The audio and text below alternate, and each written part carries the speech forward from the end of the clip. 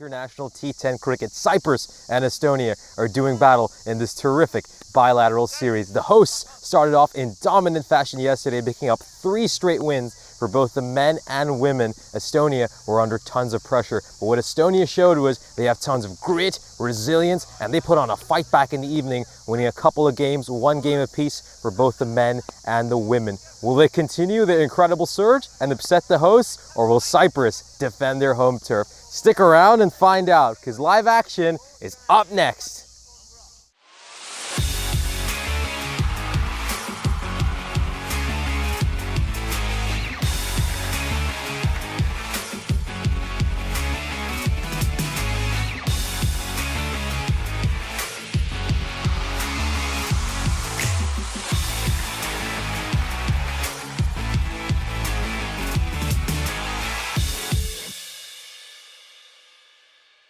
This European Cricket Network event is proudly brought to you by HCL Software and Paramatch.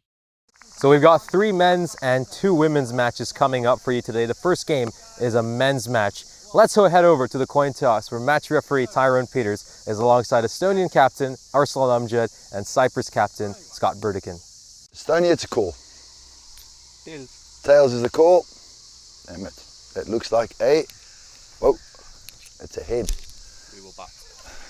They're going to bat. Thank you very much for that update to match referee Tyrone Peters. As you heard, of course, Cyprus are going to have a bat first. Keep in mind, Cyprus have been incredible with the bat in hand throughout this weekend. That first match, they were dominant. They effectively hit Estonia out of this game by scoring 167 runs. Estonia gave it a good go in the second innings, but ended up falling 25 runs short. In the second match though, Cyprus dearly missed their captain Scott Burdikin, who was sadly unavailable for that game for them. He made 92 runs of just 33 deliveries in the opening match. And Estonia, well, they rolled Cyprus for 105 and they managed to chase down their target with 2.1 overs to spare. The star performer for Estonia so far has been Ali Masood with a couple of half centuries, and he'll look to carry his good form into this Super Sunday. Let's head over to the commentary box where you'll be joined by Rico Full. Thank you very much to Neshe. But yes, Super Sunday it is indeed. Of course, plenty of action coming up for you here today. 5 matches from here and then also from Czechia. You've got 2 matches coming from that Central Europe Cup T20 women's action there as well. Well, before we focus on what we got coming up today, let's take a look back at what we saw yesterday. Nish touched on that slightly there. The Cyprus women took on the Estonian women first up. And Cyprus, thanks to their captain, Urshat Chaturani, were in good form, weren't they? She scored a half century. The very first international that Cyprus have played, and what a start it was for the captain Chaturani, 56 for her, and leading her side to a 53-run victory. She went on to pick up the player of the match. Next up, it was the men's, and Scott Burdikin, as you heard Nish say, 92-33 in a 152 partnership between him and the against the Estonian men. Ali Masood was in good form, but not enough from him. A win by 26 runs for the Cyprus men. The women then back in action again, and it was just very much the same really this time around. Once again, 100-run posted by the Cyprus women, and this time it is Dariana Halage who scored 33, and also bowled beautifully, 1 for 9 she took, getting the win for their side. Men were back in action in match number 2 for them, and this time around it was Estonia that were just too strong for Cyprus. Cyprus losing and missing out on Scott Burdikin, and Kalugala going early. They just stumbled, and Ali Masood another half century, getting them the victory by 8 wickets. And then the final match between the women, it was an all-change side for Cyprus. 9 new players, allowing Estonia to romp home by 9 wickets and pick up all the points. So this is how it's looking here at the moment, the standing so far. And you can see that everything to play for. These 2 teams have won 1 and lost 1. The good news, I suppose, for Cyprus is that they do have their captain, Scott Burdikin, back. And they also, another big addition for me, Chamal Sudun, who was outstanding in the European Cricket Series. I think you'll probably find maybe Chamal and it could be Akila Kalugala that will open up. Scott Burdikin, though, you don't want to leave him on the bench too long. And then Scott Austin is back in the side. Watch out for him in the field. He's absolutely sensational. Estonia, they will maybe give someone like Stuart Hook an opportunity. We didn't see him with a bat at all yesterday, which was quite surprising. But one man that led the way, Ali Masood. Captain, also Arsan Amjad, will be looking to make an impact. But one man who's desperate to make an impact here today will be Bilal Masood. Remember, came into the side. There was a lot of anticipation about how he would perform with the bat. But on both occasions, he scored nada. So they're hoping that he can find his form again. Kalavispalu with the ball was outstanding, and David Robinson, the left-hander, he also bowled very well, but we haven't seen him with the bat either. Maybe there'd be more of a role to play from somebody like Stefan Gooch with the bat as well, another powerful left-hander. So looking forward to the action. I want to say happy Eid Mubarak to a lot of our viewers around the world. I hope you have wonderful celebrations today as we have a look at the win predictor, 68% to 32%. Cyprus in favour of winning this one. A crunch match, really, because I think whoever wins this one will really make the other team sweat going into the last two matches.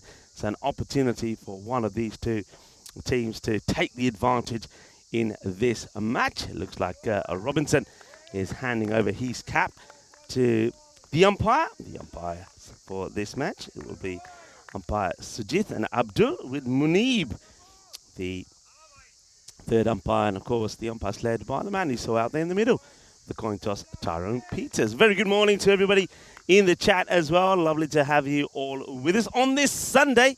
And so an early start for some of you like us. Hello to Rob Thompson, hello to Shahag. And I know that a lot of other people joining in here ready for the start of the first ball. So it will be Robson. It's going to start off here. You can see that it will be Scott Burdekin who's going to be at the non-strikers end. So it looks like they're going with the same partnership that put 152 on for the first wicket in the very first match between these two yesterday. In comes Robson. And that's whipped away straight away. Now it just starts to slow up. I can't believe this. It only just gets over the rope. I thought that was slowed down tremendously as it was whipped away. And for a moment there, I just thought this was not going to make it to the boundary. I mean, you couldn't hit it any better. So Kilakulugala off the mark straight away. That's a nice looking shot from him. And now this one is up and away. That is just timed to perfection. That is a brilliant hit. What a stroke this is. Shaba, Kidna Sona. Well, an early morning, Sunday morning, balle to welcome you all to the cricket. That's a beautiful shot. And hello to Mohammed Yahamu. He's saying Eid Mubarak to everybody as well. And this one just gets left.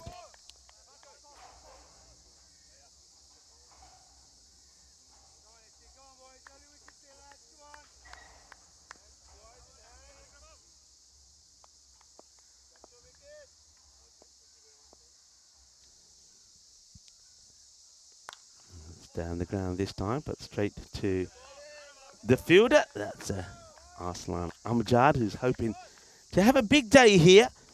Estonia, I think they know that they can be very competitive against Cyprus if they put their A game together. That's just nicely guided away. So a single will be taken here by Kalugala. Means Scott Burdekin, the captain, will face his first. He's telling me he had a good time with his daughter Ruby yesterday. It was her 7th birthday. And he also, the reason why Scott went earlier, he's had some physio on his left foot. So he's got some issues there, some muscular issues. So he's having some treatment on it, on and off. Obviously, trying to keep himself fit and healthy for not just the end of this series today, but the start of the T20 internationals, which start tomorrow, which will go over Monday, Tuesday and Wednesday. That's a blistering shot. Well, I'll tell you what, he might have a few issues with his foot, but there's nothing wrong with his hands as he gets the wrist into play here.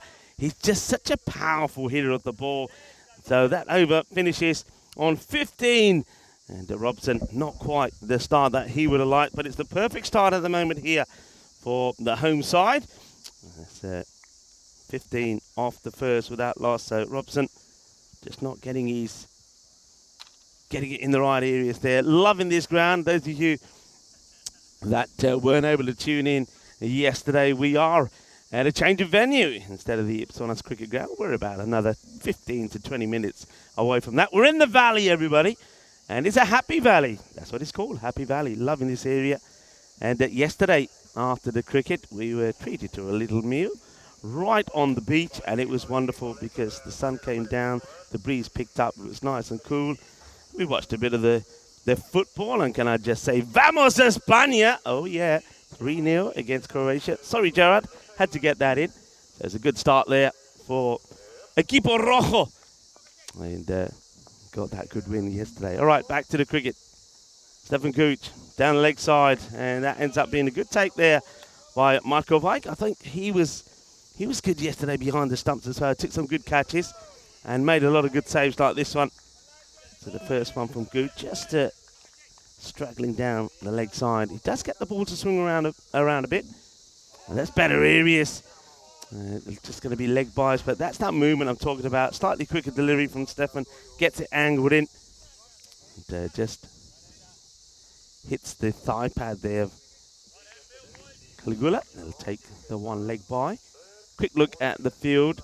They have now for Scott, they've got the extra cover out. You need him there. I'm surprised they haven't got point out, but instead they're opting to have a man who's sort of in between square and mid wicket on the boundary. So one man either side of the ground on the boundary. And that's well bowled. A little away swinger in the right area, so no issues getting the ball in the right area to the right-hander after having bowled a few to Caligula. Right, up in the air, catching opportunity. That's what he's back there for. And I can't get hold of it. That was Stuart Hook. He's in the right place. That's what he's there for, to take that catch, but he can't get onto this. Goes up in the air a long way. I know that they were doing a lot of catching practice before the start of the match for Estonia. And, well, Stuart Hook was catching most of them then, but couldn't get anywhere near that one. That's a big opportunity as Birdkin gets given a chance, and now he goes down the ground. This will go all the way. Bolle, ginna sona. Shaka lagya. Well, if you drop him, he makes you pay. So Scott dropped on 4 by the number 4 Hook, and then he hits this one straight down the ground to rub salt into the wound, and looks like they are making a bit of a change here now. So it looks like Hook will come into the circle, and they deploy another fielder back in that long off position. Scott this time just takes a single. So looks like Kalevispalu has taken the spot there of Stuart Hook. I'm Rico Full. Good to have you with us, and joining me, man, he did a brilliant job with the introductions for the day, is Nishay Bhatt. Kalimara, Nishay. Kalimera. Looks like a good start here for Cyprus. So a nice start, a few good runs these first couple of overs. Riding their luck a little bit as well with Scott Burdikin. There's a catch put down, he was on 4. Good full delivery, just catches the bottom of the bat there, so no run, and not the worst of overs from Stefan. 10 come off it, but he knows that he should have had the wicket really there of Scott Burdikin, and you don't want to be giving them too many opportunities, do you? 26 with that loss after 2. I was just telling the viewers the lovely evening that we had yesterday right on the beach. What beach was that, by the way?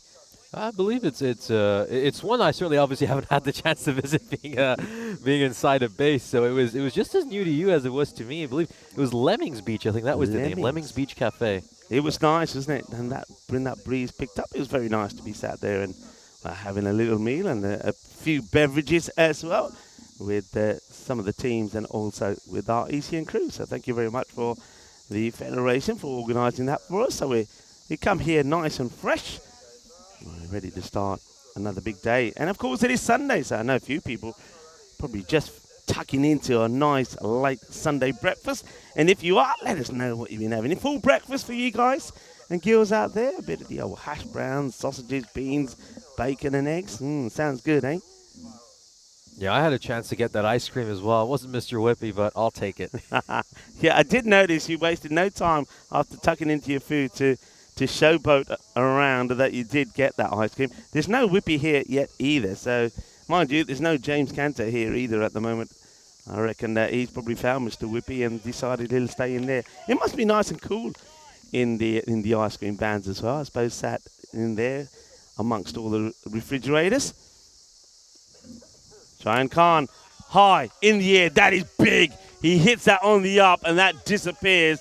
And goes to the other side of the ground as it sails over the sight screens. That is a powerful hit. Great strike there by Burdick, and he gets that little bit of length he's looking for.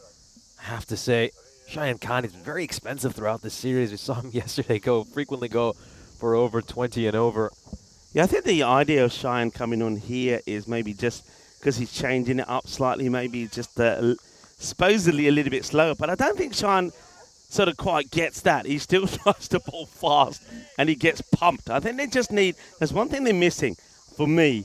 They haven't got that spinner. They haven't got that slower bowler, which you have to rely on. And it'd be interesting to see if they have one when it comes to the T20s. This one is going to go in the same area. And Nish, come on, Nish. You've got to do a bit of fielding, Nish. Don't run away from the Grizzly. You let it come gently into your hands as that one gets blasted away as well. So Scott hitting the ball straight and hitting it well. Yeah, when Scott's striking as firmly as he is, I'll look to get out of the way. What a clean hitter of the ball. Going right down the ground for 4. They got you, you know. They got you running away. They got you on the camera. Oh, dear. That's not good bowling. And now it's a full toss down the leg side. And it just gets whipped away by El Capitan. Cuatro más. And, well, the temperatures are hotting up. And it's getting hot in the middle as well. What a beautiful shot. Beautifully executed. Yeah, nicely played behind square leg by Burdick. And it's served on a silver platter, in all honesty, by the bowler. Just has to work that one off his pads. We're just going to have a little discussion over here. Skipper and Gooch just painting the field setting here. So they're going to put a deep square leg in place. I always think it's dangerous when you don't put anybody out on the offside to Scott. This is up in the air. It could work a treat, you know, and it will. He's got the shades on. And he takes the catch. So it's that shorter delivery. And Scott, I think he is trying to go out of the offside. But he doesn't get this the way he wants it. He wants to go wider, but he goes finer. He goes up in the air a long way. They needed to get that wicket, you know, because Scott was looking dangerous. So that will be the end of Burdick. It's an expensive over so far, 3 boundaries. But they do get the wicket of the dangerous captain, Scott Burdick. And that's a nice-looking catch. But you can see he's prepared for the day. He's got the cap. He's got the shades. And he takes the catch. Well done to the catcher. That's Sahith Chauhan, who doesn't make any mistakes. And, well, he rewards Cheyenne Khan with a wicket. Yeah, this is good bowling here. Sees Scott advancing down the crease, digs it in shorter. The top edge carries to the fielder at deep third. And Cyprus lose their first wicket. So Cheyenne Khan does get the breakthrough. So whatever was said to him by a cluster of players may have done the job. A new batter now comes in. And this guy, well, he's the man. I think a lot of people probably look at him and say we should be calling him the Terminator because he wears those Arnold Schwarzenegger type of shades, doesn't he? The old mirror shades. It's Srinath.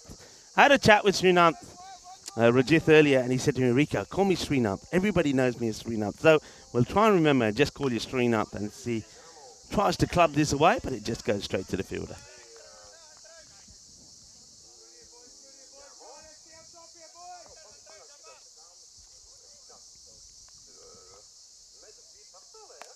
Well, that one is in the hands of the fielder. Taken. Another one bites the dust. So Srinath will go for a 2-ball duck. And I think that's the man who comes into the side, Richard Parkin, that takes a really good catch.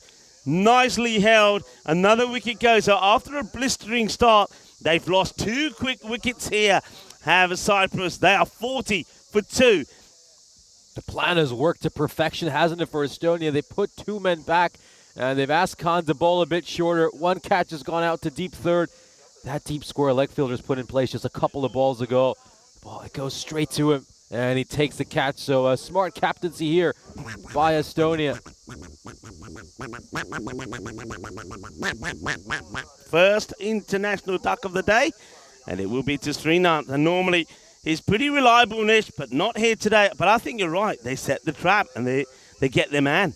So end of the over as well, end of the power play. The players, as we've seen for the last few days here in Cyprus, because of the heat, will take drinks after 3, 5, and 7. So just an opportunity here, I think, for Estonia to come together and say, come on, guys, all of a sudden, that's all it takes, right? All it takes.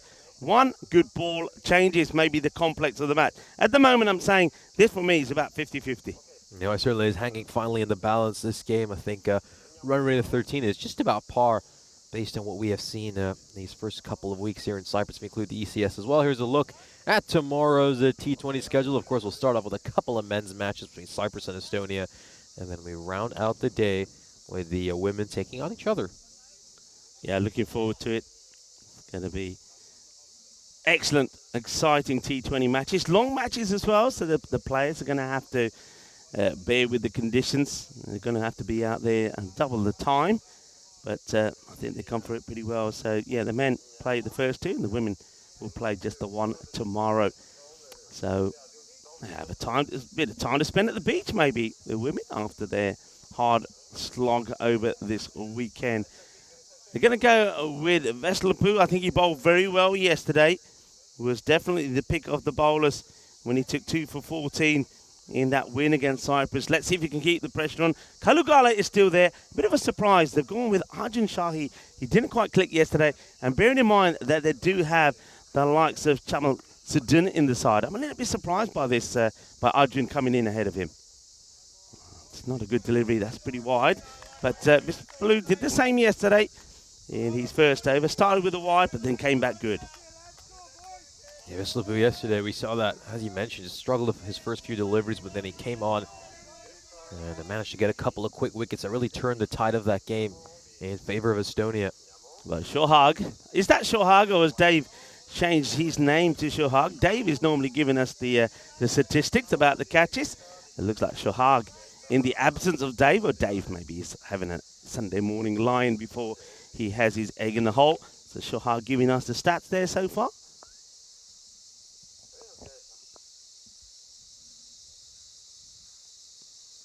Yeah, good in-swing and delivery. Well watched by Kalugala.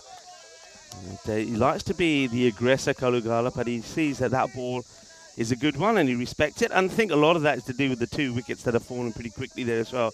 So they want to just use a little bit of time to rebuild here and then get this partnership started.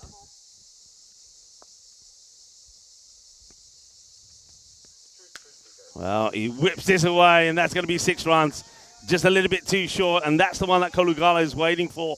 We know that he can clobber it and clobber it pretty hard, and he was the one, Nish, that got the Mr. Whippies running out of here yesterday. They saw him hitting the ball and said, you know what?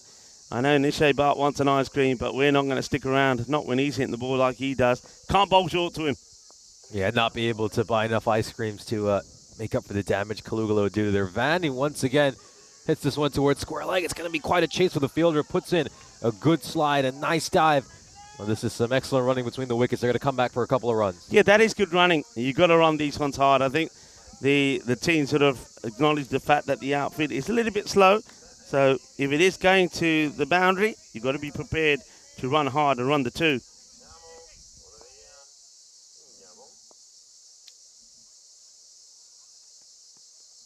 Now it goes big again, Kalugala. This one certainly has the distance. He's going to send it straight to the match referee. That's a 6. That's about as clear as it gets. Well, Tyrone is not amused. He just sits there staying in the shade, says, I don't come out of the shade for anybody. He says, I'm all right, I'm safe. I've got the likes of Munib around me to protect me. That goes, that's a big hit, though. And there's Martha Maria as well. So walking around the ground, checking on the cameras. Good hit, but too short. Veselapu has to go fuller. What he hasn't tried to do so far yet is go right across the left-hander. That's where a lot of left-handers do have that little weakness. He has got a man there in that sort of short third catching position. That's what he's got to try and do now. Field is being changed here. They put an extra man back on the leg side. So 3 on the leg side, a short mid-wicket. Robson in there as well. And then 2 on the off, a cover and extra cover.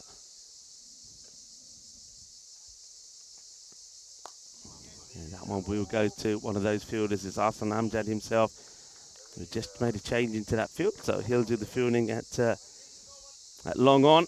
And now a chance now for Arjun Shahi to face his first delivery. 50 has come up in this over. Ball to go then in the 4th. Arjun Shahi, I think he's elevated up there maybe because they feel he's a bit more of an aggressor than somebody like Chamal Sadun, perhaps. Let's see how he starts.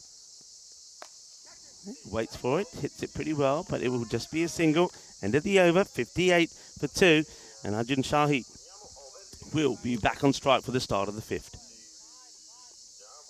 Yeah, gets a single off his first ball shot. He's off the mark. Cyprus recovering well in that over after a rather rough end to their power play, where they lost 2 wickets in that over, bowled by Cheyenne Khan. Get 18 runs off of Visselpoo there. We'll have a look at the run rate here for Cyprus. Going along quite nicely, 14.5. It's a good run rate for them. Get to that 150 mark. I think they'll have a very healthy total and give Estonia a tough time in the second innings.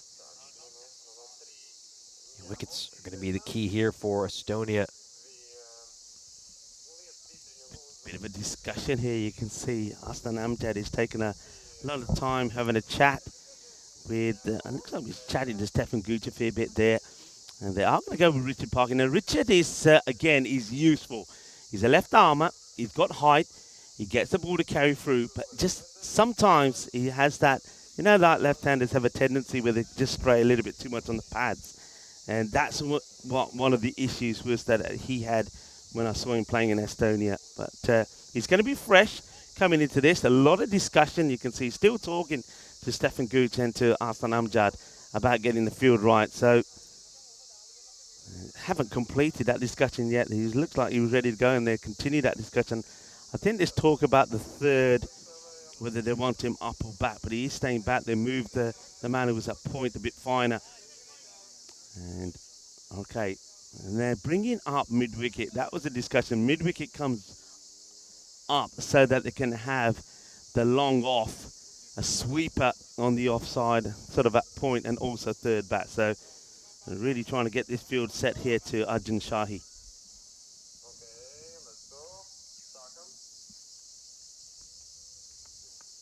Oh, that's a wild one. I think this one, might have to have a look at the height on this as well. It's been well chased down. They'll get one.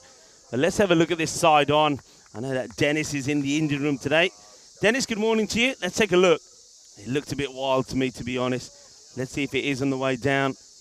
I think he might get away with it. It does come down slightly. So Arjun Shahi will feel that's a missed opportunity from him. But he's only just got out there and need a few balls to get going. You can't be bowling those to somebody like Kalugala. So once again, a bit of time being spent to get the field right now to the left-hander. Yeah, huge let off there for the bowler. Shahi tends to deposit those kinds of deliveries 10 feet beyond the boundary rope. Not over there, though. Couldn't middle it. Yeah, and to those who are joining us after watching the cricket at Ipsonas, yes, you're right. The outfield a lot slower here because it's very lush, very thick grass, which does slow that grizzly down as it ploughs through it. So Parkin to Kalugala, who takes a bit of a time just to take himself away from the pitch and compose himself. He's back now, ready to go. In comes Parkin to Kalugala. Oh, it's another full toss. Now this one almost takes off stick. I think this is similar height to the ball before. I don't think it is a no-y, but it's another one that gets missed out on. Let's have a look at this. And, okay, I think it's there about, but it's just under. So he's getting away with these only just. Missed opportunity. Kalugula can't believe he missed out on it. Well, he's not missing out on this, and that's why sometimes I quite often say a ball that's too full is much better than one that's too short. And Kalugala waits for it and dispatches it. 6 more to him. A great shot there by Kalugala. He's managed to get away with a couple of full tosses here, Parkin, but he doesn't get away with that delivery. Set up nicely for Kalugala, who punishes that one with a big shot towards cow corner. This one's going straight up in the air, but it's going to land safely. The skipper will get across Arslan Amjad, and it's only going to be a single. Didn't quite get a hold of that one well, did he? Arslan Amjad wasn't able to middle. You could just hear the sound off the bat. Wasn't the sweetest. Yeah, as I did say to a lot of our viewers, it's Eid Mubarak. It is Eid today. It is also National Muhammad Day as well. This name is an Arabic given male name. That means praiseworthy. So if your day is Muhammad, well, celebrate your day in style today as well. Parkin. Oh, that's a tremendous hit. That is a tremendous shot. Arjun Shahi gets one away. He didn't quite click yesterday, did he? He got given an opportunity in the match that they went down to Estonia. But this time he's hit this in the up. It's a powerful strike. Using the pace of Parkin against him. And that's gone a long way over that offside boundary. Good hit. You can see how fast his hands are. He gets underneath that one, elevates it so well over the boundary rope. Better delivery, better length. Doesn't give Arjun Shahi the width this time. And that is the end of the over. So 72 at the moment. It gives us an opportunity for the first time on day 2 of this international series to welcome you around the world, wherever you're tuning in from. Well, I hope you're having a wonderful Sunday. We certainly are. We certainly are. It's a Super Sunday, 5 big games coming up, a huge weekend of international action here on the European Cricket Network. Of course, we got the action over here in Cyprus and then over in Czechia. They've got the Continental Cup coming up as well. So really looking forward to what should be a very absorbing day of cricket. Yeah, it will be an absorbing day. What's a typical Sunday for you normally when you're not at cricket?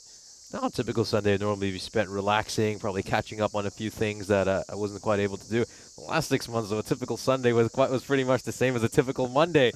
But yeah, I would say before the national service, that's how I spend my Sundays. Yeah, Sundays, or if I wasn't working or playing cricket, Sundays, yeah, I used to love me Sundays.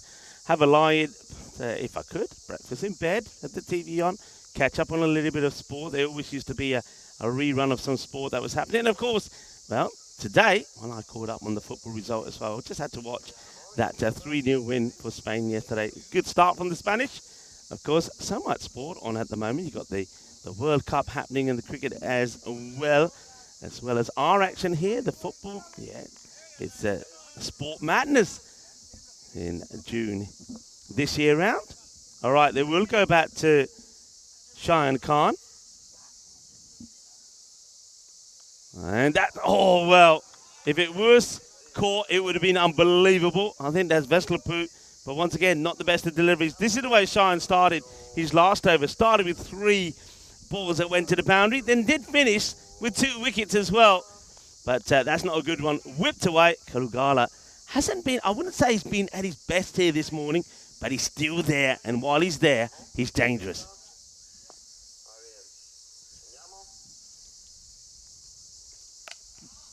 And that is going to be 6 more.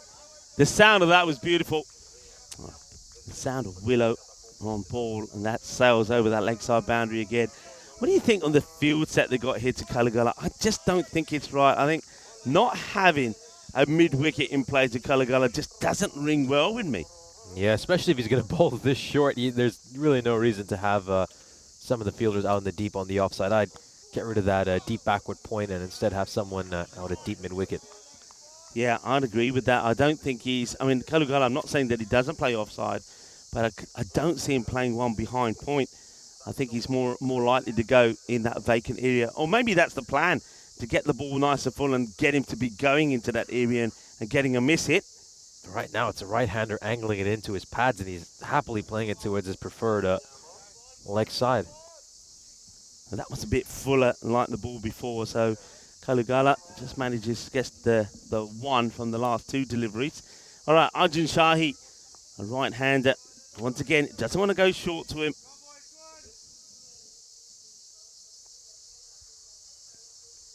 Down the leg side, so it would have been a decent delivery if it was still Kalugala out there, but they did swap over. It's going to bowl to the right-hander, and that's down the leg side. It's going to be a wide.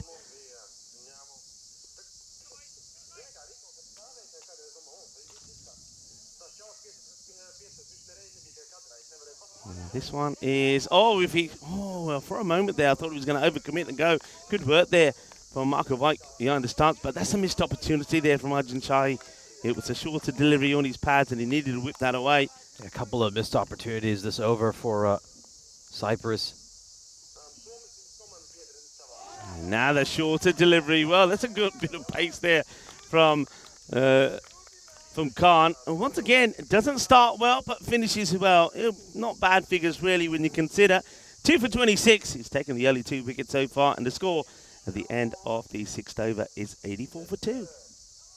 Yeah, it was a good comeback in that over by Khan, after going for boundaries off the first couple of balls, the next 4 deliveries went for just 2 runs. We'll have a look at the scorecard here for Cyprus. Scott Burdikin got off to a great start until, of course, the top-edge one that was taken out at deep third. Kalugala is continuing the good form we saw from him in the ECS, of course, where he won MVP, currently batting on 44 of just 19 deliveries. Robson coming back for his second over. Yeah, good delivery, nice and full. I like it that Robson's coming back here. First over didn't quite go to plan. A couple of boundaries came off it.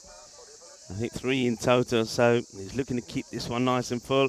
Right, Arjun, 6 balls for 8, not quite going at the rate that they want him to go. They'll be keeping an eye on this, and I don't think Cyprus will be afraid to pull him if they want to. They've got other hitters out there, genuine hitters. You've still got Chamal Sadun that hasn't come out. You've still got the likes of Karan Singh. You could even think about somebody like Scott Austin as well. It's hit firmly, and it's going to be 1 bounce, 4 runs, 4 carreras. That's better.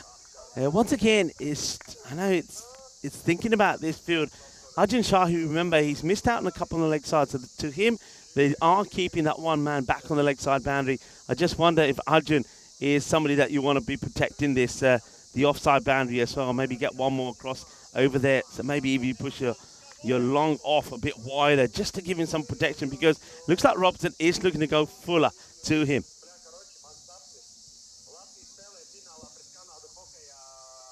All right, goes for it on the leg side, and it's going to go over the fielder. It's going to be 6 runs. It's a short delivery, and Arjun Shahi gets hold of it. He probably felt that he was under pressure a little bit, and he had to go big. He does go big. He gets a biggie. 6 runs. Huge shot here by Arjun Shahi. He's come to the party after just struggling a little bit with his timing. The first 6 deliveries. Going to hit this one towards mid-off. It's going to be a quick single. Oh, that was a close throw. I just wonder if he would have been in a little bit of trouble if it was a direct hit. I think he would have been. Dive, Shahi. I think he would have been. I think the reactions from Stefan Gooch and Robson show it. He needed to get the dive in. I mean, Shahi does go straight away, but just have a look at this. Yeah, he would have been gone. And that doesn't miss by a lot. It catches the batter on his feet as he's sliding in to execute that perfect Bizaway landing, but it could have been all for nothing. Looking to bring up the 100 and the 7 over mark. Right, goes for it. It's up in the air. Ahsan Amjad is underneath it, and he holds on to the catch. It's the end of Kalugala. He'll fall short of that 50. He'll go for 45, and it's a great time to take a wicket as we come to the end of this 7th over. So Robson gets a breakthrough. Akila Kalugala going for his favourite shot, hoiks it in the air, and Ahsan Amjad, well, he is not going to drop this one, the captain of Estonia. Yeah, hands like buckets. Goes straight to Amjad, takes it very comfortably. And that's going to be the end for Kalugala. Just misses out on his half century, 5 runs short. Well, he set his side up well for these last 3 overs. Got plenty of hitting in the bank here. Cyprus, as you mentioned, number of good players. Looks like Chamal Sadun will be coming in. He's accustomed to opening the batting for the Sri Lankan Lions. I mean, the lowest I've seen him bat is number 3, so this is going to be a very different kind of situation for him coming in here with 3 overs to go. We know he sometimes just takes a couple of balls to settle into his innings before he tees off, but let's see how he handles this situation. Yeah, I must admit, I'm surprised he comes in at this number, because I think he's the sort of batter when he's rushing or when in his mind he knows he's got to score quickly. I don't think he's at his best. It's a nice shot straight down the ground. Ahsan Amjad comes across and gets the foot onto this, lays it on, and the batters will just take this single. Didn't really push hard enough there for me. I think that was definitely go for 2. It will be the end of the over. Well, that means that 7 overs completed. The players will take on some drinks. And Cyprus there, 97 for 3, with Chamal Sadun just coming in. Yeah, just to carry on with Chamal Sadun, I think he's much better when he's got time on his hand. You touched on it. If he's got time, he gets in and he plays a big role. So going to be interesting to see how he goes. Talking about going, these are some of the places we'll be going to. Yeah, as you can see, we, of course, started off the European cricket calendar here in Cyprus back in January. And we're back here once again in the country that has treated us so well. Do tell us in the chat if there's any particular tour you enjoyed throughout this year, and if there's any country you most look forward us to going to. Of course, just look at some of those places. It's been a real pleasure to bring you so much cricket from here in Europe, and look forward to bringing you a lot more over the coming months. Yeah, looking forward to it. It's going to be a bumper season, of course. Looking forward to those big events as well. The European Cricket Championship in September, and also the European Cricket Women's Championship as well, there on the 9th of December. We've had a feast of quality women's cricket so far, and plenty more to come throughout our cricketing calendar. Parkin is going to come and bowl over number 8. I think this is a big over, you know. I think if Cyprus are going to get to a 140 plus score, then they've got to go big, and I think this over becomes big. Parkin, though, bowling to Chamal Sadun, who's only just come out, so he'll be hoping to try and keep it nice and tight. He has bowled a few full-length deliveries that he's got away with.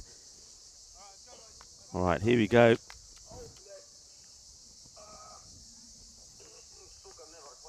Well, that is that full-length delivery that I was talking about that he's got away with, but he doesn't get away with it this time because Jamal Sadun does the MJ. Oh, as he gets a swivel on this and sends it big. And this is worth having a look at. Oh, now what do you think? He's got away with it a couple. Maybe that one also. Is that one just coming down again? Yeah, just not getting the ball to pitch. There's about 3 he's bowled. He's got away with 2, but not this one. That was beautifully picked up by Chamal Sadun. Yeah, Parkin's struggling a lot with full tosses. The ball just is slipping out of his hands on a number of occasions. Hasn't quite got his lengths right. Yeah, he's managed to get away with it, as you mentioned, a few times. But this time around, he gets punished. Sadun smacks him away for a maximum. Can he improve his length here? No, he gets this one wrong as well. It ends up being a very good take by Marco. You saw it just as he bowled that first one, that Parkins was just practicing getting the ball, you know, just banging it in. He was going through the motions of it. But he's still going a bit fuller, and I just get the feeling that he might just go a little bit too short here as well, because when you're over pitching and struggling, you can go the complete opposite. Oh, that one goes through now. Be interesting that wide has been signalled, so I was just wondering if I heard a little sound there when that went through, but no, it seemed to be a noise, but it's given us wide, so it does rotate the strike. It means that he's got Shahi to bowl to now, so he's going to have to concentrate on getting his line right as well. Mind you, I suppose that one, if he bowls the same ball again, wouldn't be a bad one to a right-hander.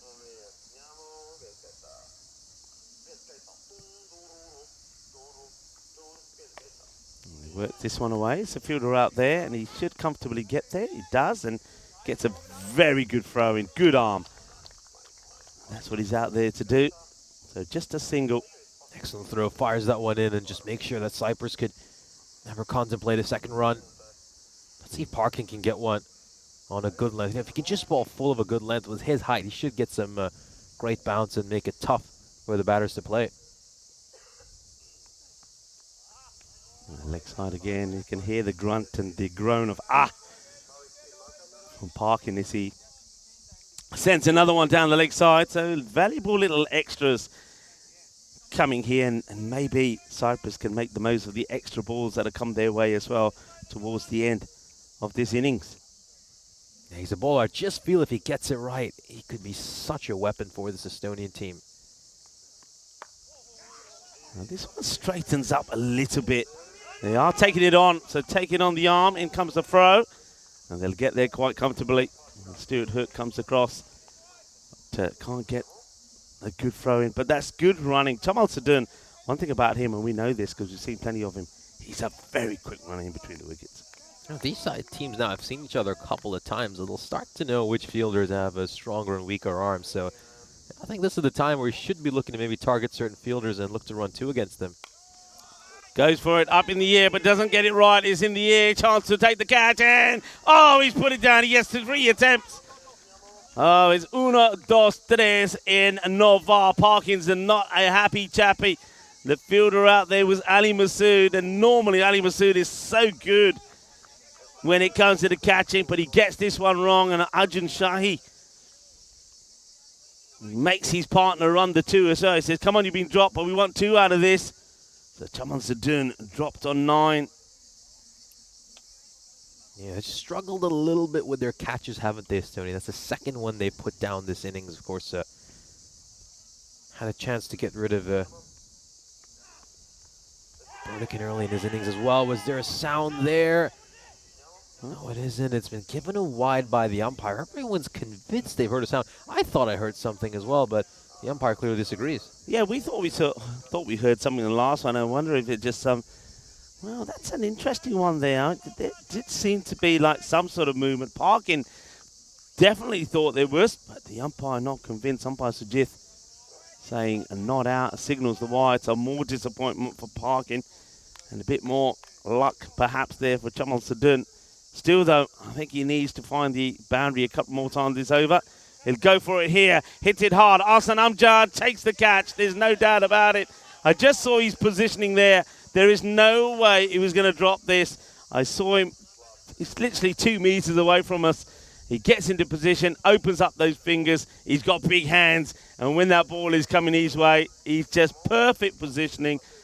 Body nice and still, eyes on ball, hands ready, takes a glorious catch. Sadun's not able to make his extra life count, is he? Gets out a couple of runs later.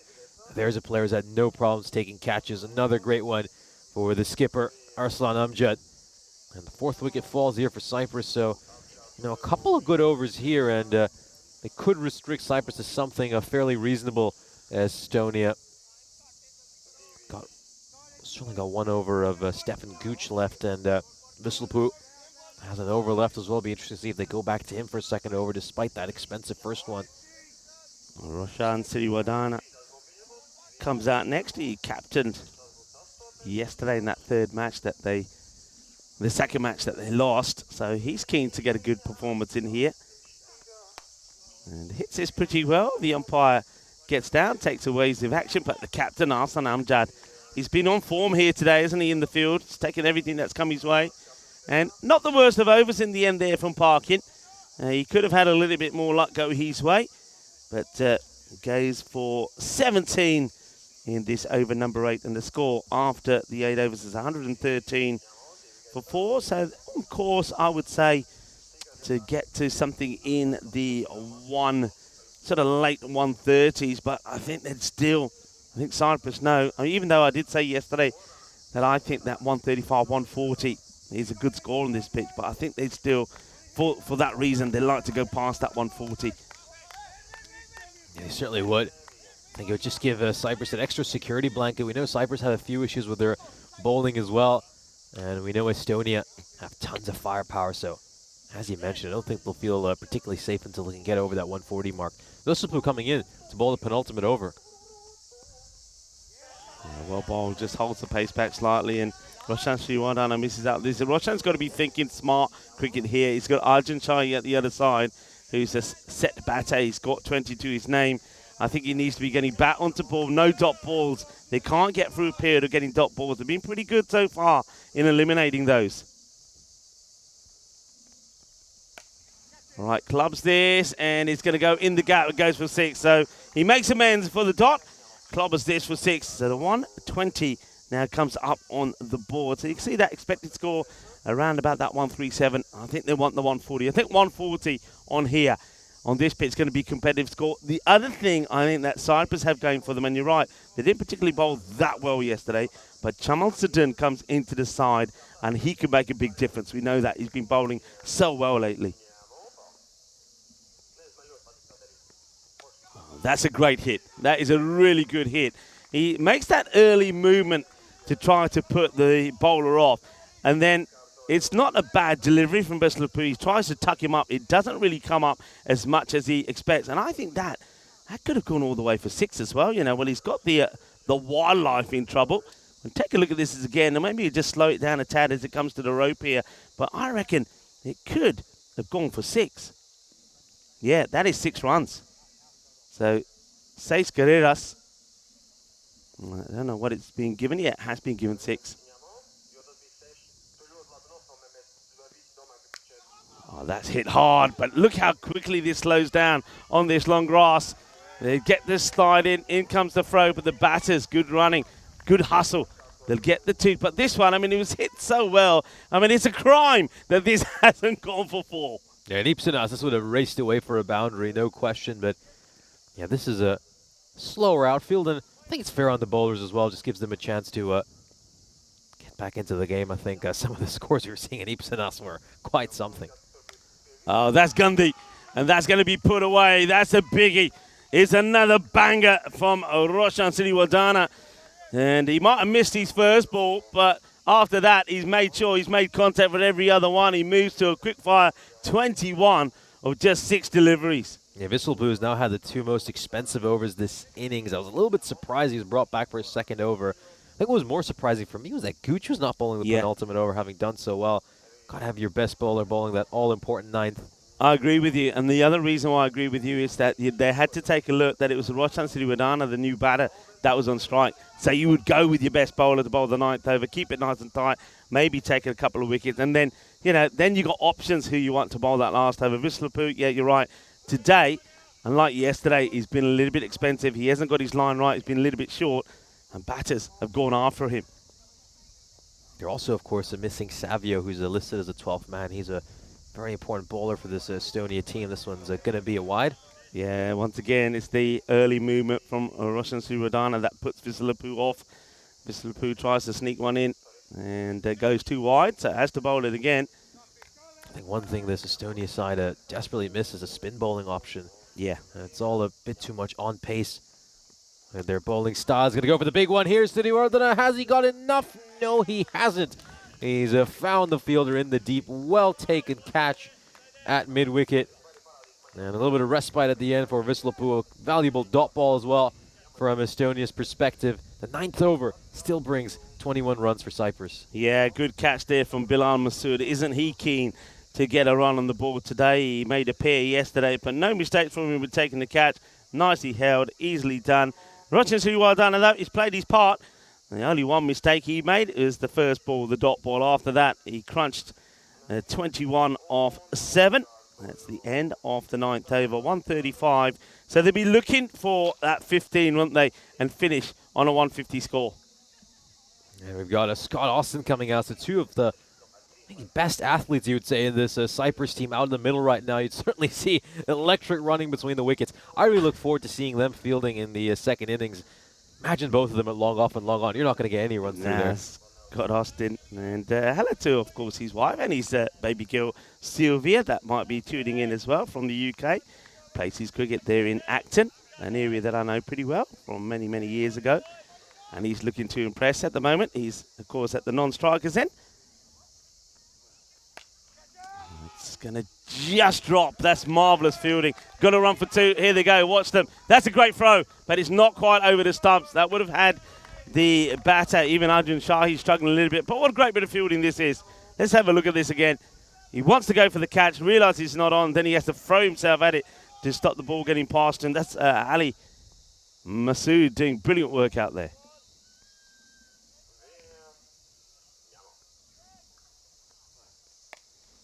In that same area, this time probably would just be a single, as this time Bilal Masood makes a stop. So Scott Austin, I would say Scott Austin is probably more your T20 type of player. I don't think he's known for his big hitting, though we do know. We've seen him at the Cardamom Oval a few times. But his cricket has grown a lot in the last few years. Facing his first. And it's not a good delivery down the leg side, so it'll have to be bowled again. Another grunt there from, this time, Stefan Gooch. A bit of the because he knows he gets it wrong. So it's another extra on the board. So coming up to that 140 here now. 4 balls to go. Austin whips this away, straight to the fielder. They are taking it on. And, well, will he get there? Will he not? I think it's going to be very close. It's going to be very, very close. Let's have a look at this. This is almost like one batter holds the end up for the other to get in, then darts at the other end. Well, let's have a look at this. We're going to need a photo finish here. So we've got the 2 of the quickest ones out there. So he takes off. Got to get the dive in here. Now, let's see. Does he get that bat in? Does the bat go down here? I think, well, let's keep it going. I think that's out. I reckon if we just go back a tad here, that he doesn't get it past the line, I think that's probably going to be given out, you know. Let's see what they say. Well, I could be surprised. I reckon that's out. That's my opinion. And we'll have a look at it. I don't think the bat goes past the line when the stumps are dislodged. Just the next frame, I reckon about there. and I think it's on the line. The line belongs to the fielding side.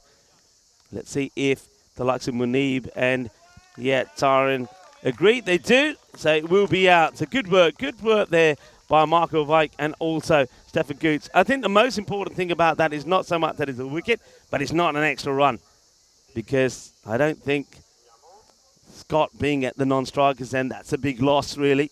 Arjun Shahi, though, does get on strike, and that could be key for the last 3 balls to come here.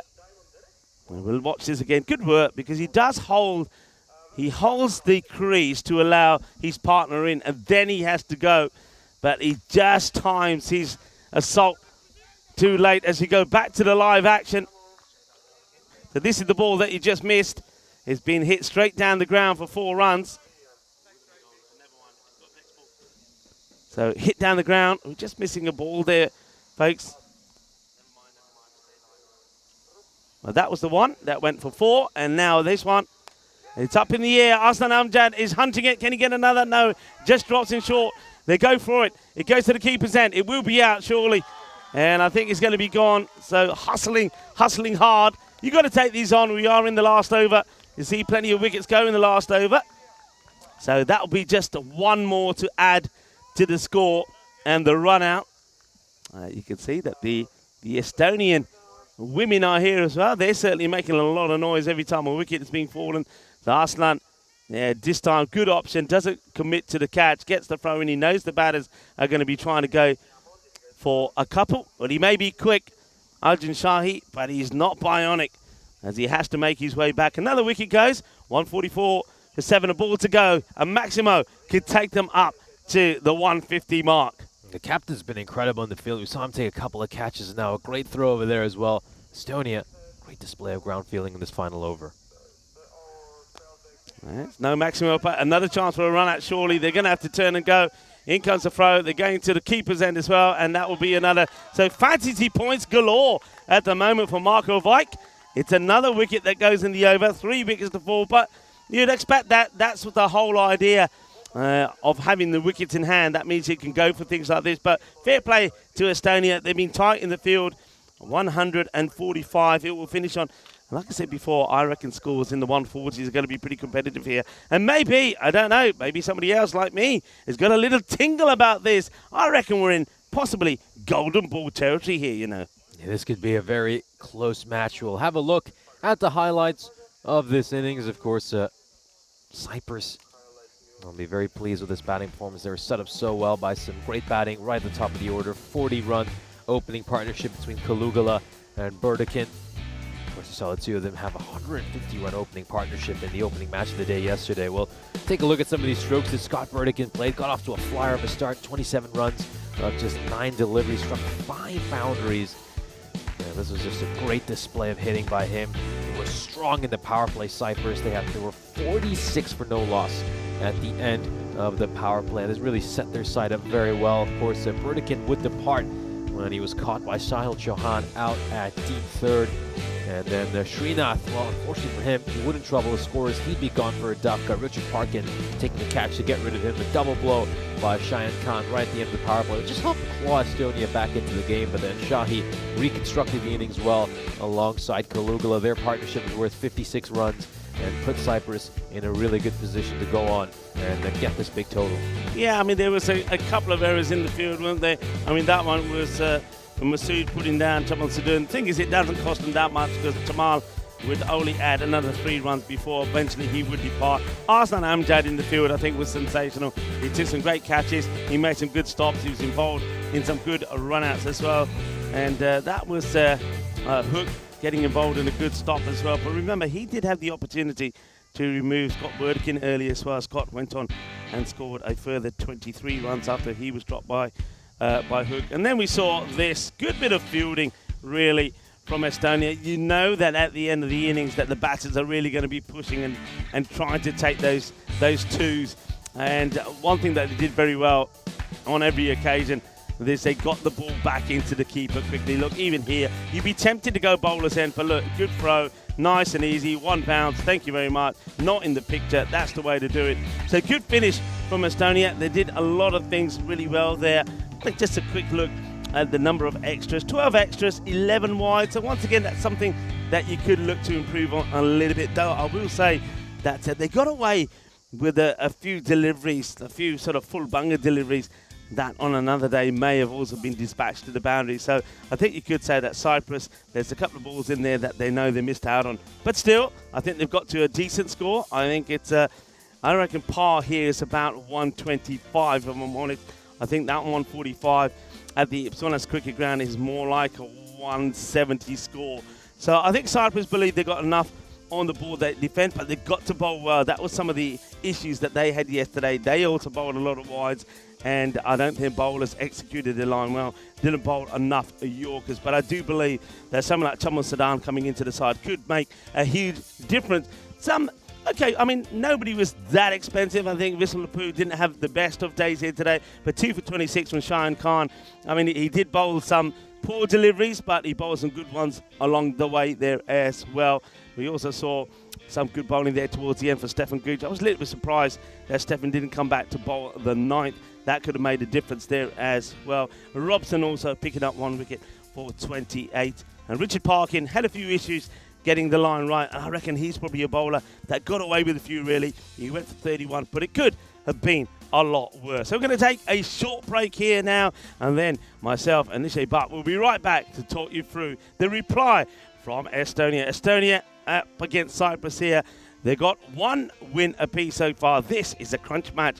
They'll love to get a win here, either one of these two sides, which will mean that they only then need to win just 1 of the next 2 matches to be victorious in this ECI. Otherwise, you've got to try and win 2 on the spin. We'll be back in about 10 minutes' time. Volvemos en más o menos 10 minutos.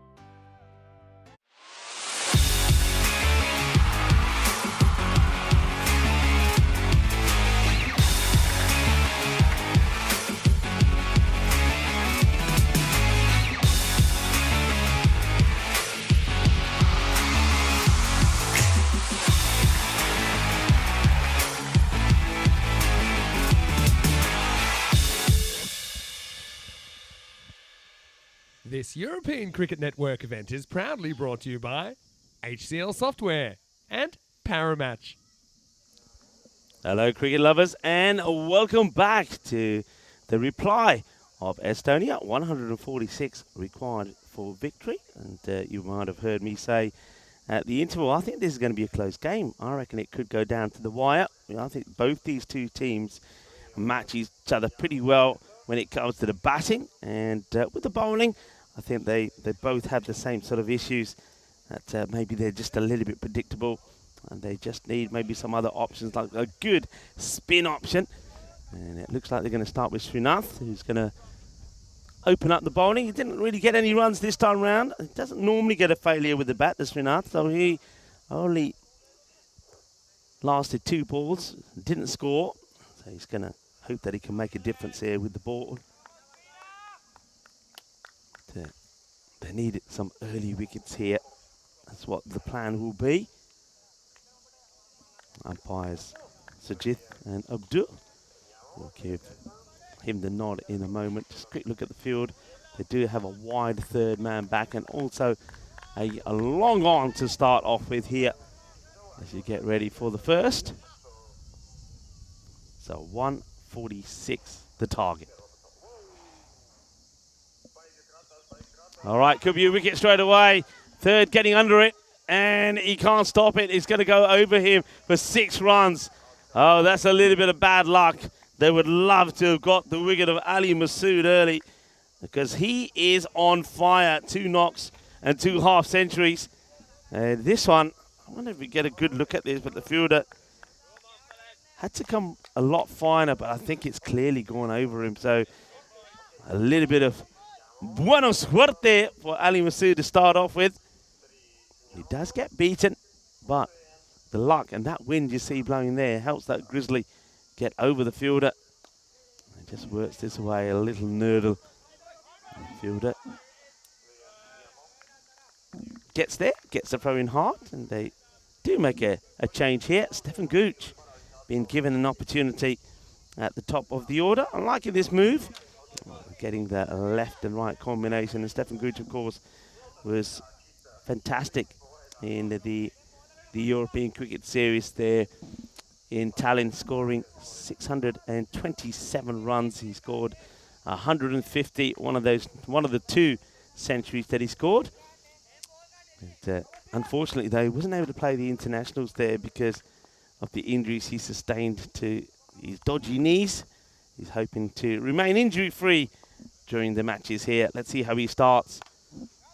Plays that nicely down the ground, but no run this time. And Stefan's at his best when he takes a few balls to get going, but he's at his best when he starts to move his feet. He's very good at picking the length, the shorter length, and he likes to come down the wicket and hit straight over the bowler's head. So a dangerous player.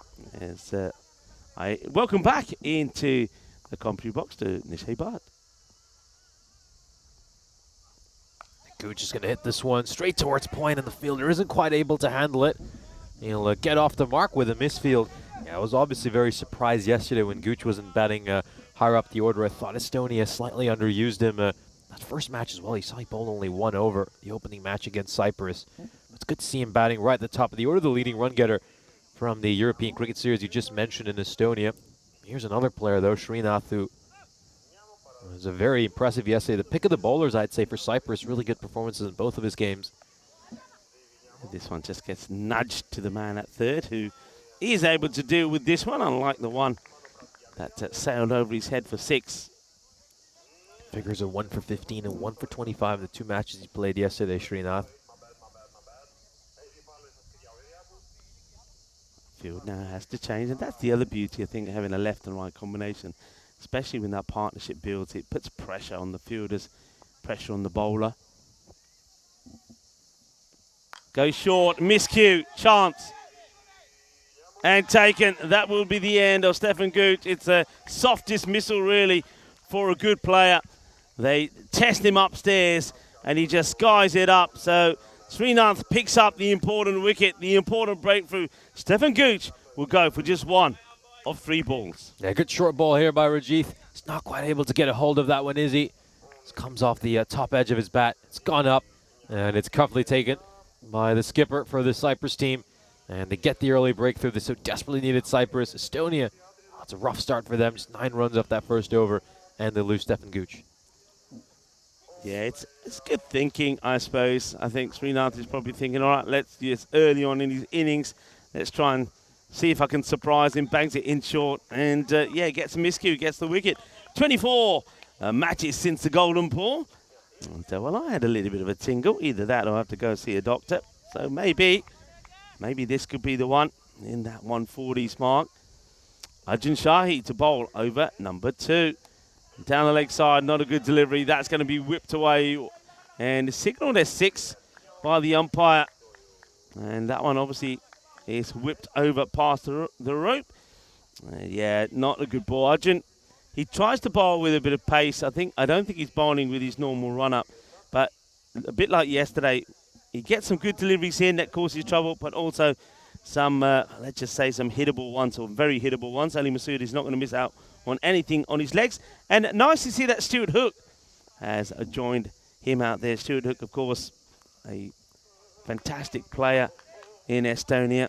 I think when we were in Estonia, he brought up a landmark as being the highest run scorer in Estonia.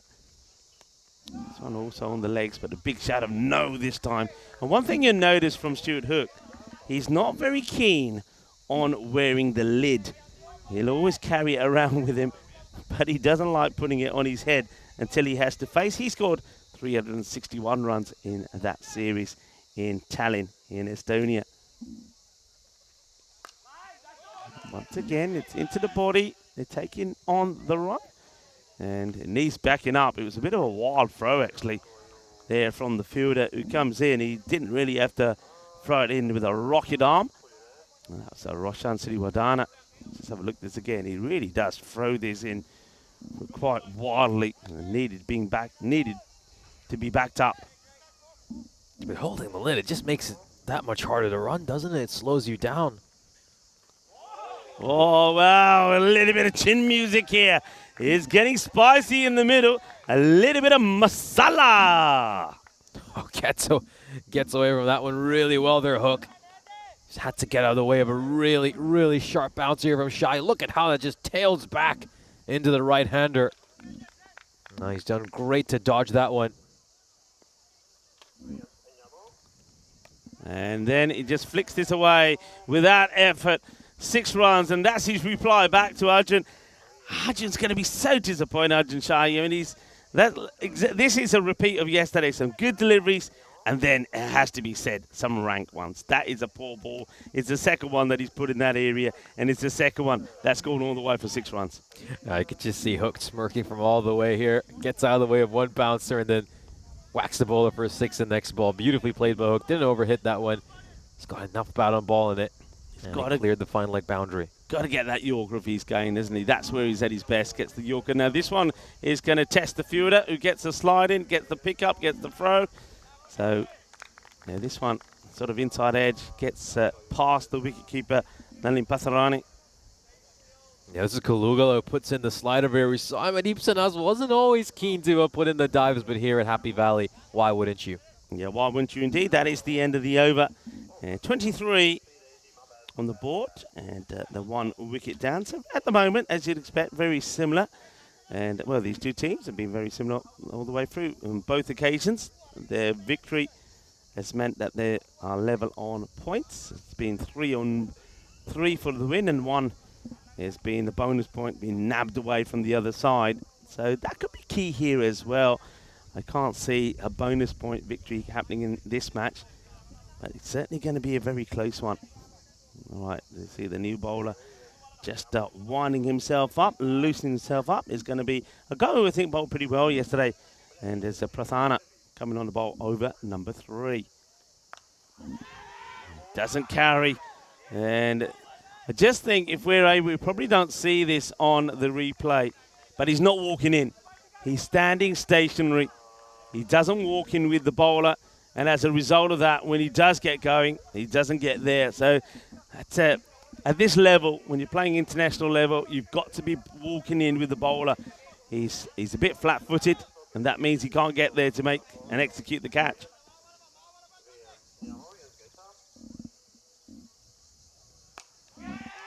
Gets this over the mid-wicket, and it will go for 4 as well. Nice shot. So we're in the power play. Of course, those little gaps will be plugged after this over. So that's why it's very important to make the most of it right here, right now, in this, the third over. Yeah, very nicely played by Hook. He's hit a couple of good shots here early in his innings. Obviously coming in at number 3 to replace Bilal Masudu, who was batting there yesterday. Of course, he picked himself up a pair. Faced 3 deliveries across both the games he faced and was out for a duck on each occasion. Arslan Amjad as well, the captain, usually opens the batting for his side and made scores of 27 and 1 yesterday, so he's demoted himself down the order 2. Yeah, this is a good ball here by Partha, just tailing back into Hook. Yeah, you'll see some people may be wondering what the number is in bracket. Just to clarify, that's the score that the batting side needs to get to at least get a point out of this match. And if they don't get to that score, then the fielding side takes away all the points. So that's the bonus point equation there, 102. And that's going to be unlucky. And that could go maybe all the way. The umpires are looking at each other and say, let's just check this. You can see that Patirana, the keeper, is signaling 4. But let's see, yeah, just bounces before, I think.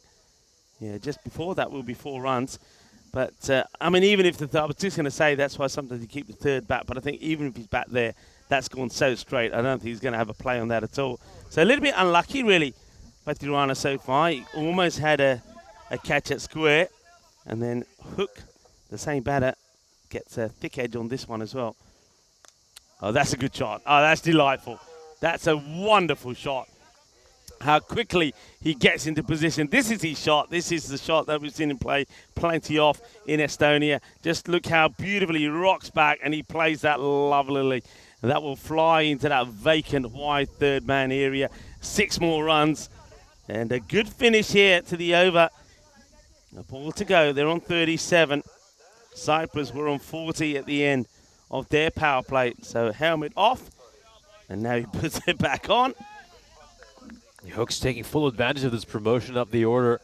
Batting superbly so far, off to a great start. He's trying to work that one away towards square leg. But didn't quite come off for him as the power play comes to an end. Estonia 37 for 1. Cyprus will be the happier of the 2 teams because they're currently going below their required rate. And here's a chance for the players to have some drinks. A few refreshments for some of these players who have been out there in the heat. And just going back to the bonus point discussion, I think the bonus point has certainly made these series just so much more exciting because in theory, in a best-of-5 bilateral series, you could get 2 bonus point victories, but then have 3 non-bonus point defeats, and you still win the series 10-9. Yeah, certainly, yeah, very good point there. And also, you can just see from that graphic that these 2 teams not too far away from where they are now. Also, as I mentioned at the start of the day, this cricket that has started in Czechia as well. It is the Central and Europe Cup, the T20 women's action. And Croatia women taking on Gibraltar women. And Croatia are having a bat first. They elected to bat first. And into the third over there. They're 15 for 1. Vinny Sandu, of course, with Danny Hudacek talking you through the action there. That is such a big day for Gibraltar because they have to win both their games today to pick up the Continental Cup. Meanwhile, Croatia, obviously they've got their destiny in their own hands as well. If they pick up a win here against Gibraltar, they'll go on and win the Continental Cup, and they'll do it in style, having won every game. Yeah, Central Europe Cup, of course. That's what we're talking about there.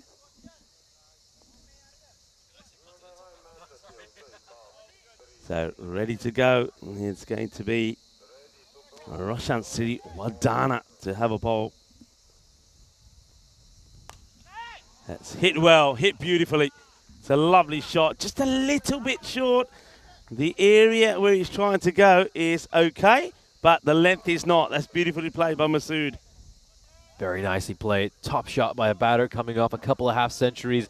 Siri Wadana, as you mentioned, just overpitched that delivery. And it was right in the slot for a player of Masood's quality to smash away for 6. He's had a sensational day one, hasn't he, Ali Masood? All right, now this is a miscue. Can anybody get there? The answer is no. It drops short. It lands in the, what we like to call the Bermuda Triangle. So a little bit of good fortune. Both these batters have had the rub of the green so far. it must be said. But can they make the most of it?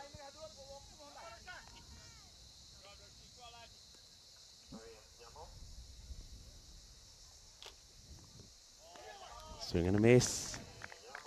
Just Roshan Sriwadana has always kept to this angle, hasn't he, around the wicket. But I think better than a lot of bowlers that come around the wicket, he does often get it right. So he does get that ball to go wide outside the off. Sometimes he gets that Yorker length delivery as well.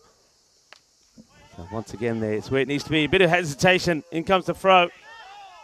And I think the batter does get back.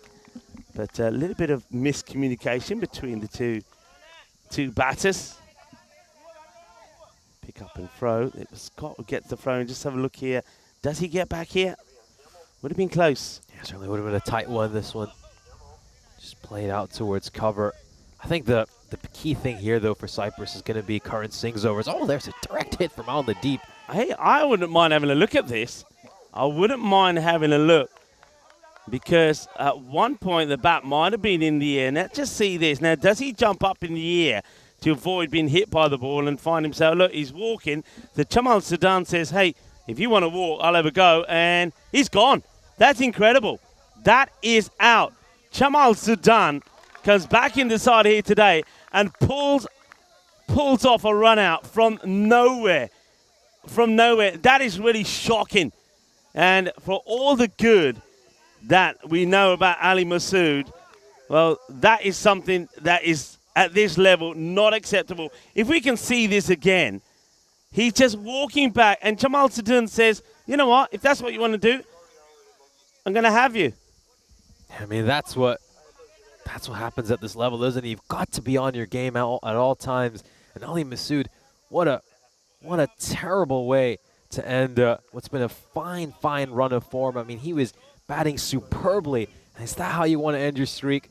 Not really. I mean, it's brilliant fielding with Jamal Sadun, but it's very poor from Ali Masood. It really is very poor, and that just can put a lot of unnecessary pressure on the rest of the team. It's the end of the over, and it's a good over.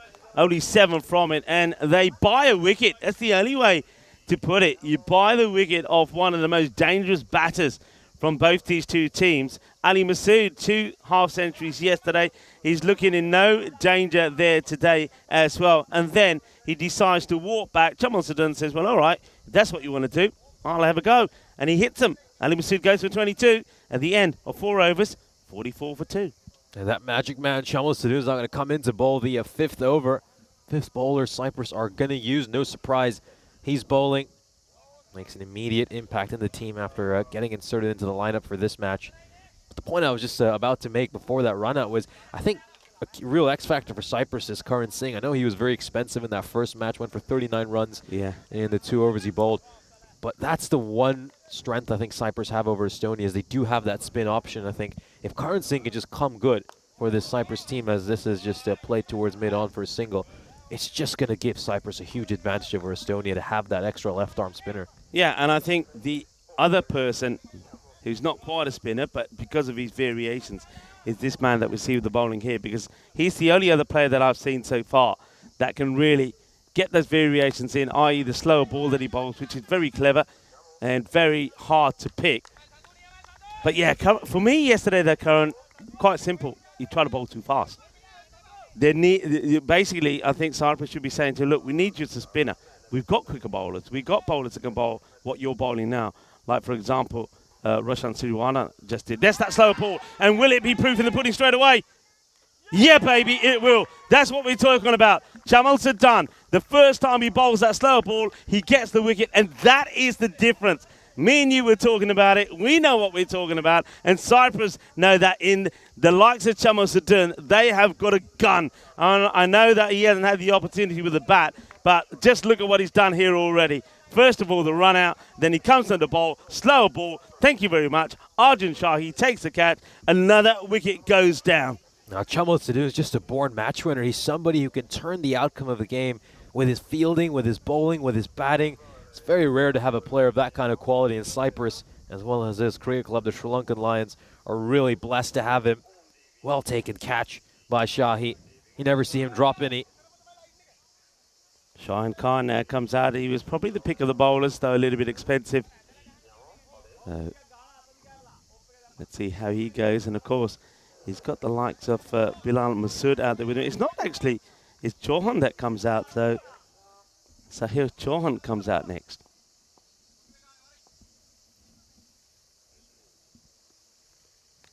Might be a little bit wide.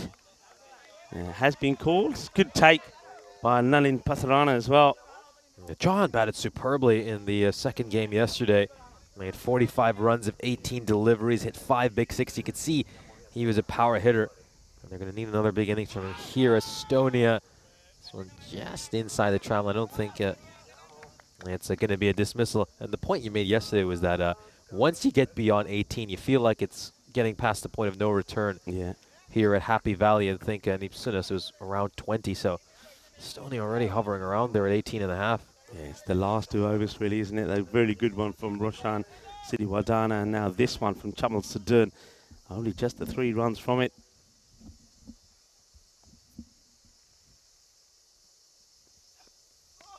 And there's that slightly slower delivery, so very good bowling. And it just goes to show once again that you got to have in your side, you got to have those variations with the ball. Those variations will win your matches. Now, I'm not just talking about bowler that bowls with variations. I'm talking about your selection. You have to select key players. You've got to select a genuine slow bowler. That's been well hit. That will go all the way. It will be 6 runs. So a little bit of joy at the end of the over. So 5 overs completed. That 6 means it's 53 for 3. Cyprus are ahead. Well, we do know that Estonia have plenty of good players still to come out and can make a change.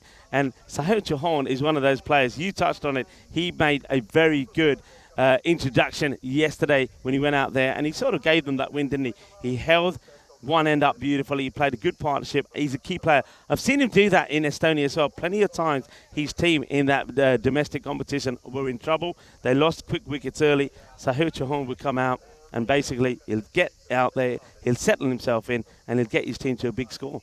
Yeah, absolutely. I mean, keep in mind, Estonia were in a spot of bother during their win yesterday as well. They lost a couple of early wickets, and then Chauhan. Yeah. And, of course, Masood came and just settled matters. But this time around, the Cyprus have put a mammoth total on the board. And that win predictor is Estonia all the way down at 4%. So it is going to be tough from here, but we do know if one team can do it, it's this Estonian side. Just going back to our discussion about the bowling, though, I completely agree with that point. I think where the Cyprus team has an advantage over Estonia is just the different kinds of bowlers they have, and they have people like Sadun who can bowl so many variations. I think with Estonia, at times, it's a bit too much on pace. It gets a bit predictable, and batters just start to settle into their innings. Yeah, I think what Estonia, they're relying on the left armers that they've got to try and make a difference. I think Robson, Parkin coming into the side, being that left-hander. But I think the pace is the same. And once batters get used to it, then it becomes easy for them. So you do have to have that. And I think also the other important point is going into the T20s that start tomorrow. That's even more the case. You then definitely got to have genuine out and right spinners coming on to bowl. And I just don't know if Estonia have that. I mean, of course, we haven't seen all their squad in action, but Cyprus probably just hold that upper hand at the moment. That's Patirana comes to bowl. He's second. And he gets this one through as this was a little bit of a wild swing and a hoik. The pressure now of that required rate starting to take its toll as batters start to swing wildly. And, well, they're swinging and missing at the moment, though. Wild swing there. And as you can see now, this required is up to over 20, so this would even be tough back at Ipsanas. It's a wide over there. My Prarthana just, you can see the ball doesn't touch the tram line at all as it... You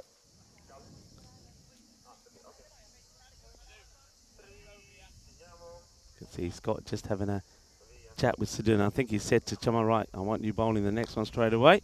This one gets through. Is it going to slow up? And yeah, it does. And a little bit of pass the parcel. Scott gets the throw back into the keeper. They'll take just a couple. And that's why the difference, that shot there underlines why we're saying that a 140 score on this ground is worth a 180, because the ball will do that a lot. Whereas what we've seen, it hasn't happened. It goes wide off the crease. Pathrana this time and angles this ball in, just changes the angle. Once again, if it's not a boundary, it's a big win for Cyprus. They're looking really now. They need to be hitting 4 balls of every over to the boundary. And Nish, look over there. It's not an oasis. Mr. Whippy is back. He is back, but where's James? He's in there, I told you. Nice shot. Going to make the stop? No. I think he just goes down a little bit early here as Srinath, if I'm honest. I think if he took an extra step or two, he probably would have been able to get there. He goes for the dive, but I don't think he slides across the surface as he hoped to. That's a nice, good, straight shot there. So Bilal Masood, after 2 pairs yesterday, let's see if he's going to make the difference here today. He just wasted this one. It probably would have been a wide. But again, this is all about the pressure of trying to get runs of every ball. Sometimes you're going to spoil a few wides, and he spoils that one. So even with that boundary, it was only the one boundary they needed. They need about 4 and over, not the 1. And that means that over will go just for 11. And the score at the end of the 6 overs, it is 61 for 3.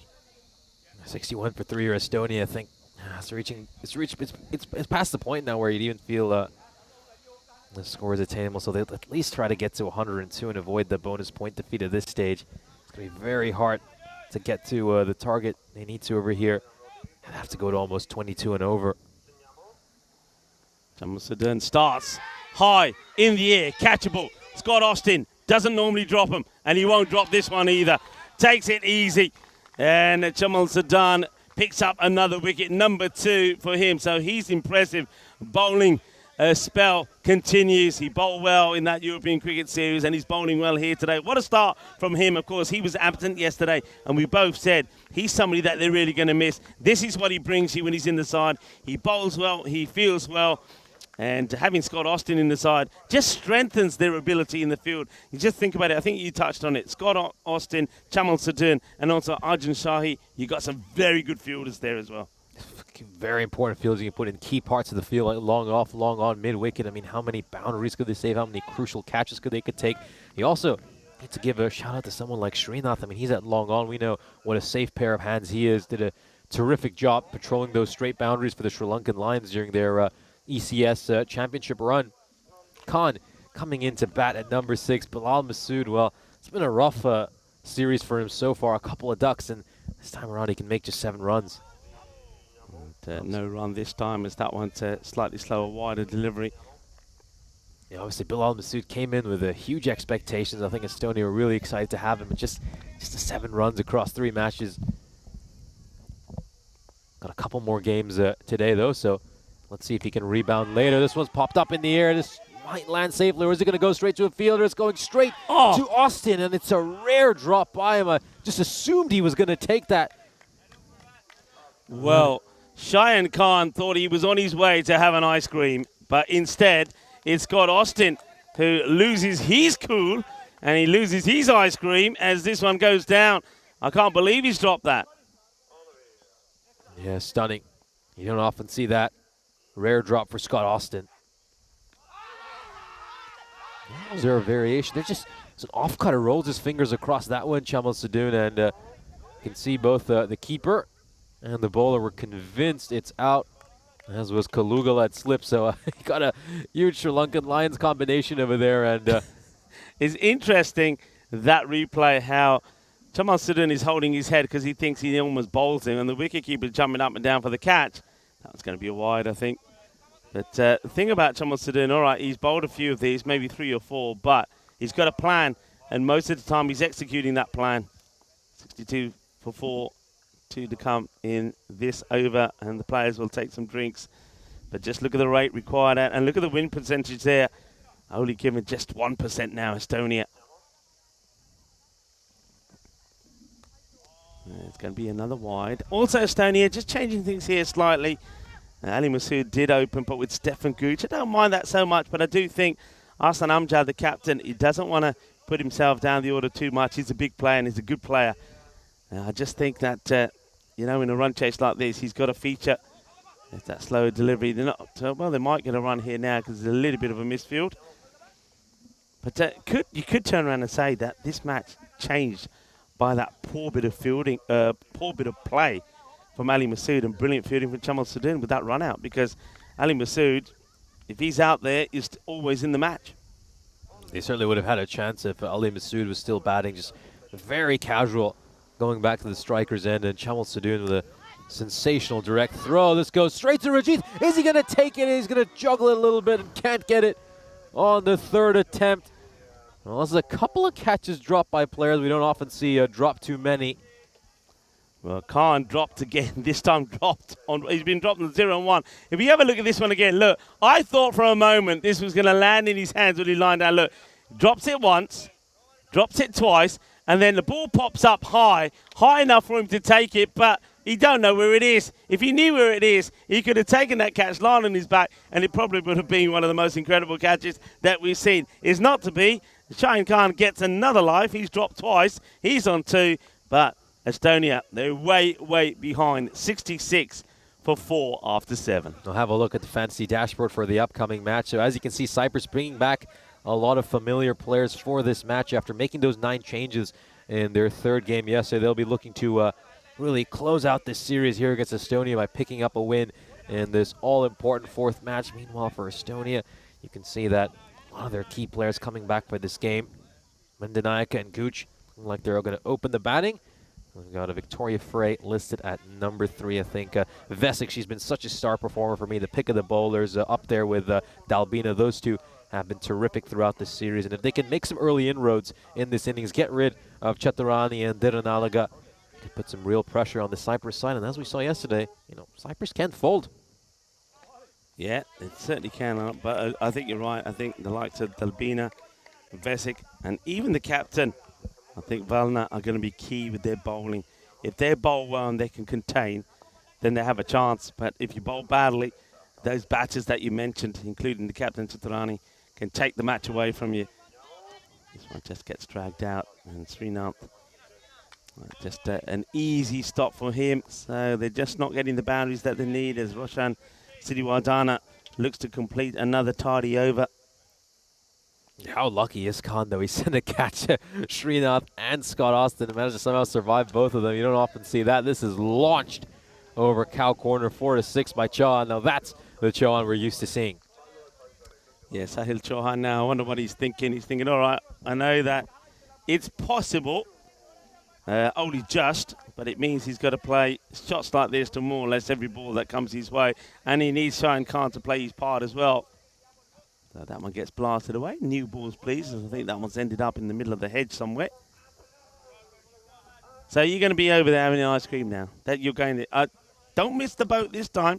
It doesn't matter what they tell you. He's not here all day.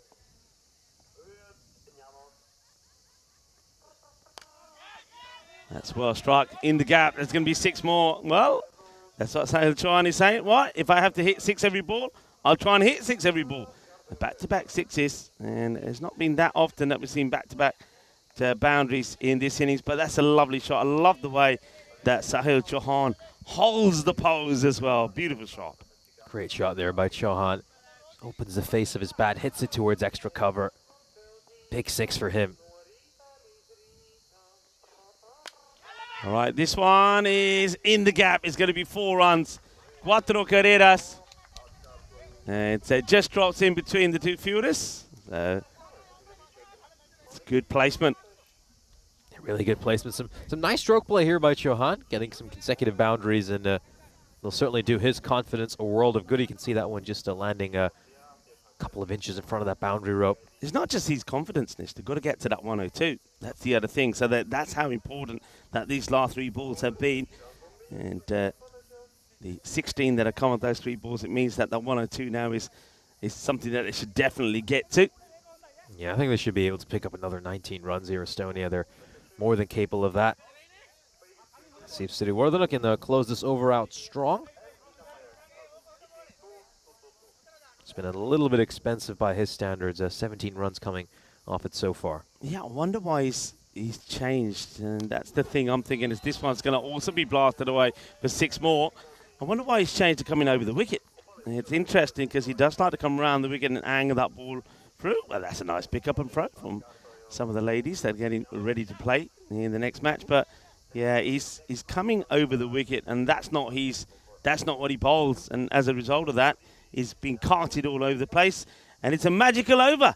23 come off that one. And at the end of 8, it is 89 for 4. Biggest over we've seen so far this innings. The second best one was 14 runs, which just emphasizes how well Cyprus have bowled. Full credit, though, to him for that shot. That's not an easy stroke to play. He's got really fast hands, gets underneath the ball well, and manages to elevate it over point for a 6. Srinath is going to come back on to bowl the 9th. And he'd be hoping, I mean, they're still needing, I mean, just to get that point, they're needing to get, probably looking to get 2 or 3 boundaries, but I think that's a good result. With a single being taken there by Shayan Khan, it means that Sahil Chauhan will look to pound a few more boundaries and get them to that the 102. So they're just 12 runs away from that here.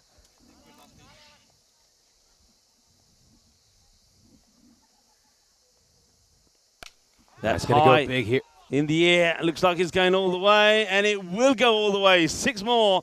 Manos, arriba, arriba, arriba, 6 más. Yeah, top shot there by Chauhan, who's just gives him a little bit of length there, and he gets underneath it well, and he smashes that one away for 6.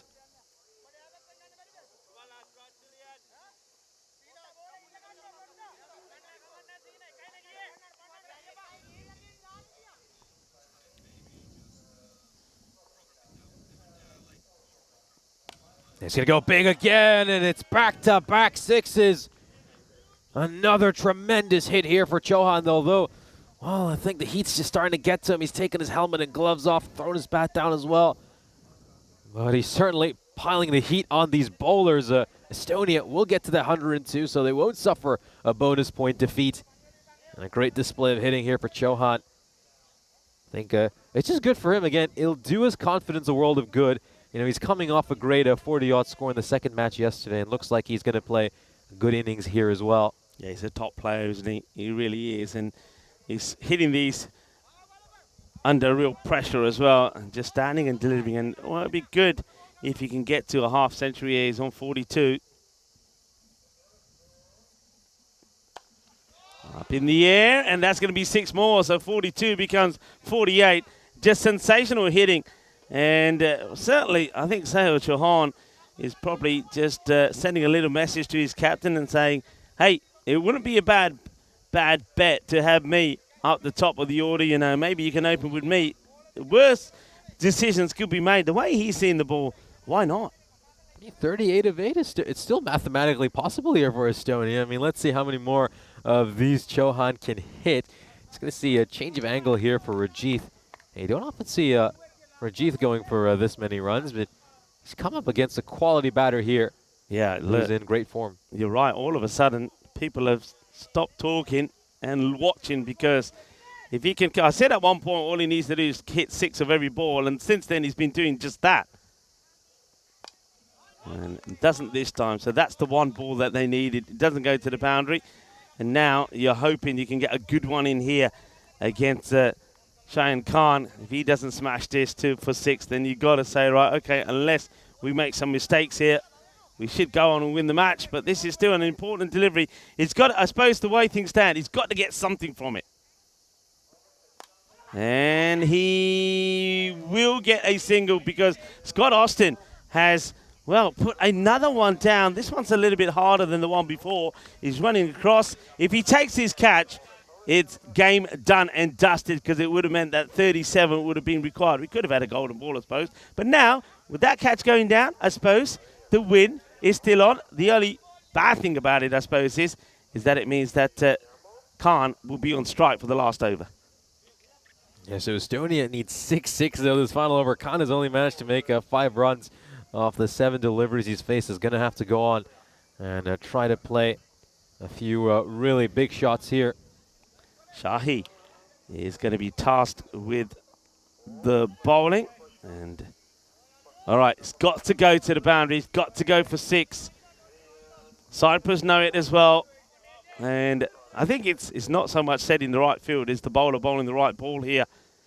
Okay, in the air. It won't go for 6. Will the catch be taken? Fielder comes across, and he doesn't drop it. We know he don't drop it. He's too good a player, Chamal Sadun, to put it down. Holds on to the catch, and that will be the match. That will be the game.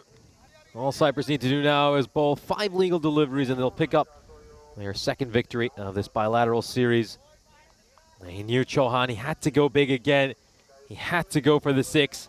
He needed 6 sixes of this final over to have a chance to win, but instead he hung one up. That was really well taken by Cyprus-Estonia. And another wicket falls for Estonia, so it looks like they're going to succumb to their second defeat of this bilateral series. Robson's going to be striding out, I think. And the important thing from here is just to look at some of the lessons Estonia might be able to learn from this match. I think both of their losses have been quite similar in the sense that they kind of lost in the first innings, gave up a few too many runs, roughly 150. Yeah. And then they sort of just lost their way halfway through the chase and had a few too many runs to get at the end. I think it all goes back to their bowling. They're probably just going to have to find ways to just mix things up a little bit more with their bowling right now. It's probably been far too much on pace and predictable bowling for Cyprus, which is why they have been carted around. Dot ball, so really it'd be nice if Robson can just get something on this, take a single, at least an opportunity for Sahil Chauhan to pick up something. And this one is right at him as well. I beg your pardon, Sahil Chauhan is the batter that's gone. I just got me wires mixed up a little bit there. So Sahil Chauhan did fall on 49.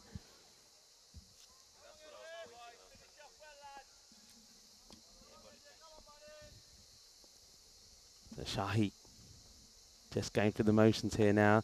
That's nicely played. That's a lovely shot. It gives himself, or gets himself in a good position for that one. As he knows where it's going to be. He's been beaten out there a couple of times, but Robson says this time I'm going to be up to it. Plays away beautifully in the gap. It's going to be 4 runs. A beautiful shot there by Robson. Just uses the pace of the bowler really well to run it down to third man for a 4.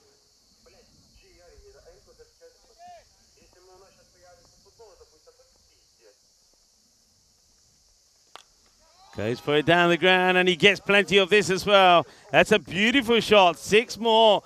So Robson, there's 4 and 6 and looking pretty slick. But once again, it's another guy that is, is well worthy of coming up the order if you need be.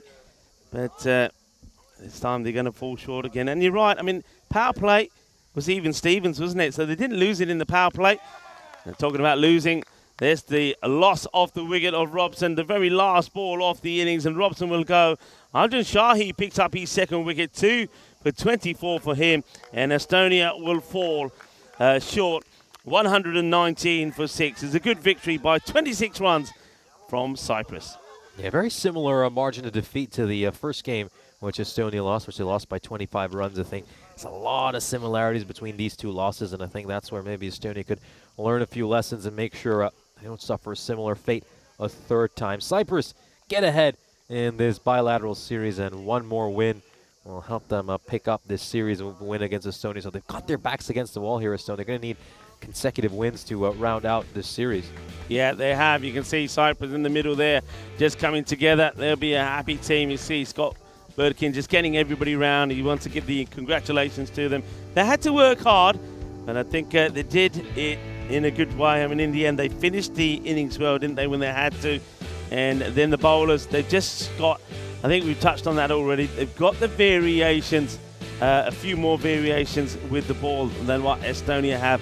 And that, I think, at the moment is keeping them in front. Yeah, certainly would agree with that as well. And full credit to Cyprus for their fielding as well. I think they did a sensational job. Obviously, there was that massive direct hit by Cyprus-Estonia, which really just swung the momentum of this game.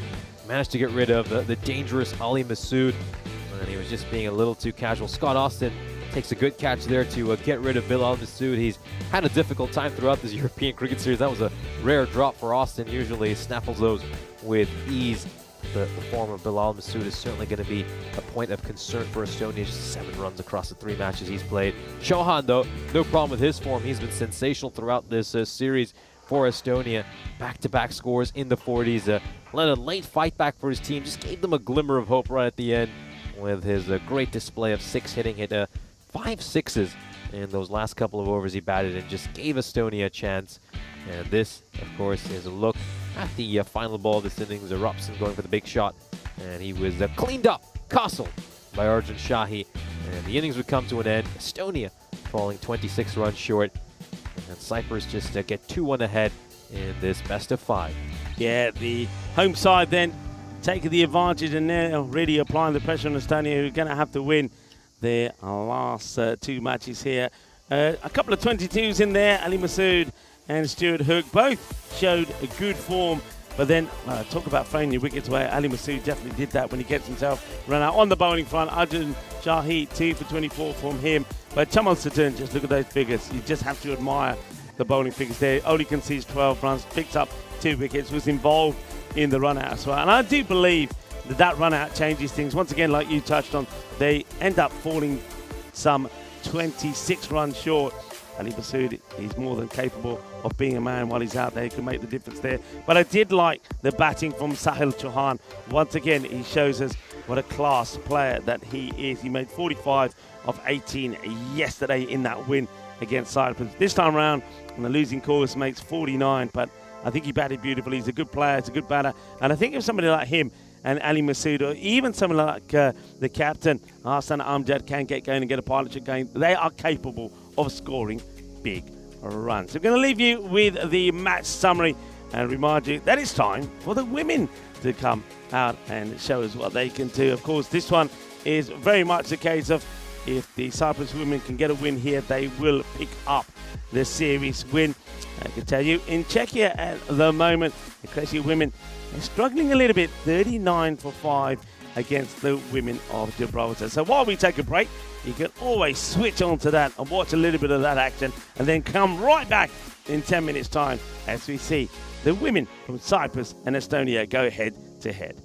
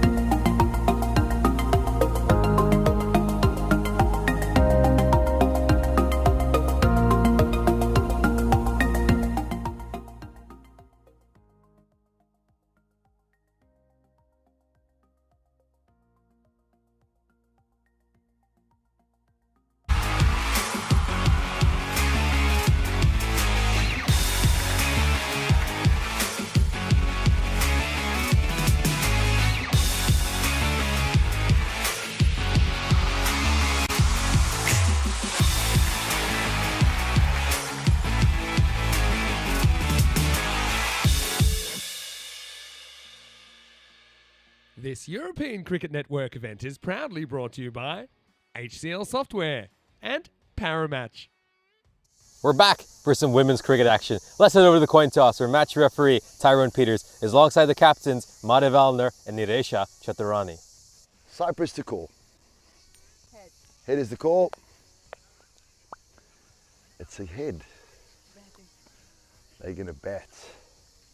Thank you very much for that update to match referee Tyrone Peters. So this promises to be an exciting matchup, of course. Cyprus picked up a couple of bonus point victories in their first two games against Estonia. They had two scores of 105 and 102, and in both matches restricted Estonia to scores in the 50s. So a couple of dominant victories for Cyprus to start off. And we thought Cyprus might just run away with this European Cricket International Series. But Estonia, they fought back well in the evening. They had a sensational bowling performance in the final match of the day after Cyprus made 9 changes to their team. They restricted Cyprus to just 37 runs and managed to chase the total down with 5.4 overs to spare, picking up a bonus point themselves, and they're now just 4 points behind Cyprus in the standing. The standout performer throughout this series has been Chaturani, the skipper of the Cyprus national team. She started off with a sensational half-century in the first match, but she's had a couple of low scores, ending with a duck in the final match of the day. So I'm sure she'll be looking to rebound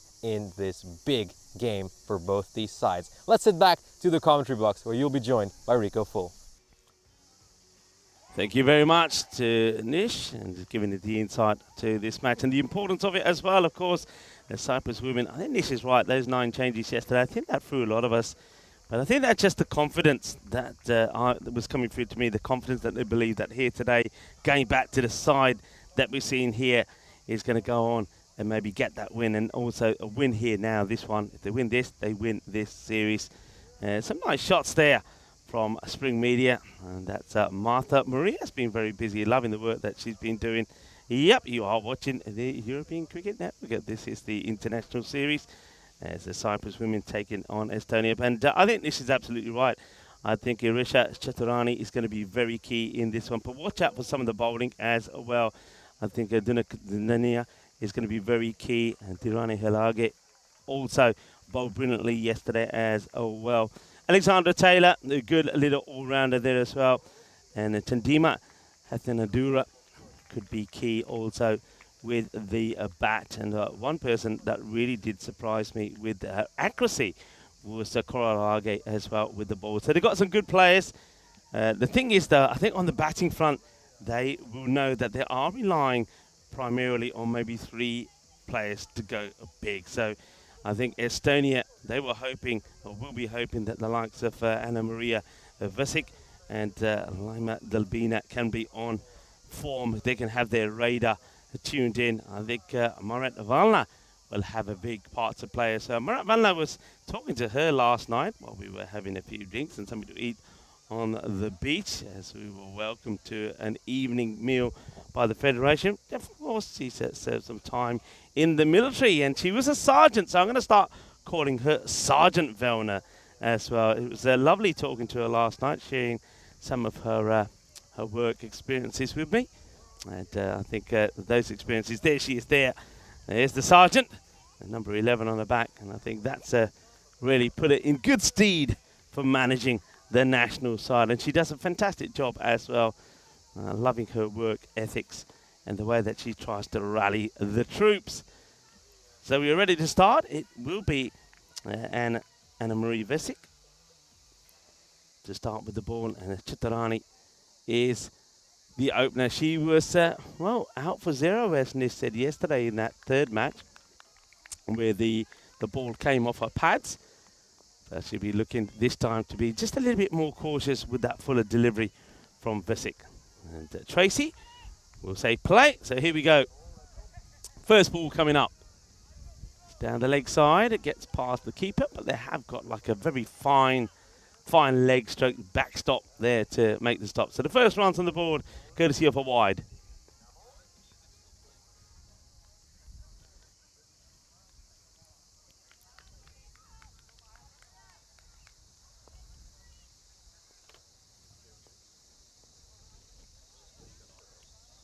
It's down the leg side again. So another wide. The length is good. just the radar just needs to get a little bit straighter. Just needs to be a bit more upright at the release point.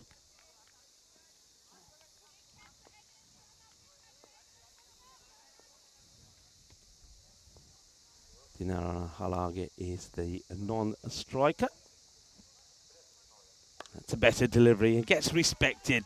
Yeah, proper forward defense. And even the forward defense sounds pretty good, doesn't it?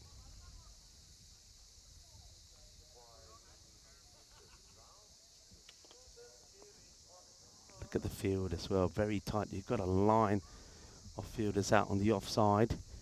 Shorter one is in the air, catchable chance. Oh, that could have been key. And Medadal puts it down. That's a huge opportunity to remove Chaturani without scoring. It's not an easy one. It's been hit pretty well.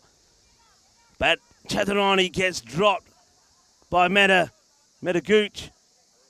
Has the opportunity to take the prize wicket. It could have been another duck, but she survives, gets one. It's been defensively played. No run. Now, we focused on this a lot yesterday, myself and Nish, that unlike the Estonian side, Cyprus not taking a single. That's a single there.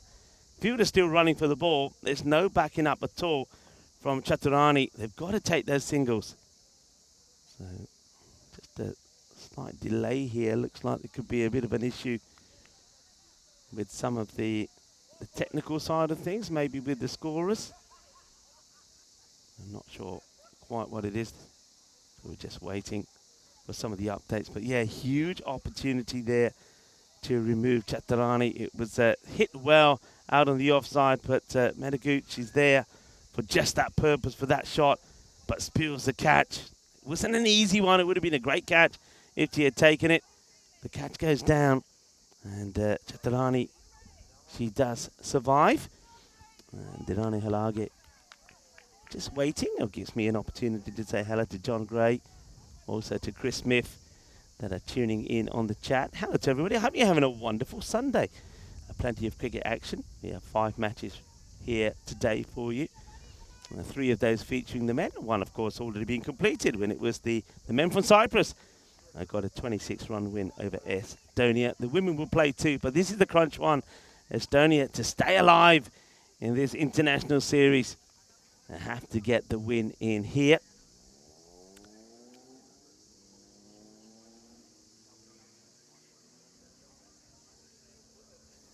I don't know what the issue is here, but we do seem to have a bit of a delay. And what we can do is maybe talk about some of our other up-and-coming events.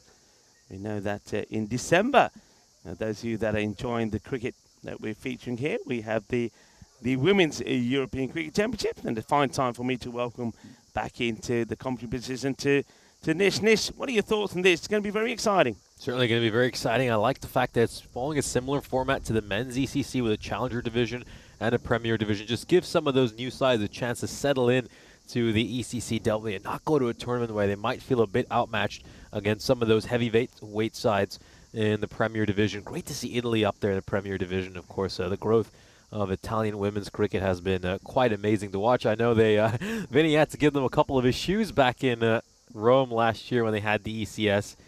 To see them in that premier division playing against some major cricketing nations, just a testament to the growth of Italian cricket and how much focus they've given to the women's game. Yeah, so that's the women's, of course, and this is the men's. Also happening at the Cardamom Oval, so this one will happen before that, 23rd to the 19th of September. And you'll see that Cyprus, they are there in Group 2 of the, what we now are calling the sort of the Challenger Division. And it's going to be exciting, I think. And the likes of Estonia in Group 1. So Estonia and Cyprus both in that Challenger Division. And let's see how they fare. And remember, the difference this time is, so if the top 2, so whoever go through to the final in the Challenger Division, will then also feature in the 2025 European Cricket Championship in the Premier Division. So 2 teams will go up. 1 from Group A, B, C, and D. 1 from the whole lot. So the team that finishes at the bottom of all of them, so with the, I suppose, with the least amount of points or the lowest net run rate, will also go down. So it's going to be everything to play for there. And we've talked a lot about these groups. First of all, what are your thoughts on the Cyprus's Group 2 there in that Challenger division?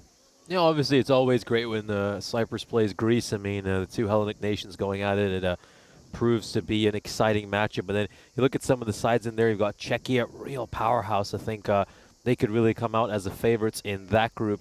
And maybe against the likes of Luxembourg and Serbia, that's where maybe Cyprus could look for some opportunities to maybe pick up some victories. Cyprus tended to have a hard time at the ECC. Sometimes they go up against teams who might have a slightly deeper talent pool than, you know, our small island of Cyprus. So I think in the ECCX, it just allows Cyprus to maybe play against sides at a similar level. Back to the action. A little bit short. And, they're taking the... took this on, and I thought it went straight to the fielder there for a moment. That was Bandanika that had to do the fielding.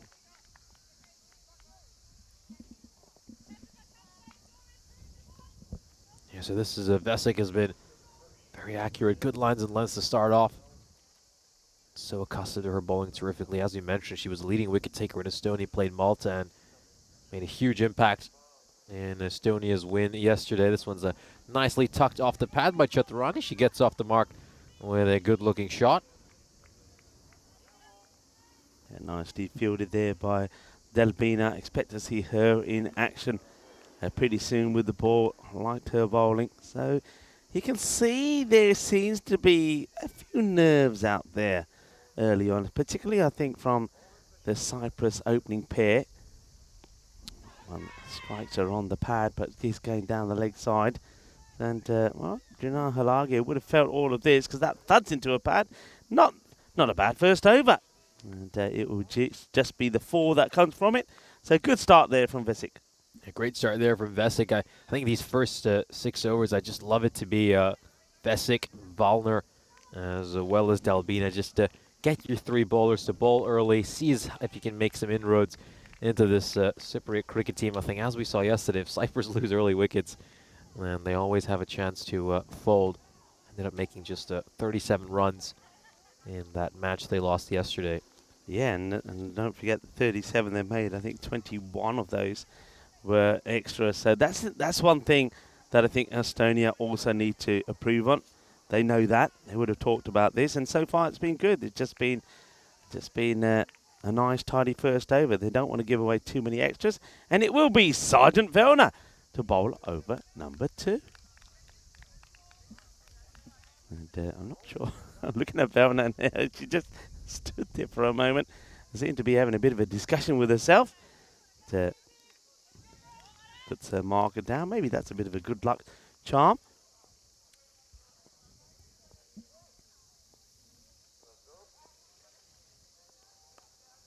Played around the corner there by Chaturani. Just picks one up that is rather wide outside the off stump, and she plays it nicely away for a single. Yeah, just nicely sort of tucked away. Just getting the scores updated for you. So you can see 5 now on the board. Nice little tickle around the corner. Chaturani is very leg side dominant player. I think that's something I've noticed from her first 3 innings. This is going to be struck out towards mid-wicket. It's good to see they have put a fielder on a mid-wicket for Chaturani. I remember yesterday, I just didn't have someone out there, but I'd personally have a deep mid-wicket in place for Chaturani just because she's so good with those horizontal bat strokes. She's always looking to hit it over there.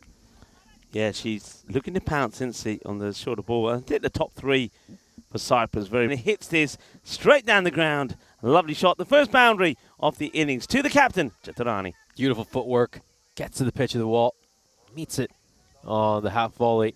And it's just one bounce over the rope. So close to going for 6.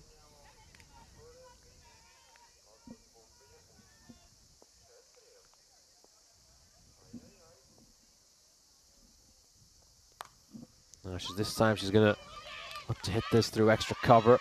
And it's well fielded. And it's just a little bit of indecision between the 2 batters out of the middle. But in the end, it's just going to be a dot ball. Doesn't like to run, Chaturani. I've noticed that about her. That's a run. Got to take that. The non-striker does the right thing. Chaturani says, no, go back, and she has to go back. Good stop there by Patterson. That's a full toss. That's going to go to Patton once again. This time she will get the single. Yeah, well, this time she runs, and then Juliana Halage thinking, well, she didn't run last time. She won't be wanting this one, and she finds herself sort of stranded, looking eyeball to eyeball at the captain. The captain saying, what are you doing here? Get running. The throw, though, goes to the bowler's end, so they do take the single. Yeah, this was actually a harder run than the one they could have had on the previous delivery. Although I think Cyprus going along at a good rate here. I think credit to Estonia. Extras haven't been too big an issue these first couple of overs. But Cyprus, they've just batted really well. This is a full toss that's going to get struck towards long on. So some really destructive batting here by Cyprus to start off. 2 boundaries in this over. Yeah, it's, this time it's Durrani Halage's turn to latch on to the full toss. Just a little bit too full, just trying to get that Yorker length delivery, but that was just right in the slot, wasn't it? Didn't really have to move too hard, so it smacked away pretty well. That will be the end of the over. So a bit more productive, that one, with that boundary coming off that last ball. Score 16 without loss after 2.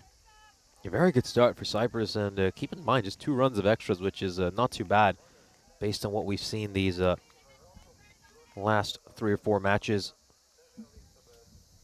They're going to stick with Vesic here, so they're going to bowl her out in the power play, hoping she can get a wicket. Good move, in my opinion. Get rid of Chaturani here. Window of opportunity opens up for Estonia. Chaturani's going to go big. 1 bounce over the rope again. She's come close to hitting a 6 a couple of times in her innings. That's a really good shot. Now, earlier on, when she was on 0, she went to cut this similar delivery, and it was dropped by Medagooch. She was on 0 at the time, but no mistakes this time as he clubs it away. Yeah, Medagooch currently stationed at deep backward point, and I'd bring that fielder into the ring and have a square leg and a deep mid wicket in place. I just don't see Chaturani hitting too many to deep backward point. Having said that, though, that's where she was dropped. And that's the thing, that's where she dropped on 0. So, yeah, I suppose get through this over, then you can deploy your mid-wicket out there. But I do think Chaturani is more likely to hit mid-wicket than square leg. Just going to play this one with soft hands. A quick drop and run, and it looks like they've made it in time, but we'll have another look at it just to confirm. Oh, Durrani Halage is probably thinking, hey, Captain, what's going on? After not running, now you just tip and run. You got to remember, I'm not quite as quick as you. She does get there, I think, eventually. Let's have a look. In comes the throw. And let's see if this bat comes down just. Only just. Let's keep an eye on it here. Just gets it in. Only just. I'm telling you, only just. And at least that's the right technique of running, sliding the bat in. She had to slide it in, and she would have been in trouble. Top air, just going to go over the fielder at third. Does it have enough to go to the boundary? Yes, it does. And it's another boundary here. So boundaries flowing for Cyprus. This is up there as among the most boundaries we have seen in the power play. 4 boundaries so far this power play. Cyprus, despite not getting those extras from Estonia, they're creating their own runs with their aggressive batting. Yeah, and both these batters are starting to demonstrate that they can play shots to all parts of the ground. We've seen cuts, we've seen drives, we've seen the pull shot as well. This one is hit straight, and Vesic does well to field it off her own. I like the way she goes a little bit fuller here. Anna Marie Vesic, she's a good player, and I think she's going to develop into a very good player.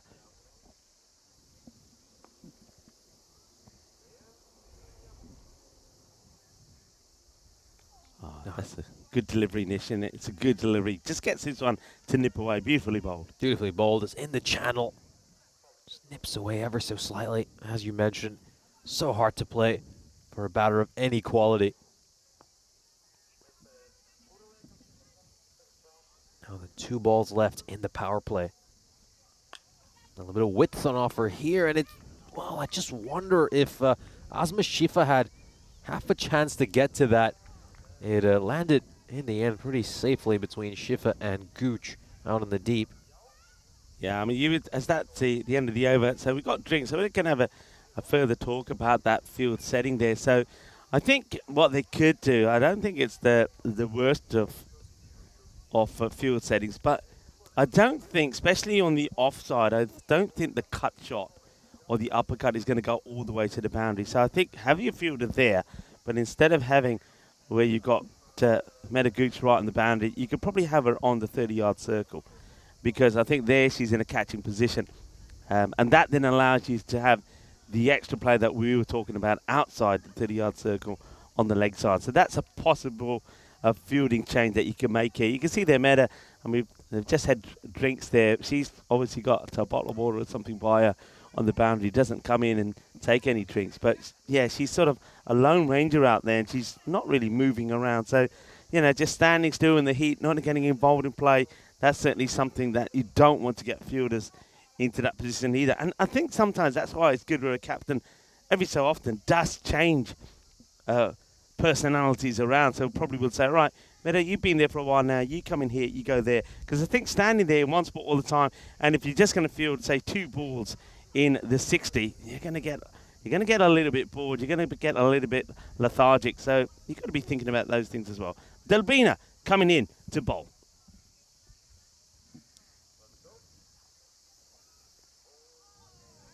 Well, this is going to go right between the gap between bat and pad. Beats the keeper as well.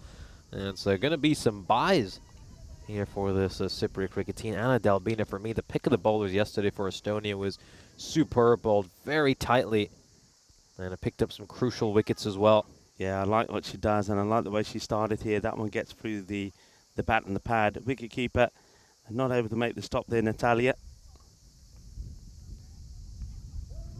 I mean, we do know that Chaturani is someone who just likes to chase these leg side wides and look to hit them behind square leg. That time around, she's not made any contact with the ball, and it's going to be a wide. Yeah, just drops her arm a little bit too early this time, does Delbina. Oh, this is another case where, as you mentioned, probably just drops her arm a little too early, and it's going to be another wide. Just needs to stretch that right arm out. And no ball, I think this, because of the number of bounces, it just bounces a second time before it gets to the batter's crease. So that's why the umpire just waited, got the confirmation there from side on. So free hit coming up. Yeah, it is a no ball, of course. Bounces more than once before going across the crease. So free hit coming up here. And it's going to go for the big shot here. Chaturani, even if that's caught, she can't get dismissed. And they'll just take the 1 run over here. Cyprus. Yeah, good comeback from Delbina. I think with when I watch her bowl, when she's not trying to put any effort into the delivery of the ball, when she's not trying to push it through, she bowls much better. So I think with her, my advice would be don't try and bowl fast. Just try and stick to what you do, because that's deceptive. That gets a lot of wickets for her. Just a bit of flight here. And that one's going to be another wide. So that's the one she tries to just get a bit of push through. But I like it when she's just releasing that ball slightly earlier. She gets it a bit fuller as well. I may not have as much pace on it, but it's a tough call, though, really. The umpire could have been kinder. Yeah, I think she'll feel hard done by with that last ball. This is going to back away a little bit here and play this one to cover for a single. So they're going about this one really well, aren't they? I mean, they're rotating the strike well. They're hitting boundaries every over. I think after that tough loss yesterday, they've come out here with a real aggression about them, a good attacking intent.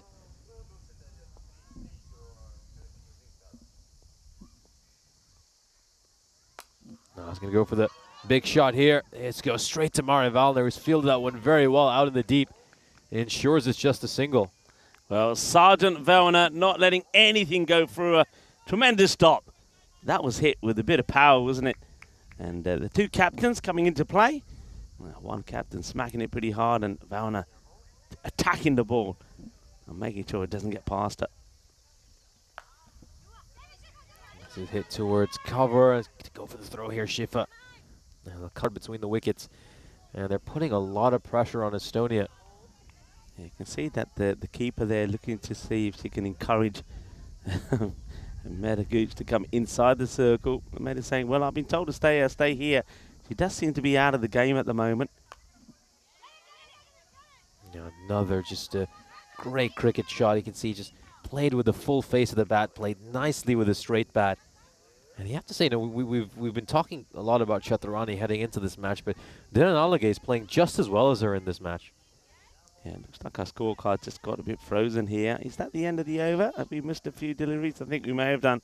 So apologies, folks. We just things have just got a little bit stuck in the graphics. Well, what that means, while we get that sorted out, we can talk to you about some of our upcoming events. Of course, we'll finish things off here in Cyprus on Wednesday when the T20 internationals between the men and the women come to an end. So basically on Monday, Tuesday, Wednesday, we're going to have 2 matches from the men's and 1 from the women's as well. So men will play 6, the women will play 3. And then, of course, by then, Czechia would have started. Czechia starting on a Monday. Vinny Sandu and Danny Hudacek will be there, and I'll join them there at some point in that first week. And from Czechia, we go to Romania, Hungary, Bulgaria, Croatia, and Italy. I'm going to say, I think I've mentioned Romania and Italy there. I think they're playing a very important match, aren't they, at the moment? I think they're playing today at some point in those T20 qualifiers. Romania versus Italy. Of course, good luck to all the players taking part in those T20 internationals. We return to live action, so just a quick update regarding the score. Cyprus are 36 for no loss at the end of the 4th over. It's now 36 for no loss with 4.1 overs in the books. Victoria Ferreira has just come into bowl here. Very exciting young cricketer for Estonia. A little bit of width on offer. This is cut hard, and Gooch is going to have a bit of fielding to do out in the deep. And she's going to get across in time, fires in a good throw. And it's going to be a single. So 37 for no loss, 4.2 overs. Yeah, Victoria Frey. Sometimes she just goes for a little phase where she just loses her line slightly. If she can avoid that and keep it simple and straight, she could be pretty effective. Push towards cover, and they'll pick up another single here. I mean, this has been very, very good batting. I mean, dot balls have been kept to a minimum. Just having a rough count, there's only been about 6 dot balls this entire innings. Yeah, it's been good. After the first sort of over and a bit where they were reluctant to run the singles, messages come through, and now they are running most of them. So I'm liking it. This one is probably going to go to the boundary because it's a loose delivery. And, well, no, it gets just plucked before it does. And they only take the 1. So we're just focusing on the running. It has been better, but you got to go for 2 runs here. You got to be looking to run the first one hard and come back. We're talking about both these sides. Achilles' heel has been the amount of wides they've spoiled. If you're going to chase a wide, you better make sure it at least goes to the rope. Yeah, would have been better off taking the extra there. Some buys could have come off it as well, considering how wide it was. So. Yeah. Yeah, not wise cricket. Good stop. Outside edge of the bat goes straight to the fielder at 3rd. Yeah, that was a huge let-off for Frey. I think she's getting away with that delivery.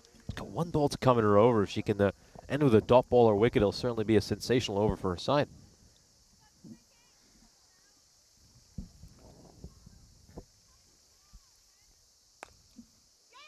It's played into the pitch. Oh, there could be a chance here for a run out. There was half a chance there. Pattendon was coming towards the ball. And Cyprus are 40 for no loss halfway through their innings. A great opening partnership here between Chaturani and Dylan Alage. And it's a good chance to welcome you back into our commentary position. I'm Nish Chivat, and alongside me is Rico Full. Yeah, good to have you here with us. Hope you're enjoying the international action that we have for you on this International Sunday. Of course, a lot of cricket happening at the moment. We also have that match happening in Czechia. What a big one that is for the women of Gibraltar there. But just here now, already, this is one thing that I said yesterday after day 1 when these 2 teams played 3 matches. I said today that we'll see a lot of improvements from both the sides. And I think we've seen that. I think from Estonia, a lot fewer extras than what we saw yesterday. The bowling pretty well, quite tightly. That was a very good over there from Frey. And also from the batters from Cyprus, they are taking those singles. So they're running much better. The only thing is they're still spoiling some of those wides, aren't they? Yeah, they've made a couple of those mistakes, but I'm sure they'll iron them out as well with time. And now you're starting to see, I mean, this is the 4th match together for this Cypriot team. They're starting to improve their communication in the field. Yeah. They're calling well. And yeah, that dot ball percentage has been very low, the lowest it has been in any innings so far this series. I think they'll be mildly impressed with the way they've batted. So, yeah, improvements from both sides in these first 5 overs. Yeah, I wonder if now we're going to see that a little injection in acceleration from both these batters. I wonder if they've decided, right, okay, 5 overs in, we've got plenty of wickets to come. Let's start to have a go. And that one will not be called a wide, so it's obviously caught a little bit of the path. So this is, again, we just addressed this problem just on comms, that they spoil a lot of wides. And that one, if you're not putting it to the boundary, leave it alone.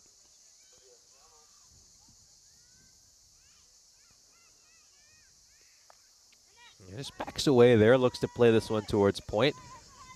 Pick up a run over here. Now this is where it could be a little bit, could turn a bit ugly here, because if Sudi Patterdon keeps this big sort of lofted line, and if she goes too full, then I think Chaturani is pretty powerful. And again, they've left mid-wicket open on the leg side. Well, she's happy to leave this one.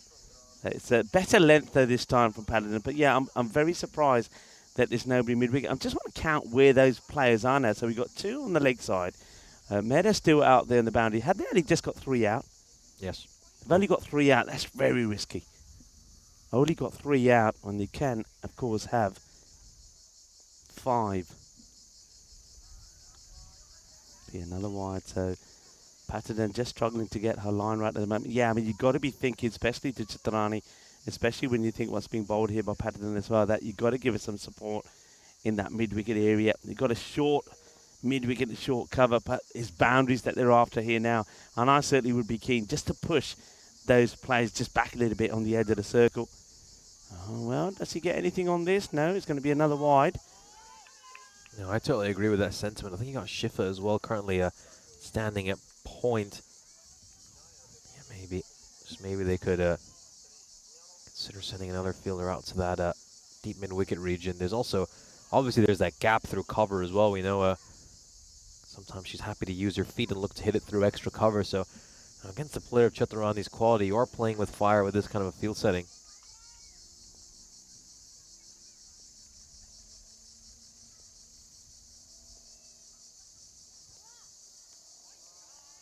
Another wide over here. Shirley Patton, she had quite a few issues with extras during the matches she played yesterday, and so far here, looks like some familiar woes have just come back to haunt her. 4 consecutive wides. Yeah, Patterdon, I know he gets a lot of support from her family that have been watching. And her son was there yesterday, but she's going to need all of that support here now, because that's another wide. But what I'm not seeing here is just somebody just going over to her. This is where, just the captain, maybe Sergeant Vilna, just needs to go over there. Just give her a few encouraging words just to help her to calm down, settle down, and just get her radar back on track. Yeah, time to rally the troops. Overcompensates a touch here. It's going to be a wide down the leg side, so that's 6 straight wides. So more wides than we've seen in all the previous overs combined. Yeah, come on, everybody. This is where we all come together on the chat. We want you all thinking good, happy thoughts here for Pattern. We're going to draw this ball onto the stumps. Come on.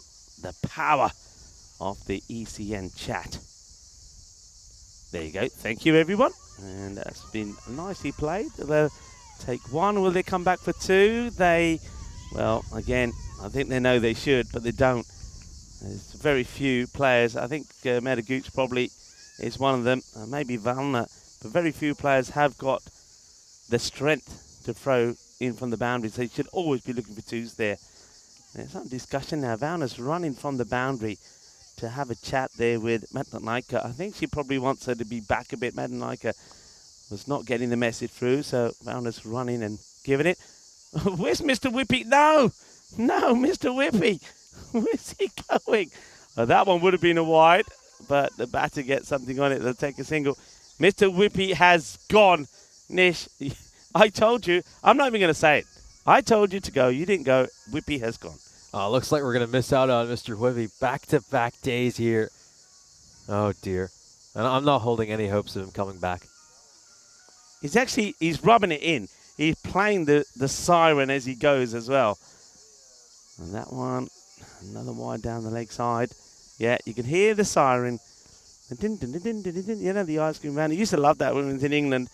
And on a hot summer's day, all the windows and doors would be open. And as soon as you heard the sound of the ice cream van, all the kids were out there taking their pocket money with them. I used to get my pocket money from cutting the grass, washing my dad's car. That's been nicely hit. It's a fielder out there, though. So once again, this is where the batter takes a run, but helps out the opposition because it could have and should have been a wide and an extra ball. But instead, they'll take one and not get the extra ball. The 50 has come up here, but Paladin has still got to get another one ball in the over, 51. I love the fact that the van's just rubbing it in by driving past this again, saying, well, this is what you could have had. Backs away here. Chaturani looks to hit that through extra cover. Does it have enough to go over the rope? Yes, it has made contact with the rope. And that's going to be a 4. They will throw this back, but yeah, I think that's pretty clearly made contact with the rope, and it's been given a 4. Yeah, it does. Well, this one, the Grizzly, makes it all the way to the rope and just gives it a little kiss here. What? Mwah, which is what we should be doing with our ice creams right now. But Mr. Whippy has done a runner. He's left us stranded. And he's gone earlier today as well, by the way. Yesterday he was here till at least 2 o'clock. So what's going on here, Mr. Whippy? Anyway, he's gone. The score at the end of that over. A long over. That's the issue with it. 15 came off it as well. 55 without loss after 6. Yeah, great batting so far by Cyprus. I think this has been the biggest opening stand we have seen so far this series. 55-run partnership to start things off. Just the way they've done it has been so impressive. I mean, it's not been similar to some of the previous performances where they've been helped out a lot by extras. They've come out here, they've batted superbly, they've hit some boundaries, they've been rotating the strike well. I think they'll be incredibly encouraged with this batting performance. Yeah, it's been a good knock. I mean, Estonia as well, apart from that last over, where unfortunately Paddleton and just too many wides in it, they've been better as well. And chance, maybe that's a stumping opportunity. I wonder if we can have a look at this side on, Dennis. And yeah, so let's have a look. Maybe just a little bit slow to react. And so let's see how quickly. Well, fair play though to Chaturani. She does get back pretty quickly.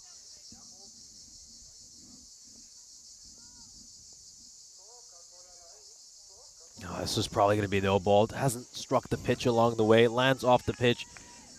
Just a few issues starting to creep in here for Estonia. A few extras are starting to trouble them. A free hit's going to be coming up here for the dangerous Chaturani.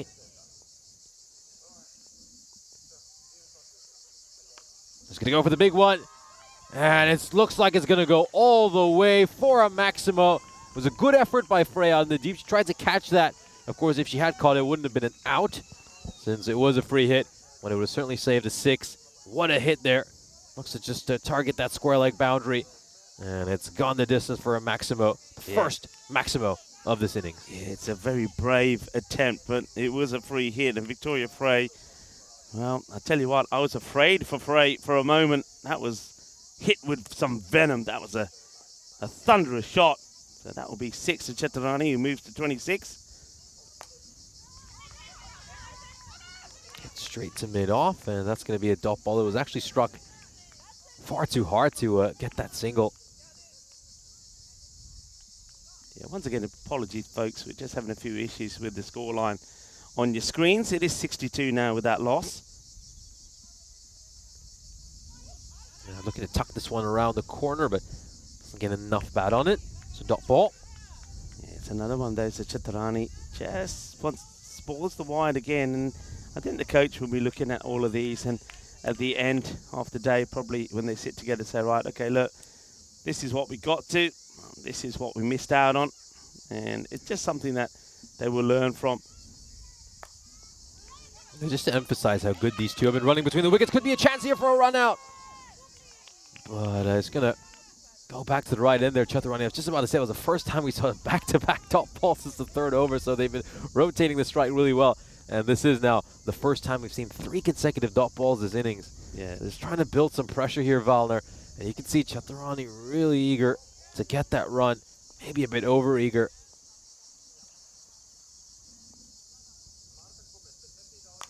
full toss. This could be a no ball. We'll have a look at this side on. It goes away for a 4. Well struck by Chaturani. Second boundary of this innings.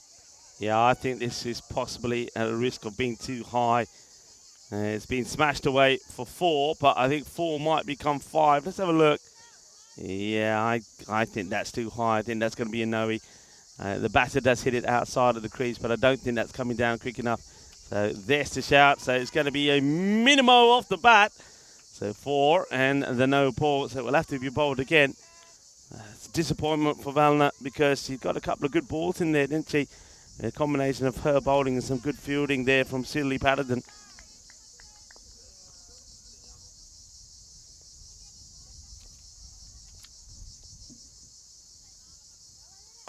Going to go for the big shot here, and the fielder at mid-off is just going to watch it go over her head. Pattendon. It was always going to be tough for her to get to that. It's been a big over so far. The biggest overs, these last couple overs, have just put the metal to the pedal. Managed to pick up 29 runs of these last 2 overs. They've been accelerating after the halfway stage of the innings. And now, well, I think the expected score should be somewhere north of 100. And they'll be looking to get there despite not having the same help with extras that they had yesterday. Here's a look at our European Series calendar. Of course, we've had the great pleasure of joining you from so many beautiful countries from all over the continent. We started off this year back in Cyprus, and it's so great to be coming to you from this gorgeous country. Of course, it's been a great tapestry of cultures, landscapes, and thrilling cricketing action. Each series has helped us continue to grow our cricketing community in so many of these wonderful countries. And we can't wait to go to some of the great destinations we have listed for you over there. So a lot more cricket to come. It's a big summer of cricketing action here on the European Cricket Network, and it's going to be a pleasure to bring it all to you. Yeah, it's going to be great. We've got a bumper season, plenty of action coming up. We're going to go to plenty of places, see new teams and old teams. And, well, we've already been to a couple of new venues as well. Of course, remember, we went to England and Wimbledon. The weather played its part to try and make it a wet one, but we've still got some good action in there. First time we went to Dreux in France. It's a brave move here to go back here to Paddington. She had a lot of trouble in the last one, but she started well. Went for 15 that over because of all the issues with the wide, but a good start.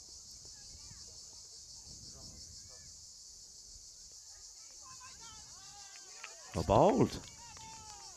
Well bowled here by Pattendon. I think her first over went for 15 runs, so starts off this over the right way. A couple of dot balls. She managed to sneak in. Can she continue to bowl this well? I think the key for her, though, is just to avoid just losing her shape a little bit and bowling those wides. Oh dear. Right on cue. Just bowls a wide, but just to make sure it doesn't discourage her and get back to what worked for her those first couple of balls. Yeah, I mean, it's a positive move from the captain Van to say, look, I know you can bowl well. Forget the first over. Coming back on it. She started well. So far, it's been a pretty good over. And there's that. No call. So it's another dot ball. So we've had 2 dots, a wide, and a dot. So only the one of 4 balls so far. This is a terrific over. A very gutsy performance here from Patterdon.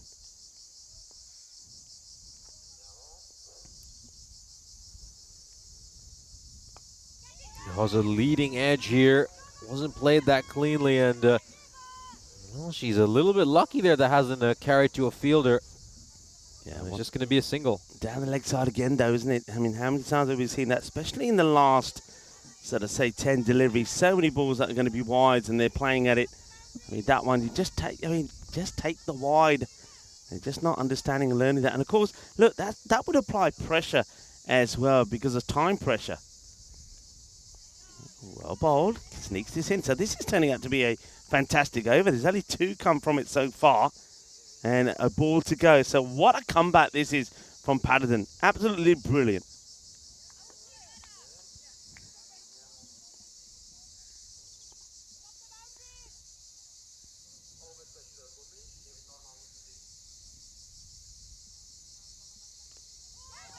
Well, whoa, it could easily have been a dismissal. It's a good thing Dinanalagi has managed to get some bat on that. That could very easily have been a wicket-taking delivery there for Pattenden. So a great comeback by her.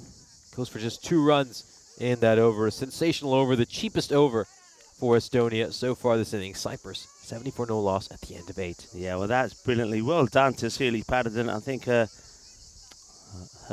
son, I think it was Henry, will be very proud of that, and the rest of the family. She was under pressure after 15 came off her first, and of course a lot of those were wides. I think maybe 7 wides in that first over, but she came back and just conceded just 2 runs in that one, and that certainly helped to put a spanner in the works. Cyprus getting to that 100th score. Remember, the matches they've won, they've scored 100, and it's been enough. So a bit of pressure now on these 2 batters as they've got to try and go after Anna Marie Delbina. And that one again. Let's have a look at the height on this. It gets played away. They'll take a single. So again, that's that false economy again. It's on the leg side. Leave it alone. Take the wide. You get the one anyway, and you get the extra run. But let's have a look at side on this. Just think it is on the way down, but how high is it? Just have a look at it here now. And I think that one will be okay because it doesn't really have the power to go over the waist with the batter in the standing upright position.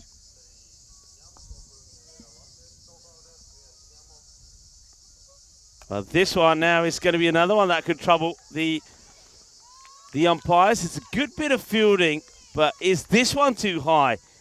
And I reckon that this one might get called. You know, yeah, it has been called on the field of play.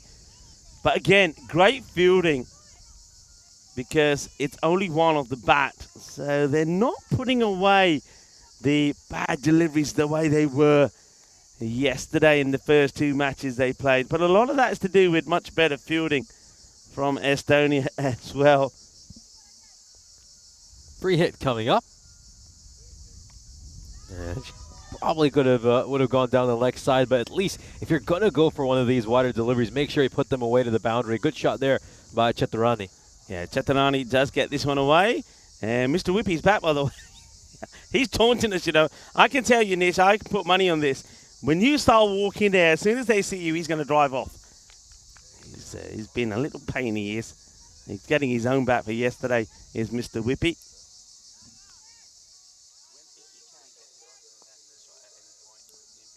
Yeah, just been teasing us these last couple of days. Oh, this is a huge shot. Is this going to land just inside the rope? It certainly will. And it's going to be a 4. Chetarani moves on to 41, eyeing her second half century of this series now. Just 9 runs away from it. This is a terrific shot. Just gets to the pitch of the ball and hits it towards cow corner. Mare Valner is unable to get to that one. Yeah, some good hits here as they get into the 80s here. Still eyeing up 100 score. Got 9 balls to get the 19 they need. And that's been well hit, but Valna will make the stop. Yeah, she will, because she's been excellent in that area. Ain't she a fighter? Sergeant Valna pops up and makes the stop.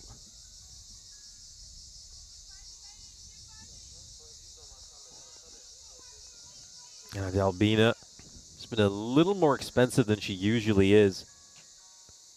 And her 10 balls she's bowled so far. Let's make that 21 runs. She's given up during her spell. You don't usually see that from her. But you've got to credit this Cypriot batting lineup, though. These 2 openers have been amazing.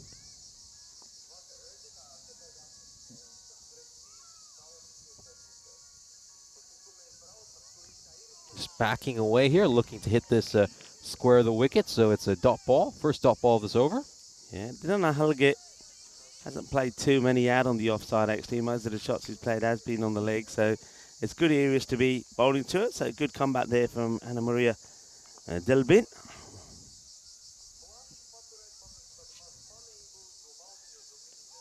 And gets another one through as well, so well done. It's a good finish to the over.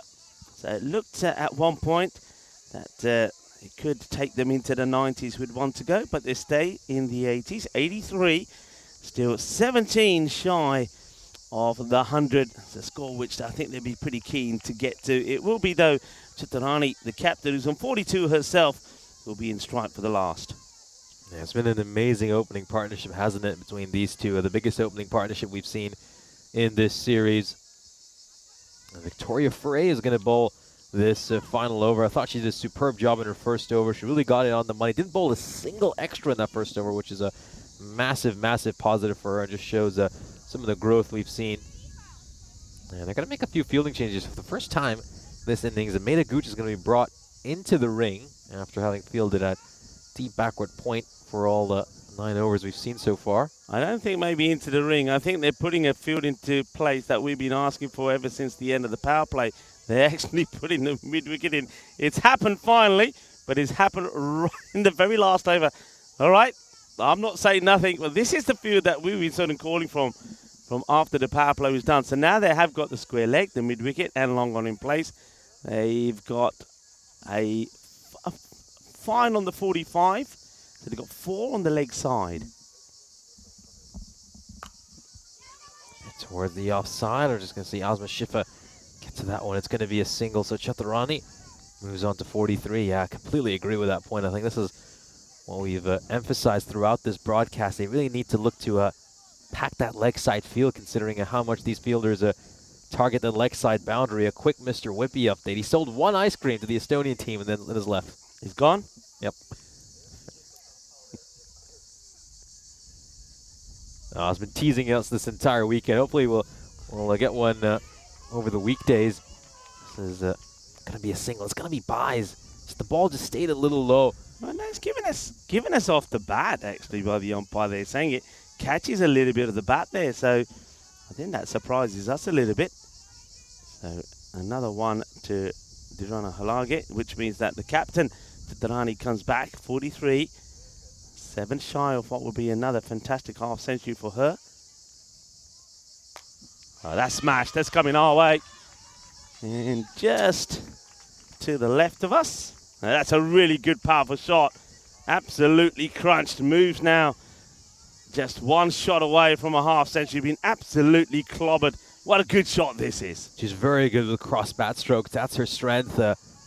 This is a cross bat stroke straight down the ground, just slaps it towards long off. And now, as you mentioned, just 1 shot away from a half century. Will she make it 2 50s in this series? Victoria Frey trying to stop her. And, well, she might get stranded at the other end here to take the single. And if she does get back on strike, she's going to have 1 ball to try and get the 2 runs that she needs, but it all depends what happens with this one. As Dirani Halage, 23 of 25. Loving the way that Frey starts her action. It's just, there's a little bit of poetry about it.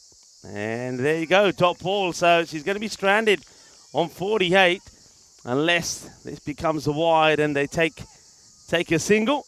Yeah, it reminds me of the way she starts her run up, a lot of a long jump athlete. Yeah, you often see a lot of track and field players do similar things. Yeah, look at this, lovely.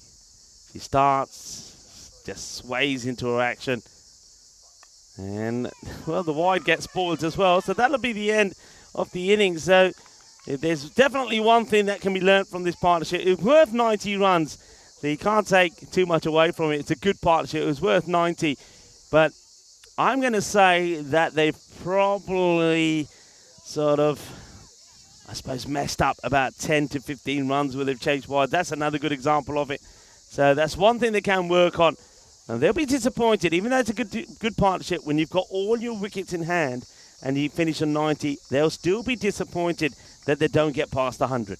It could easily have gotten past 100. We've seen them do it a couple times in this series, but Cyprus will post a target of 91 for Estonia. Should be an interesting chase. We'll have a look at the highlights of the innings. Of course, this was a chance that Chaturani presented right at the start of the innings, going to Meda Gooch out at deep backward points. A tough chance, but a chance they desperately wanted to take Estonia. I think you've got to really credit the way these two Cyprus openers batted. They hit a lot of boundaries. This was some of the most aggressive hitting we have seen during the course of this series. 10 boundaries between the two of them. Chaturani striking 6 fours and a Maximo. There were some chances for runouts, but you've got to credit the two openers. The way they ran, they kept dot balls to an absolute minimum. We hardly saw 2 dot balls in a row during that innings, just 3 times, and we saw 3 dot balls in a row just once. So it's just testament to how well the two of them were batting. They kept that dot ball percentage as low as they could. They were aggressively running between the wickets, and they were rewarded for their good cricket. Yeah, they were, but I like the way that Estonia fielded. You know, I have to say, I think, and a lot of people might be scratching their head when they say this, I think that's a better performance from Estonia than it is from the Cyprus women. Because I think they, all right, on the extras, they were, I think in the end, under 20, 19. I think of those, wides were 14. That's vastly improved. I like the way that they threw themselves around and made some good stops on the boundary. And even though the fielding positions weren't quite perhaps where we'd still like to see them, they were better. They did patrol the leg side boundary better. So I do think it was a better performance from Estonia. I think they've learned and gained more from that than what Cyprus have. I think Cyprus, 2 batters, yeah, it was a good partnership, but I do think that there was a lot of deliveries out there, a lot of balls there they wasted.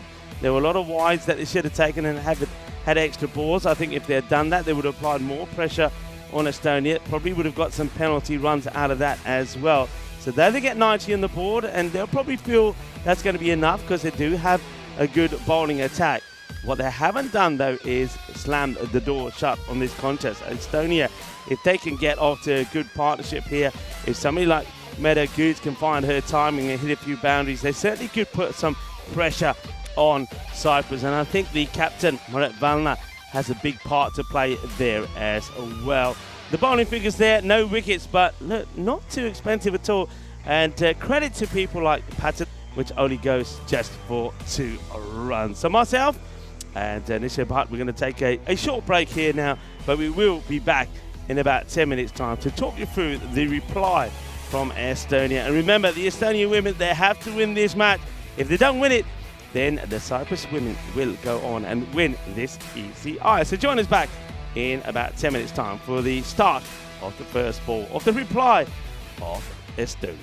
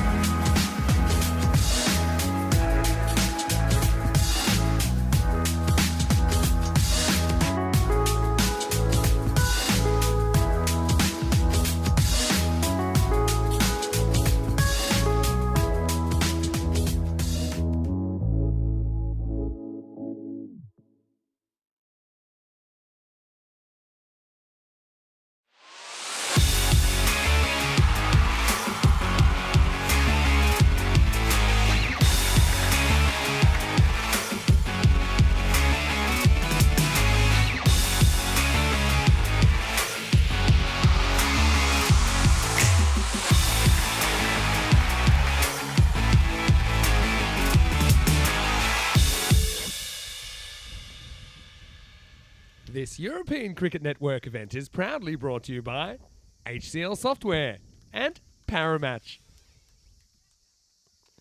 Hello viewers, and welcome back to, well, what is a very important innings as far as the Estonian women are concerned. They have to get to the 91 that they're being set.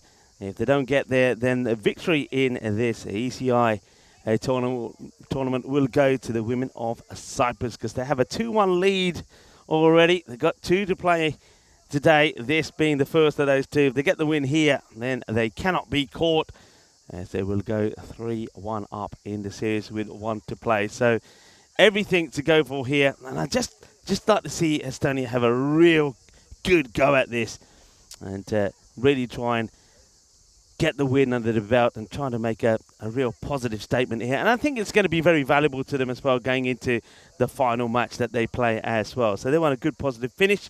63 or less, if they can be restricted to, will be all the points going to the Cyprus women. So far in the 3 matches that we've seen, on 2 occasions it's been Cyprus that has taken all the points, and on 1 occasion it was, of course, yesterday Estonia in the final match took all the points.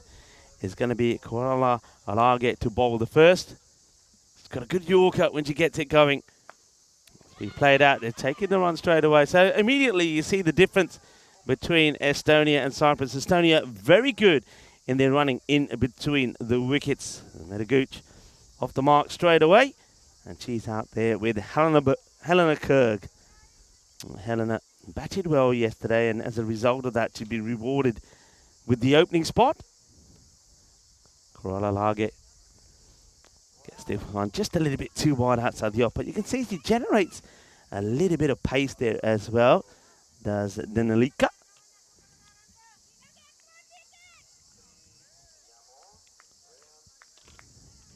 Back to her mark.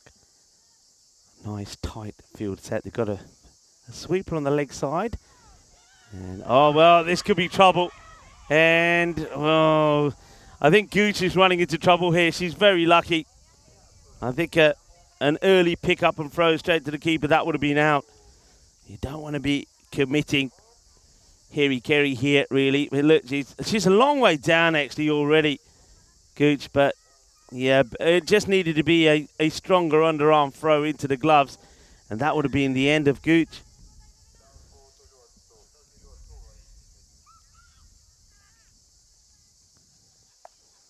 That struck well, but this will slow up. They might be thinking about the second. They're going to take on the arm here of the thrower, and once again, they do it. And so the little things that we didn't see the Cyprus openers do, we're starting to see Estonia doing that. So once again, Meta knows that it's going to take some throw from the fielder to get it directly over the stance, and backing on the fact that the arm isn't there, and she's right. And they get 2. So liking it, hustle, fight. But can they pick up the boundaries they need along the way as well? Gone, straight through. That's the end of Gooch. It's a good delivery. And Kuala Lage gets it right on the money. And look at the celebrations. Look at the joy. They come together. And didn't lose a wicket themselves when they were out there, thanks to that partnership between Chitarani and the Renana Lage. And they put the 90 on the board, and then they pick up the important wicket, the crucial one there of Gooch. Gooch, you can see she wanted to get the accelerator in. She was running hard, even though she was taking some risk. This one just comes back in, and I think it comes off the pads and onto the stumps. So Gooch departs for 3.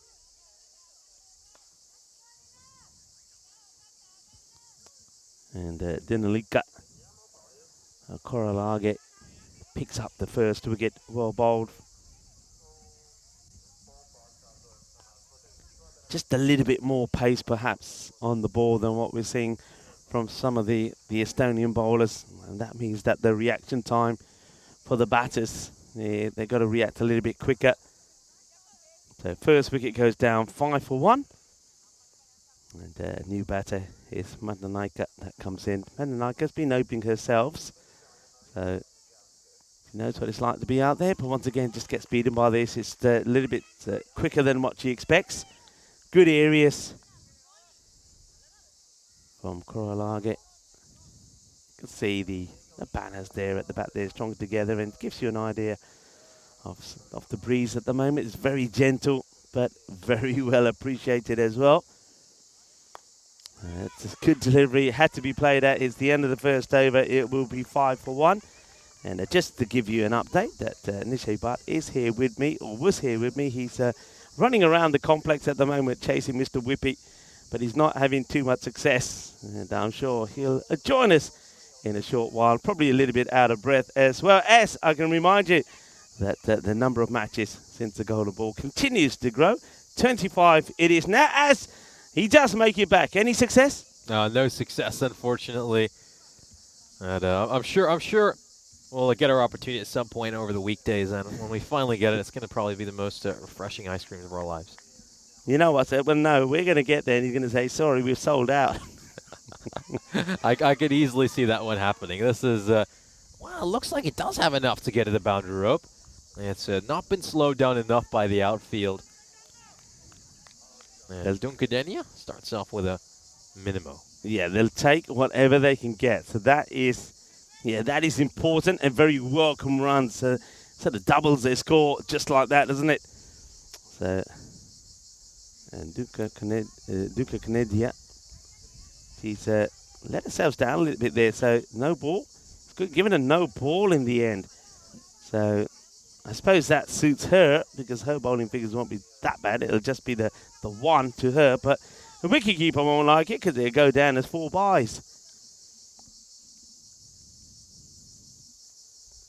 Denia, oh, that one could have been wide as well. Taking it on, in comes the throw, and if that was a direct hit, that would have been gone. But the wicketkeeper just a little bit slow here. Thama de Silva needs to get into position early, and she needs to be into position where she can collect the ball and get it in the stump. So look where she's standing. Got to go back. Here comes the throw, and yeah, just not in the right position. And the batter gets in. Kyrgyz has been the top run getter for Estonia in this series, 30 runs to her name. And the 3 matches she's been involved in. Now, guys, you can just see she's going for that big booming shot over extra cover, but doesn't get too close to the ball. I think one bit of news that is worth noting is that Aisha Dinanalage is not going to be fielding, and instead it's going to be Anusha Hawage, the 12th man, coming in place of her. Just wonder if she's just exhausted after that long innings and is unable to take the field because of that. This one should be a wide, and it is given a wide.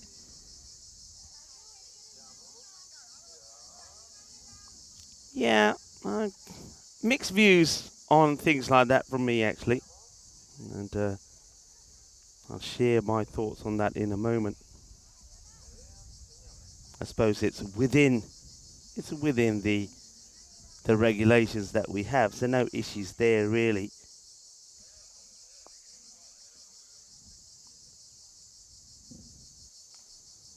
Dukandinia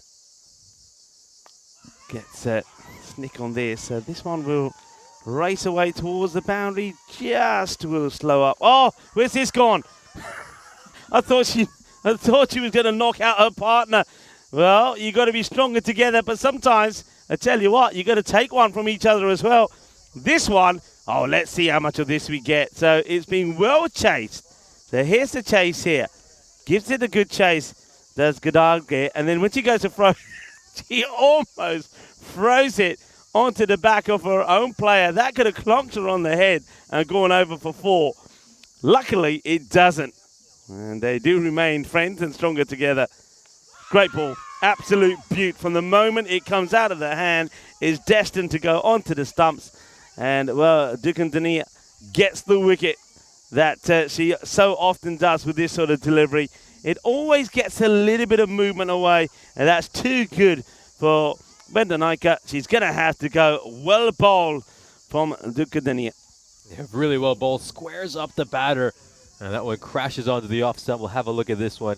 Yeah, just pitching around that 4th or 5th stump line, and then you can see it just tails back in, gets that little bit of movement back in. And there was not too much Mundanaka could have done about that. That's going to be the end for her. And another wicket falls here for Estonia. Cyprus on top to start out this innings. Yeah, I mean, I like the fact that they're trying to push in the high. I'm liking the intent, but they just haven't got the same sort of depth, have they? And probably a bit of skill and knowledge that they need to be able to compete in terms of with the batting, with the ball, and in the field, no issues. The batting, but that will come, and that's why it's so important to be playing these matches and taking part in these tournaments. With each match that you play, you get stronger and better, and we've seen that already from Estonia. It's a good delivery. It's another dot ball. Yeah, just going on that with the batter, as you mentioned there with Aisha, who's off. Thing is, she did bat all the way through the innings. If you thought at any point that you're starting to feel a little bit lethargic or whatever, you can retire her out. They could have retired her out. She could have sat a few overs out and gone out there in the field. So, yeah, it's part of the game, you know. I don't think I like, unless there's an injury, you know, it's very easy to say, yeah, I've had a good long knock, I batted 10 overs, I'm a little bit tired, I don't think I'll take the field. I don't like that attitude. I know it used to happen a lot in Spain, and we had to make some local regulation changes because you used to have matches in this sort of heat in July and August when the league seasons were on. And, you know, players would go out there. We used to have players that would bowl their quota of bowling and then walk off and say, yeah, you know, I'll bowl my overs now. The 12th man comes on. He sits there for the rest of the innings, and then when it comes to the batting, goes out, bats. And, yeah, I don't like that. I think if you're playing, you're part of a team, and if you're part of the team, then you go through everything like everyone else in the team. That's just my opinion.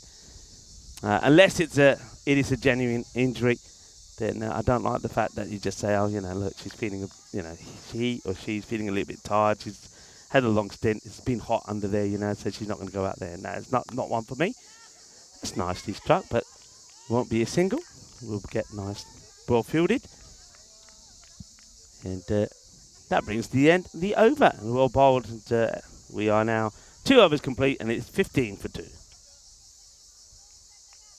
You can just see the Cyprus men's team just getting in a bit of a net session. It looks like they're going to have a kit change, so I think Cyprus men's team, watch out for the next match. Looks like they're going to come out in their olive green kit, the kit they wore when they toured Malta last year. Yeah, olive green. Of course, olive is it's a big thing out here, isn't it, in Cyprus? I know that the flag that we have behind us here has got the olive branches as well. That signifies, of course, unity between the communities in the country. Gonna have Nilimi Linenaiga bowling this final over of the power play. Started off really well here, Cyprus. I think the Estonian run rate's been pretty decent, but the amount of wickets they've lost have really dug them into a hole. They've still got Kerge out there, though. The leading run getter for them so far this series. Yeah, Nilmini, she had some highlights yesterday, didn't she? Took 2 very good catches. Now gets an opportunity with the ball. Starts off with a wide. I think just looking at her action, I think she's just it's mostly just coming from her shoulder and her arm, the way she's bowling.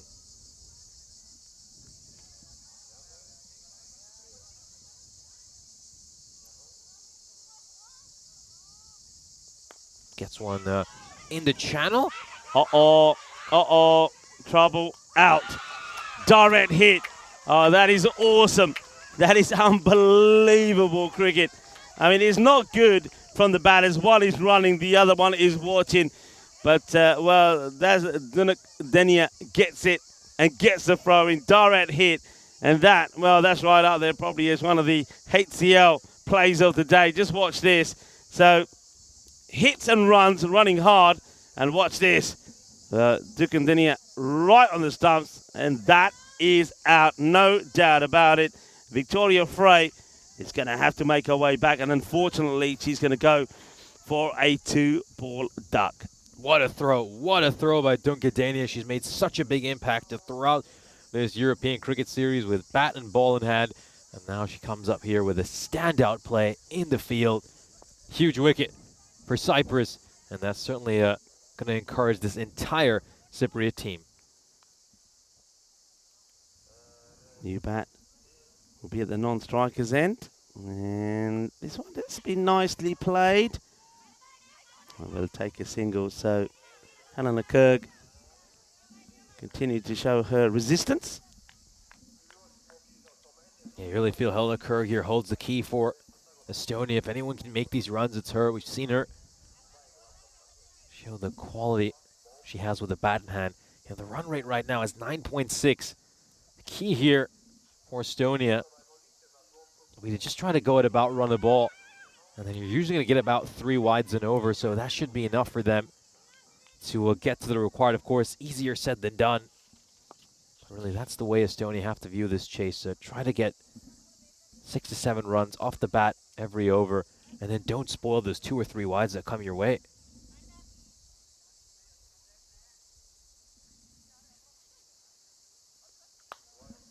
There we go. That's a classic example. I mean, if you leave that one alone, it could have been a wide, a chance for a direct hit there.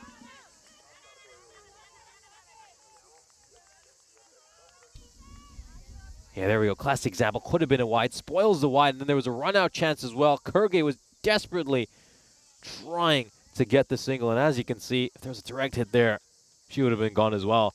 And it would have been a sensational over for Cyprus with 2 run-outs off it. Yeah, this will just beat the fielder at mid-off. Does it have enough to go for 4? It certainly does. Vesic strikes her first boundary of this series. Great shot by her. Hits it over the fielder at mid-off. And it's going to go away for a boundary. We've obviously seen her quality with the ball in hand throughout this series. And now she shows what she's capable of with her batting as well. Great cricket shot there by Vesic.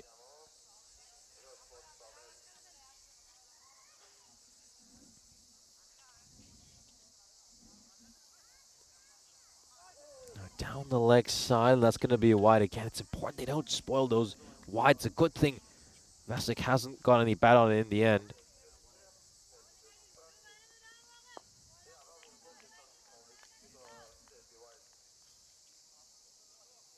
That was the first 4 for Vesic on the European Cricket Network, so I'm sure that's a moment she's going to replay for a long time to come. She'll be really proud of it. Can she get 2 4s? Will she get her second 4? Yes, she will. So she never hit a 4 before on the European Cricket Network and hits a couple in this over. Another great shot. And it just shows you the growth in her game, how much better she's getting, improving her timing, her batting strength as well.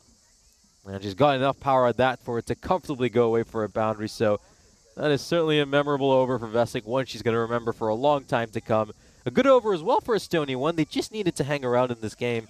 They get 12 runs off it, and they need 64 runs from the remaining 7 overs. Well, can these two keep going the way they've been going in this first over and make this a very interesting match? We'll wait and find out. Of course, here's a look at the ECI-W. Of course, we made some history last December when we had our inaugural Women's European Cricket Championship. We'll be coming back for the second edition, which starts off on the 9th of December. It follows a similar format to the men with a Challenger Division and a Premier Division. Of course, the hosts, Spain, are in that Challenger Division, and over in the Premier Division, just look at some of the heavyweight sides in there. England 11, Ireland 11, Scotland 11, Netherlands, and Italy. So it should be a blockbuster series, and these two countries were involved in this match. Estonia and Cyprus will certainly be hoping that one day they will go to that tournament, as well as, of course, ECI-W continues to expand much like the rest of European cricket. Yeah, and I think you're right. They will continue to expand. I think when we come to look at this in 2025,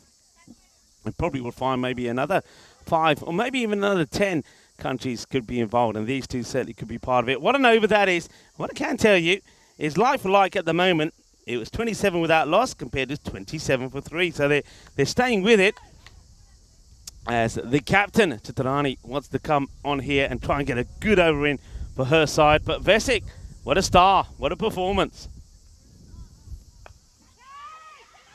They're going to run the quick single over here. Yeah, full credit to these two. I think one thing Cyprus did exceptionally well in the first innings was how well they're running between the wickets. I just mentioned a few stats at the end of the first innings about how few dot balls Cyprus had. And that's going to be key here for Estonia as well. 6 to 7 runs and over. And take the 2 or 3 extras you'll probably get.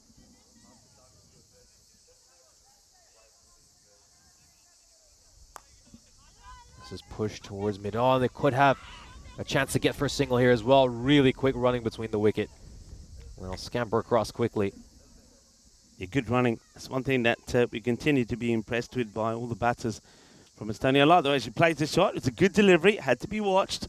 got respected, and then as soon as it gets past Chaturani, they'll say, yeah, we'll have one. Let's keep this strike rotating. So Helena Kurg now on strike. And she plays this nicely as well. Gets a fair bit of bat onto it. They'll take another single.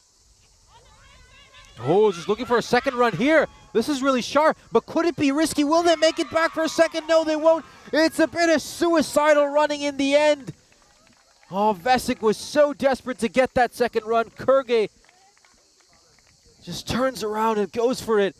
And my goodness, well, have they needlessly broken what was a sensational partnership for them? A little bit of kamikaze here for Estonia. Kurge, beg your pardon, Vesic desperately wanted that second run. Kurge set off rather late, and no mistake made by the keeper here. As you can see, she's not even in the frame, and it's a run out. My word, this partnership was blossoming so nicely for Estonia, but it's going to be cut short prematurely. Yeah, that's disappointing. I mean, we were saying that we like the way they've been running, but that's just well, maybe a little bit of brain freeze here. It wasn't two on there, and they chanced it. They don't get it. And unfortunately, Helena Kurg is going to go, gets run out for 5 of just 7 deliveries. That was unnecessary, wasn't it?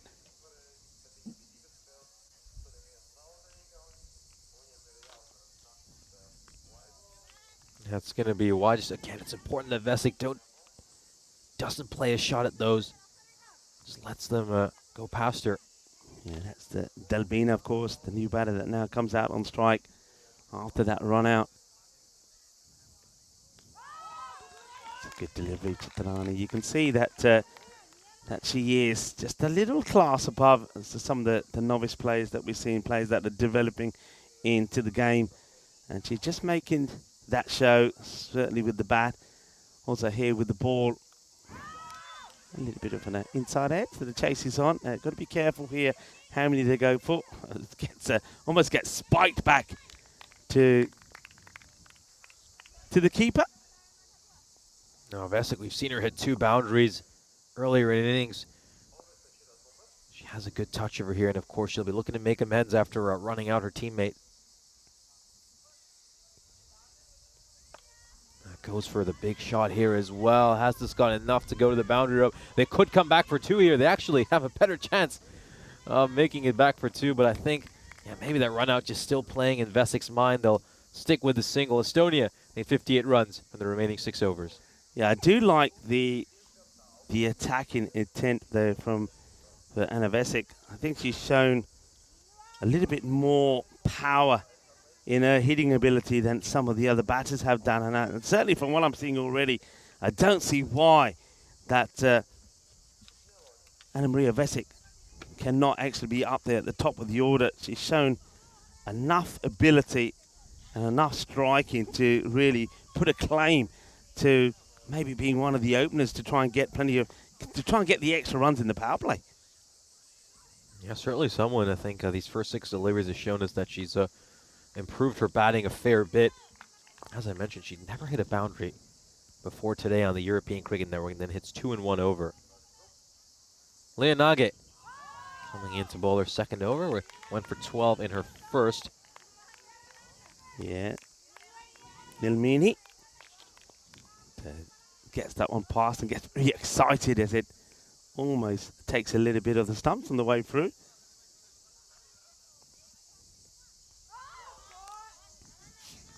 A bit too wide this time. This is an over where I think Estonia just might look to target Nilmini. Maybe they'll try to get at least 10 or more runs in this over just to keep themselves in this game. It's going for it.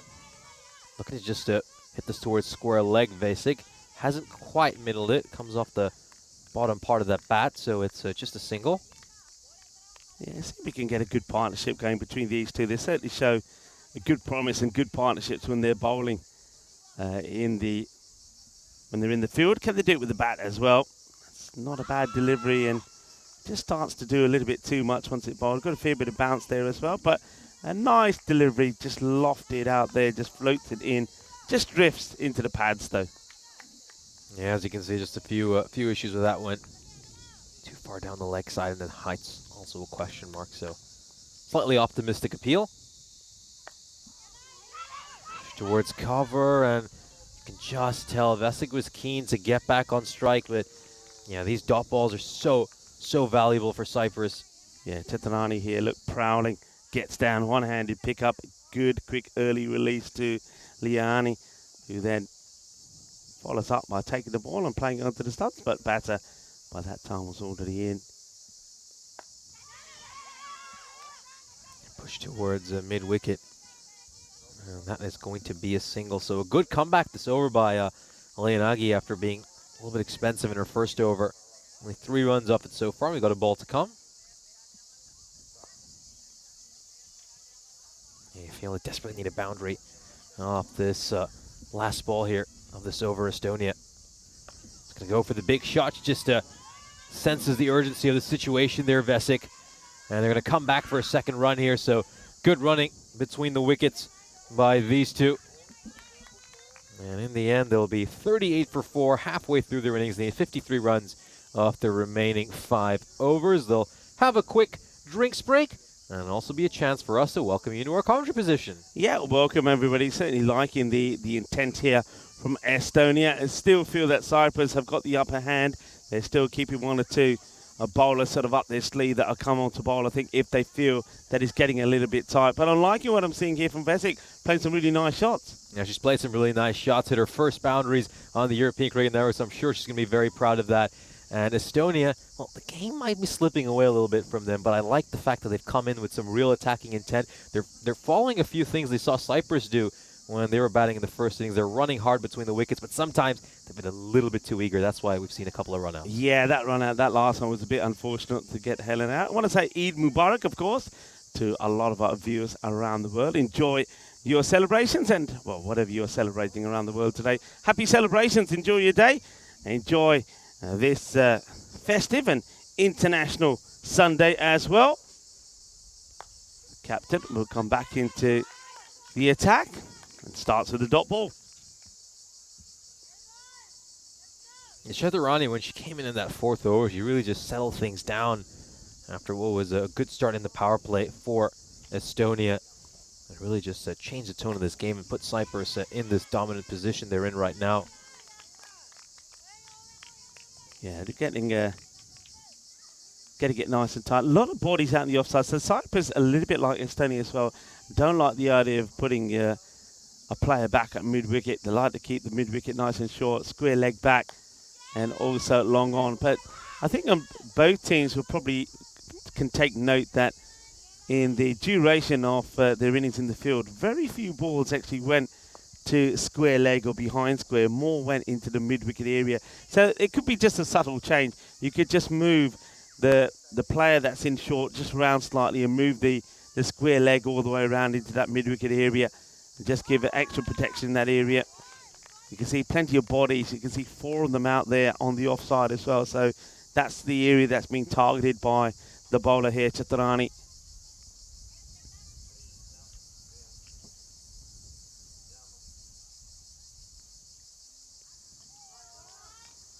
Reaching out of this delivery here, that's going to be a wide. Yeah, I think there's a big effort being made here by Chaturani just to keep Vesic out on the offside, not to give her anything to play on the leg side.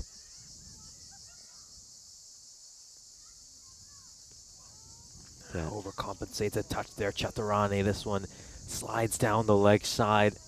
Needs to get one right here. Skipper of the Cypriot national team.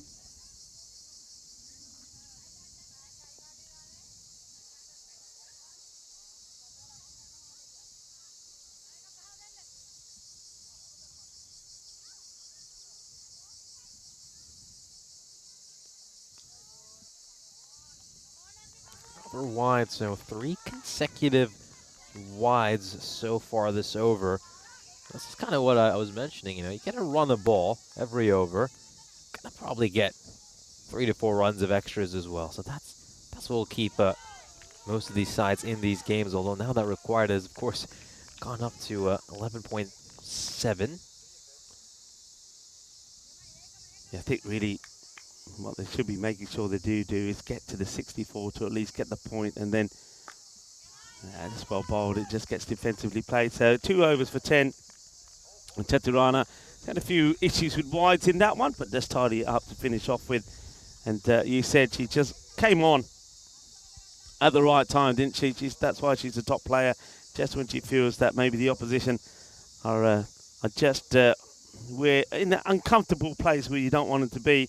Remember, I said at the 3 over stage it was like for like at 27. She came on, and her 2 overs going for 10 has made all the difference here. So she's given them that cushion again, and that rate now has gone up to over 12 runs required per over.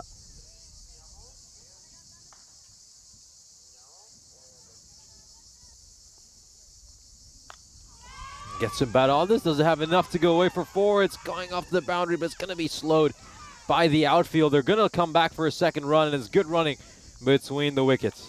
Yeah, nicely struck by Delbina. Gets a little bit of width. And once again, unfortunately, because of the thick, lush grass, that ball slows up. I think in a lot of grounds that would have been 4 runs. He's a little bit unlucky there. Dirani Halage gets given the ball here, her first over. Width an offer there as well, but Hannah Delbina isn't able to connect.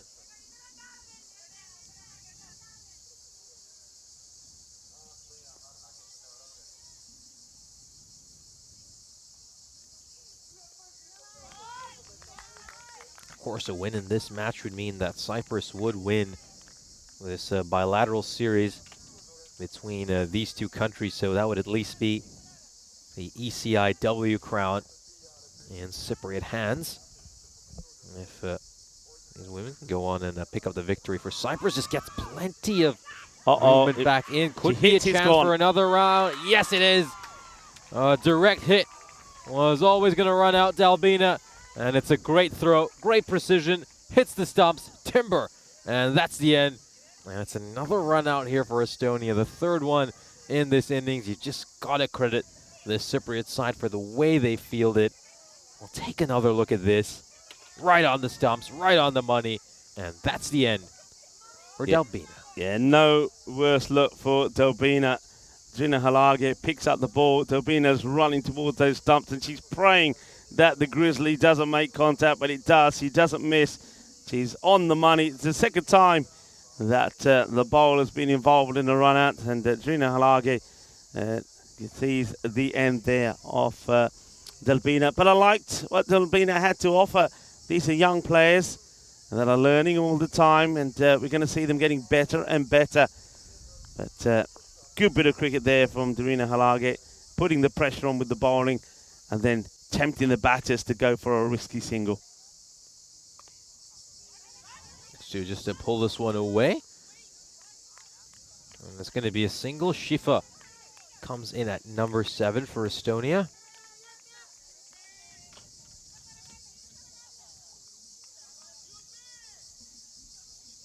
Young Osma Shifa, we've of course seen her fielding quite a bit out at point and has done a good job there for Estonia, but haven't been able to see her feature much with the bat. A good leave, look, that's the way to do it. Just down the leg side, leave it alone, no need to play for it, and take the wide and take the extra run.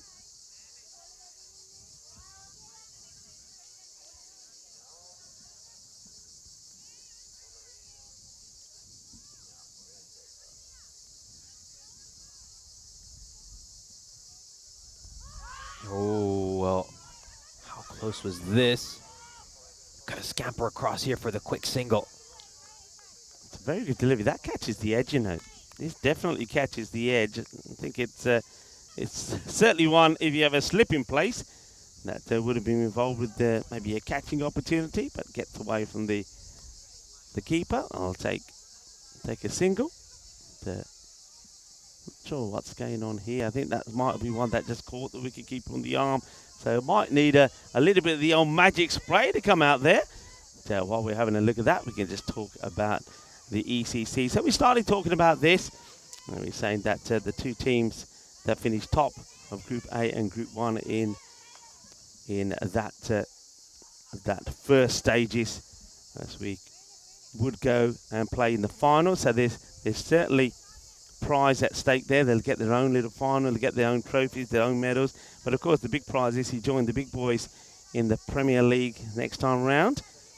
And well, teams in Group A, B, C and D, well, they need to finish as high up the standings as they can, because one team will drop down and go into that Challenger division in the following year. Yeah, of course, so a lot on the line, even in the Challenger division, of course, those sides fighting for the right to earn that promotion to the Premier Division.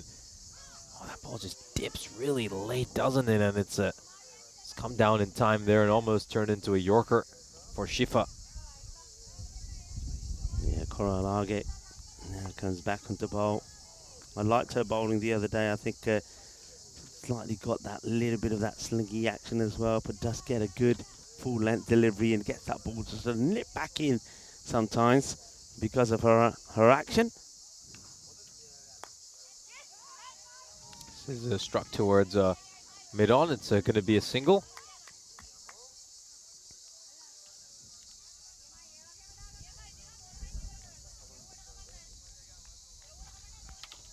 So can they get to that 64? That'll be their challenge now here, because it looks like the match is slipping away. So it looks like it will be Cyprus that will win this international series. That'll probably go, oh dear, hesitation, get yourself back in.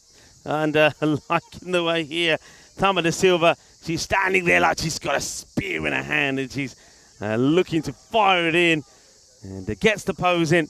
It gets a good look at this. Uncertainty, because first this yes, no, should we go? And then look, she's there and ready to throw and says, give me the opportunity and I'll take you on. In the end, decides against it. Gone. Well, that's that Yorker I'm talking about, and that's why I've liked Koralage. She gets it full and gets it straight. And Asma Shifa will have to depart. She's going to go for just one. And really good bowling. And that's what I was talking about a bit earlier. And yeah, let's do that. Let's do that. Why don't we have a little dance? Nacho kuriye, nacho. Gidapao, because they're having a good time. Look, great delivery. Comes back in. That's what I was talking about, what she does. And then I'm liking the celebration here. Come on. Oh, let's have a little bit of dance, why don't we? So it's a great bit of bowling. Good celebrations there as well.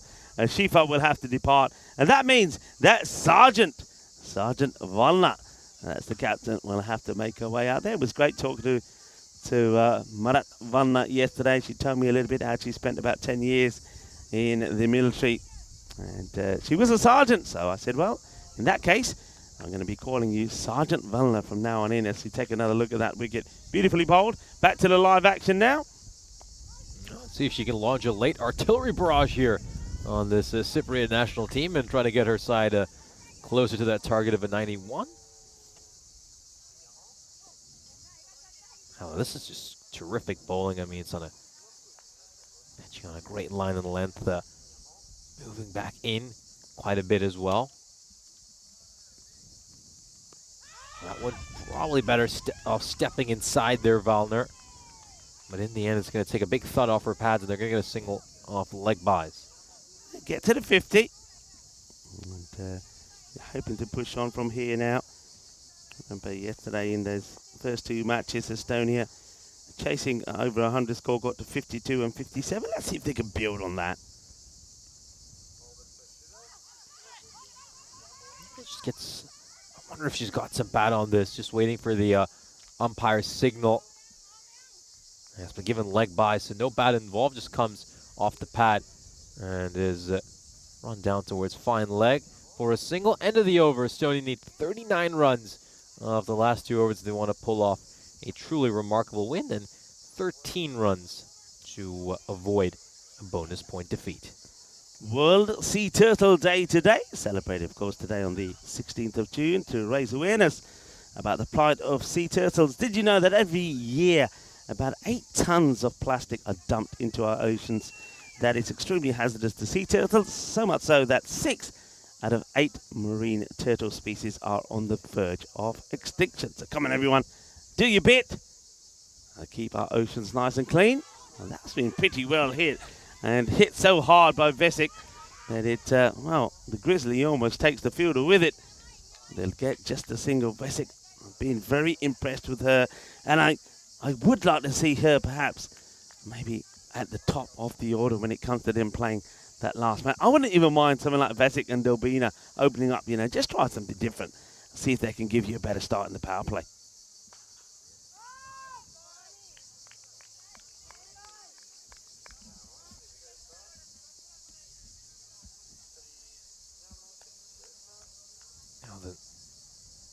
How does the bowler respond to that previous shot?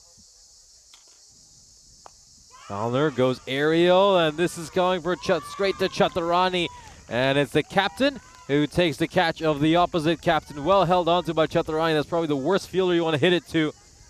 And Fowler will depart for a duck. I think the two captains there will just exchange a friendly word. And it's the end of Fowler's innings, unable to trouble the scorers, and she has departed. Yeah, the captain, unfortunately, Sergeant Valno, would go for a full ball duck. And you're right, she picks the... she doesn't pick the right fielder. If anyone's going to take that catch at Durrani here, so it's going to be a little bit of the old... from Sergeant Derek. So Valno has to make her way back, unfortunately. Had a very good catch and well taken. We've seen a few catches dropped here today, several by the men. That's the way to do it.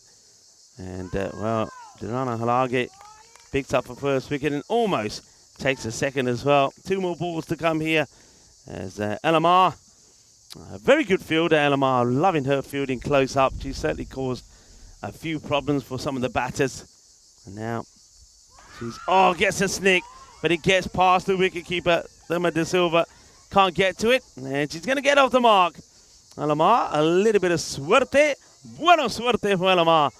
And gets a little snick on this. It gets past Thelma De Silva pretty quickly. She reacts well, actually. But that Grizzly, just a little bit too feisty for her to grab hold of.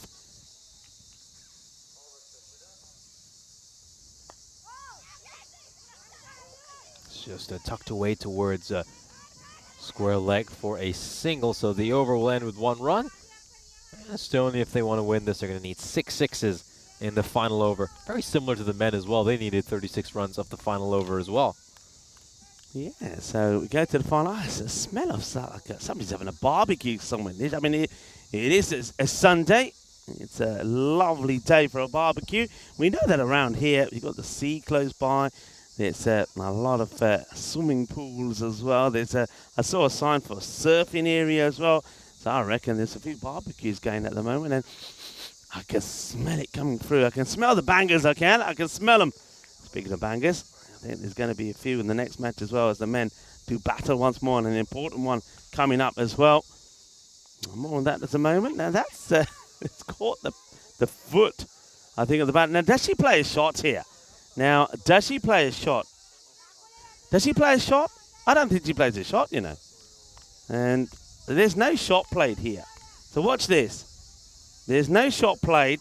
That should not be a run. No, I agree with that. There's obviously clearly no shot played over there. Should not be a run.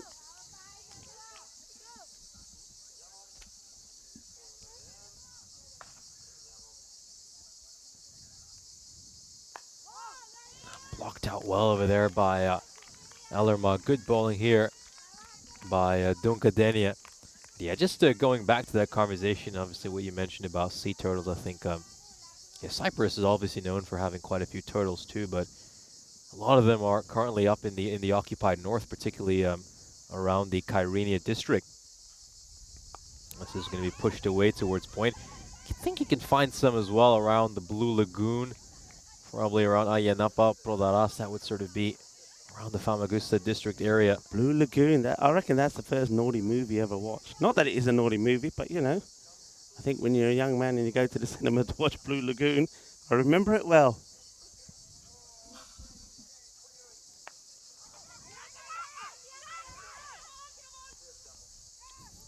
Throw towards the striker's end, and they pick up another single here, Estonia. Nish, you're going on quiet on me. It's not a naughty movie in that sense. It was about a story of, you know, 2 young people get stranded. You never watched it, obviously. They're too young. Stranded on this island, and they're there for a number of years. They grow up together, and, you know, Yeah, Blue Lagoon. My brother, I don't know why my brother took me to see Blue Lagoon. Come on, people on the chat will know what I'm talking about. There's a few of you that are as old as or older than me. Blue Lagoon. It was I think they made a remake of it. Is that the word? A remake of it pretty recently as well. But I did see it, but it was nowhere near as saucy as the first one. I'll just say that. Yeah, I just Googled it. It says coming-of-age romantic survival film. There you go. You see? All of those people think I'm a naughty boy. I'm not a naughty boy. I was too young to go watch that movie, I will say that. I don't know. Does it tell you, what was the rating of the original movie? Because I think I was about... It says AA. I don't think I've ever heard this rating before. I'll have to scroll down and look up what that... All right, there's a ball to go in this one. And can they get a boundary here and get at least a point here? Let's, oh, well, they could get a point because that's going to be a no ball. And they also run a by. So they're getting 2 here. So it's definitely on. Definitely on here. And, well, John Gray saying Happy Father's Day to all the dads out there, including our wonderful Rika Ford. Well, thank you very much. Father's Day, is it? Is that in the UK, John? It's a Father's Day. Well, thank you very much, John. All right, 62. Needing 2 runs. They hit it well. They're definitely getting one. Look, I just turn around and go again. I don't think the words come across that I would have liked them to try and go for the second. They're going to fall agonizingly 1 run short of stealing a point away. I think that is the end of the match. It gets confirmed. So victory to Cyprus. And that means that they will win this international series. So congratulations to them. And they do it with still 1 match to play between them. And winning their 3rd match, that just means that they cannot be beaten now. And the best that Estonia can do is keep it to, say, 3-2. But 3-1. And Cyprus, they know that. And they're loving that. And that's the one thing, I think, when you watch the women play. They're just so kind and so courteous as well. And giving their thank yous. And that's a nice shot there as well. Of the men in the background as well, congratulating the women from Cyprus. And, of course, they are all a big squad as well. I mean, I was going to say, well, what team is that? That's like their B team. Well, we saw them on the field yesterday, didn't we? But well done to the equipo from Cyprus. They are victorious in this international series. They still have a match to play. And I'm pretty sure that maybe once again in that match, Anish, that they might give some of those other players an opportunity. They do have a big squad here, but maybe they'll make some subtle changes, perhaps not quite as big as what we saw yesterday. Yeah, it'll be interesting to see how Cyprus approaches. Of course, they've got those T20Is coming up as well. These 2 countries will battle it out in 3 T20Is over the next 3 days.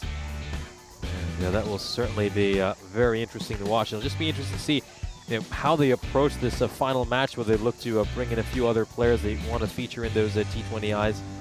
We'll have a look at some of the highlights of this innings. Of course, as you can see, Cyprus continue their domination from that first innings, bowled superbly and fielded terrifically as well. I think the key thing to mention here is they were involved in 3 runouts, 3 important runouts that put so much pressure on this Estonian side. And I think Cyprus, this was a day with a lot of positives for them. They got those runs on the board in the first innings and then did a superb job of defending them. Estonia as well can certainly take a few things back with them that will encourage them. I felt they batted with much better intent. Vesic was superb. She went almost a run and ball 19, and their attacking intent is what helped them post their highest score of this series so far. Yeah, that's one thing I was going to touch on. I mean, they do fall agonizingly 1 run short of taking a point there, so they will lose all the points, but they get to 63. It's good performance. I'm loving what I saw there from Vesic, so well done from her. I think she's turning out to be a really good, crucial player for their side. I mean, her batting was really good. She scored a healthy 90 not out. She was good with the ball as well. So there's been some highlights there. I mean, I know that the opening partnership getting 90 on the board was very good, but there was a lot of positives there for Estonia as well in the field, and I hope that they build on that. And, maybe make a few changes to the batting lineup. I mean, like I say, maybe have Vesic up there in the power play. Yeah, absolutely. Totally agree with that. I think there's certainly a few changes they could make. We'll have a look at the scorecard of this innings. The top scorer was Vesic, making 19 runs of 20 deliveries. She looked to build some partnerships throughout the innings. Of course, she was going along nicely with Dalbina until we had that run out, which really just took away Estonia's chance to win this game. For Cyprus, some impressive bowling figures there. Kolalage was great figures of 2 for 8. Chaturani came in during an important stage of the match and then just settled things down and helped her side cruise to victory. And then, of course, you have to give a big congratulations to Dinanalage as well, with figures of 1 for 8. She was up there as one of the superior bowlers in that performance. So in the end, the Cyprus women beat Estonia by 27 runs. They'll be mildly pleased with that victory, and they will pick up this ECI-W series. Join us again in just about 10 minutes when we'll have our men's game coming up between Cyprus and Estonia.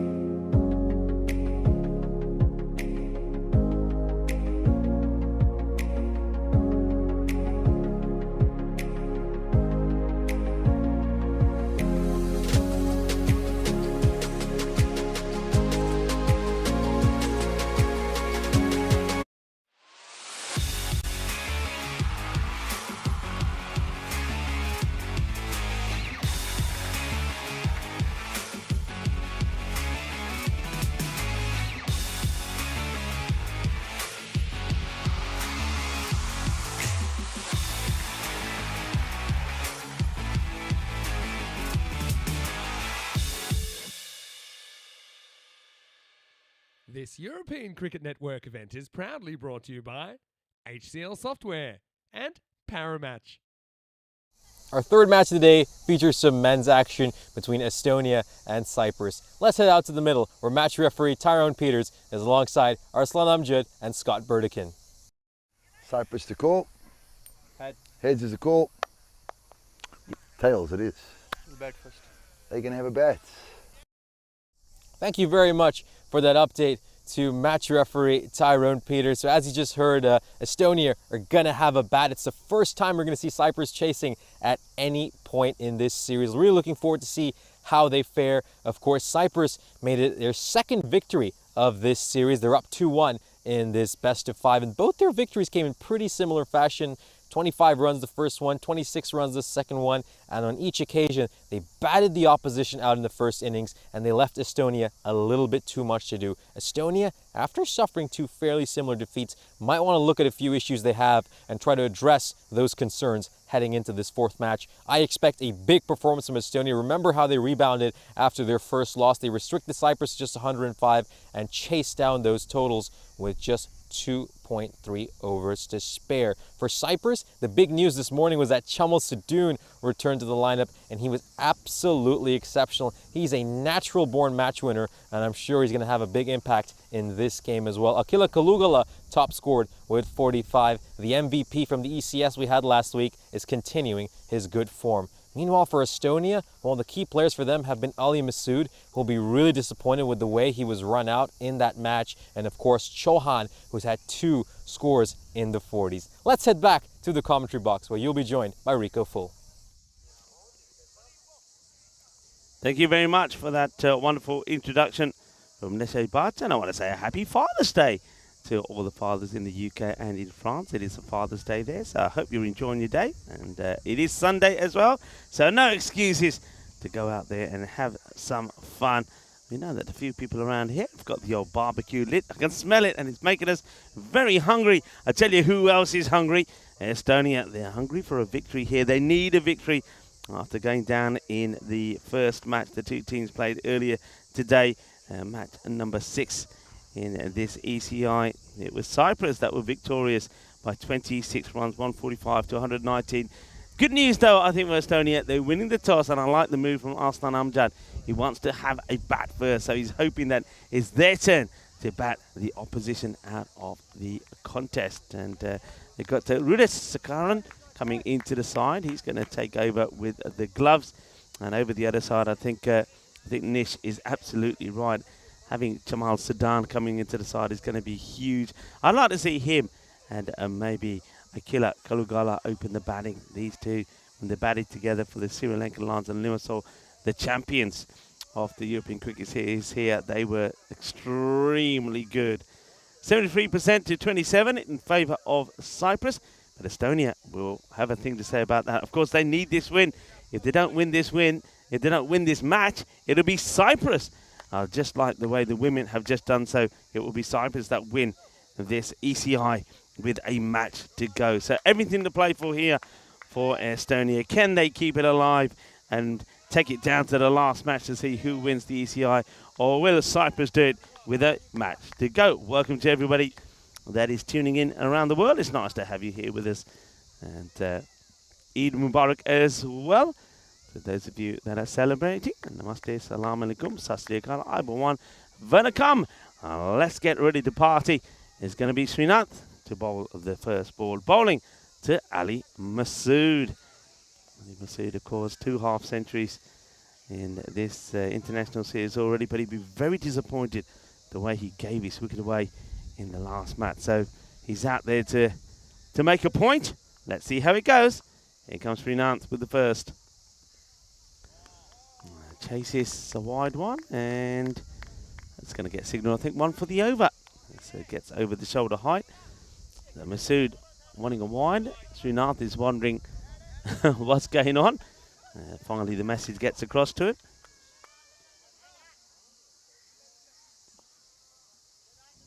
They stick with Masood and Stefan Gooch, so they've got the right and left hand combinations to start with.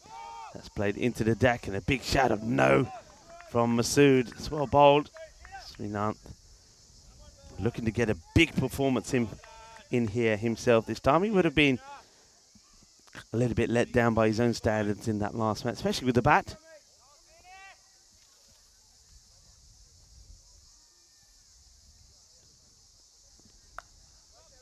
Firmly hit, but straight to the point fielder again. So got a nice, tidy field out here on the offside. 6-3 field at the moment. And long on.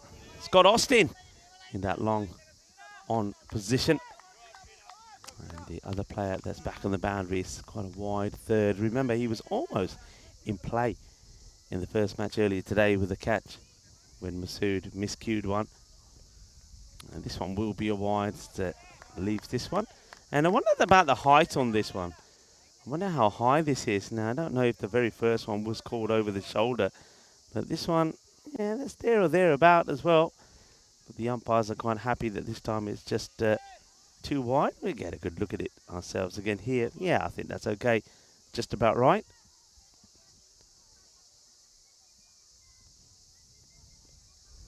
And that's a good delivery, but once again, he certainly is toying with the height. You can see that umpire Munib is having a looking at Tracy. And yeah, they're saying that it's okay again. You can see the batter asking and saying, hey, Tracy's saying no. Tracy's saying no, it's okay. It's not over the shoulder. So, well, this time he really hits this with some power, and even though it does start to slow up with this a long, lush outfield, it still gets to the boundary. 4 runs, he's thrown everything at this one. He's made sure that he gets it past the fielders, in the gap, and to the boundary. So the first boundary of the innings takes the score to 5 with the ball to go in this first over.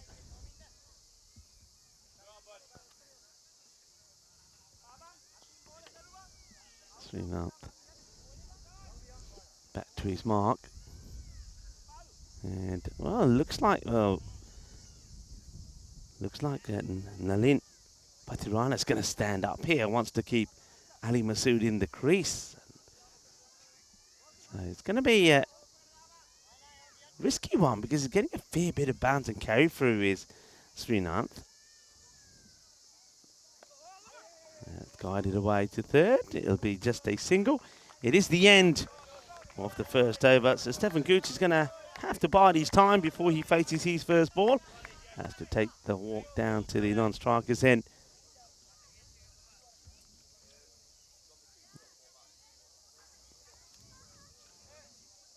Some memorabilia for you on this day in history. Back in 1903, the Ford Motor Company was founded by Henry Ford and 11 associate investors. Well, I think that venture went pretty well, didn't it? On this day, 1903. Okay, it looks like Hajin Shahi is about to start, and just before he bowls his first over, Nishay Bhatt joins me back in the commentary position. Well played, straight down the ground. This probably has enough to go for 4, but Austin has put in an absolutely stellar effort to somehow get to that. That looked destined to go to the boundary rope, but he steps in front of destiny and somehow manages to stop that going away for 4. Oh, we need to have another look at this one. It's a clean bit of fielding from what I saw. There's nothing wrong with this. This is world class. World class, because, I mean, you're not going to see too much of it there. You get that fence, but take it from me, there was nothing wrong with that at all. That was just brilliant. Great dive, great save, and the body staying away from the rope. Fantastic bit of fielding from Scott Austin. Yeah, world class would be the way to describe it. That sort of fielding, I think an elite international fielder would truly be proud of, and this goes away for a boundary. Masood just gets him bat on that. Shahi, you can see, just trying to go for the wide Yorker, doesn't quite get it right. And Masood plays it away for 4. Yeah, Arjun, I think in all of the overs that he's bowled probably, I would say 50-50, 50% good deliveries and 50 not so good. He hasn't been able to be consistent. When he goes at the stumps and when he's full outside off, that's when he's at his best. And Masood, he knows what he's getting here. He loves this shot, doesn't he? Just rocks back, plays this beautifully. And this one will go all the way for 6 runs. The Shaba. And boom. Shaka Lagia. Holds the pose as well. So playing some nice shots. Ajin Shahi, they like to use him at the top here, but it's not the best of starts from him so far here. 2, 4 and a 6. 12 just off 2 deliveries after a pretty slow start in the first. Into the pad. Shake of the head from Tracy. So Stefan will get set now and take guard to face his first ball. The score on 19. 2 balls to go then in the second. So the field has to change around here. Stefan Gooch starts to take guard. It didn't quite click in the first match. He hoiked a shorter delivery out to short mid-wicket. Scott Burdekin on that occasion took the catch.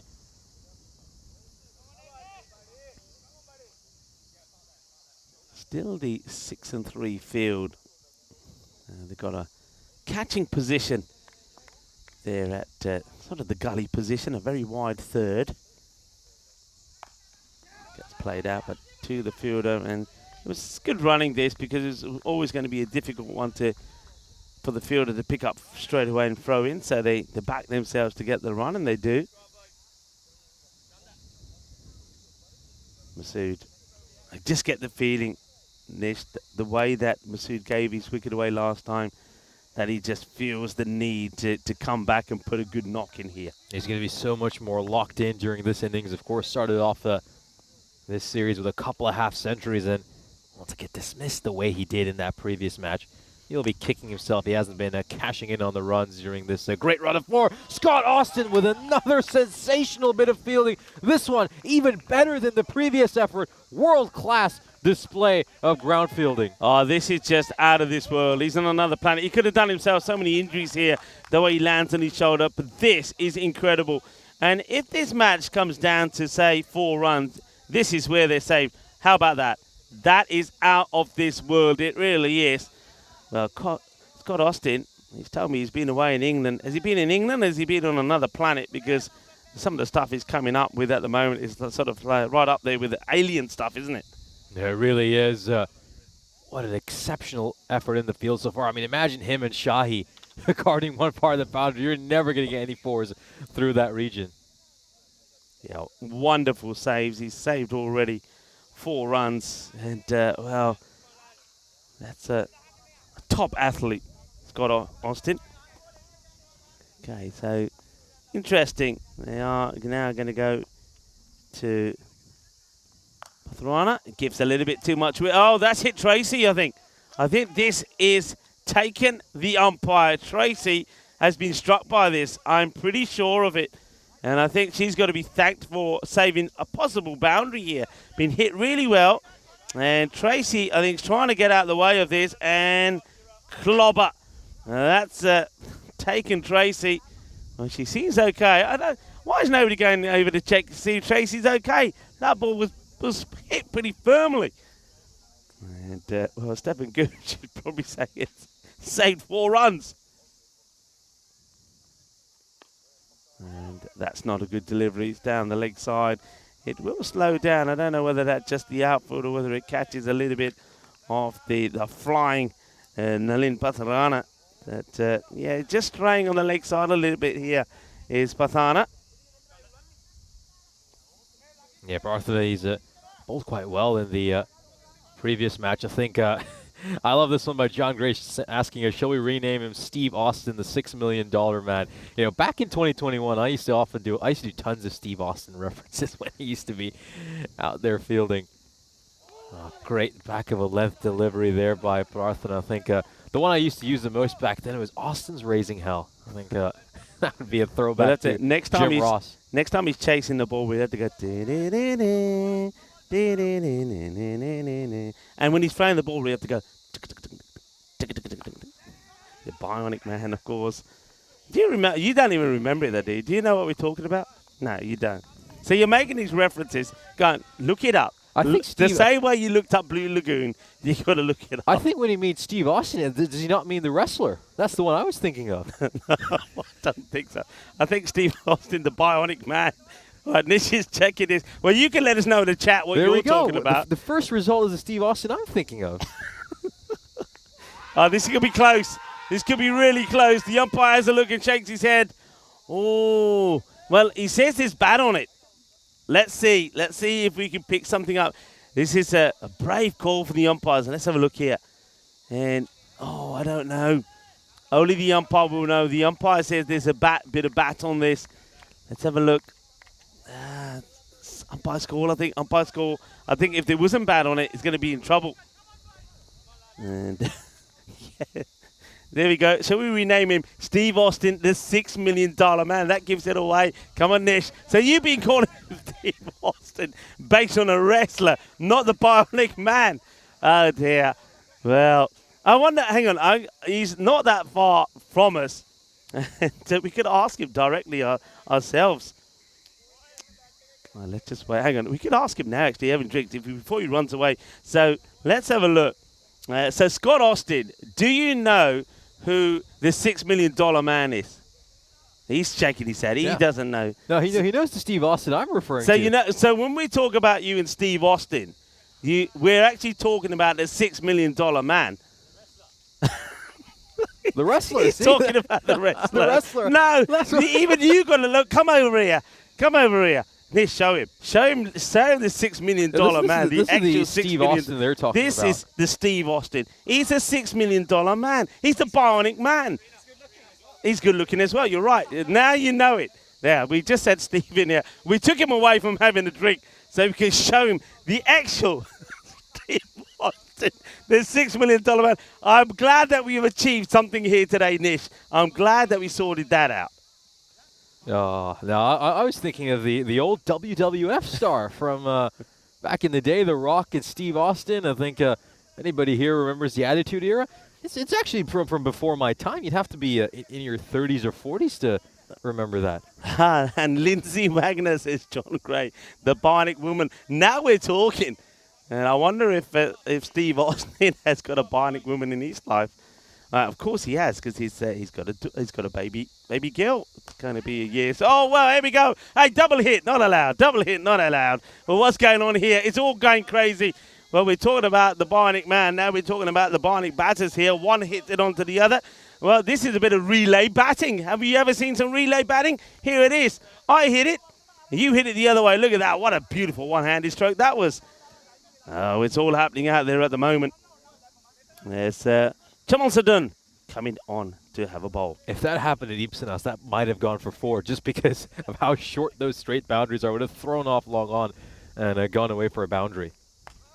Goes for towards mid-wicket here. It's going towards Shahi and Steve Austin. Nothing's going to get through that region. You'd have to clear them if you want to get a boundary through mid-wicket. The field being changed around here. So now the left-hander, Stefan. Thomason, I wonder if he goes for a slow ball straight up to Stefan Gooch. He does, and he gets the wicket right on cue. Hey, I want to say this. On 2 occasions I've said he bowls a demon slower ball. On both occasions he's delivered it as I've talked about it, and he gets the wicket of Stefan Gooch, who plays it on. So Gucci will go for just 4. So not being a good start with him with the bat. He made 3 in the first and 4 in this one. Jamal Sadun has done it again. A great variation there. Mixes that one up very well. A little bit unlucky for Gooch. The inside edge crashing onto his stumps. It's an unfortunate way to get out. I mean, obviously, they're looking for big things from him coming from that massive series he had in Estonia. Hasn't quite clicked for him just yet. Well, it hasn't quite clicked for this guy as well as Bilal Masood. You said it. He's scored 7 in 3 innings. So they're sticking with him. I don't know why Arslan Amjad isn't coming out. He's got to be at the top of the order here. So obviously they think that Bilal Masood is class and that he will click.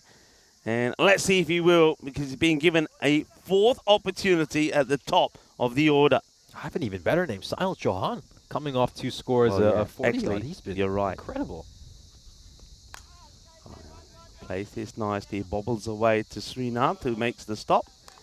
Just getting very warmer now as well. We haven't touched on the weather too much here today. Slightly cooler than the last couple of days, but still we're in the 30s. But there's a nice breeze blowing. It is cool, but this is the hottest part of the day here now. It's really starting to feel the heat and the humidity. And a wild swing from Ali Masood. It was this sort of stage that Ali Masood sort of gave his wicket away last time, just when they needed him to perform. So he doesn't want to do that again here.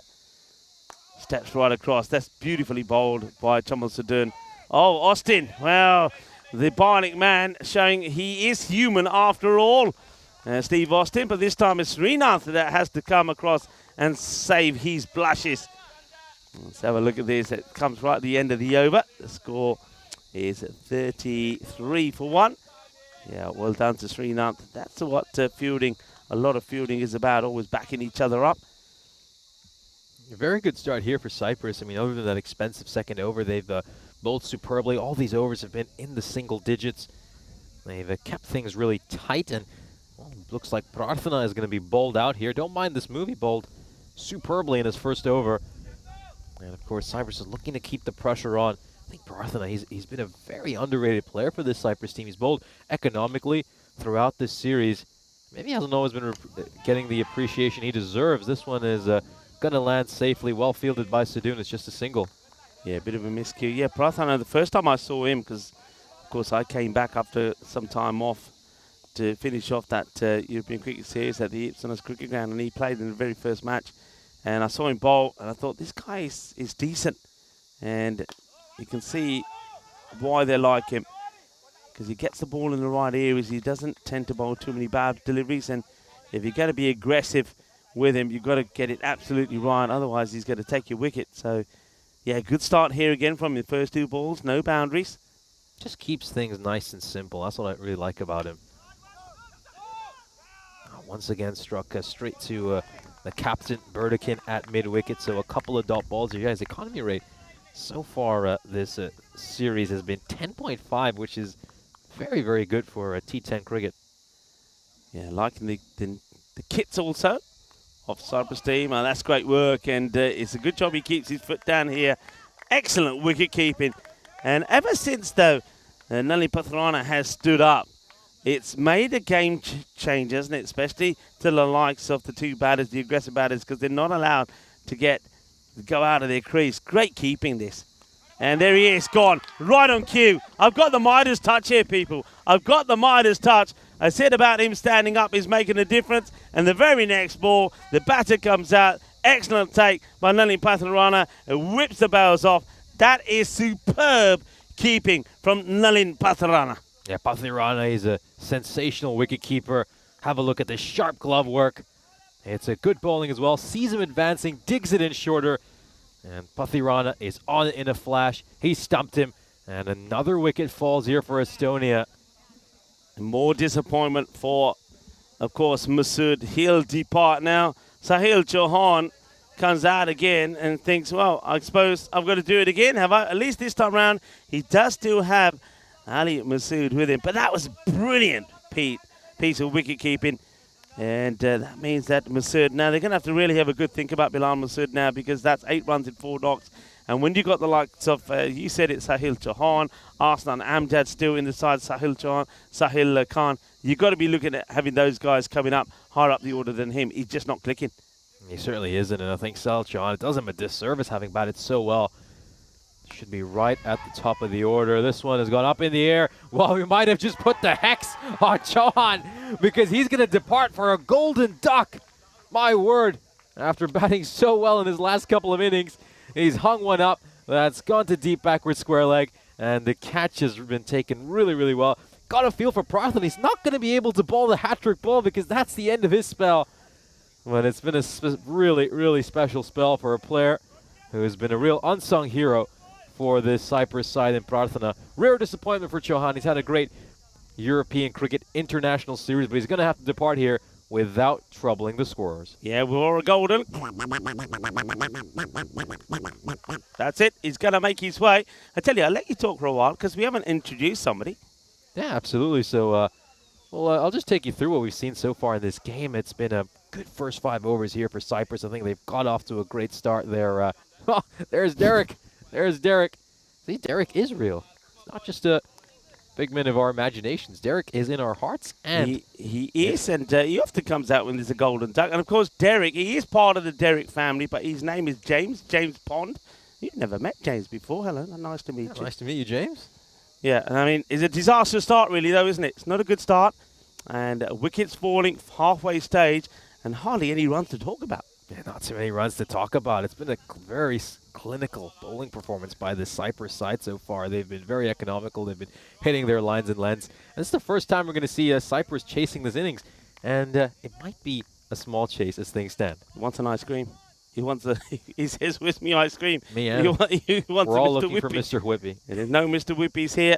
Well, thank you very much, James Bond, making an appearance as well. This one's going, and it's going to be. I think that's going to be a wide. I don't think there's any contact. No, it's going to be given us by. So it's obviously gone straight over the stumps. And this is Hardeep Singh. Now we saw a lot of him bowling at Ipswich. He's going to get his opportunity here. Hardeep, what are your thoughts on Hardeep? No, I like him. He's a real leader. I mean, we've seen him with that Napa King side, the passion and the energy he plays with, real fire he possesses. And I think even as a bowler, he's got some pace. He's got some real fire and zip the way he bowls. This one's going to be a wide. And he's also capable of making some good runs. We've seen him bat late in the innings for the Napa Kings and help them chase down some big totals. I think just sometimes consistency can be a bit of a problem for him. He can be a little bit inconsistent with his lines and lengths. I think we've seen that these first few deliveries. This is just going to go over the fielder at point's head. Is it going to stop short of the rope? It will. And again, it's just emphasizing a difference in this outfield. A hook, though, we'll get a couple of runs to get off the mark. Yeah, Hardeep Singh, he likes to. He plays with a lot of pride, doesn't he? I mean, even when he was leading his team, the Napa Kings, he puts a big effort in. He's a good fielder as well, but he does hit the deck hard. Sometimes it can be just a little bit short, but is when he gets his Yorker in, and he's got a pretty good slow ball as well. This is just a run towards third. Could be a chance for a run, and it is. It is. That direct hit means he's in serious trouble. That's going to be the end for Masood. Run out in back-to-back innings. He was going to the danger end. The direct hit came, and that's going to spell disaster for him. Masood will depart. Estonia in dire straits. Oh, it's a direct hit, and it's all been created by the pressure of not having a runs on the ball. They need to take it on, but how about this? Oh, that is absolutely fantastic. Brilliant bit of fielding, and the highlights just get better and better. And Ali Masood, he must be feeling it. Well, this time around, I suppose, he can't blame himself too much. He's trying to get back on strike, Ali Masood, but he's being run out for the second time on the spin. And now, well, he almost gets knocked out as well. And this is when you know you're having a bad day today. He's got 2 half centuries yesterday, today, and then he's been run out twice, and now the rope is after him as well. He's thinking, is it one of those days? I think it could be. And now the captain, Arslan Amjad, comes out to bat all the way down at number 6 after opening the batting in their first couple of games. He's going to go for the big shot here, Amjad, and see you later. That one's gone for a 6, a huge hit, and what a way to get off the mark. Yeah, Arslan Amjad should not, in this format, should not be coming in at number 6. I mean, I know there's other players there. We're talking about Johan. We're talking about them trying Bilal Masood and Gooch. Nah, this guy, for this format, has to open because he clubs it and he hits it beautifully. Here we go. There's the proof in the pudding. So he's shown what he can do with the one that's pitched up, and now Hardeep Singh wants to bang one in short, and he gets mullered, and that's probably one of the biggest 6s that we've seen there on the leg side. That has gone a long way. Well, we've seen a lot fly into the olive trees at the Ipswich cricket ground. Well, this one has gone into the olive trees here at this Happy Valley ground. He's such a tall man. You have to be so careful banging it in short to him. Gonna have to really get a lot of zip off the surface, really get that sharp bounce. Akila Kulgala, by the way, was the player responsible for that runner. Absolutely brilliant. First of all, the stop, and then to throw the ball when you're off balance was just incredible. So, does get the wicket, and a big wicket of Masood, but that means that Arslan Amjad comes out. Now, have a look at the 2 batters out there at the moment. Stuart Hook and Arslan Amjad. These 2 guys are one of the top scorers back in Estonia in May. So, they still got plenty of batting. One good partnership, they can still get to a good score here. Well, this could be very close, but I think it's maybe just going on to miss that off stump. I think what makes it a tougher case for Amjad is, of course, he's been hit on the full on that back foot. We'll have a look at this again. Oh, that actually looks a lot closer that to on me second viewing. That to me is plumb. It hasn't hit the bat. That for me is going straight on, hit the stumps, and no wonder Hardeep Singh can't believe it. That is straight and going onto the pegs. Yeah, I think I was being a bit generous to the umpire with my comment. That's probably is going on to crash onto the stumps, and Hardeep Singh probably has every right to be frustrated about that. Amjad, though, yeah, he's just he's gonna be annoyed he hasn't punished that full toss. Oh, it's gone up in the air.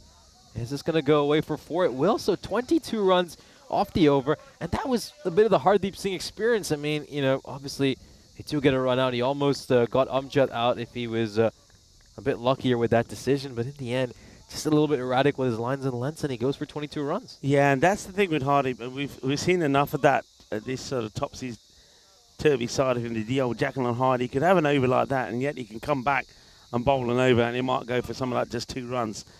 But it's a gamble that you take with him, and I wonder if Scott Birdkin will take that gamble and give him a second over. He's got plenty of other options, and right now, I think he's going with a good option.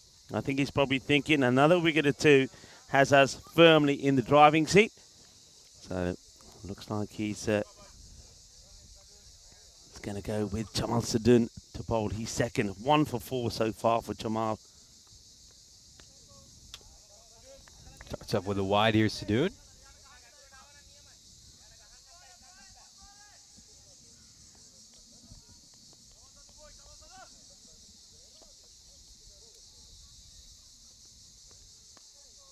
Going to be another wide. So you see what he's trying to do. He does that a lot. We see him do that in all of his overs. He knows where he wants to try and get it. And then all of a sudden, so he'll try that a few times. He then goes for the straighter ball, but he takes all the pace off it. And that's what causes the issues. And yeah, there's nobody there, so that's going to be a boundary. And you can see that Srinath is giving him a bit of advice, saying, look, if you're going to be bowling that in that area, you've got to give yourself some protection there. And that's exactly, I think, what Nalini Patharana is saying to him as well here. But that's a nice shot from Stuart Hook. Yeah, very well played by Hook. I think we saw some of the quality he possessed in the previous match. Played some good-looking strokes. As we're looking to do more of the same here, I think the expected score right now for Estonia is 104, but they get a big innings from Amjad and Hook. Now the 120s could be on for them. Yeah, I think that it's got to be a must to try and get to that 120. Still to be a little bit below par, but they are able to do it. High up in the air. Scott Austin, he's had a few issues. And he's going to overrun this one. He's going to bounce for 4 runs. There's going to be cuatro carreras. So Scott Austin, he mispicks it. He goes in, then has to backpedal. He was in credit for me for 4 runs. And now he's on even Stevens because that one should have been an opportunity to take a catch. It could be a big moment as well because if he takes that catch, he could have really, once again, put a spanner in the works for Estonia. Yeah, he just misjudged that one. If he stays back on the rope, it would have been a very comfortable catch for him. And it might have been the end for Hook, but Hook survives. This is just played nicely off the pads. And he'll get a single. Might be a little bit disappointed he hasn't made more runs on that delivery, though. I think it was there to hit, especially with no protection on a fine leg. Keep in mind, there's no fielder inside the ring or outside, so certainly could have been an opportunity to get a boundary there for Hook. But the danger man, Amjad, back on strike. The man who started his inning off with 2 towering 6s. Yeah, I'd go slower ball to him straight away. Get it fuller, go slower. I wouldn't give him any straight. I wouldn't give him anything to get a drive on. Oh, well, I don't think Nelly Patharana sees this at all. This has hit him, and I think it's hit him probably on the side or the back of the hand. He does make an incredible stop. Let's have a look at this. How much of this does he see? Oh, not too much of it, to be fair, but he does make the stop. You can see plenty of bat involved on that one. But this is really good bowling by Sadun. I mean, this is what we're accustomed to seeing from him. Of course, he was a little bit unlucky with that ball, which went for a boundary. Otherwise, he could have had his 2nd wicket. Well, he's just come in here, calmed things down after that mammoth 22-run over.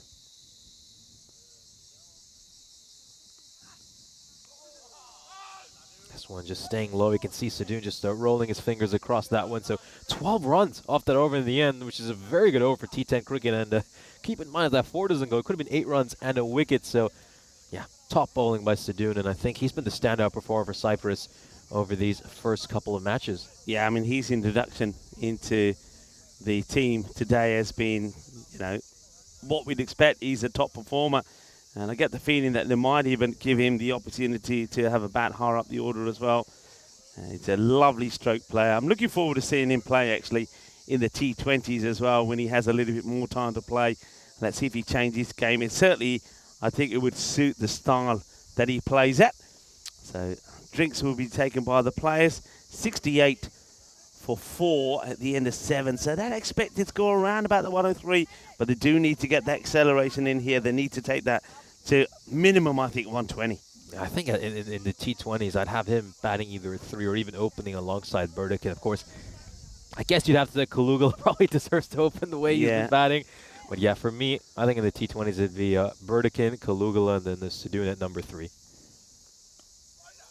It's the dot bowling. So this is interesting because Roshan Siriwadana continues to bowl over the wicket. All of the times you normally see him bowling, he comes round the wicket and angles the ball across the right-hander. So it's a change in plan from him. I'm not sure if that's a team decision or he's high up in the air and that's going to go all the way. He gets his big and that's going all the way over. And I think, Martha Marie is up in the tower. She sees this one coming her way. I think Martha Marie has got a good shot of this. It's short, but it's powerfully struck. Arslan gets hold of this, and that's going only one place. And that's a long, long way. Big 6. And that's a big one as well. Beautiful shot. He's got lovely long levers, hasn't he? And if he opens up and gets those arms flowing, when he hits it, it stays hit. 6 more. Incredible shot. And this is, as you mentioned, is a really tall man. Enormous wingspan. He manages to stretch his arms out and batter that one away for a 6. I mean, that would have been a wide, but he somehow managed to muscle it over the rope and get it to go all the way. Okay, now he'll go to around the wicket. This is what we normally see him doing. And up in the air, and this one we go for 6 as well. Shaba. Well, this is exactly what Arslan Amjad can do. We're talking about a guy that can clobber the ball all over the place. He certainly can. He just has the length of it there as well. I think Siriwardana not bowling it full enough. Can get underneath it, Amjad, and smack it a long way. Look at that strike rate, 350. Incredible. Yeah, he's just awesome. I saw him in Estonia. He was in incredible form. And that's why he's, okay, this one is catchable. Scott, under it. Normally doesn't drop him. And he drops it. Oh, dear. Straight in, straight out. And that's a huge, huge drop. Now, remember, they've made some... Hook was dropped by 6 by Austin. And now we've just seen Arslan Amjad drop. Gets dropped on 35. That is huge. That could really hurt you. And Scott, that goes straight into those hands and pops out.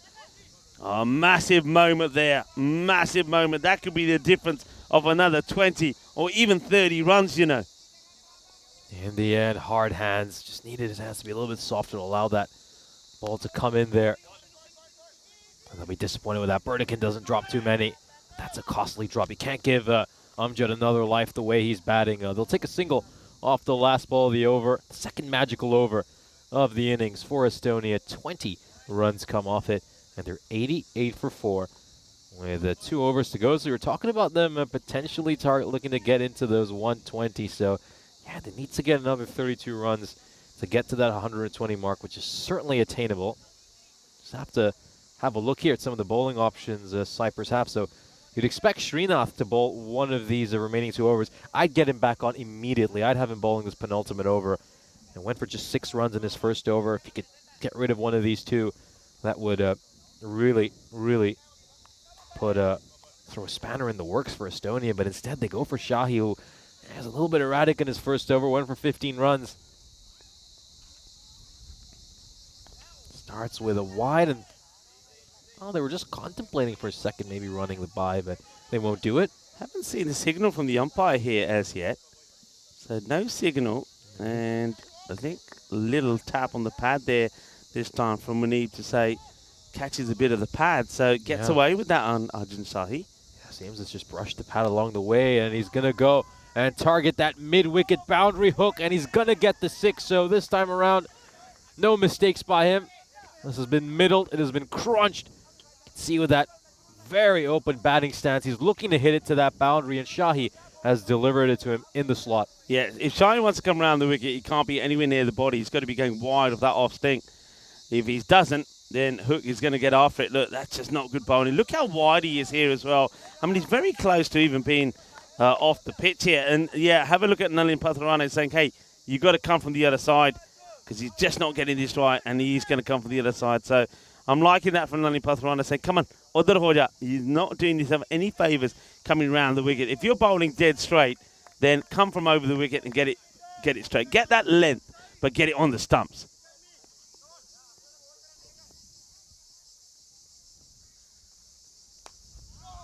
That's much better. That's a much better ball. And the change of angle has worked here. Yeah, that's better. So on course now. Look at the expected score it has. Triggered up was, especially thanks to that, the last couple of magical overs. Roshan went for 20. Hardik going for 22. Arjun Shahi a bit under the pump here as well. And Arslan now gets ready to go big again. But this is now where we'll see just how crucial that drop catch could turn out to be. Oh, that's terrible delivery. That's terrible. That's going to be a minimo, surely. Yeah, it will. That's going to be 5. It's a minimo.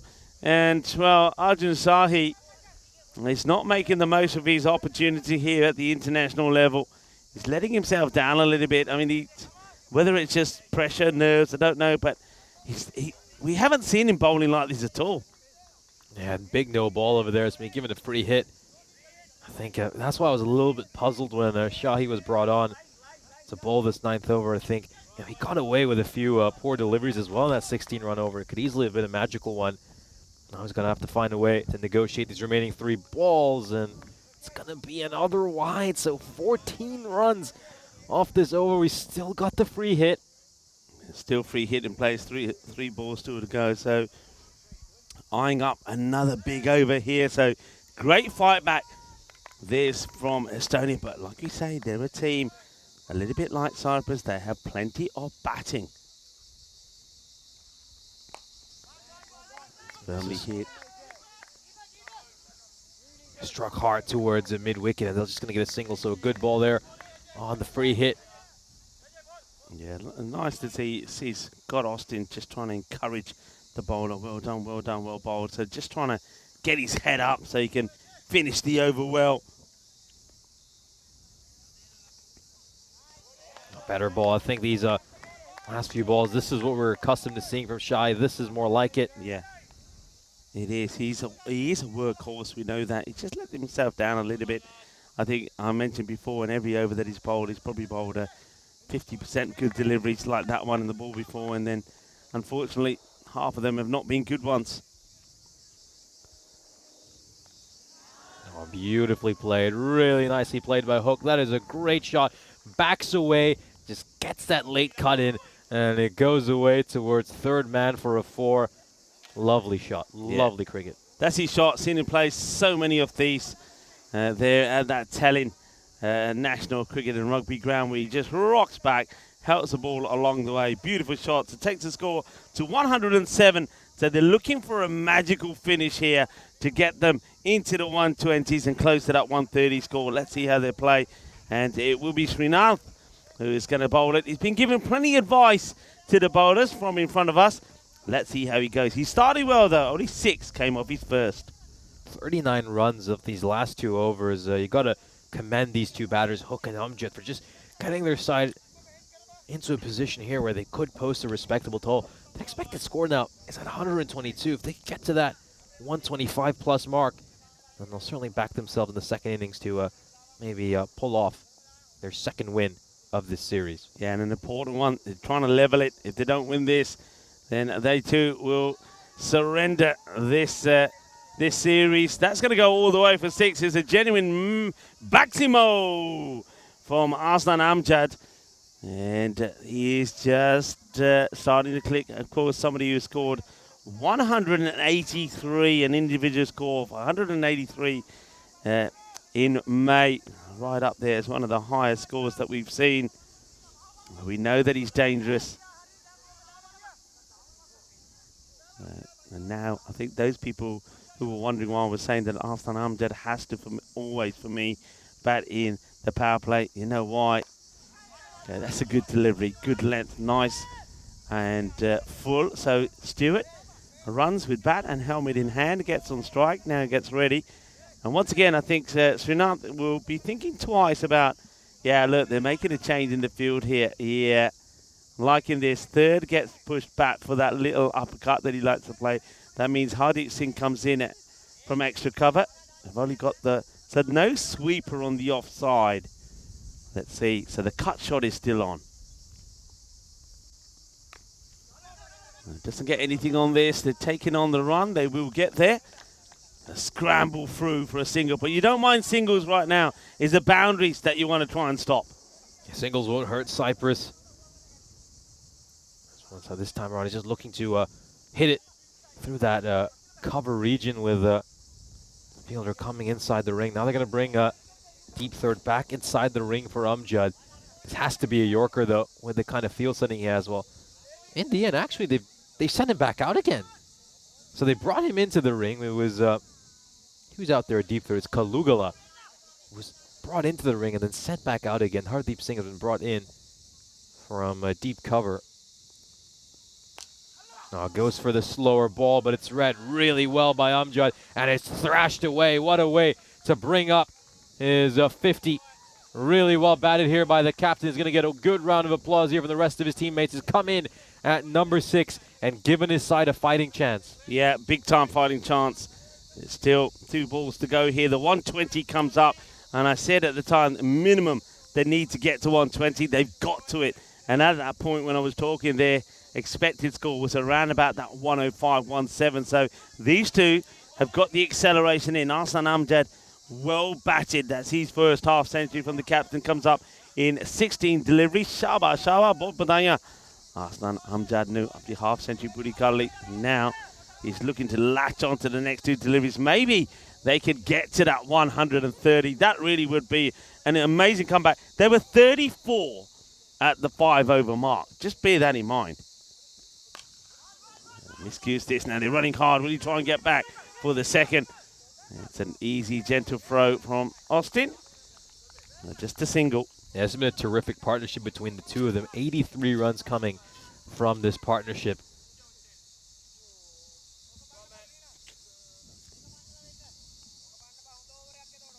They've just helped guide their side into a position where they can maybe give themselves a chance to defend this total in the second innings. This one's going to go high up in the air. It's going to land safely. And they're going to settle for 1 run here. They're not going to risk the second, although you might as well go for it on the final ball of the innings. Estonia will end up with 123. A good comeback there by Rajith in those last couple of balls. I think Srinath came back well after getting hit for a 6 off his slower ball. That failed to deceive the Estonian skipper. What an innings here by Arslan Amjad. Helped the side dig themselves out of a hole. 51 runs for him off just 17 deliveries. That's a strike rate of 300. And the captain will be mightily pleased with his personal effort and be hoping that his bowlers can replicate what he did in the second innings. We'll have a look at the highlights of this first innings. Masood opened the batting with Gooch. Gooch will depart having made 4 runs of 6. He's a little bit unlucky, mind you. He struck a really good shot that hit the umpire, didn't go for 4, and then got a little inside edge on one of the balls, and that would be the end for him. He was bowled by Chamal Sadoun. And Masood made 26 runs of 18 deliveries before he was run out by Kalugala in what was a terrific direct hit. Masood making just the 1 run off the 5 deliveries he faced. Of course, that is Bilal Masood I'm talking about, not Ali Masood.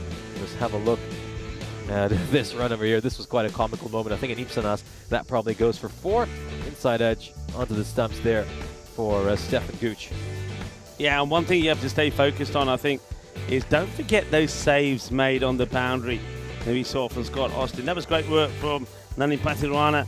to get the wicket of the batter who goes charging down, and that was the end of Bilal Masood. So he's having a not a good time, a bit of a torrid time actually. But yeah, I mean, Scott Austin, 2 brilliant saves on the boundary, saving four runs in total. That could be pretty key in this. But fair play to Estonia, particularly their captain, Aslan Amjad. He scores a fine half century, 89 coming off the second half of the innings, 34 only came off the first. So they've given themselves something. I said that minimum you want to get past is 120. They do that. Scott Austin, though, good work from him making those saves. But when he had the chance to take the catch there of Aslan Amjad, he doesn't. He also allowed the ball to go for 4. And Aslan, after that, almost piled on another 20 more runs. We knew that that was going to be a big moment. And Hook played his part as well. Stuart Hook, we know that he's a very key batter there in Estonia as well. So 25 of 14 for him, 1 6 and 3 4s. And Aslan Amjad, well, he just muscled the ball over the boundary, 51 of 17, 7 6s and 1 4 on his way to that score. So there's the scorecard. And a quick look at the bowling figures. Once again, Chamal Sadun was superb, 1 for 16 from him. I like the bowling also of Prathana. It picked up 2 wickets and only gives 7 runs away. Arjun Shahi, I think he's finding it tough making his entrance into this national side. He just hasn't been getting the ball in the right areas for me. All the other bowlers I think bowled particularly well. And Srinath at the end just goes for 22, no wickets, but a good economy rate from him. So it's probably just below par score. I think par here, I was saying, is probably around about 125, 130. But on this outfield and on this pitch, if you can get a good start, if you can get 2 or 3 early wickets, then you really do stand with a chance. But I get the feeling here that Akila Kalugala is going to be absolutely key. You want to get his wicket early. And I think if you get his wicket early, that starts to send a few shockwaves through the rest of the Cyprus batting lineup. So that could be a mental wicket to try and take, and that could disrupt some of the other batters to come as well. So Estonia, if they're going to win this match, a match that they really have to win, which means that we can have a showdown in the last match between the two to see who's going to be the winners of this international series. They've got to win here.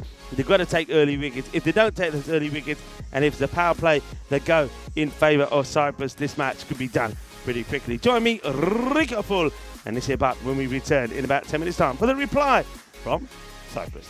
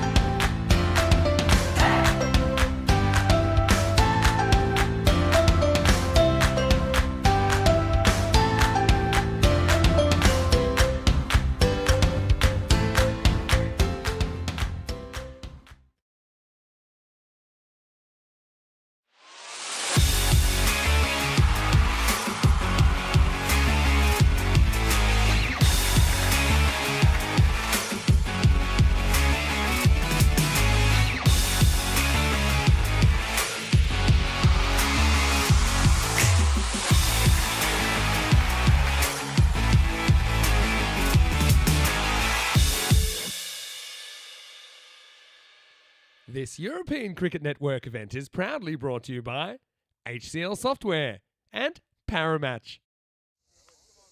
Welcome back for the second innings, and Estonia and Cyprus are set to do battle here in what should be a thrilling encounter. Of course, Cyprus both have set a target of 124 for Estonia.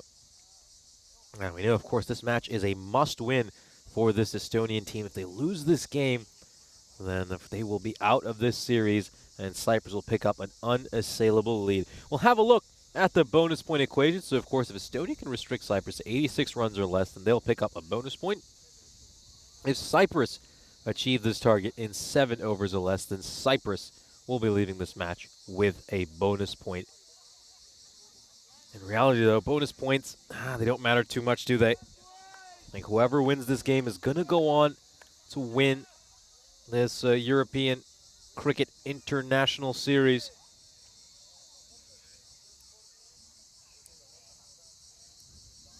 It's going to be Kalugala and Burdikin opening the batting for Cyprus. Boy, have the two of them done a great job over these first 3 matches, opening the batting for Cyprus. I think the one match Burdikin was missing was the game that Cyprus lost.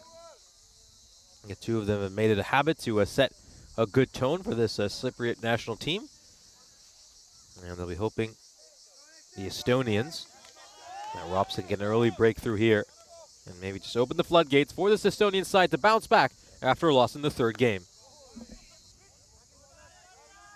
Yeah, it's a drop and run there, and he's going to have a shot at the stumps. Of course, that is Aditya Savio, who's just had a shot at the stumps. Good that he is back in this game for Estonia. Thought he bowled really well in their victory yesterday against Cyprus.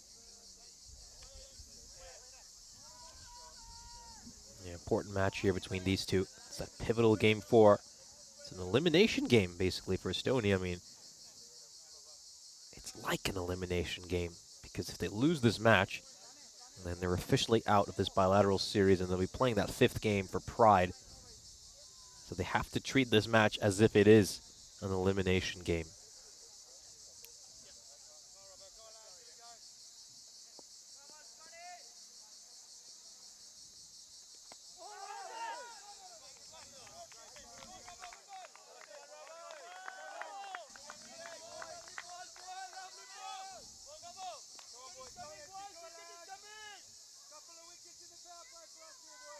Great ball there. Just look how much he gets that to come back in, Robson.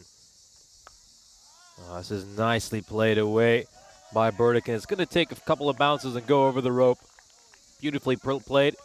Picks out that vacant fine leg boundary. Swivels on the spot. And just works it away. 4-4. Good shot there. And Little Allen said he's watching both the games today. Absolutely, it's a day to split screen European cricket. This is going to be pushed towards point, and no run is on there for Cyprus. Of course, we saw in the first match of the Central Europe Cup, Gibraltar picked up a massive victory against Croatia. That is Croatia's first defeat in the Central Europe Cup. So now if Gibraltar can beat Czechia in the final match the Central Europe Cup, then of course we'll come back to live action here, and to get the early breakthrough, Robson has cleaned up Burdikin.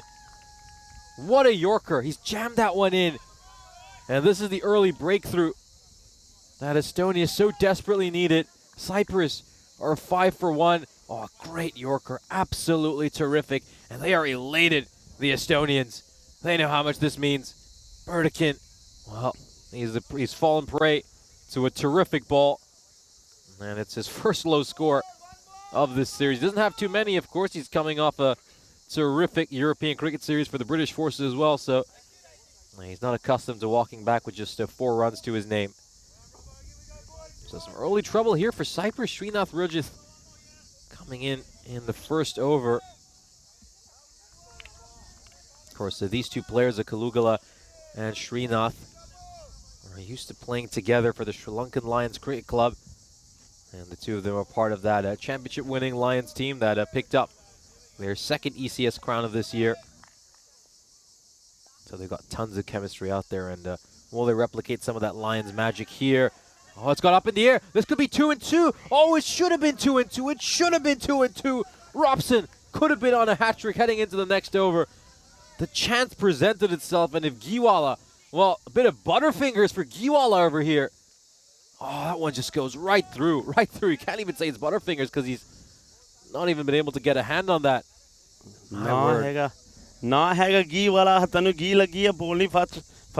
That's a great opportunity. Miss Srinath could have, well, he could have been on a pair. Remember, he made 0 in the last match. I can't believe he's put that down. That was a huge opportunity. Yeah, massive, massive let off. And I think it's just these little moments that make such a huge difference in these games. Just imagine if Cyprus had been 5 for 2 at the end of the first over. My word, there'd been so much pressure on them, and Estonia would have been on top in this game. Gooch is going to bowl the second over. Good captaincy here. No reason to hold him back. Good idea to see if he can get a few more wickets here and really assert Estonia's dominance. Yeah, Kalugala, just getting the feeling that he may have forgotten.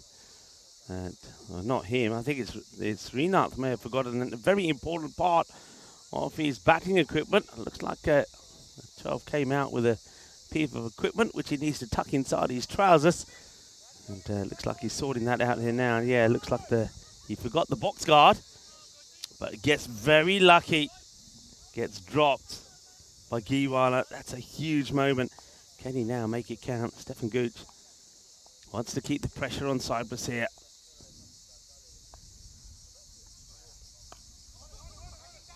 This is tucked away very nicely towards square leg, and it's going to be a single.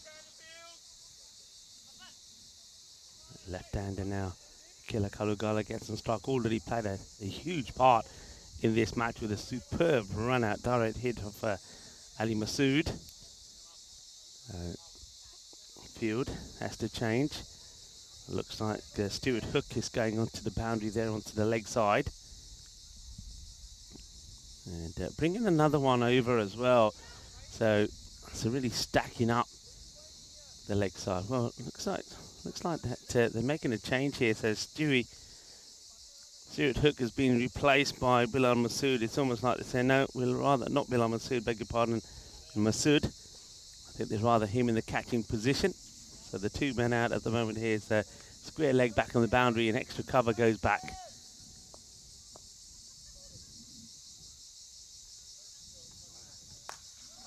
That smash straight down the ground. That's going to be a big 6. Well, you can't put a man up in the trees because that's where that one has gone. Been absolutely belted by Kalugala. This is a shot we've seen Kalugala play so many times over these last couple of weeks. It's left in the slot, and they sent that one a long, long way. My word, that'd be a 6 on many a cricket ground the way he's hit it. Yeah, big hit. And now a bit more time for Arslan Amjad and Stefan Gooch just to have a chat. They've got to find a way to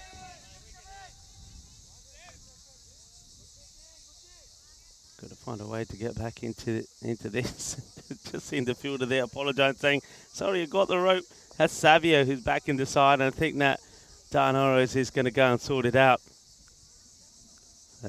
Savio saying, sorry, I got this wrong, but it's all right, Tracy. We're on it, Tracy. We got it. Thank you, Savio. You're going to go down in the naughty book, Savio.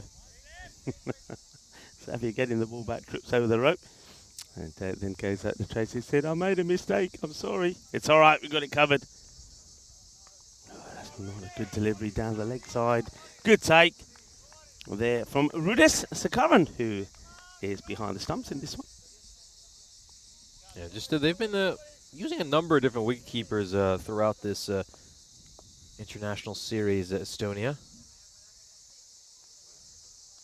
Once again, down the leg side. Gooch struggling a little bit with his radar here to start off. Now, what happens there? It's almost like one of the Estonians almost wipes out the other. And, just still there that as Kalugala gets to the other end, he just gives the little signal there to Srinath saying, hey, be defensive. I think he's trying to say, don't give your wicket away. Got to stay here. Let's get a good start. Let's get a partnership going. That one's gone through at a quick base. Not that Srinath is listening too much to what Kalagula had to say, because he has a big swing, misses it. But you just have to go with that ball, don't you? I mean, you can't fault him for trying to hit a big shot to that one. That's about controlled aggression, I guess. Asking rate isn't too high for Cyprus. It's been a good comeback by Gooch after bowling those couple of wides down the leg side and also getting hit for a 6. It's a much better ball. Look at how it just takes off, and in the end, the keeper, Sekurin, has done a pretty good job to handle that. Another one down the leg side. Yeah, the third wide down the leg side. Gooch is sent against the left-hander. It's going wide, isn't he? He likes to go wide, giving himself that extra step and then get the ball to whip in. But he's just whipping it in a little bit too much.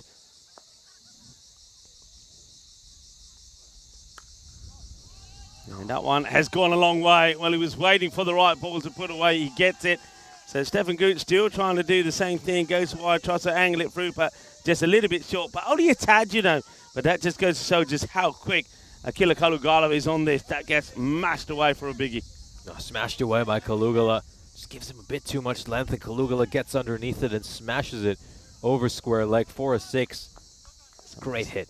Some of the spectators there having a close up with the Grizzly. Right, can he finish the over well? 17 come from it so far.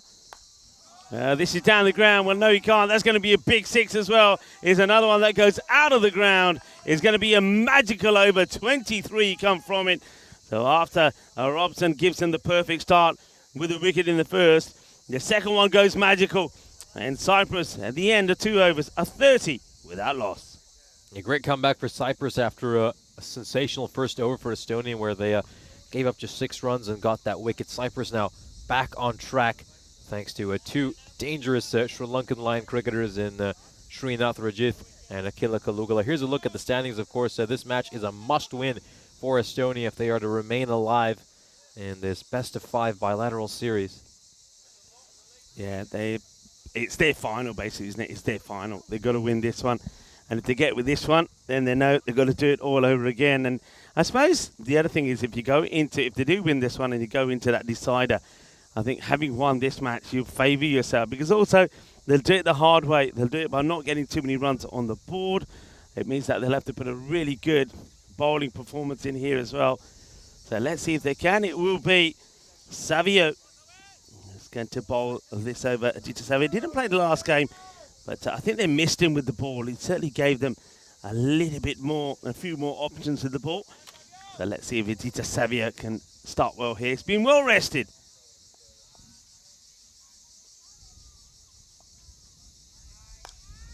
Go for the big shot here. Rajith clears the boundary rope. 6 runs to Savio. Well, doesn't seem like the rest has made too much of a difference. He gets hit for 6 on his first ball. Yeah, Srinath hits this well. It's almost like Savio just trying to get the first one in the right spot, not trying to get too much effort into the ball, but that's just been played away beautifully. It's going to be 6 runs. In the slot. It was punished by Srinath.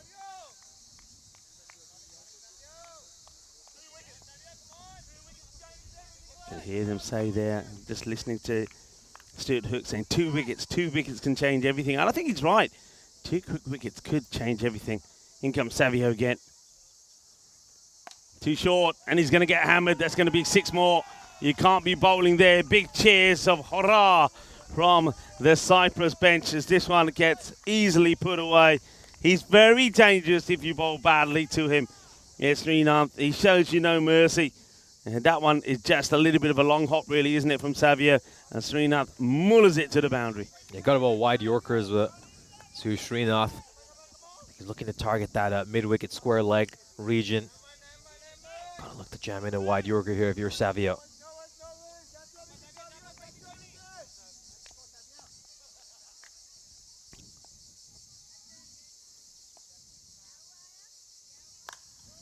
Just go big here to strike this one firmly towards long on, and yeah, much better delivery there.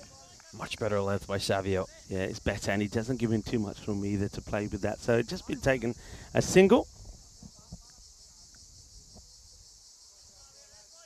rate is just hovering around the 10 required per over. So they brought it down well, have Cyprus. So it's got themselves in a good position here, despite losing that early wicket of their captain, Scott Birdkin.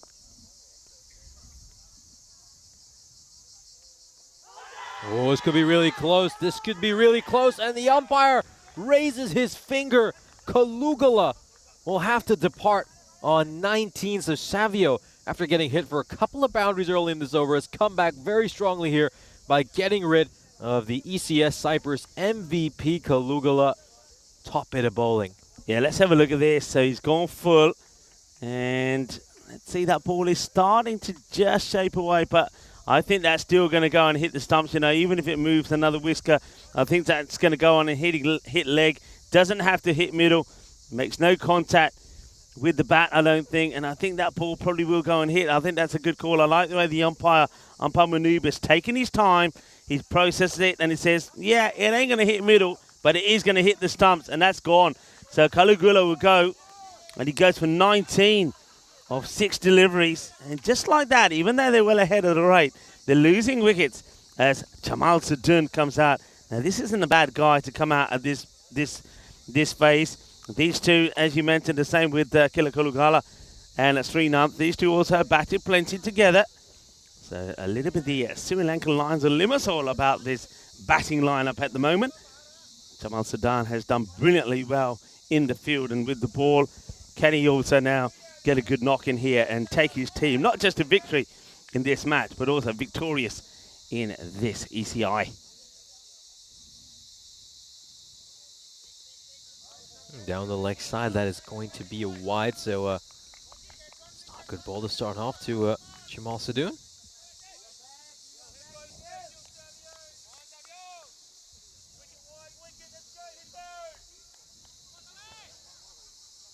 I'm pretty sure there I heard Hook saying, wicket, we need a wicket, we need a wicket. Let's go Hippos. He's not playing for the Hippos. I think he's playing for Estonia. I'm sure he said Hippos there. You're wearing the wrong colour. You're wearing the blue of Estonia there. He hears me. Oh dear. And, no run there, so that's a good delivery. Much better. Now, I wonder how all the Tallinn United and Tallinn Strikers members feel hearing that he's cheering on the Hippos. Yeah, good dish from Savio. Didn't start well. Started with 2 sixes, but he's come back with the big wicket of Kila Kalugala. So both the openers sent back, but they love another couple. High in the air. Now it could be. If he can find it, he finds it. Can he hold it? And he does hold it. Does he hold it? We don't know what's happening here. He doesn't hold it. He doesn't hold it. There were screams and shouts all over the place. Let's have a look at this again. The crowd were making all sorts of noise. The oohs, the ahs. And in the end, this ball is moving all over the place. Let's have a look. No, he doesn't get anywhere near it in the end. So, Sakaran, it's another big opportunity. Remember, we saw Srinath dropped on 0. Now, Jamal Sadun gets a massive life as he also gets dropped on 0. Yeah, massive life for him and Estonia. If they had taken some of these catches, you know, this could have been a very, very different game right now. Of course, Rajit would have been gone. Sadun could have been gone. Think about how different things could have been if Cyprus were 4 down right now. It would have been very different. You're also talking about 2 top players that would have been gone as well. I can see that a nice bit of chickpea curry. And that's on offer for lunch with a little bit of Indian bread. Time to tuck into a bit of lunch for some people. I was looking forward to some biryani actually today, but no biryani today. I think rice is off the menu.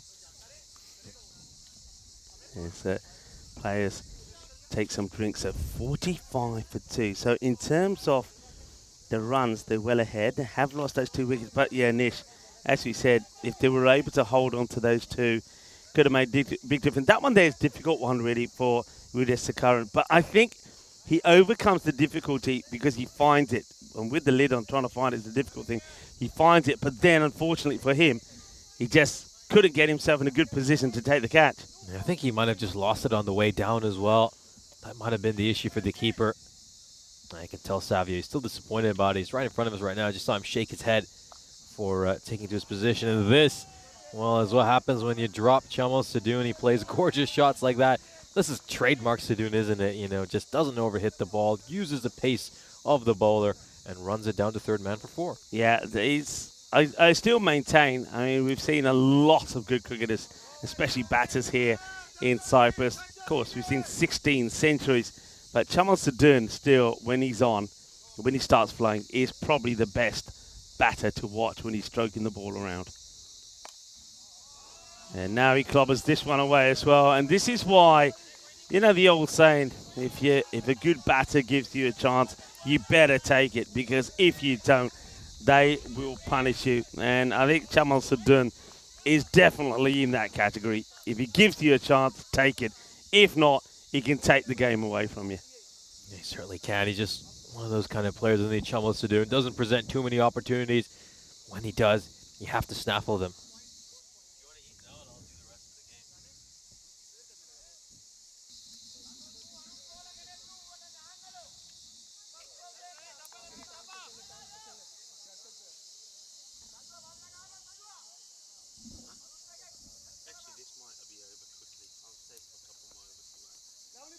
This is just, well, has it just caught the tram line along the way?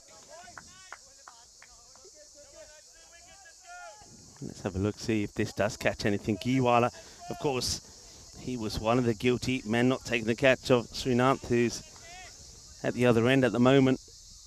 And I think this one, yeah, probably does just stay inside. Yeah, good call there by the umpire. Sadoun's just going to drag this one out towards square leg. Yeah, Tracy's been in the firing line, hasn't she? One of our umpires here. Tracy's out there with Mani, but of course got one on a shin earlier. I think that was from Stefan Gooch. He played a lovely cut shot and was deprived of probably a boundary. Giwala gets a few words of encouragement from his captain, Aslan Amjad.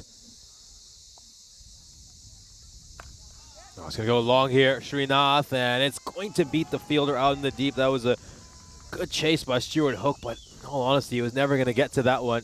Another boundary for Srinath. Yeah, Stuart Hook, not that long ago, was saying, come on, you hippos. And well, now he's got a grizzly coming at him. Tries to make the stop. He can't. Gets past him. He's got to pitch the ball up to Srinath. All the shots, scoring shots he's played so far, have been on that onside in that mid-wicket square leg area. Got to make him play outside the off. That's better. That's a much better ball there. You can also hear shouts from Masood out at long on saying that's a lovely ball. That's the line. And yeah, totally agree with that sentiment. That was a good end to the over. Giwala, that last delivery, but the over still goes for 13, which is more than enough for Cyprus. Yeah, going well. Wickets falling, but runs flowing quickly as well. They need an over here where they just pick up a couple of quick wickets. And I think they're doing what for me, Nish, they're making the mistakes they've made before. I don't know how many times I can say this. There's not too many runs on the board to play with. You've got to get wickets. You get wickets in the match. You can take 2 more wickets in the match. Robson bowled the first over, went for 6 and got a wicket. Gooch is, right, he was magical, so fair enough. You don't go back to Gooch. But why haven't you gone back to Robson? I don't understand it. If you want to win this match, you've got to say, we need to take early and quick wickets. If we can take another wicket or 2 here, we put the pressure on. At the moment, these 2 batters are batting knowing that they've still got batting to come. I just think it's a mistake. I think you could be holding, if 1 over here goes magical, you're holding Robson back for nothing. Yeah, I think we sound like a broken record reiterating this point. I'd go for Robson this over and then bring Savio on for the over right after that. Panama. Let's see how he fares. Oh, he gets one past Chamo Sadoun. Sadoun normally would back himself to put this away, and they haven't got a backward point in place either, so misses out on this one. So Panama starts with a dot. Yeah, keep in mind both Robson and Savio could easily have had 2 wickets each. They also had catches dropped off their bowling, so those 2 creating all the chances so far for Estonia. Sadoun will strike this towards point. A sharp throw by Gooch at point. Well, they'll come across here for a single. Yeah, this time Thomas Sedun doesn't try and hit the ball as hard. He just concentrates on getting back onto the ball. The rate's just climbed up slightly. It was around about 10. But with the number of batting that you've still got to come, and knowing that any one of these two batters can go big at any point, they'll be quite happy with where they are. Goes for the big shot again. Sounds beautiful coming out of the bat, but doesn't have much distance. Just trickles away to mid-wicket inside the ring, and it's just the 1 run. Well, every time the ball doesn't go to the boundary, every time it's a single, it's almost like Estonia get themselves back into this contest. So every dot ball or single is a huge delivery. It's going to be called a wide. Lovely ball is a shout there, I think that's Ali Masood who's on the boundary, but it's too wide, says umpire Munib. But Panawar is trying to keep the ball in that off-stump corridor. The thing is here, Chamal Sadun knows that, and I just get the feeling if it's in the same area again, he's going to try and whack it away like an uppercut. Well, he goes down the ground. It's a miscue. 2 fielders coming. Somebody's got to get a call on it. And Savio takes a catch. Chamal Sadun will go. And that's a big wicket. Well done to Savio. He deserves that, Savio. He deserves so much more from that one over that he bowls. So Panwar comes in. He does take the wicket. And it's a big wicket. So Chamal Sadun, once again, gets a bit of an opportunity with the bat, but doesn't make it count. Yeah, well-deserved wicket there for Panwar. He's bowled superbly this over, and he gets rid of the danger man, Chamal Sadun, who's not really able to make that drop catch count. His strike rate a touch too low. And he made 11 runs of the 9 balls he faced, and this is well taken by Savio. We know that Panwar and Savio, the two of them, had a few issues with their catching, but no mistake there by Savio. He was very unlucky when he had a catch put down off his own bowling.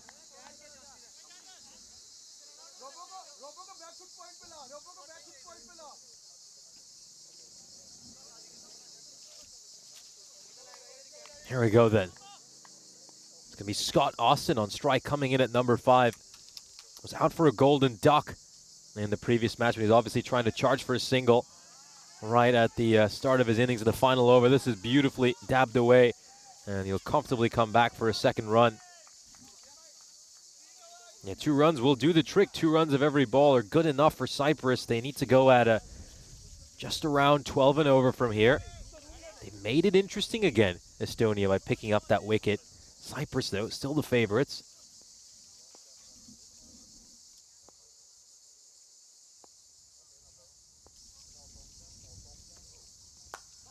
This is pushed towards long off for a single. So Cyprus are 64 for 3 halfway through their innings.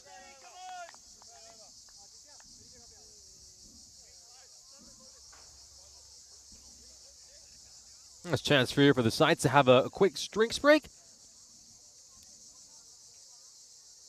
We'll also just got a chance here to just to recap what we've seen so far this innings. Of course, before we recap what we've seen so far this innings, let's have a look at some of the pictures coming up tomorrow. So tomorrow is the start of the T20I series for both the men and the women. Of course, the men will be playing 2 2020s each day, so we'll see 6 men's T20s over the next 3 days. And the women will play the final T20 of the day each evening at 4:45 local times. We'll see 3 women's T20Is over the next 3 days.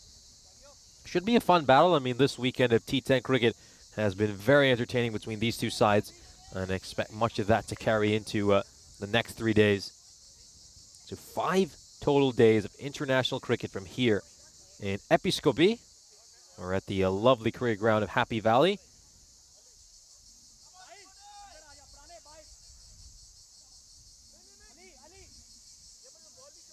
Now, this is going to be Masood to bowl this first over after the power play. I haven't seen him bowl much during this European Cricket International Series. During the ECS in Estonia, picked up 10 wickets in the 24 overs he bowled and had an economy rate of 13. This is just played away by Austin towards mid-wicket. They'll pick up a single over here.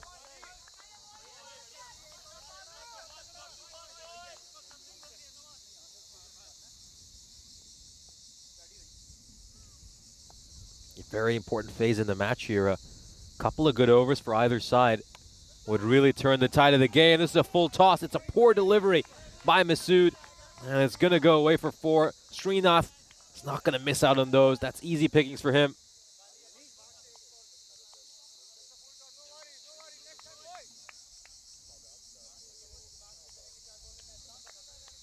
Just take a look at this. It's on the pads.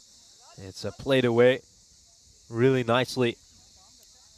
He's got to come up with a better ball here, Masood. I think one thing we were talking about with Estonia was just the lack of spin options in their team, and they turned to Masood here, just hoping that he can maybe control the run rate a little bit. But this is also going to evade the fielder at square leg, and it's going to be a single. Just a few errors creeping in here for Estonia. It's important.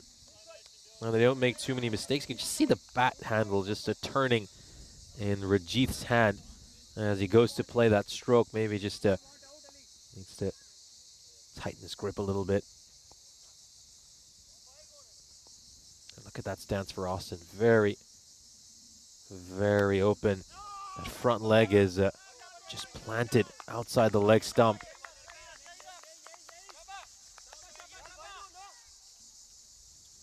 Yeah, 2 balls to come in this over. 6 runs off it so far. Now steps across here, Austin. This goes straight to the fielder at point. Could this be a chance for a run out? Austin's already been run out once today, but he won't be this time. Let's see. Yeah, that might have been a wide if he leaves that alone.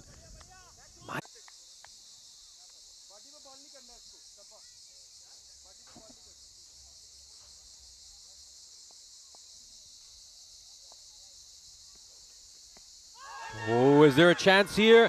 Big appeal. The umpire raises his finger and Srinath will depart. It's another wicket here for Estonia.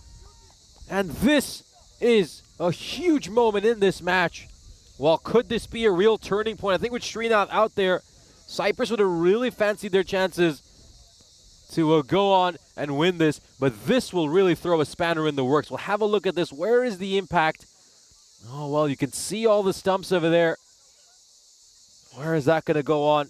Is it going to go on to hit that leg stump? I mean, you can see all the stumps very clearly in that replay. We'll take a look at it again.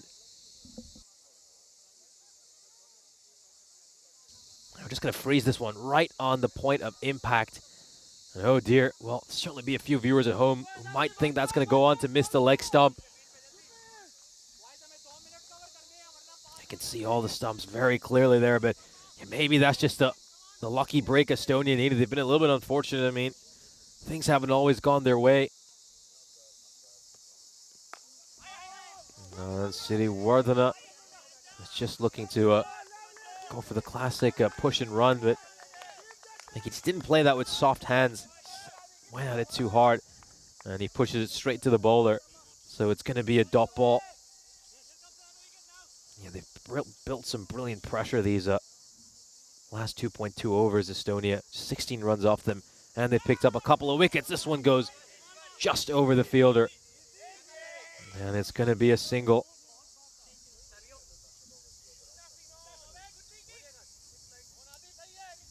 He's going for the big shot there, City Wonder, but doesn't quite connect as nicely as he would like.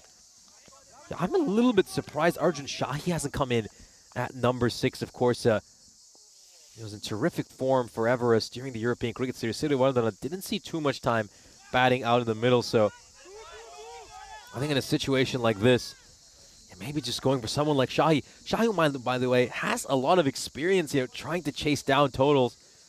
Often was he in situations where he was trying to single-handedly lead chases for Everest. So, yeah, maybe I would have sent Arjun Shahi in at this stage. City Wardana, very experienced campaigner, a match winner for the Sri Lankan Lions, a 2-time champion. So, you don't want to count this guy out. That's going to be a single.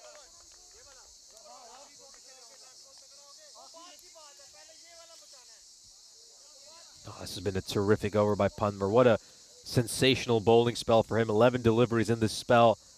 9 runs, 2 wickets. How's he going to round it out? Jamming in another great Yorker. Terrific spell for Punmer. Terrific spell. 2 for 10. Brilliant figures. And Cyprus, well, they've got their backs against the wall here in these last 3 overs. They need 46 runs to win it. And we're going to have a quick drinks break here. And a chance for both these sides to get some refreshment. A chance also maybe just to talk a few things over. And it looks like we're in for another dramatic finish between these two sides that keep treating us to really entertaining games. I think I've loved the heart and spirit of this Estonian touring side. I think there have been a number of matches where maybe we thought they were out of the game, but they've been fighting back. They've been fighting and fighting. They managed to get a result once in their previous 3 games. And can they tie this series at 2-2?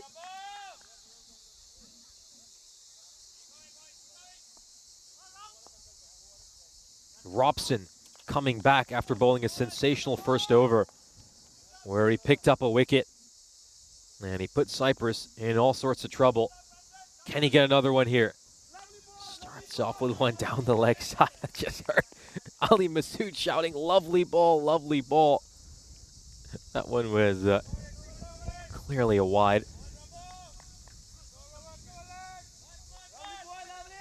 Yeah, Robson bowled a great first over. Just wonder if Scott Austin is the right player to have out there right now when you need to be going at around about that 15 and over. And it's another one that he misses out on. You got other batters in there. I heard you talking about Arjun Sahi. I wonder if you got to make that retirement here. Yeah, he's going to run the ball. Austin just roughly run the ball. Yeah, Robson just gets that nice movement away on that previous delivery. Austin looking to advance down the crease. And it's just going to be a single, so yeah, he's often yorking himself with this plan. When Austin's falling right now, he's looking to come outside his crease, advance down the wicket.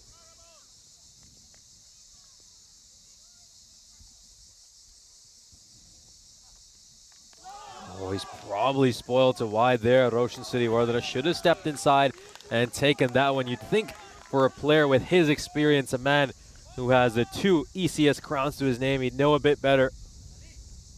Yeah, it's a big error, really. You just step inside of that and take the wide. So it's another dot. Oh, they're probably wondering how they've got to this point. Just look at that rate keeps going up. So Estonia keeping their hopes alive here. It's another, just a dot ball. Robson has been absolutely brilliant. And they've used him earlier as well. They're not holding back to hit for him to bowl the last over. So they know that get a good one in here. And you could seal it. So needing some big hits. That one could be one of them. So that is out of here. That's 6. But they need the same again of the last ball to at least stay in touch.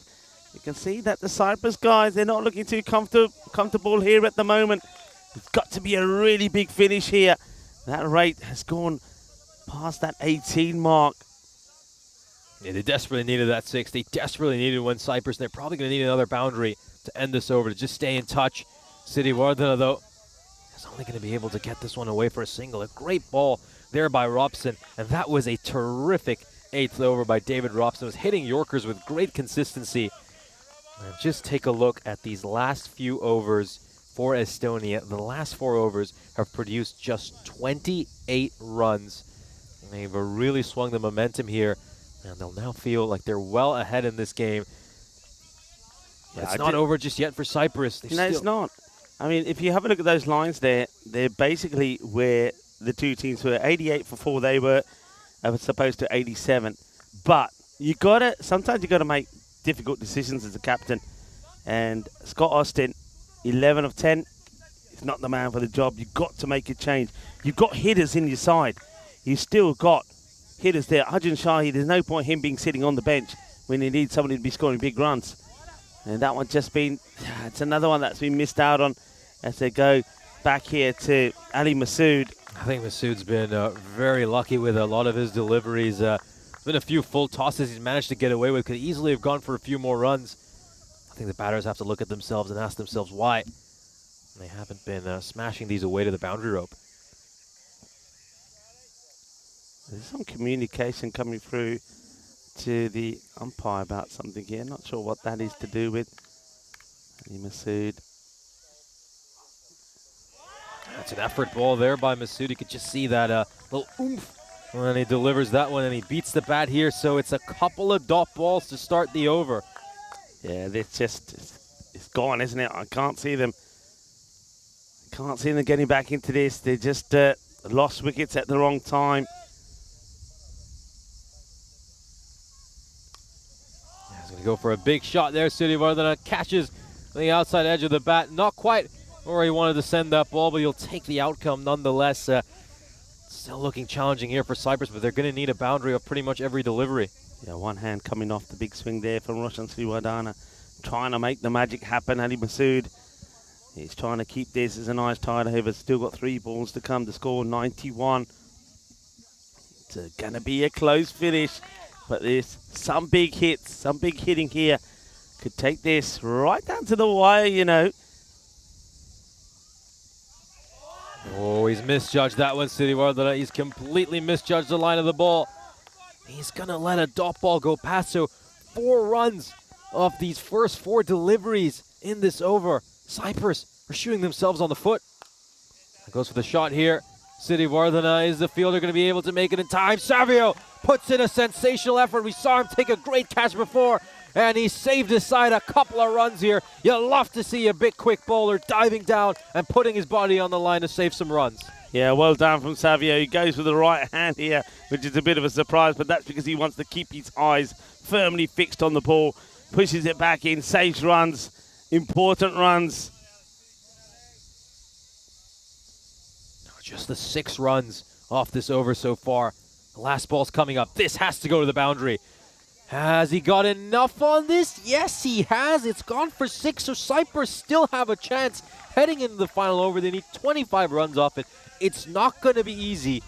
And Scott Austin is going to be on strike, so he's going to have to turn things around a little bit. He's been going at about a run a ball for his innings.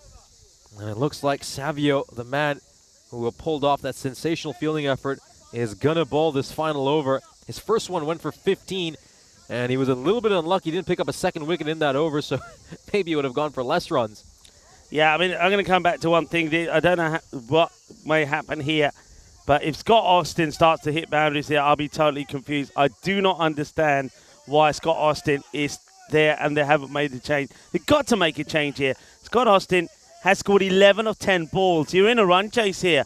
I mean, it doesn't make any sense to me at all, this. Doesn't make any sense. You got Arjun Shahi and 1 or 2 other players sitting there that can hit a ball hard. Pratyana can also smash the ball. They're sat there, and you got Tiki Taka in the middle.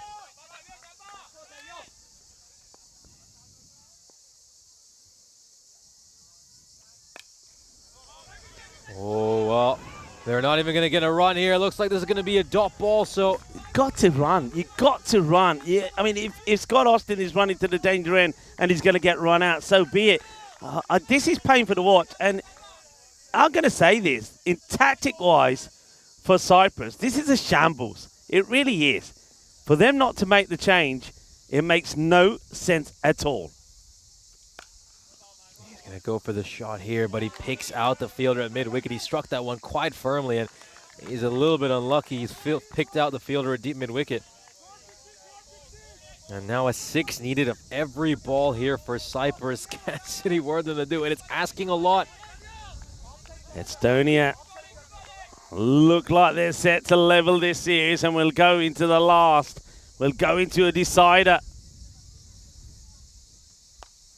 No, he's going to go for the big shot here. Where is this going to land? Just in front of the rope. It goes for 4, which means Cyprus's hopes of victory have probably come to an end. All Estonia need are 3 legal deliveries from here, and they will secure this victory and tie this series and take us to a dramatic decider to round out this weekend. It's been a good defense, isn't it? Considering that they lost the power play 45 for 2 it was. And at the halfway point, they were well ahead as well. But what a great fight back it's been. Savio has been brilliant, not just with his bowling, but with his performance in the field. Panawai as well, they put a great shift in with the ball.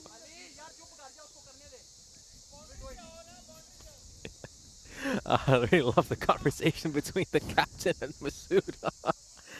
Oh, if only I could tell what he just said. Oh, back of a length delivery there, and it's going to be a dot ball. They're closing in on a victory here, Estonia. I've got to say, just love the grit and determination of this Estonian cricket team. You know, they've had their backs against the wall a few times during this series, and on each occasion, they've come back stronger, and they've picked up crucial wins here in this top away series. City Fortuna just watches that one go past them for a dot ball. But I think that a little bit of indecision isn't going to make too much of a difference to the outcome of this match. He's done that a couple of times, hasn't he? Sriwadana just watches the ball go by. He's at a phase where he's got to be lashing at everything. So what a defense this has been from Estonia. They're going to level this series. That means we're going to have a decider between the men. Step across City Fortuna goes for the big shot, but he's going to pick out the fielder at cover, and Estonia fight back once again. They bounce back after a loss for the second time in this bilateral series. And the heart and passion of this Estonian team, the grit, the strength, they once again demonstrate they are not turned down after a loss. They always come back and show their fighting spirit. This series is going to a decider, and that decider will be coming up for you in a couple of hours' time. And there'll be handshakes all around here among this Estonian team. What a victory for them. A great defense here. Keep in mind, they were in all sorts of trouble in that first innings. At one point, we thought they'd struggle to even get to 100. They get to the 120s, and then they put on an incredible show with the ball in hand in this second innings. We'll have a look at the highlights of what was a very entertaining innings of cricket. Kalugala and Scott Burdekin opened the batting, of course, and this was a rare occasion where this partnership was worth just 5 runs, a rare low score for Scott Burdekin. Yeah, it was, but I mean, for me, player of the match has to be Aslan Amjad, not just because of the way in which he smashed the ball all over the place and got that half century at a crucial time for his team, but the way he led here as well, the way he used the bowlers. He was under a bit of pressure from some of the other senior players trying to give him instruction what to do, but he stuck by his guns. That one was quite plumb. There was another LBW, I think the one that Srinath got, could have gone either way. I got a feeling that it was actually missing the stumps. I think that was a bit of luck that went their way. But there were some chances that were dropped. Remember, Srinath was dropped on 0. And Saddam was also put down on 0. But it was a tremendous fight back. But I have to say, tactically wise, I do not believe what I saw there from the captain of Cyprus. I mean, you've got to make a change at the right time. And for Scott Burdekin, and this is something I have to say this, Scott Burdekin, he did this a lot, even with the British forces of Cyprus. He's a captain that doesn't like to do the retirements out, and he had to change it. He had to send Scott Austin out. He had to get Arjun Shahi going out there. He could have even got something like have a Prathani going out there, but he decided not to. That's what cost them in the end. It's bad captaincy. They had the match in the bag. In the end, they threw it away. Scott Austin, you can't be in there and be scoring at that sort of rate. He scores 12 of 12. And, well, that's basically 2 overs, going for 12. That's where you lose the match. Yeah, it's a tough loss for Cyprus. It'll certainly take quite a while for them to digest that, but they'll need to come back in a couple of hours' time and sort themselves out mentally for what should be a huge deciding match between Cyprus and Estonia. We'll have a look at the scorecard of this innings. As you can see, a number of batters got off to good starts, but no one was quite able to go on and play that big innings, which Cyprus desperately needed, the way Masjid was able to for Estonia in that first innings. We'll have a look now at the bowling figures for Estonia, and as you can see, a great all-round bowling performance. Everyone will be really impressed with the way they went about things. Aditya Panwar picking up 2 wickets and giving up just 10 runs in the 2 overs he bowled. And then David Robson, well, he set the tone in that first over, didn't he, by picking up a wicket. And then he came out there in the second half of that innings, bowled a superb over. So the match summary is that Estonia have tied this bilateral series by beating Cyprus by 19 runs. We're all square, and we're heading to a deciding match that'll be coming up in 2 hours' time. Really looking forward to that one, but I'm even looking forward to this great game that's coming up in just about 10 minutes when the Estonian women will take on the Cypriot women. Join us in 10 minutes' time.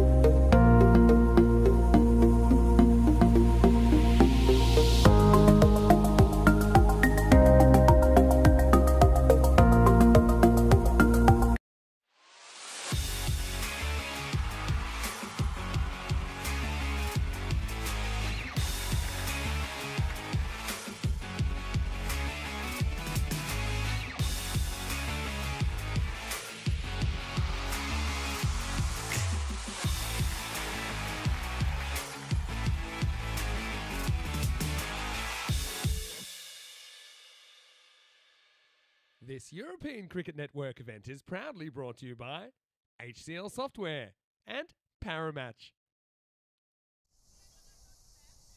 It's time for our fourth match of the day. Let's head over to the coin toss where match referee Tyrone Peters is alongside Erisha Chaturani and Mary Valner. Estonia to call. Tail. Tails is the call. That's a head. I bet you she said they're going to bet. Well, thank you very much to match referee Tyrone Peters for that update. Boy, have Cyprus been lucky with some of these coin tosses. Cyprus, of course, have picked up this series victory. They have an unassailable lead, and both these sides will be playing for pride in this final match. Of course, the main story for Cyprus in that previous game was that incredible opening partnership they had between Chaturani, their skipper, and Dinanalaga, a 90-run opening partnership that just set their side up for victory. Meanwhile, for Estonia, Vesic was great with the bat in hand. She made a run of ball 19, and let's see if she can rebound and put on an even bigger performance in this final match of the day. Let's head over to the commentary box where you'll be joined by Rico Full. Thank you very much indeed, and welcome everyone to the final match of this ECI T10 International Series between the women, of course. So we've already reflected on, and thank you very much to Nishay Bhatt for giving us the in-depth intro as well. It's already a series that's been won by Cyprus. They've got a 3-1 lead already. Now, they'll be looking to make it another win for them, but I liked what I've seen from Estonia so far, and could they pick up a victory here? And that will certainly serve them really well. They should be very proud of what they've achieved so far already here. But they'll be looking to get a good performance in. I think Anne-Marie Vesic, I think she's going to be very key again here. And I think that's the one thing they've got to try and do. Maybe use your key bowlers, once again, like Vesic, maybe even the likes of Delbina, and also the captain Valner, to try and get those early wickets, pick up those 2 or 3 early wickets early, and then really try to keep it nice and try to restrict to around a score around about 70, and then see if you can get there. 77% to 23 in favour of Cyprus, and of course it's going to be probably once again their captain that's going to look to get a good knock in here. It's batted very well so far. Made 48 in the last match and didn't get the opportunity to get her half century. It looks like we are pretty soon here, ready to go. Umpires for this one, umpire Sajith and Munib. And certainly it's getting very warm out there now as well. As the sun's scorching down. So once again, teams will take plenty of breaks in between. So looks like umpire Sajith will give the go-ahead, and it will be Anna Maria Vesic to start. Let's see if she can iron out some of the extras that she bowled last time and just keep it nice and straight. Chaturani, captain, looking to face the first ball. And Dunkadinia, the non-striker. It's nicely played, just pushed away. They will, well, it's very late going here, Dunkadinia. She struggles to get back. She was a bit of ball watching there, wasn't really expecting the single to be taken. It does get taken here now, so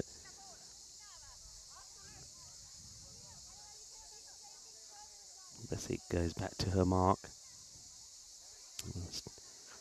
So this is now Samanthi gets given a chance and didn't get a chance to bat last time around because of that great partnership between her captain and Ayushka. So he gets his chance here to Samanthi Dunkadenia, but she bowled very well, didn't she? Very good player. Got the ball in the right places, took 1 for 12. And that one is going to get through. It's going to be a big wide. There's the adjustment not quite made to the left-hander from Vesic. Welcome to everybody that's tuning in around the world, enjoying a fantastic Sunday of cricket here on the European Cricket Network. Hello to John Gray, to Ghulam Mustafa. Nice to have you all with us. Jeffrey Mobbs is, of course, joining as well. I know that Dave was with us at some point as well. I think that's probably caught a little bit of the bat, but it's a good comeback from Vesic.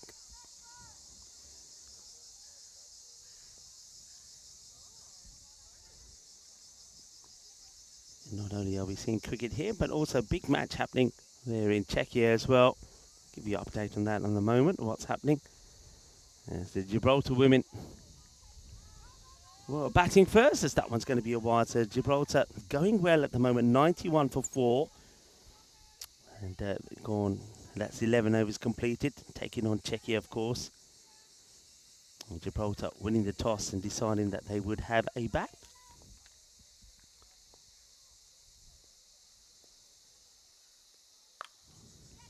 It's played out nicely and partially stopped, and it does enough there, the fielder. That's Elamar. The batters, they don't take a single. Elamar's been so good in that close area.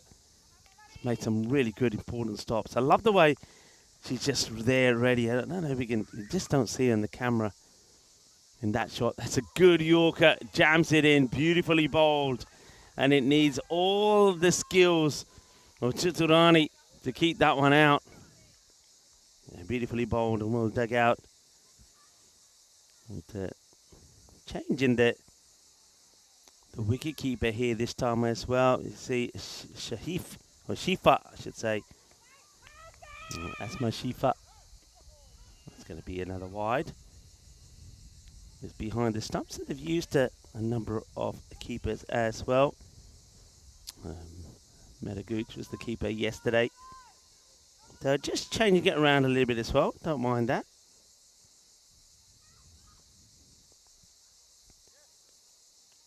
Well bowled. Good rising delivery outside the off. So despite the couple of wides, it's still been a good over. And that's one thing that I've heard myself saying quite regularly when we've seen the bowling of Estonia. And that's one thing that they will with time. The more cricket they play, the more overs that you bowl, the less extras that you bowl, the less time that you need to get yourself and your arm and your radar switched on. So that's something that they certainly will and definitely will improve on. So good over there from Vesic, only conceding the 5 runs.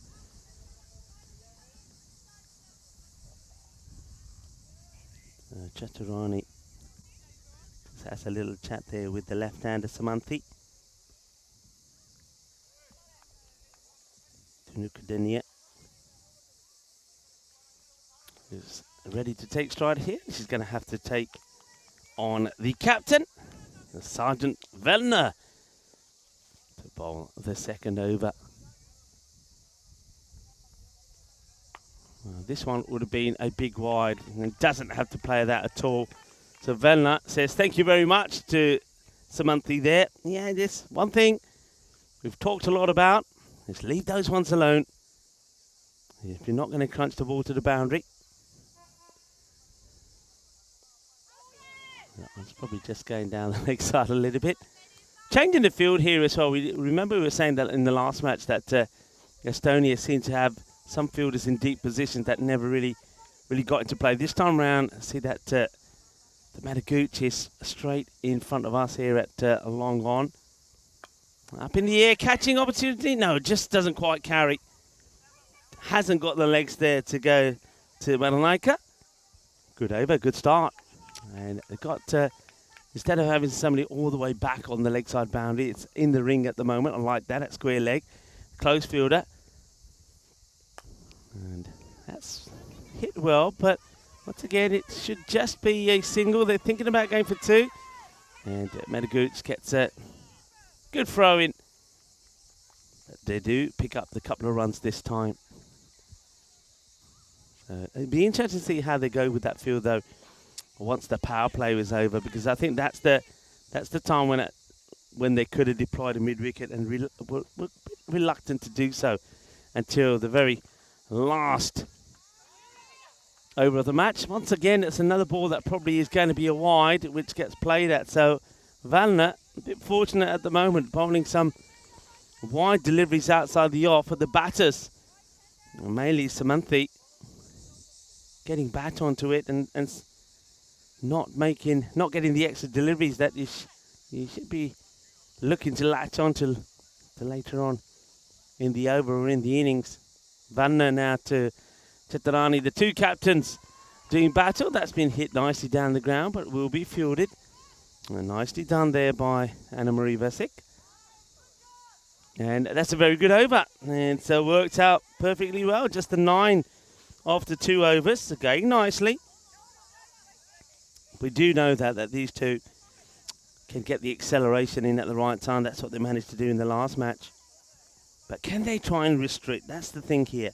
Can they try and restrict and keep this score to around that 70 mark that gives them a chance to get a victory here in the last match here? I mean, they know that they haven't won this series, but they'll take a lot of pride and a lot of joy if they can get a win here. That's short and gets tucked up a little at Strani. It's a shot she plays very well.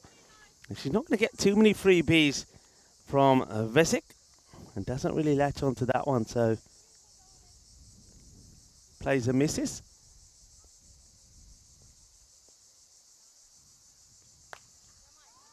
That is hit well, and that, oh well, we're going to have to good look at this, whether this goes for 6 or 4. And a really thumped by Chaturani. I wonder if we're going to have a good look at the boundary here as well, because it's going to be a real teaser. I don't think Velna knows, because she's obviously trying to catch the ball and gets a little fingertip on it. And I think probably, I'll see that going as 4. I don't think it quite catches the rope. Let's see, we're just out of our screen. I think it's going to be 4 runs.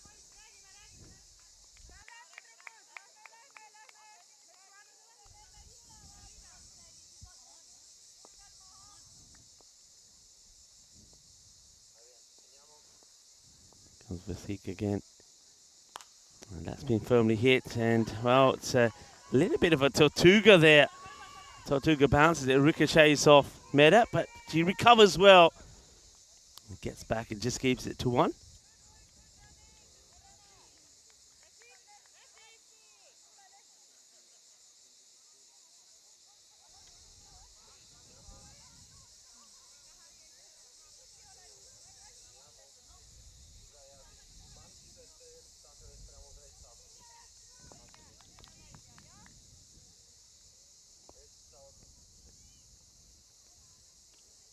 Down the leg side. Very good take there for Asma Shifa.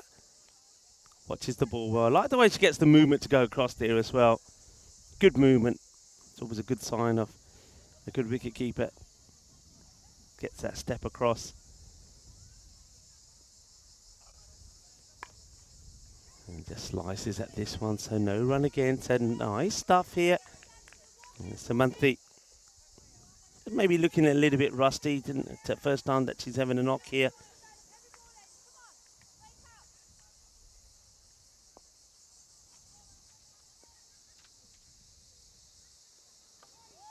Well bowled again now. There's an opportunity maybe there. That's where we've seen this before from the Cyprus side. They don't make take the opportunities presented to them when it comes to taking these singles. That's one thing I've been very impressed with the Estonia side. They run well.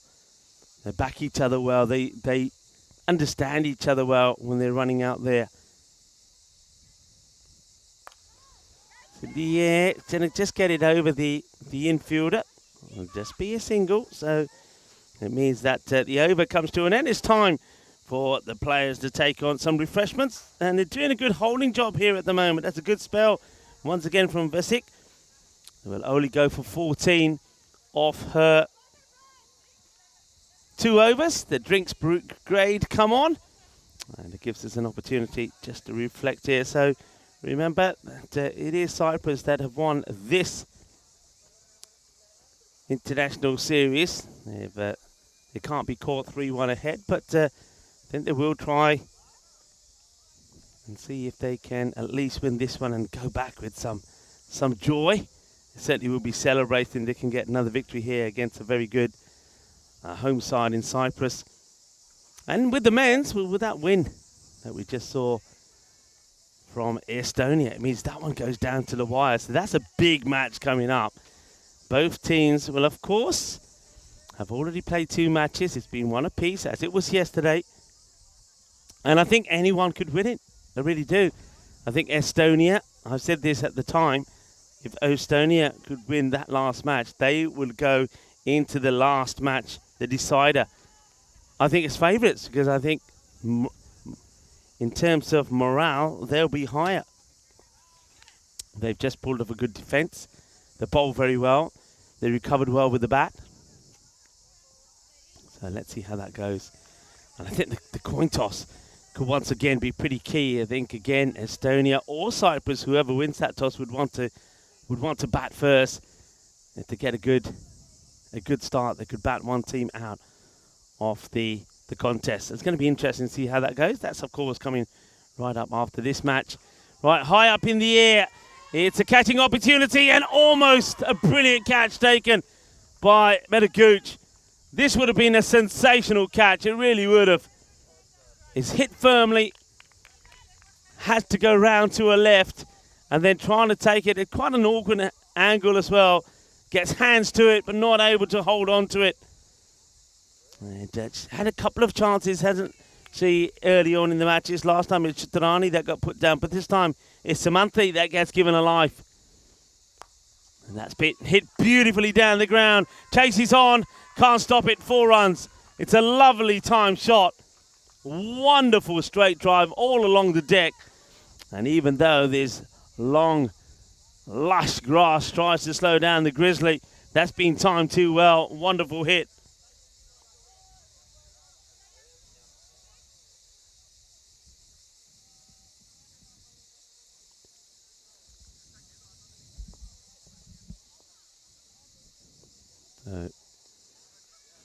Tatarani. Wow, that's well bowled, well watched. It's a really good delivery. Tatarani is watching it all the way, but it's not quite there for the shot she wants to play. She seems to be reluctant just to try and push this out and try and take a single. Looks like she wants to get the big shot in.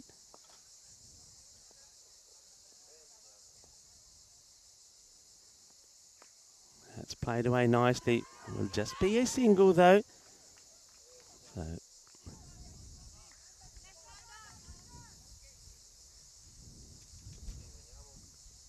Tunka Kadenia now getting back on strike.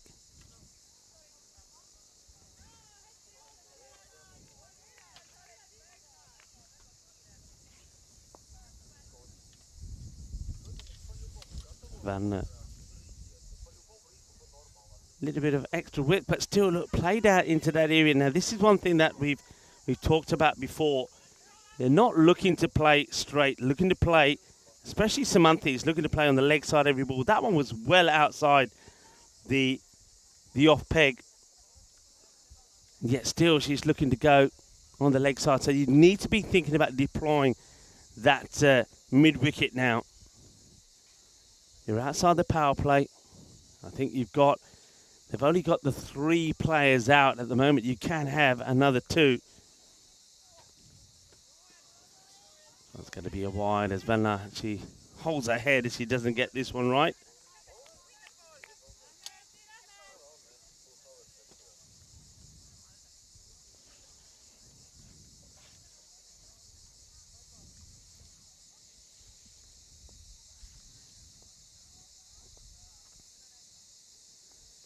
Floated, hit firmly. No mistakes there from Gooch. Makes a stop and gets ready to fire it in. If Dunkadenia strays too far out of her crease, she doesn't. She gets back. It's the end of the over. Not a bad one either. So keeping it well. They're keeping them under the 10 and over that they like to be going at the moment. So that's 4 overs complete, 27. So just the 9 off that one. And you don't mind this. Look, wickets are not important. That's one thing in this limited overs. You're thinking to yourself, all right, you haven't got the wickets, but you don't mind that. You're containing. You're keeping the score down, and that's the key thing. If they keep going at this rate and end up in the 80s, well, you still fancy yourself to have a go at that. But a couple of wickets, especially if you can get the wicket of Chitarani, could make a big change. In comes Victoria Frey, and I think she's going to start with one which probably misses the pitch. It does. Frey's had this sometimes. occasionally needs just a couple of balls to get herself into the rhythm. And when she does, she can bowl some good delivery. So it starts off with one that's too wide. So that's going to be a no ball free hit coming up. And Samanthi looking to get hold of this one.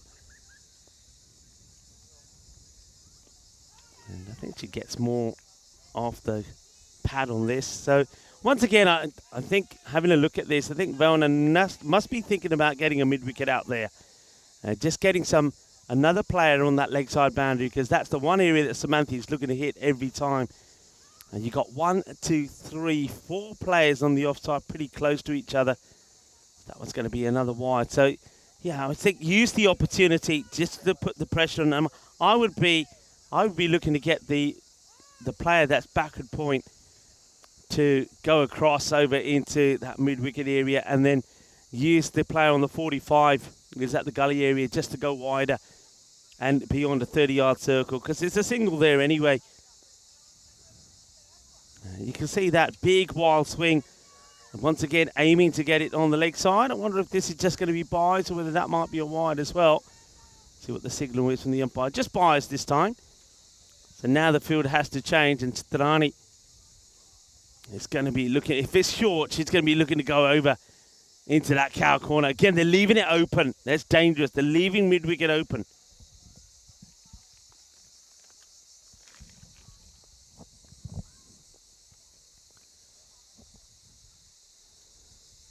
That's well bowled. It's a good delivery. And that's probably a bit of a surprise also there for Chitrani. That goes to show also the signs of a good player. She's not thinking, or like all the balls have been short, so this is going to be short again. So I can. No, she's not thinking that. She's waiting to see what gets served up. And that one also nicely played. Just places off the back foot. And well, Samanthi just seems to be struggling here. As that one gets fired in by Gooch. It's well backed up by Elmar. Elmar gets a hand to it. Backs up nicely, so Samanthi comes back on. I just feel that Samanthi is starting to feel the heat a little bit. Well, look at Victoria Frey. She's not feeling it. She's dancing around. She's got a bit of the Ali shuffle about her. Well, one-handed hit, but doesn't get any power in the shot. It'll just go to the fielder, so will be another single. So tiki-taka at the moment. Good squeeze being put on as we get to the 5 over stage. Victoria Frey, I love her action. Starts by dancing around and then leaps into action. And now this one gets through. Now, I think they might be just having a look. And they say that's okay, so well done, well bowled. And in the end, just 4 runs come off that over. 32 at the halfway point. So they're way behind where they like to be. Remember, would ideally be looking to be around the 50 mark here and then try to get another 50 in the last 5. So to get to the 100 mark. 32. That's and Dunkadenia and Chitrani take on some more fluids as well as the fielders here. Very warm at the moment. Not quite into the 40s as it was yesterday, but still. Looks like see Metanaika just coming off the field there. I wonder if that yeah, looks like 12 is going on for Metanaika.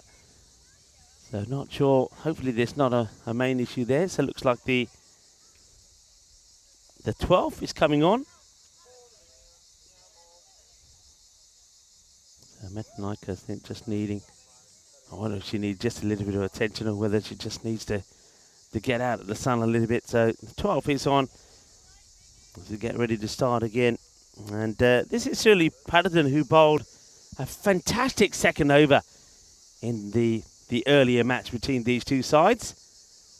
Lost it up and starts well. Starts with a dot as Nishay Bhatt joins me back in the commentary position after having a nice bottle lunch. Yeah, it was great to have some lunch, and back now for this game, of course. Estonia playing for pride here against Cyprus. These two teams, of course, will want to send each other a message as well before they do battle in the T20Is. This is that ball has plenty of flight on it, and look how it just takes off once it strikes the pitch. Yeah, Patterson, because she gets his extra bounce because of the flight she gives, it means that it's going to be very difficult for Samanthi to get back onto ball here because he doesn't like coming out of a crease.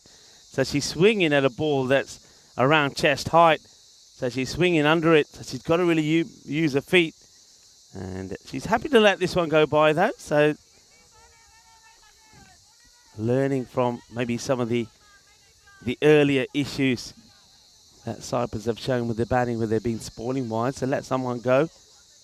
Yeah, against someone like Pattenden, you need to be looking to use your feet and trying to hit these balls on the half volley. This one's going to be pretty wide as well again. Pattenden has this sometimes, but she does always get it back with the money. And against batters that don't like to use their feet, I think she can be pretty useful. And Dukandenia is one of those batters. She's not keen to try and come forward.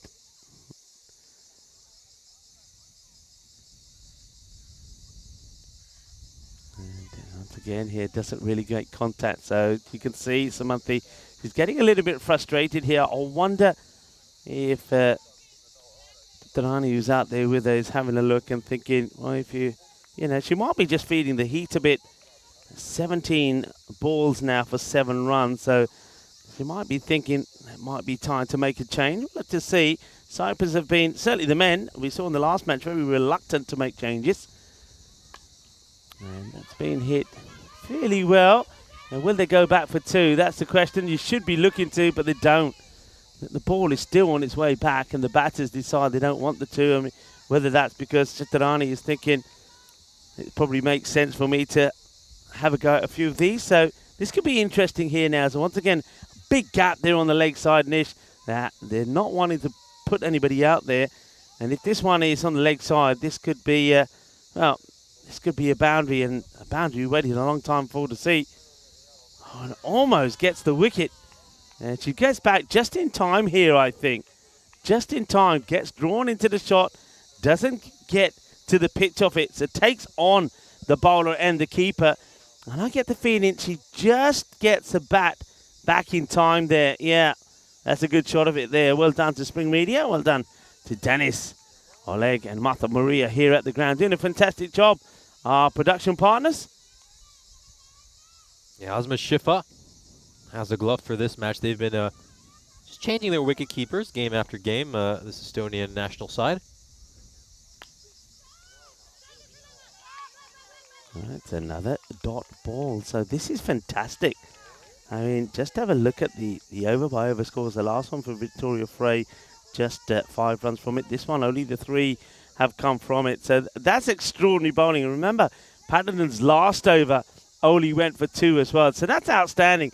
Again, I underline, the more these women will play, the more overs they bowl, the better they get. And we've seen that already. Fantastic bowling. Yeah, very tight bowling. Just the 2 boundaries so far this innings. They've done a good job of containing both Chaturani and Dunkadeni as well.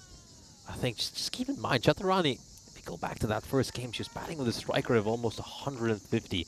And it just shows how much better this Estonian side have gotten bowling to her. Okay, big moment now as Delbina come on to bowl. Bowling to Dukandenia. Remember yesterday in the very first match, there was a point when Alexandra Taylor was retired out, when she sort of had done her job in getting a partnership going with Chitarana and then was retired out. There must be feeling here that Dukandenia is pretty close to being retired out now. I mean, she's been out there a long time, only 8 runs to her name, so the same number of deliveries as Chitarani, but she's got almost half her score. And this is another swing and a miss. So I reckon that if you're going to make that call, you've got to make it here now. They must be seriously thinking about it.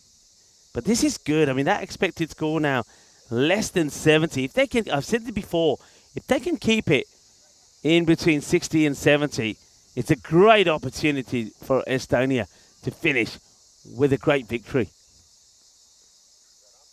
So it might be a little bit too wide it is. But I'm liking the fact that Delbina is sticking to trying to keep this ball in that off-stump corridor. Yeah, it's smart bowling against Dunkadenia, who obviously looks to mostly play horizontal bat strokes towards mid-wicket. They just identified her weakness and done such a good job of making sure she chooses as many dot balls as possible. So we're going to miss again. And yeah, I'm just having a look there at the camp to see if there is any movement. And I don't really see any at the moment. And that does surprise me. I think I can see De Silva and Alexandra Taylor padded up. And we do know this Cyprus women's side are willing to retire players. We've seen them do it a couple of times earlier this series. This is going to be another wide here for Anna Delbina. And I just wonder if Cyprus are considering that retirement. Yeah, obviously they are. You'd expect to see a few changes from Cyprus here. They've got a very big squad. So we know that Ayush is not playing in this match. This one, finally, this one will go to the boundary. So we've had to wait a long time. But Samanthi finally gets one out of the middle. And that will go to the boundary. We've been waiting for a long time. It's been a lot of tiki-taka, but she's given that all its welly. And it's gone all the way. Cuatro carreras.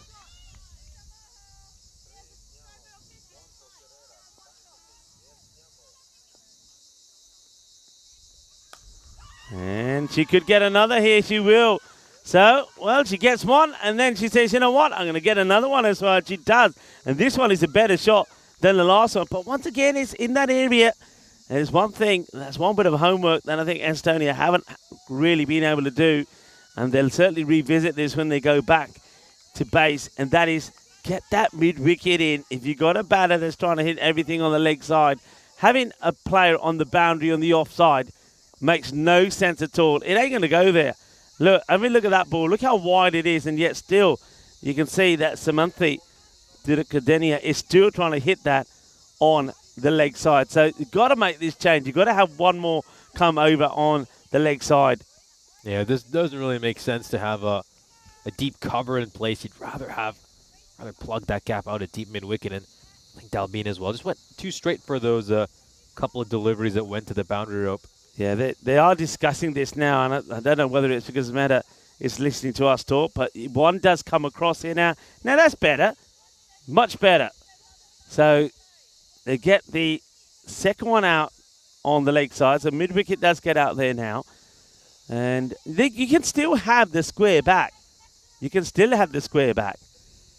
So the sweeper that was on the offside now comes into like a point position. Yeah, better field. This might be, well, the umpire doesn't give this one. Let's have a look at that. Maybe just sneaking in, or maybe just catching a little bit off the line here. So let's have a good look at this here. So here's the delivery. And let's see if this just stays inside. Yeah, it does. It's well bowled. Good delivery. Time for some more drinks. So 46 of 7 overs. Still no change from the Cyprus side. I must admit, it's the last match.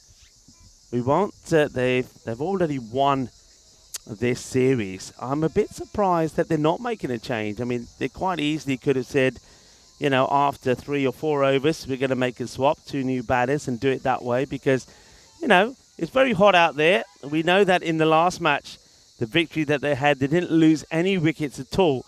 And all the other players just sat there and didn't get a chance to get a knock. And it's looking like it might be the same here again. Make a change. Retire. You know, even if you want to do a double retirement here, you know, you've won the series. Other batters can come in, give them an opportunity. Yeah, I do agree with that, but I think now that she's hit 2 boundaries, it seems to me like it's been a lot more unlikely that they're going to retire her. This is just tucked away towards point. That's a field it by Elgin Ellerma.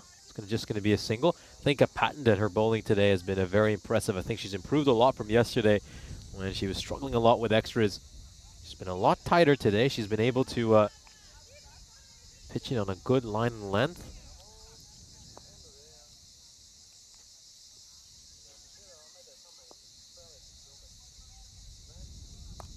All right, this is the first one that's gone out in the offside. And it will just be a single. So that's the first run. I think if we were to have a look at the wagon wheel of what Samanti's done, I think that's the first one that's been hit on the offside. And it means that she gets a captain on strike. Gee, I mean, Chaturani, to be fair, they bowled very well to her. There hasn't been too many opportunities.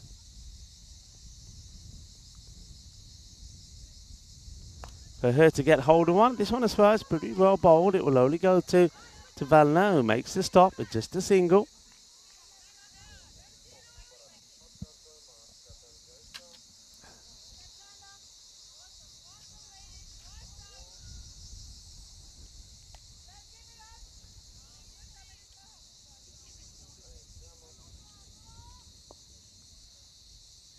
There we go, Pattenden coming in to bowl the fourth ball of this over.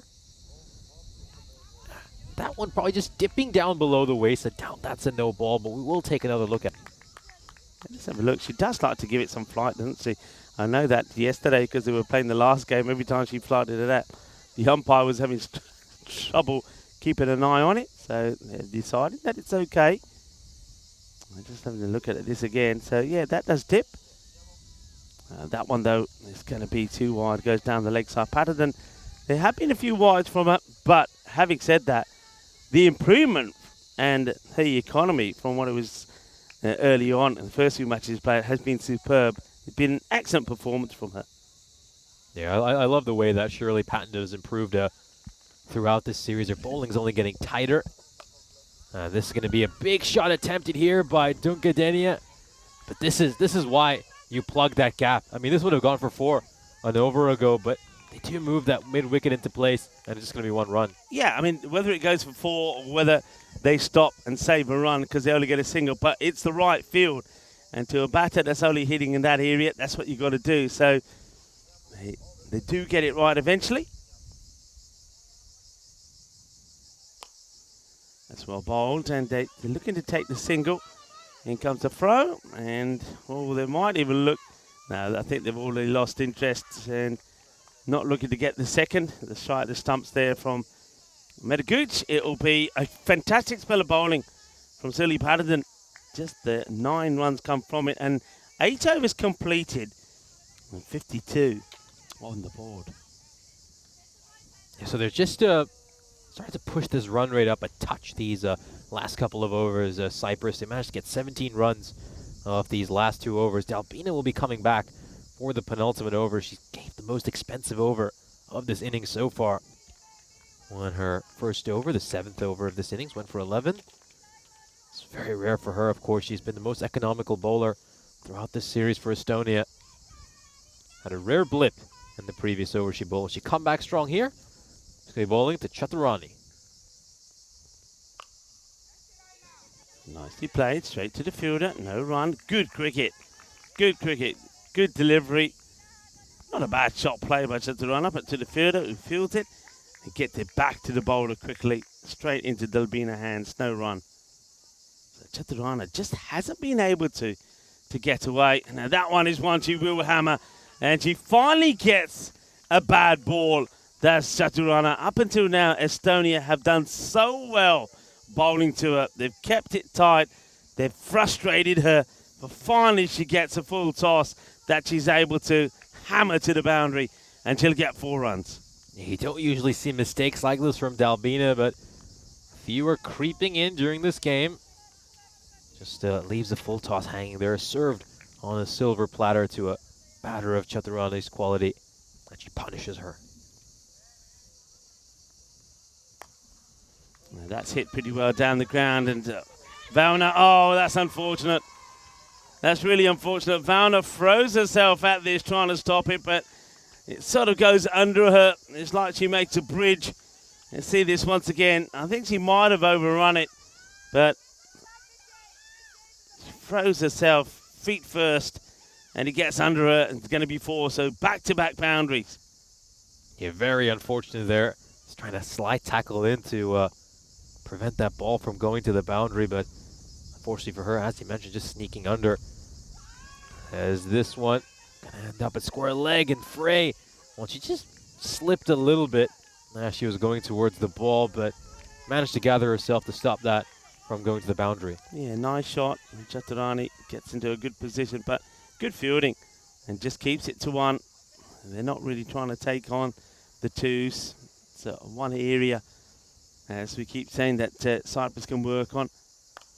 And once again, that field change means that this is just going to go to the fielder. It'll only be a single. The score moves to 62 with 7 balls to go in the innings. Darwina looking to finish this over well. A lovely shot there of this Happy Valley cricket ground, looking absolutely sensational, surrounded by this beautiful landscape. That's hit firmly straight to Gooch, who makes the stop, and no run. So we go into the last 62. It's been a very good performance. Remember in that the earlier match that these two played, Cyprus women put 90 on the board. Estonia got to 63, and that's why I keep saying, if they can keep this to a score between 60 and 70, they have a very good chance there. Been a very good, gutsy performance this from Estonia. They've thrown themselves around. The fielders have batted the bowlers as well. I mean, the number of wides and extras keeps coming down. It's 16 extras so far, only 14 wides.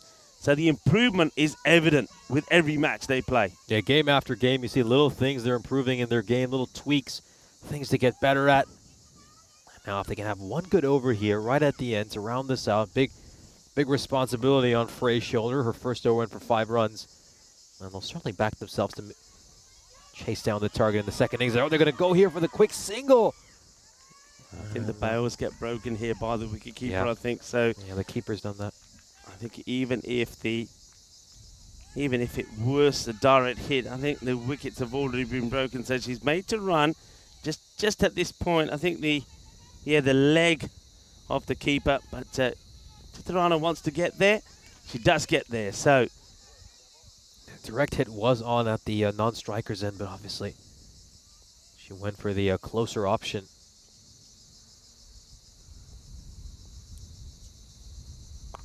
Bowled. Good delivery. Victoria Frey. They're going to get overthrows here. I don't think this is the worst result, because it takes Chaturani to the non-strikers end. I think she's better to deal with Frey, I think, than Dunakadenia. Dunakadenia now 20 of 29. Just got to keep a nice and wide line here to Dunkadenia and make sure she chews as many dot balls as possible in these last 4 deliveries of the innings. It's into the body now. They are running, and here comes the throw. Keep an eye on it. They'll get that good. Oh, has this been given? Has the umpire given it in the end? Looks like it has been given. So I think we all watching the running. Let's have a look at this. So it's a wicket for Frey. Let's have a look at this one more time. I mean, she is standing right in front of her stumps. And here's the delivery. Well, I mean, that's a very the less bad said, the call. better about that decision. That's a very bad call for the umpire. I suppose the only thing you can say about this is that the umpires have been out there a long time as well. But that ball, all things about that is wrong. It's pitching outside the line of leg stick. It's probably too high. It gets given. And I think umpire Munib is the one who gave a dodgy one in that last match when he gave Srinath LBW as well. I just think it needs to revisit some of these rules about where the ball is pitching. That's not a good call. Yeah, I originally didn't even think there was an appeal on there, but yeah, very unfortunate way to lose your wicket. But Alexandra Taylor comes on to bat, and this is really good cricket by her. Gets a single off the first ball, doesn't chew any dot balls, and gets Chaturani on strike, and she'll look to face these last 2 deliveries. Yeah. I think that's the plan here. She would love to try and get a couple of boundaries away. She would love to try and get them into the 70s, 2 balls to go. Otherwise, they're leaving the door open here big time. And remember, they've made some changes to the lineup. So some of those bowlers that bowled very well in the last match are not there. That's been well hit. And it's always going to be a tricky one for Valna. She can't stop it. There's going to be 4 runs, so they're getting to that 70 here. That's nicely struck from Chaturani. She moves now to 32. She's really stood out, hasn't she, by a long way when it comes to this series. But before the start of this match, she was in 121. So she's put over 150 runs, or scored over 150 runs in this series. And let's see where they can finish here. Ball to go. They've got to be running here to try and get to that 70. Well, they won't have to run. Oh, are they going to run? Yeah, well, I wouldn't have run here. If I'm honest, I'm not running. I'll take the wide. I'll stay on strike. So Taylor will face the last ball. So 70. We're into the 70s now. 71. So they just get past the 70s. So maybe these extra runs here towards the end are going to be quite vital. Yeah, the Cyprus mentality really has been just try to get all the runs whenever they're available. They're going to have to dash here quickly for the single. And the throw isn't the strongest. I think Taylor's made it back in time over there. It was a rather weak underarm throw. And Cyprus, well, they will get to 72, so it is a healthy total. Estonia at one stage looked like they might be able to restrict them to something in the 60s, but a good finish by Cyprus. They had 3 big overs right at the end. Of course, those 2 Anna Dalbina overs and getting 10 runs off this over as well. A total of 37 runs in these last 4 overs, so strong finish for Cyprus. They put themselves in a position where they do have a healthy total here, but Estonia will certainly fancy themselves. This total certainly isn't unreachable. Yeah, I think they've got a good chance here. There are a couple of changes, of course, in the lineup. I know that Duna Kondenia is going to be quite key with the ball, as is Irisha Chaturani. They've got Korolage as well out there, but 1 or 2 bowlers that are out. So there could be some chances, but it also depends on how Estonia go about managing their batting lineup. I think maybe for me, you've got to go with Anna Maria Vasik at the top of the order, perhaps her and Meta Gooch, but you just want to go with a little bit of power. Somebody who can give you a bit of power out there with the batting. And what I like there from Estonia is that, once again, they kept it tight.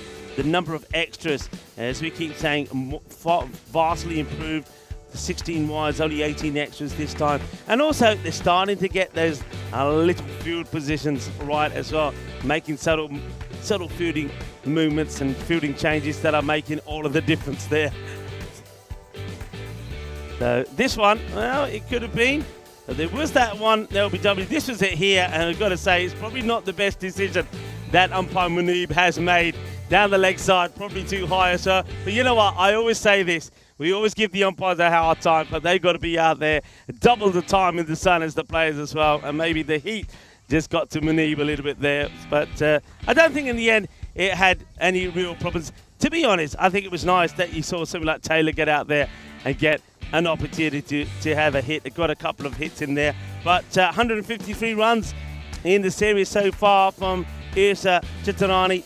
It wasn't her cleanest of knocks, 32-29, but I will say this, they bowled very well to her, particularly to her. They didn't allow her to get a lot of those loose shots in that she likes to. They didn't allow her to get the loose deliveries, only once or twice, and that was towards the end of the innings. So a good, solid performance in the field from Estonia. Let's see, though, if they can match it when it comes to the batting. There's those bowling figures there.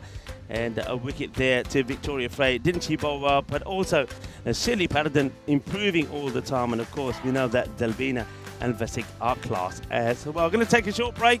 We'll be back in 10 minutes' time for the reply from the Estonian women, needing 73 for victory.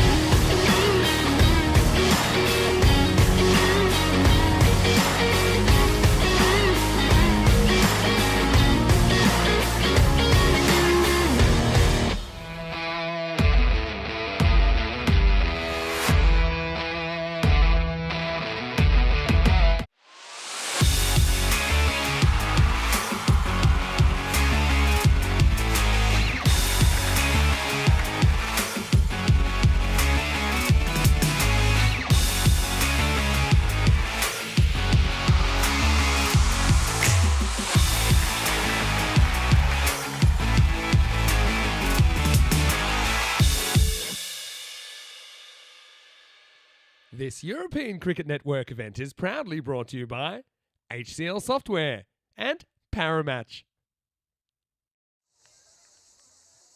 Welcome back for the second innings. It's our final T10 match between the Cypriot and Estonian women.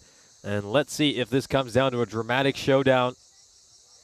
Of course, we got one more match coming up after this. It is the decider for the men's series. The Cyprus women have, of course, clinched this series. So both these sides playing for pride, but pride is going to be very important as, of course, these two teams will meet each other again over the next 3 days to play out 3 T20Is. We'll have a look at the bonus point equations. If Estonia can achieve this target in 7 overs or less, they will win.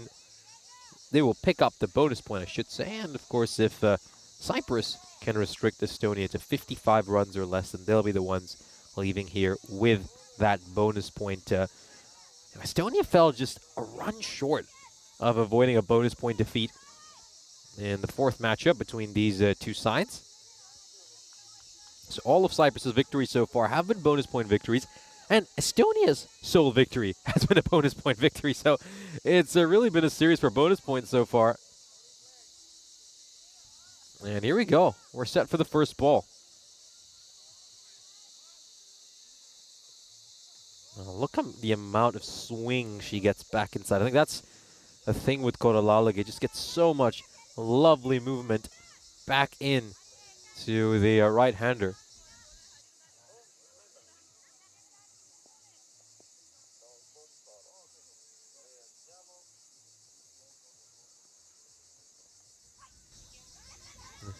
This one is tucked away towards fine leg, and it's going to be a single. So, yeah, some runs here for Estonia.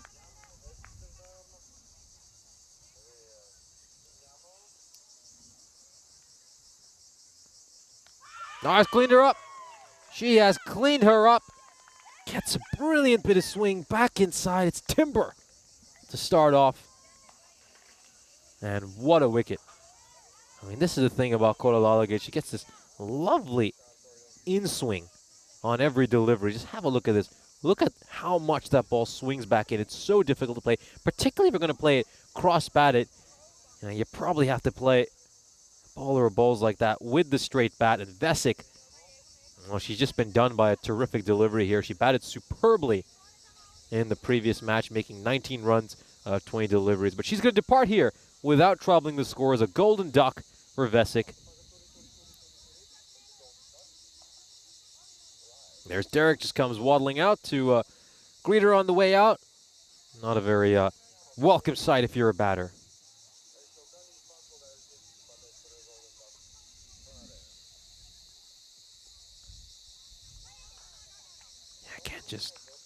Can't emphasize enough just how much she swings the ball. It's why she's been so hard for this Estonian side to deal with. Now you look at Koralalig. That's 6 wickets she has picked up in this international series. She's a leading wicket taker.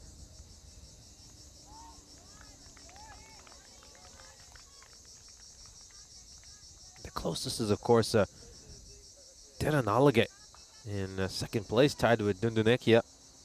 Two of them have 3 wickets apiece. Mare Valner and Vesic have 3 wickets too, but yeah, she's just been head and shoulders above the rest.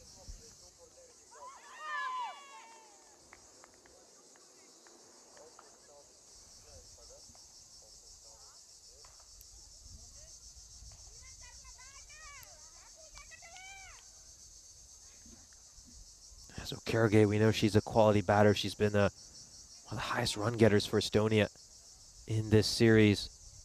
35 runs for her in all the innings she's batted in so far. That one's going to take an edge. Does it have enough to go to the rope? Yes, it does. And Kergay is off the mark with a boundary. Doesn't quite go where she intended it to go, but they'll take the runs however they come. Top edge beats the fielder at third and goes away for 4.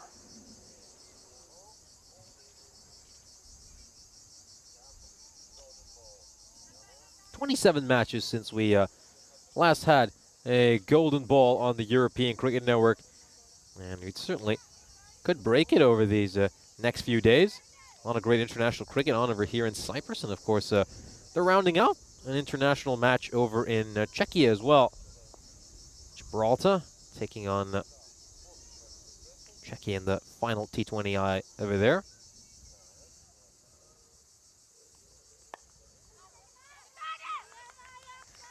There was a chance there at the non-strikers, and maybe half chance. I think just for a second they were contemplating maybe going for a run.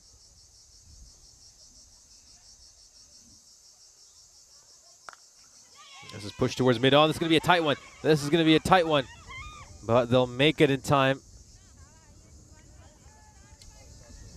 I think they'll make it back in time. We'll just have a look at this again. Yeah, good running. Nice early call there by Gooch. It's her call.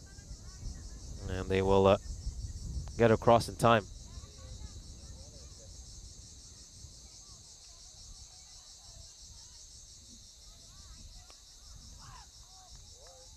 Well, was there a wide over there? Did that just flick some pad along the way? Yeah, that seems like that's what the umpire has decided.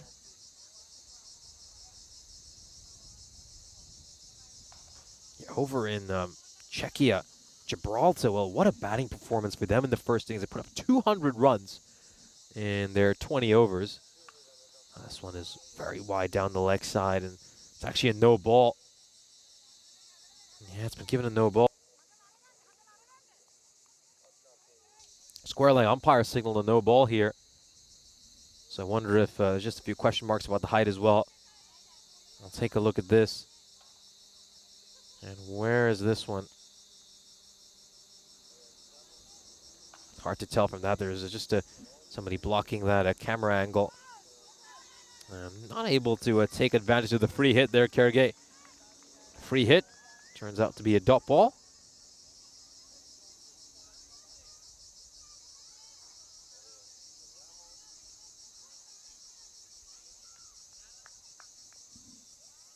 That's been a good over so far by Dunduk. Just the one run off the bat.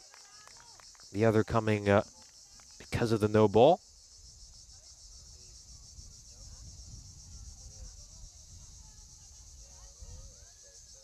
So yeah, just worth noting that if Gibraltar win this game against Czechia, they'll move to 6 points and have a higher net run rate most probably than Croatia. So yeah, that would be very, very tough for the Croatian women. Of course, they've done so well in this Central Europe Cup.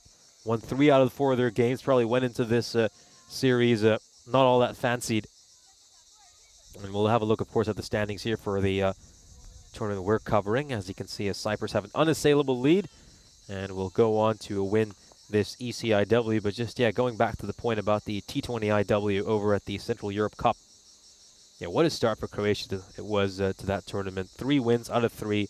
3 dominant wins as well. 3 wins which were very convincing, including beating Gibraltar once and being the hosts a couple of times. But Gibraltar came back strong today, and they came in with a great attacking intent. I think they were determined to stamp their authority on this tournament, and they went out there. They defeated Croatia in the first match, and right now they've posted a massive total against Czechia. And unless something truly miraculous happens and Czechia are able to chase down 201, then you would expect the Gibraltar women to go on and win that Central Europe Cup by net run rate. So, yeah, obviously be heartbreaking for Croatia having done as well as they have as a team that probably entered as slight underdogs. Well, they can certainly be proud of their performance in this Central Europe Cup. But hey, it's not over yet. You never know what can happen. This is just a push towards mid-on. Go for the throw there. Oh, it just slips out of her hands. I think she knows that the fielder at mid-on was a little bit disappointed. Knew she could throw that better.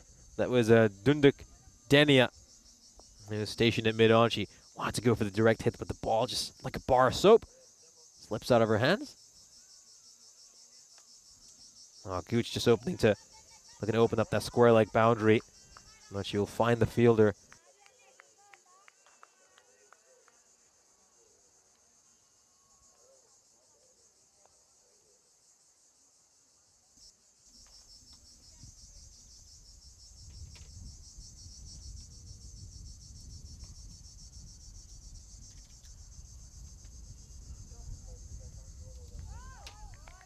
She's looking to hit this towards the leg side carry. I think she's better off opening up the offside here.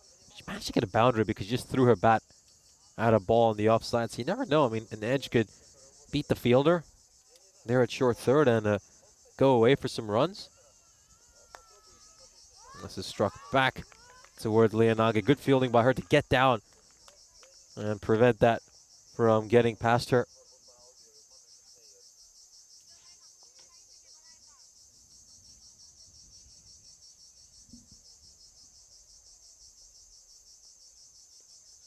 Oh, just using her hands here, pushing at it with her hands. No real footwork there by Kerge. As we come to the end of the power play, a good power play for Cyprus. They restrict Estonia to just 12 runs. And we'll just have a quick drinks break. A chance for these players to hydrate themselves on what is an extremely hot day out here in Episkopi. We're no longer in the village of Ipsanas. We're out in the village of Episkopi, another 10-15 kilometers further up the road. As you can see, very tight bowling here by Cyprus to start off. Just 6-2-4 in those first few overs. It's been good economical bowling, and Estonia have struggled to get it away. I was particularly impressed with the way that Koralalage bowled. I mean, just getting that lovely in-swing back into the right-handers. Such an impressive bowler. Obviously, she was very unlucky when that edge went away for a 4 because her opponents were struggling to get bat on ball. They really were.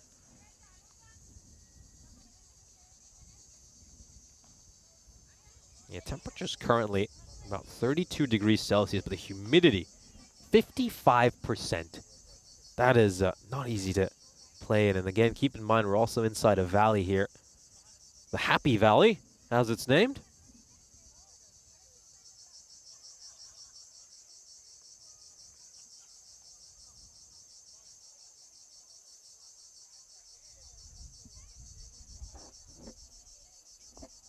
First over after the power play is going to be bowled by the captain. Yeah, Gooch gets some bat on this ball. She'll pick up a single here. The run rate right now is at just under 9, so it's getting harder and harder for Estonia by the over. You know, the key for the batter is the way to break this down is look to get a run of ball and then take the 2 or 3 extras that come your way. Because we typically see about 2 to 3 runs of extras of every over just from the wides and no balls. Oh, that falls short of Taylor.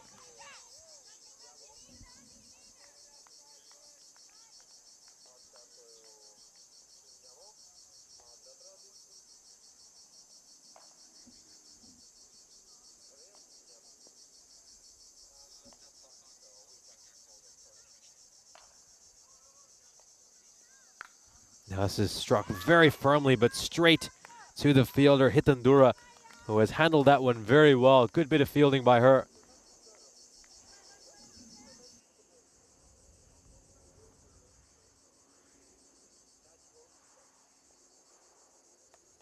This one is just struck away towards square leg. It's going to be another single. So, yeah, good tight bowling here by Cyprus. Just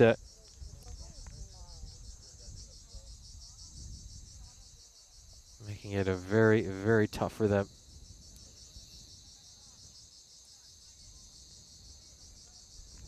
Just goes for the big one here, Kurga, but isn't quite able to connect. And this is just, again, this has been in sensational bowling here by Chaturani. I think Chaturani's really embraced this role of looking to bowl the first over after the power play and just settle things down for her side. And in the end, Kurga's just able to block that out. And you look at Kurga's strike rate, I mean, Estonia needs to be going a little bit quicker than that. Needs to be looking to go at a run of ball. Another great over from Cyprus. Just 3 runs off that Chaturani over. Estonia are 15 for 1 at the end of the 4th over.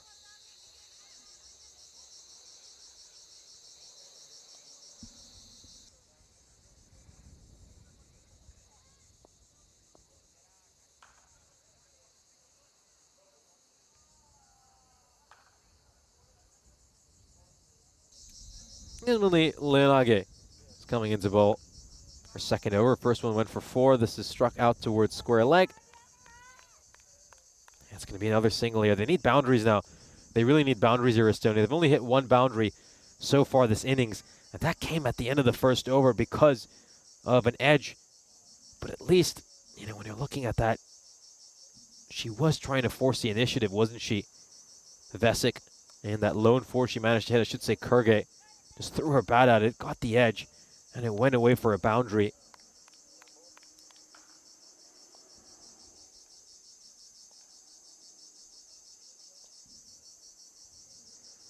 Now, can they get a big over here, Estonia? Can they get one big over? Gooch, we know she's a very talented batter. Can she get one away to the boundary rope? Looks to hit this firmly, but she hits it straight to the captain of the Cypriot team, standing at short cover.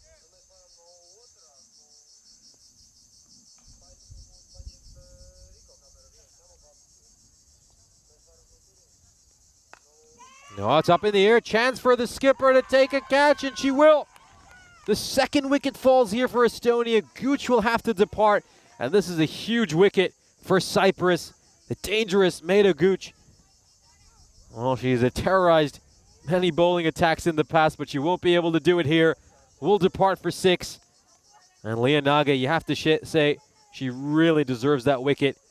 Gooch was looking to go for the big shot, probably trying to hit this square of the wicket.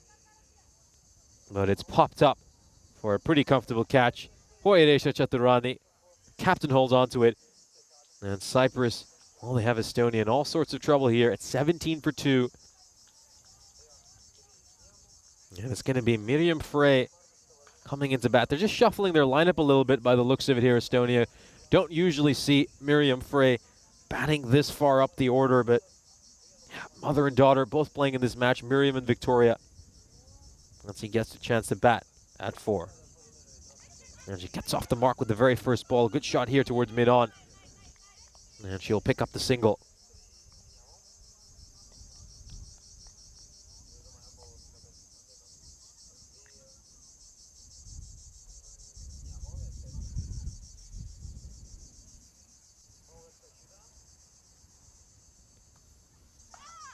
There's some bat over there. Probably could have just left it alone, and it would have gone for wide. And again, this is a point I think we've mentioned a number of times during our weekend broadcast is, yeah, both these sides, they probably struggle with the fact that they spoil a few too many wides. But we've come to the halfway stage of the innings, and Estonia are 19 for 2. As you can see, the win predictor right now has Cyprus all the way up at 97%. So yeah, you imagine it'd be very tough for Estonia to win it from here. We're going to have a quick drinks break. Chance for these players to get some refreshments. What is a hot day? 32 degrees Celsius, as I mentioned earlier. 55% humidity as well, which it just makes these conditions that much more challenging, and especially when you're coming in from Estonia up in the Baltics. Yeah, these conditions can really be very hard to deal with. You'd expect some of these Cypriot players to be slightly more accustomed to dealing with this heat, but truth be told, you don't tend to see temperatures like this in June in Cyprus, and usually when you get to the hottest time of year, people aren't out there playing too many sports. I think most people are under a bit of shade, trying to shelter themselves from the heat. No, this one's going to beat the keeper. Doesn't have enough to go to the rope. Not quite. That's going to be another run picked up here by Estonia, who bring up their 20. Just on the other side of the halfway stage of this innings.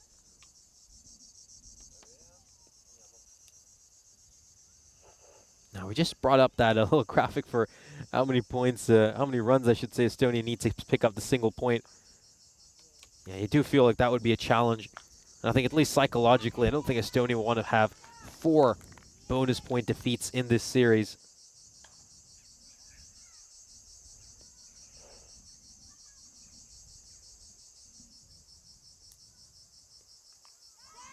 And this is played out towards fine legs. It's going to be quite a chase for the fielder. She gets to it, and Miriam Frey is going to get across here for the single.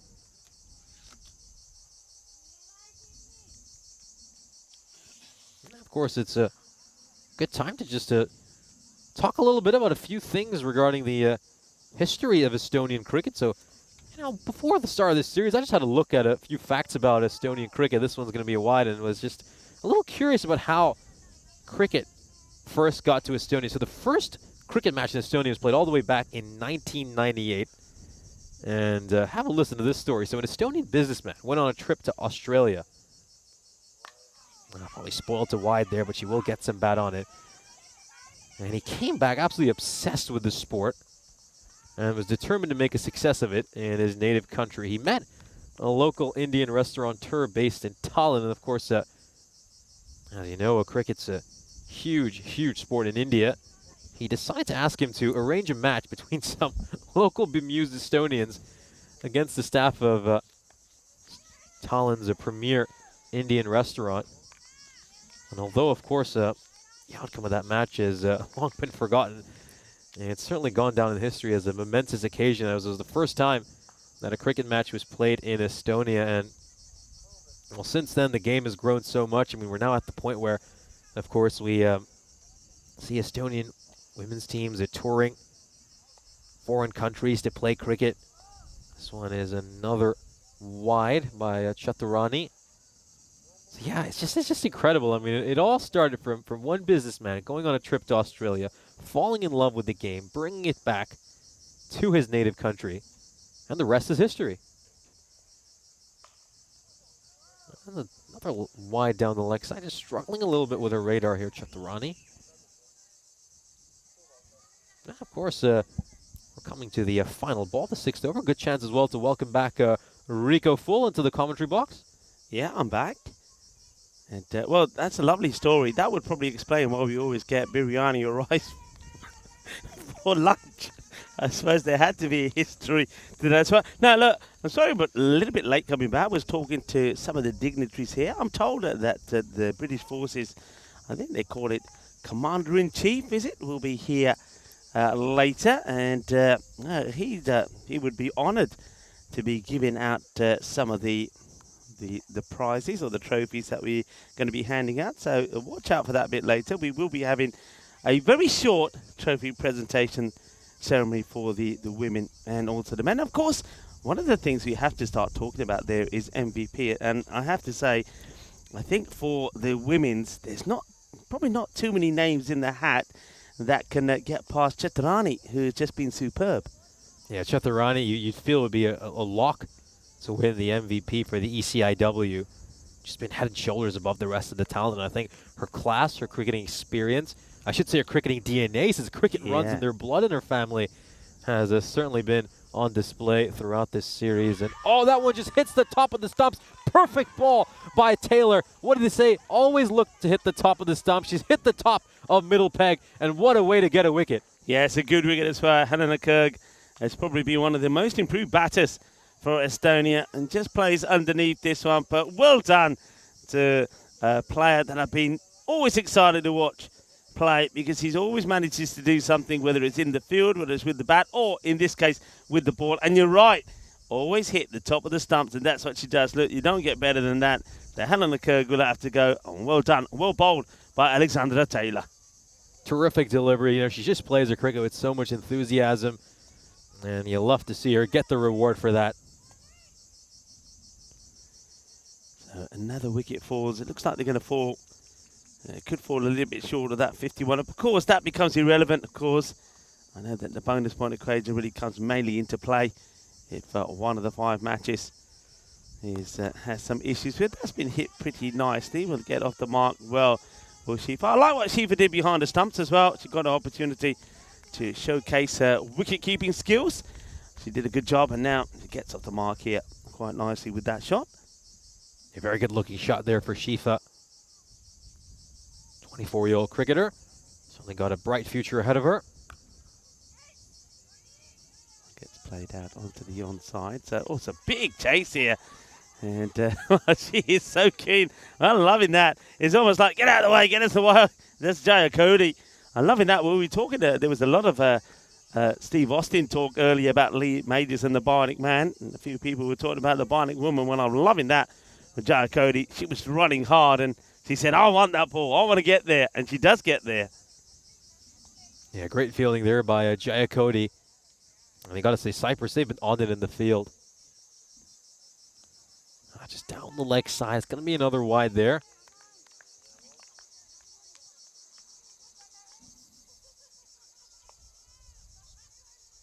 Yeah, Taylor talked a lot about the cricket she's played over this weekend.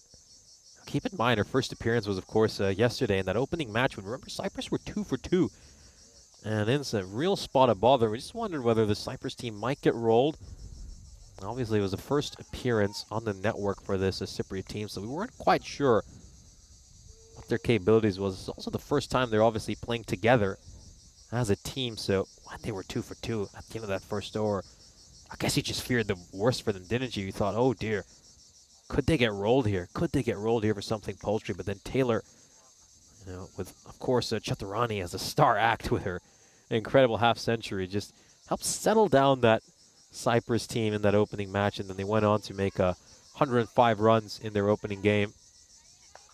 And then they picked up a big bonus point victory in their first match, and you know, you could just look back at that. I mean, how big a moment was that just for this Cypriot national team's confidence that, you know, somebody sat there, somebody dug in, played, or helped set up a good partnership and put their side in a strong position.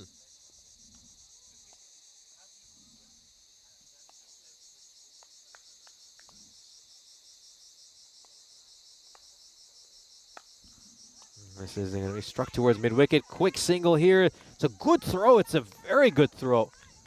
And in the end, Freya's had to put the dive in. Full credit to her for lunging in and making sure she gets there in time. Yeah, it's a strong throw. No bounce. Straight at the stumps. Oh, she's taking a catch off the very next ball. Oh, what a great couple of deliveries for her in the field. This is a terrific catch. This is a really, really special catch. She's stumbled at the end, but she's managed to hold on to it. Oh, what a special moment. And we saw her earlier putting a great throw at the non-striker's end, and now she holds on to an absolute humdinger. Got a feel for Shifa. You never would have thought this would be taken, but it has been. And is another sensational wicket for this Cypriot team. That's fantastic. What a highlight. What a moment. We always talk about having your claim to fame. And, well, the players' dreams come true. And that is what's happened there. That is a delightful catch. Absolutely fantastic. What a moment.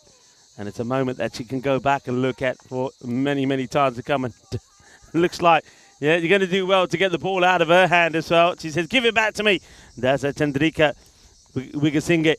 Absolute brilliant it was. What a catch. Chandrika Wigasinghe, and she says, right, give me the ball. I'm going to have another bowl here. Superb.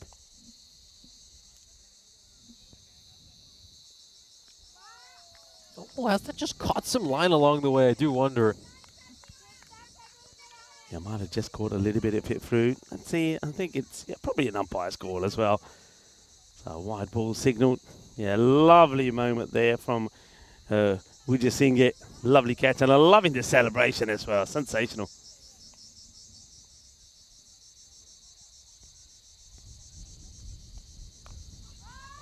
Into the ground. No run there. It's Frey with the bat. This is Miriam Frey. What's the story between the two Freys here? It's a mother and daughter. Yeah, indeed. It is a mother and daughter combination. Got a couple of mother and daughter combinations in this Estonian national team, so it's just great to see cricket budding in these families. Gets played away, so yeah, off. Takes another single, so it looks like Elamar will get her chance to get off the mark.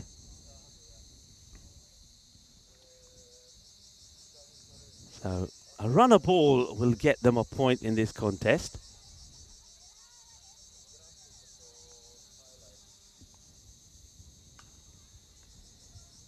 Wide ball this time for Wigasinghe. Just going. I like the idea that she's trying to keep it outside the off. It goes a little bit too wide this time.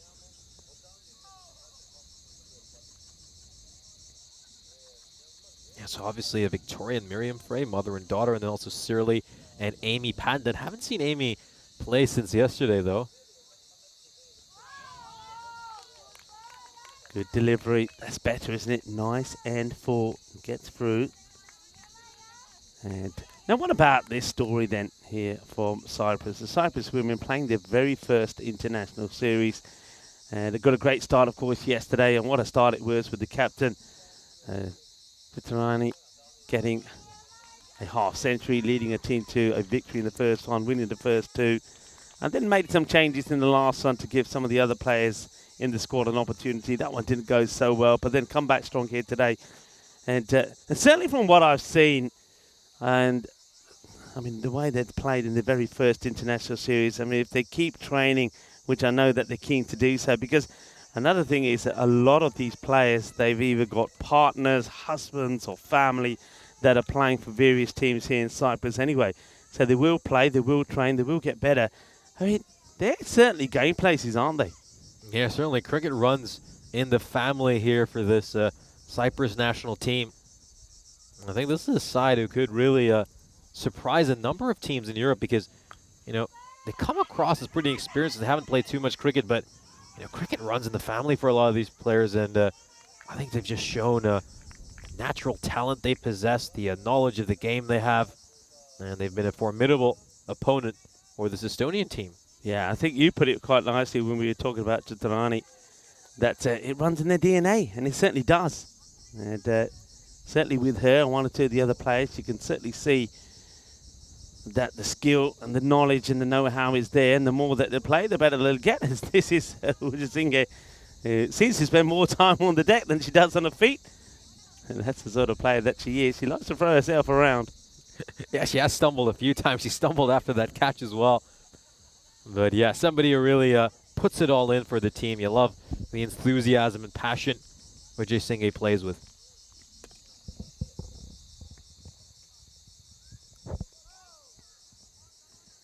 Down the leg side. Good take from the keeper as well. Being great behind the stumps. Has kept Thema de Silva practically all the way through this series, and hasn't made too many mistakes, it has to be said.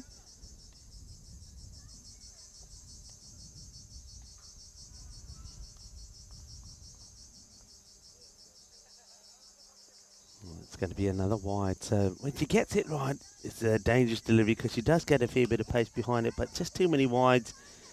Again in this over, I think that's the 6th one. And time also ticking away, so that's something you've got to keep an eye on. We are just trying to get through this, the 8th over.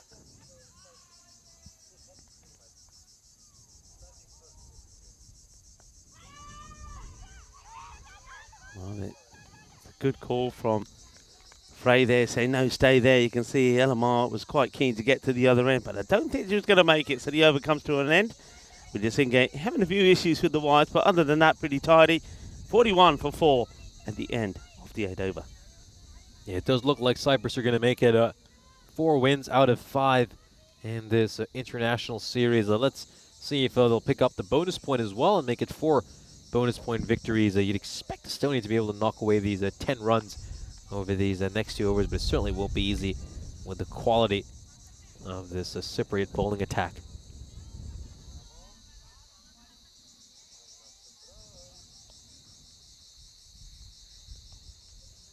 That one's good. She's applauding herself. I like that. Yeah, why not? Why not applaud your own work? And as the Corona Lage comes under bowl, and she should applaud her own work because I've liked her as a bowler.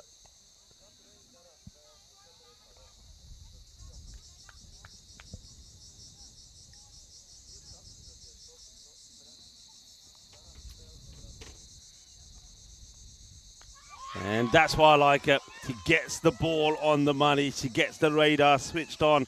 It's the 5th wicket that will fall full and straight. And Elamar can't do anything about it. Oh, yeah, that's what we like to see. Right, let's get that dancing. Let's replay that dancing. That's what I like to see. And Nacho, they're enjoying themselves, aren't they? And Kerala Lage, she certainly is the dancing queen. There's no doubt about it. First of all, yeah, that's the way to do it. And then look, when they get into a huddle, they start doing a little bit of the jive. Nacho. Rajke Nacho, Rajke Nacho. Ay. Así me gusta. Well, a little bit of the waka going on over there, Nish. Yeah, and it's certainly well deserved for Cora Lalage. I think she's a terrific bowler. I've mentioned it a number of times. She just gets so much shape and swing back into the right-hander. She's very difficult to play. And in all honesty, Estonia just haven't had an answer to her throughout this series. Let's see if she can do it again. And this time just goes a little bit too wide. And she's not applauding herself this time. This time she holds her head and says, oh no. But I'm sure she will get another good one in there at some point. As Madanaika comes in to join Frey. This is played away, taking it on, a good hit here, and oh, what's going on here? On the Yiba. And I think this is going to be out. Oh no. Oh dear, oh dear, oh dear. Well, let's just have a look at this. So it's great work from the keeper. And that's Therma de Silva. She gets there, thinks about the throw, and then thinks, hang on a minute, I think I can beat you there. I can beat you with a race. So they hesitate. She starts going backwards, then has to go forwards, but can't get there. Midjump Frey is going to be run out here. And gets the dive, and it ends up on her back. Doing a little bit of the cucaracha there. So it's a lovely moment there. I just think Therma de Silva goes to the front and says, hang on, I think I can beat you for a run. So goes for the run and gets there. So another one will go. It's going to be the end of Frey. It's the old MS Dhoni, isn't it? Don't throw the ball, just sprint straight at the stumps, back your own ability to sprint. And Miriam Faye, well, she's batting so well, and what a disappointing way to get out. With Thamara de Silva just showing just turned on the jetpack there to really sprint to the stumps, knock them over. Plays this well and hesitant running, and well, fires that one in. And that's Chatrani. And once again, that one, I think if that's hitting the stumps, that would have been close. Takes her time, aims, and lets loose.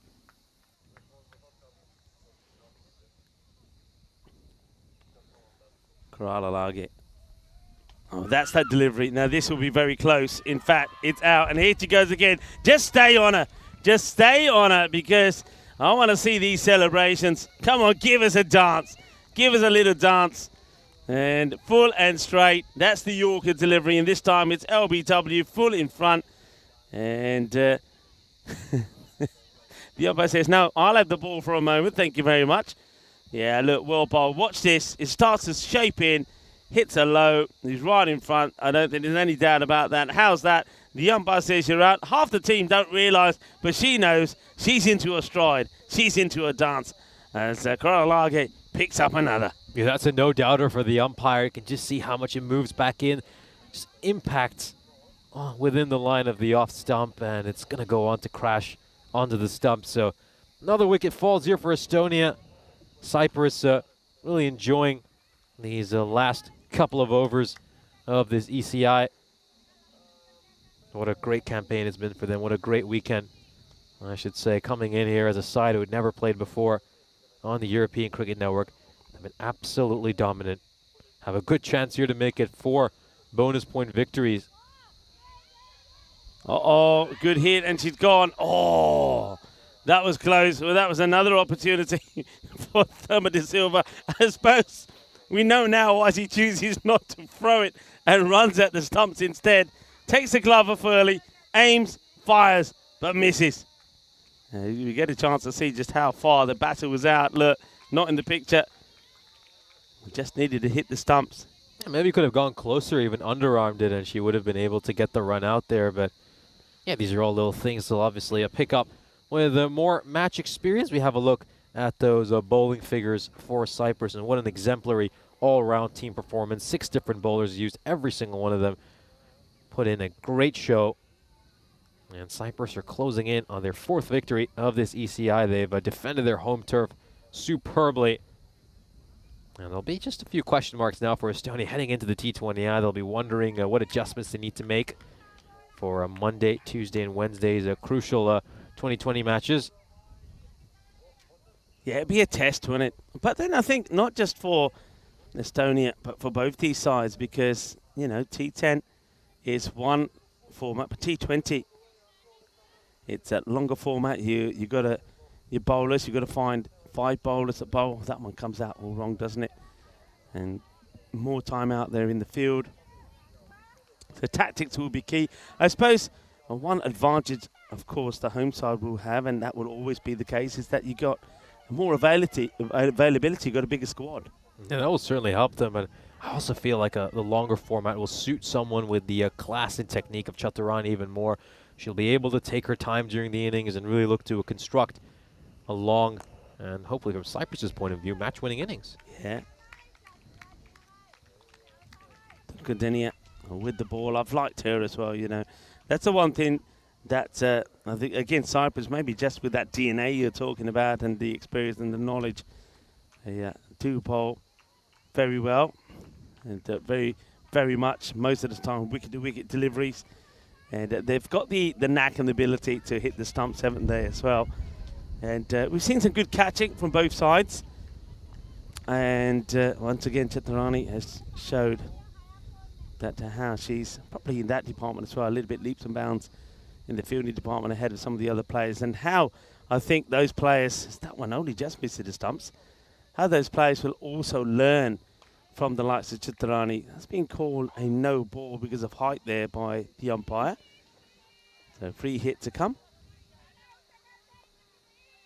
I think that's also very key, isn't it? When you have some of those key players in your side, you know, players that have played a higher level. And can you just imagine also, we were talking about Chaturani here, and I know that she told us about, of course, sister that plays for Sri Lanka, another one that's playing in the under-90. Can you imagine if they all came together and said, you know, hey, look, my sisters are here. We're just going to have a training camp. You know, come on down over the weekend. Can you imagine how much the whole team will learn from that and take from that? And I think that's what they've got going for them here at the moment. They've got some good senior players in the side that have got a wealth of knowledge about the game, and they'll pass that knowledge on. And, of course, you've got a good infrastructure with the coaching staff here. So, and, of course, most of their partners are playing the game as well. So you're learning and almost playing the game all the time. Yeah, and they'll probably also a good chance it might raise the next generation of Cypriot cricketers along with them. So, yeah, certainly the game looks like it is in good hands. Yeah, well, I know that they're pretty good on the way with that as well. I know something like Kamal Rise.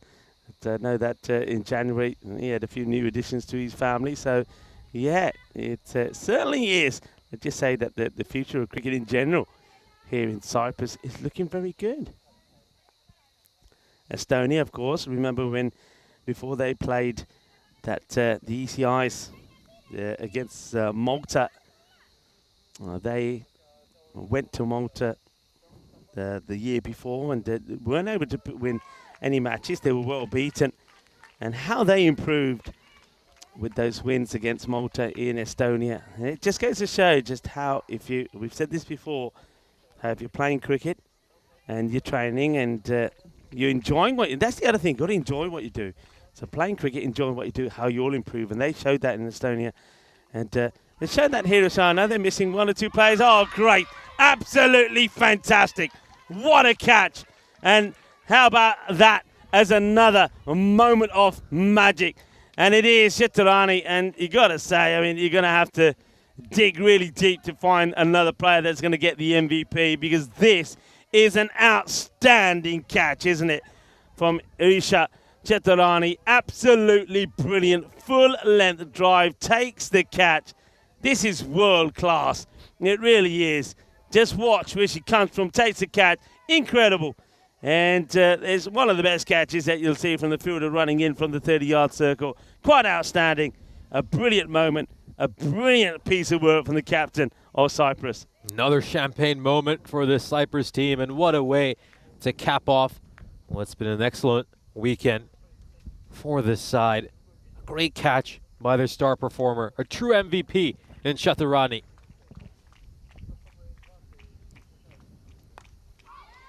Here she is again, and she will have a go. Why not? And she actually misses. So once again, there's a lot of things she does right. She is human after all. And she fires this one in. And that will be it.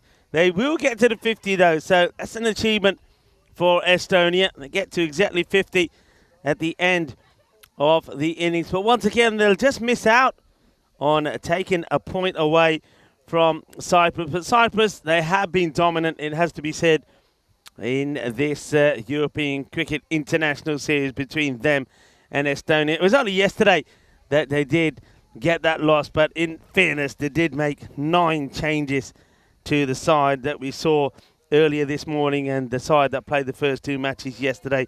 So Estonia, they had their moment. They had their win at the end of the day yesterday, but Cyprus have come back strong here today.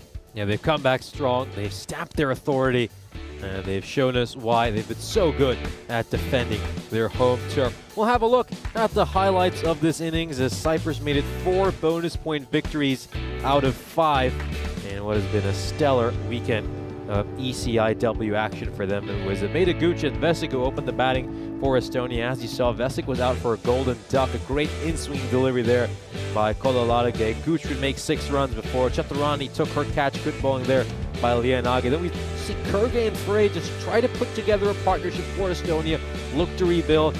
And ultimately, that run rate was just starting to get away from them. Victory went further and further away, and then eventually they would present some chances, and they would be taken by this Cypriot side, who took some really good catches in the field and were also great with their throwing.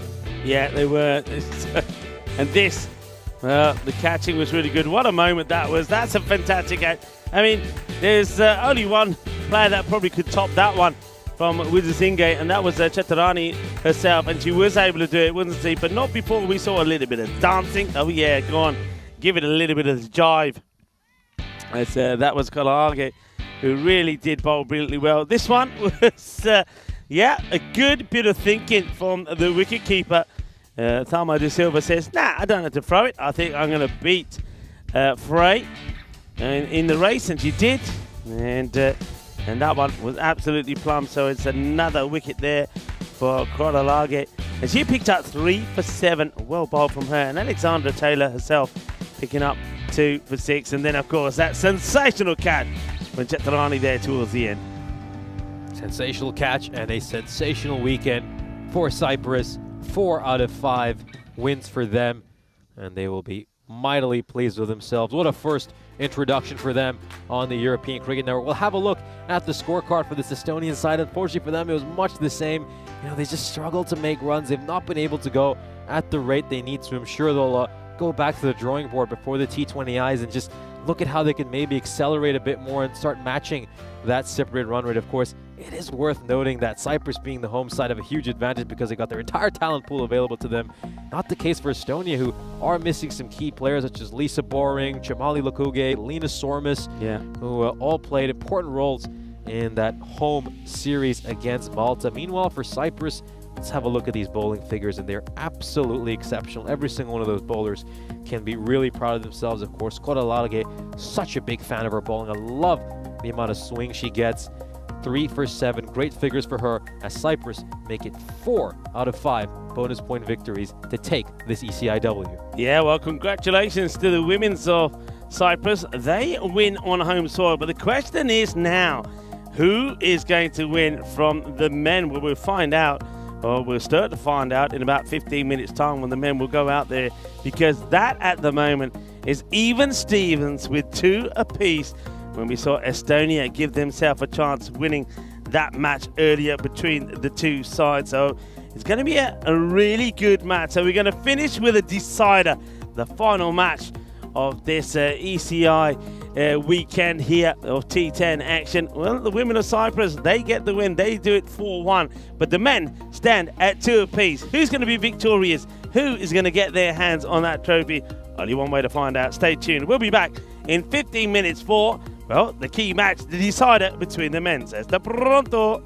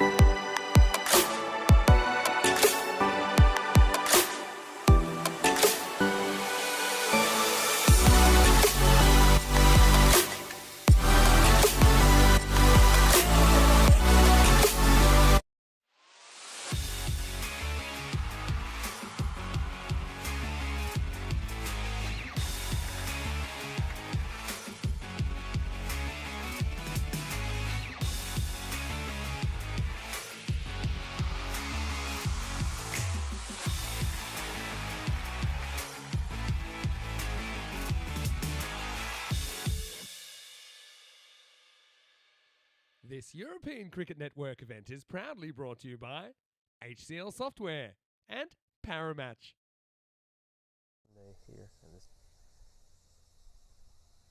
We are set for a thrilling climax to Super Sunday. It's the decider between Cyprus and Estonia. Let's head out to the coin toss, where match referee Tyrone Peters is alongside Scott Burdekin and Arsalan Amjad. Estonia to call. Tails. Tails is the call. It's a tails. We'll bat first. They're going to bat first. Well, thank you very much for that update to match referee Tyrone Peters. And it's come down to this. We are at the climax of what has been a great series. Every time Cyprus win, Estonia have had a response. And this series is tied at 2 apiece. We've come down to game 5. This is the game that's going to determine who wins this European Cricket International Series.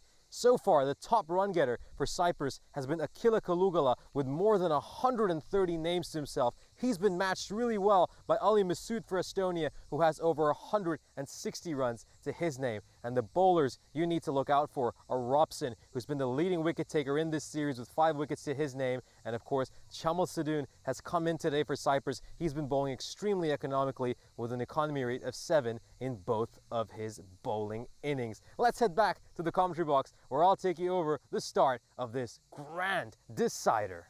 You know where the cricket guy takes us. It is the decider, and I can tell you what, the women, they're still here. They'll be cheering their teams, that's for sure. But who is going to get over the mark first here? I think it's a big toss to win.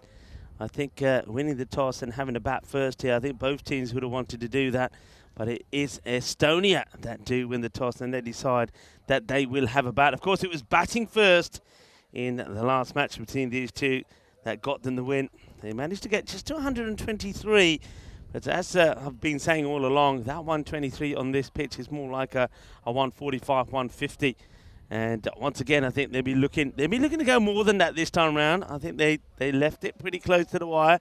They left the door open there for Cyprus. But Cyprus, despite getting a really good start, weren't able to get there. Scott Austin, I think he batted a little bit too slow. It'll be interesting to see where he comes out this time around.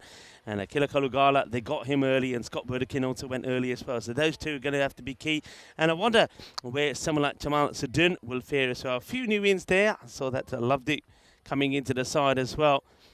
On the win prediction, Cyprus 66% to 34 here. But everything to play for. This is a proper final. The winner will be crowned the champions of this ECI men's.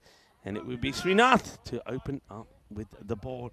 Remember yesterday that it was the women that played this last match. And one thing we saw straight away in that match was that the boundaries straight down the ground, you're going to have your best fielders in those positions, because that sun starts to come down and it's going to be straight into your eyes. I can see that Scott Austin to my right, he's got his shades on, and probably Arjun Shahi is going to be the man who might join him on the long on boundary, currently at mid-on. So all of these balls coming straight are going to be, well, quite difficult to try and pick and see. So myself and the man who's going to join me in the box shortly, Nishay Bhatt, we're going to have to be at our most alert as well. So we are ready to go. Umpire Sajith and umpire Abdul are going to be out there in the middle. It's the first delivery. And that one pops up in the air. Oh, doesn't quite carry. Now there's a direct hit, but I think the batter does get in. Now this one could have gone anywhere. Now big change here also. So Bilal Masood, who's not able to get anything going for himself. I think he scored maybe less than 10 runs, I reckon, in the knock that he's had so far. It actually gone up the order to open. Faces the first ball, and he could have gone first ball as well. So an interesting change to go with Masood. Why you're not going for informed batters like Sahil Chauhan or something like Arslan Amjad, I will never know. But obviously they've got something in mind here. So Ali Masood now goes on strike. In comes Srinath to him. Gets played out on the off. And Masood pretty keen to get back to the other end, isn't he? He's really backing up deep. But no run this time. Yeah, when you think the informed batters for Estonia currently would have to be by far Sahil Chauhan first, Then Arslan Amjad, you know, on level par with Ali Masood. So you can understand Masood there. But Bilal Masood, that's a big change. Still going to miss, goes right across the line.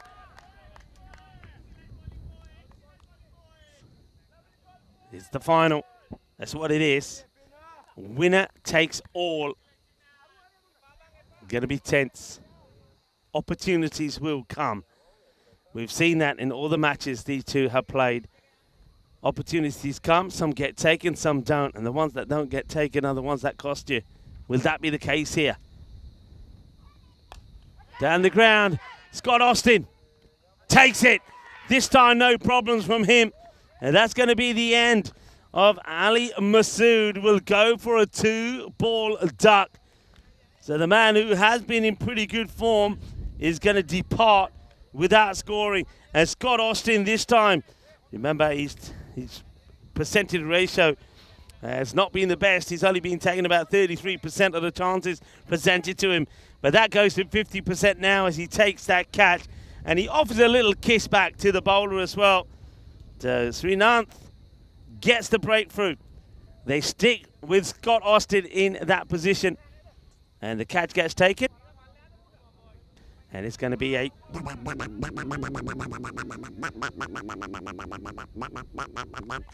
for the batter that has to go back. And new batter comes in. As actually, I think we just had the batters the wrong way round there, actually. So it's Masood is the batter, because I just noticed the number on the bat. That's Bilal Masood that goes back. It's not Ali Masood. Well, hopefully we'll get that corrected in a moment. So that one's a good, feisty delivery to the new batter. So, yeah, just let's get that updated. It's Bilal Masood that went for a 3-ball duck. We've just got the batters the right way now. Ali Masood is still there. The new batter has now come out, but Srinath wearing the shades, now bowling to Sahil Chauhan, who does get elevated up the order. Snick, nobody there at third, and that's going to go to the boundary. There's one thing that Cyprus haven't been able to decide on, have a third back or not. When they have had that third back, it has presented them with opportunities, though they're not always being taken. End of the first over, and 4 runs at the last ball means 5 runs at that over, but they get the wicket of Bilal Masood, who surely now has to accept the fact that he's not really worthy of being top of the order, as Nishay Bhatt joins me in the commentary box. Yeah, what a tough start for him to this great 5 days of international cricket. 3 out of 4 of his innings have been ducks, and he gets 7 runs in the other one. Very tough for Bilal Masood. There were certainly a lot of high hopes for him from this Estonian team. And he just hasn't clicked, simply hasn't been able to get going. This man, though, he's been in great form, Ali Masood. He's been the top run getter in this ECS, 163 runs to his name. He's going to be joined by Chauhan out in the middle, so I like this. No reason to hold back Chauhan. Get him in at number 3. But I'd have the skipper. The skipper surely has to be at number 4, Arslan Amjad. Bitaj Dion behind the stumps for this one. And, it's nicely taken, just a little bit too wide this time. So they're sticking with the usual bowling plan. So they will go with Arjun Shahi to bowl the second. Shahi's been, well, hit and mix. I've called him the 50% man. Sometimes he's good, sometimes he's bad. Well, let's see if he can be more on the better than the bad. Good shot, and that one, well, I'm not sure the fielder's dealt with this correctly. Needs to get hands down to it. It's almost like he sees it coming his way and takes a sideward step, allowing Ali Masood to get his first boundary. Yeah, nicely played. Doesn't look to overhit it there, the batter. It's well timed, and it goes right through those 2 fielders. Boundary here for Estonia, their second 4 of this innings. Yeah, not the worst of deliveries from Arjun Shahi. He is trying to get it out there in the off. He's got plenty of bodies in that area. And Ali Masood just says, hang on a minute, as he's just registered that there is a change in the field. They do put a man back at backward point. The backward point back, and Scott Austin there to the right of us on the boundary.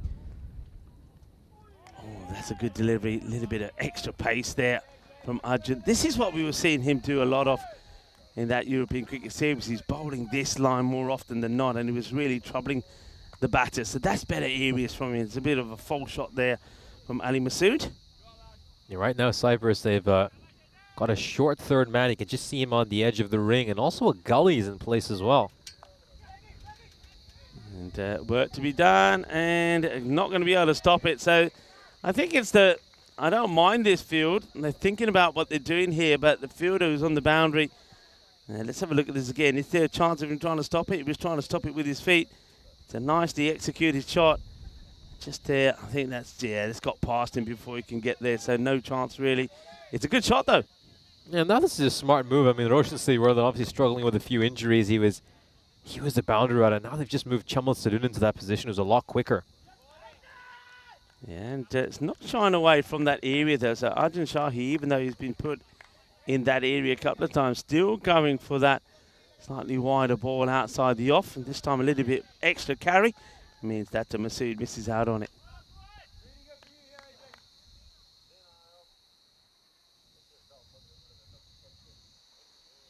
Oh, that's a big appeal. And the umpire probably just saying it's just going down the leg side. Also, I think with the pace that Shahi's bowling, you've got to think that the ball is probably going to continue to go up over the stumps as well. So a number of things, but I think the umpire's right. That's definitely going down leg side. It is the end of the over. It's a 14 for 1 after 2. A good start here for Cyprus. They've been on the money these first couple of overs, causing a lot of problems for Estonia.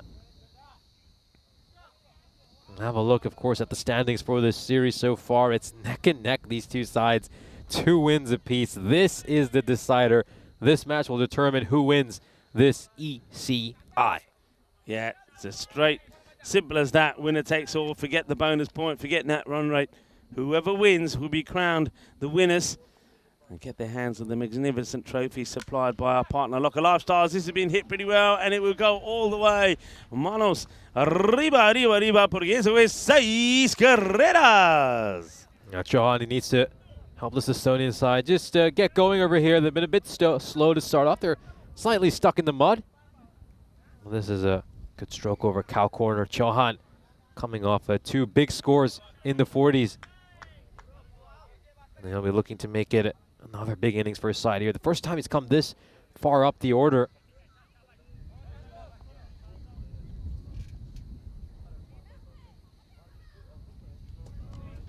It's going to be a little bit too wide. It's a nice gush of breeze just comes across the ground as we get into the late afternoon or early evening, whichever way you like to look of it. It's local time coming up to around about 10 past 6. So, Prathana. Short, and that's clubbed. That's a little bit too short, and it gets picked early by Sahil Chauhan. So Chauhan getting his opportunity. Rightly so at the top of the order, and he's very good at picking the length, and as soon as he sees it short, he's onto it straight away. Yeah, pulled very nicely in front of square leg, gets the boundary.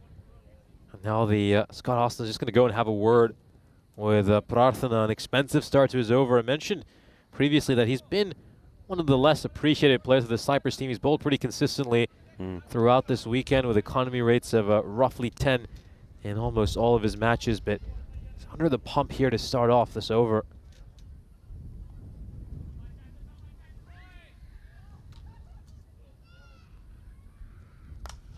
That's hit very hard, and not even Scott Austin can stop this. That's a tremendous shot.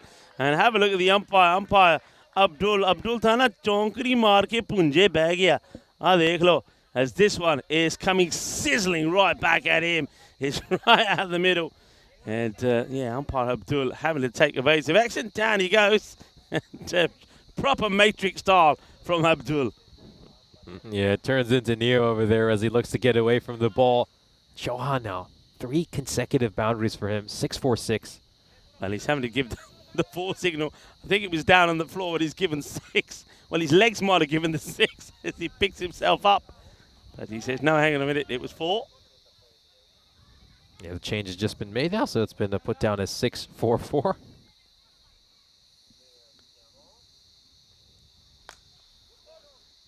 This one is going to slow up. The batters will be looking to go for 2. I think they'll get there comfortably.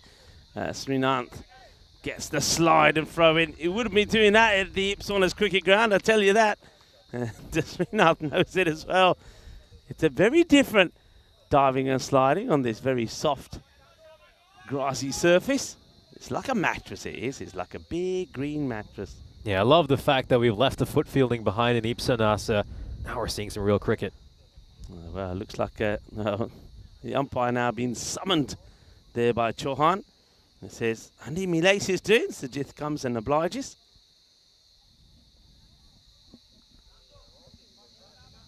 Yeah, 17 runs is so far of this Prarthana over. It's just the over that Doctor ordered for this Estonia team.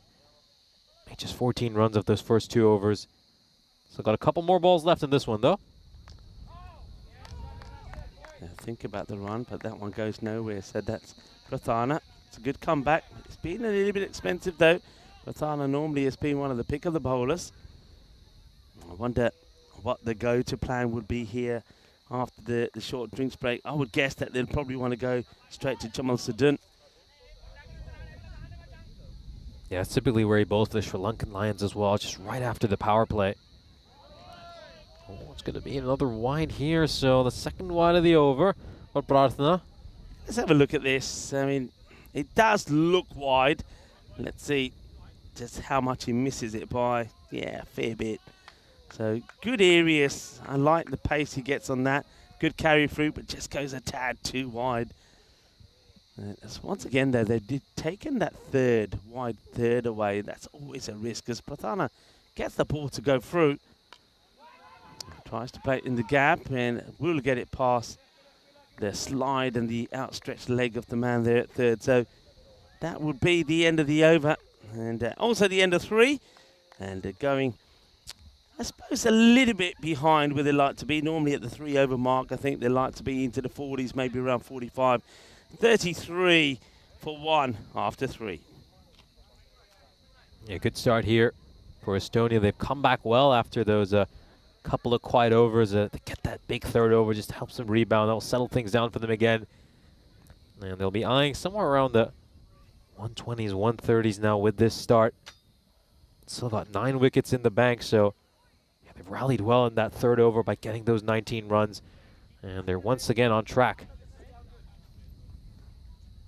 Yeah, you can see that the players, both the batters, stay on the ground for as long as possible as they take on some fluids. I mean, the extra wind coming through, it's a godsend right now, but still it is very warm.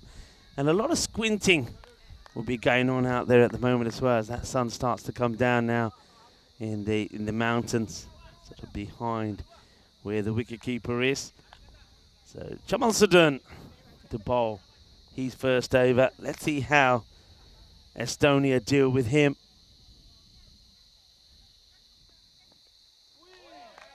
A big wild swing and a miss first up, so you can see that Sahil Chauhan wants to have the upper hand. He's probably feeling, if I can get the first one away, I'll try and put a little bit of pressure on Chamal Sudun. Doesn't get it his own way. It's a big swing and a miss. Wild heave there. This one's short, and it's going to be punished, and it's going to go for 6. Tremendous hit by Chauhan. Yeah, that is huge, isn't it? That is a monster strike. That's gone a long, long way. And that's what he's trying to do here. He doesn't want to be intimidated by Chamal Sudun. And you'll see some batters that want to do this. They know when it's a key bowler coming into play. And their plan is, right, okay, we know he's key. But if I can go after him, if I can rattle him, maybe I can take him out of the attack. Maybe they won't bring him back. So sort of a 50-50 to start off with here. There. So Chamal Sudun gets a dot ball in and it gets whacked for a big 6. And this one's going to be called a wide. We'll see Chamal play with that wide line a few times. Sometimes he sneaks them in, but more often than not he goes just a little bit too wide. Nice take though from Prithaj Deol. Yeah, Sudun's economy rate in all the matches he's been involved in so far has been 7 Bowling really, really economically, just helps settle his side in. Goes for the slower ball there, gets it wrong, and is muscled away for 6. Chauhan continuing his onslaught. Yeah, he's goes for that trusted slower ball of his. But only problem with this one, look where this lands. So even though he picks it a little bit late, it is right in the slot. And Chauhan is able to pause, find it, and hit it hard.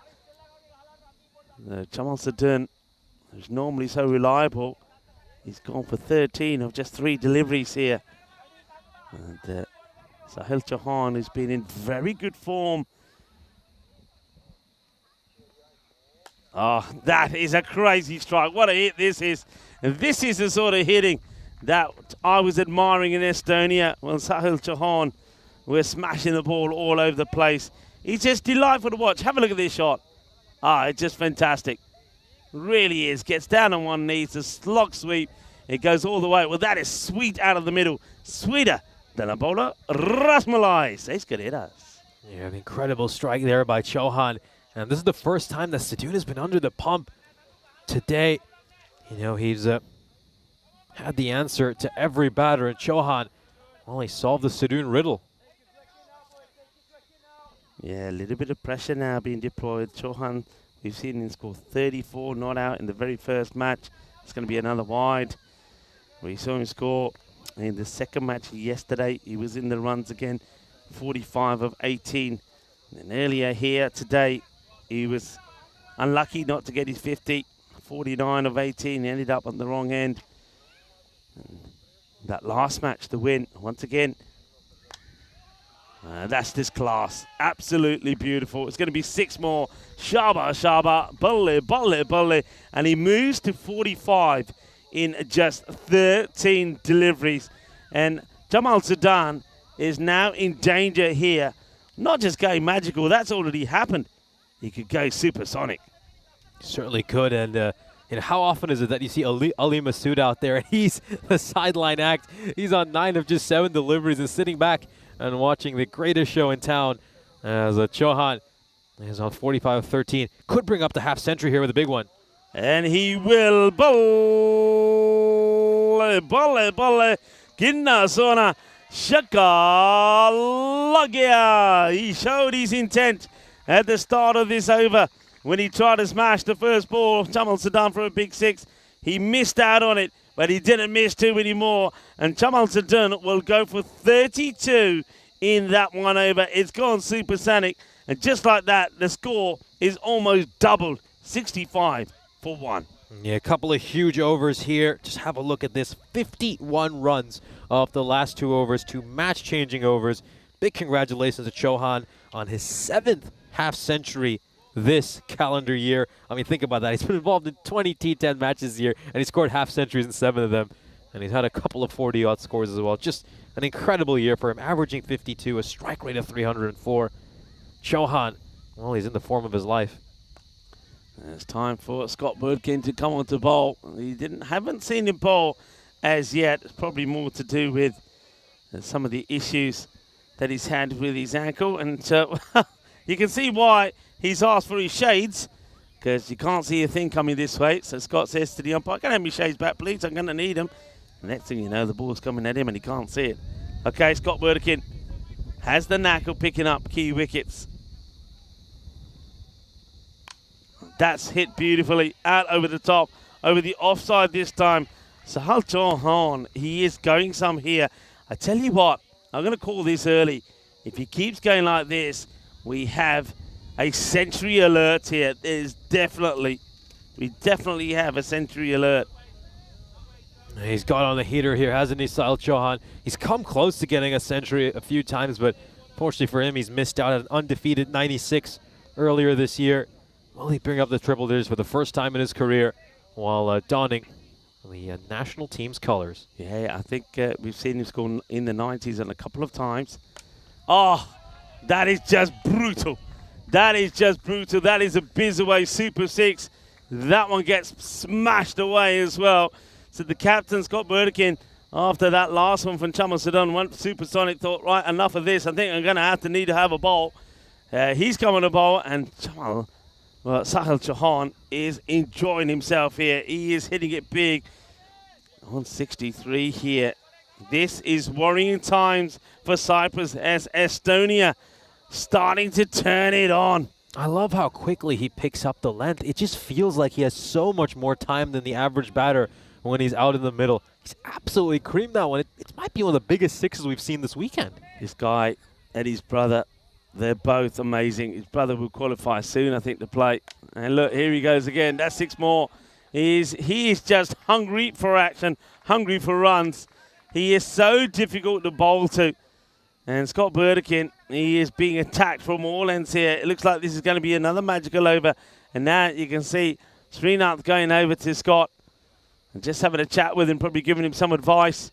And the only advice that you can give really is get it full. Get it full. You're even better off maybe over pitching outside the off stump than giving any sort of length at all. 70 runs of the last 2.4 overs. Absolutely mind-boggling stat. Oh, he's actually missed out on this one. Oh, what's this caught? I don't know if this is caught the... It's caught the pad of the batter, so it's a missed opportunity from Chauhan because it's not a good delivery at all. I mean, this one you'd expect him to put it away. And then, well, the lid's come off. Bichaj Duil has caught the lid behind his back. That's his party trick. And now you won't miss out on this one. That's going to be 6, so that's going to be 25 of this over as well. And it takes them to 90 at the halfway point. And that's quite amazing, the number of runs that we've just seen scored in the last 2 overs. So Chamal Sadun won for it's a supersonic one. The captain Burdekin is goal magical. 90 for 1 as you join us in the commentary position here. What a start this is from Estonia. If they can keep up with this pace, we could be seeing a big score of 180 plus being put on the board. We certainly could. I mean, we might see Estonia bat Cyprus out of the game in the first innings. That's how good Sahil Chauhan has been. 76 runs of these last 3 overs. It's been an incredible display of power hitting and T10 brutality. Yeah, the thing about Sahil Chauhan is, and I've said this before, I remember myself saying this in Estonia, he's not a slogger. He's not a slogger. He is a true proper batter. He has all the strokes.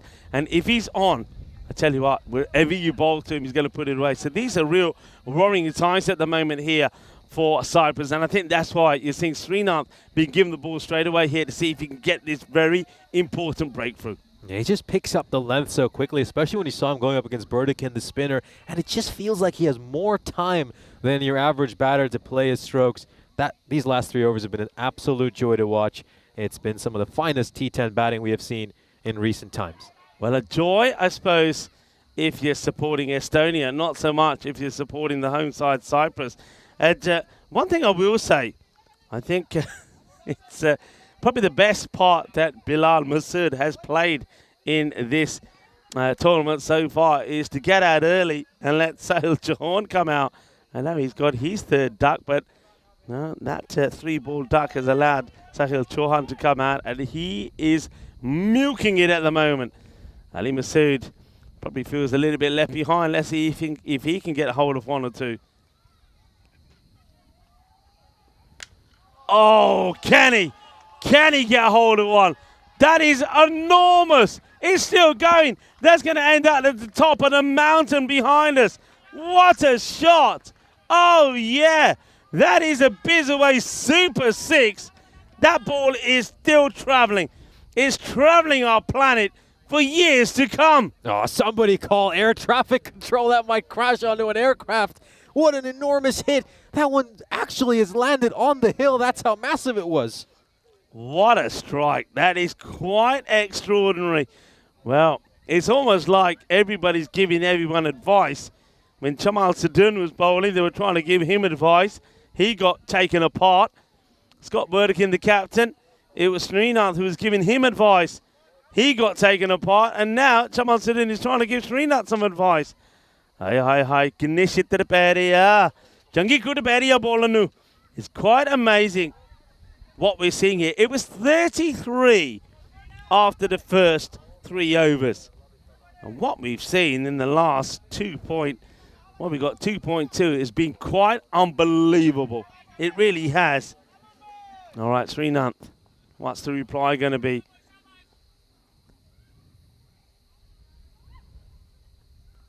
short, hammered, 6. Thank you very much. Johan just keeps on going. I don't know what's happening with the scorers at the moment. We keep getting the batters the wrong way around. But that is Johan. He smashes that one away. So Masood hits a huge 6, gets a single. And What can you do as a captain over here? I mean, this is whatever he's tried hasn't worked. This has just been incredible bowling. I think at times maybe, as you've said, they're maybe bowling a bit too short to him, which has certainly helped his case. Got to go for the Yorkers here. You've got to go for the Yorkers. Be better off slightly over pitching here.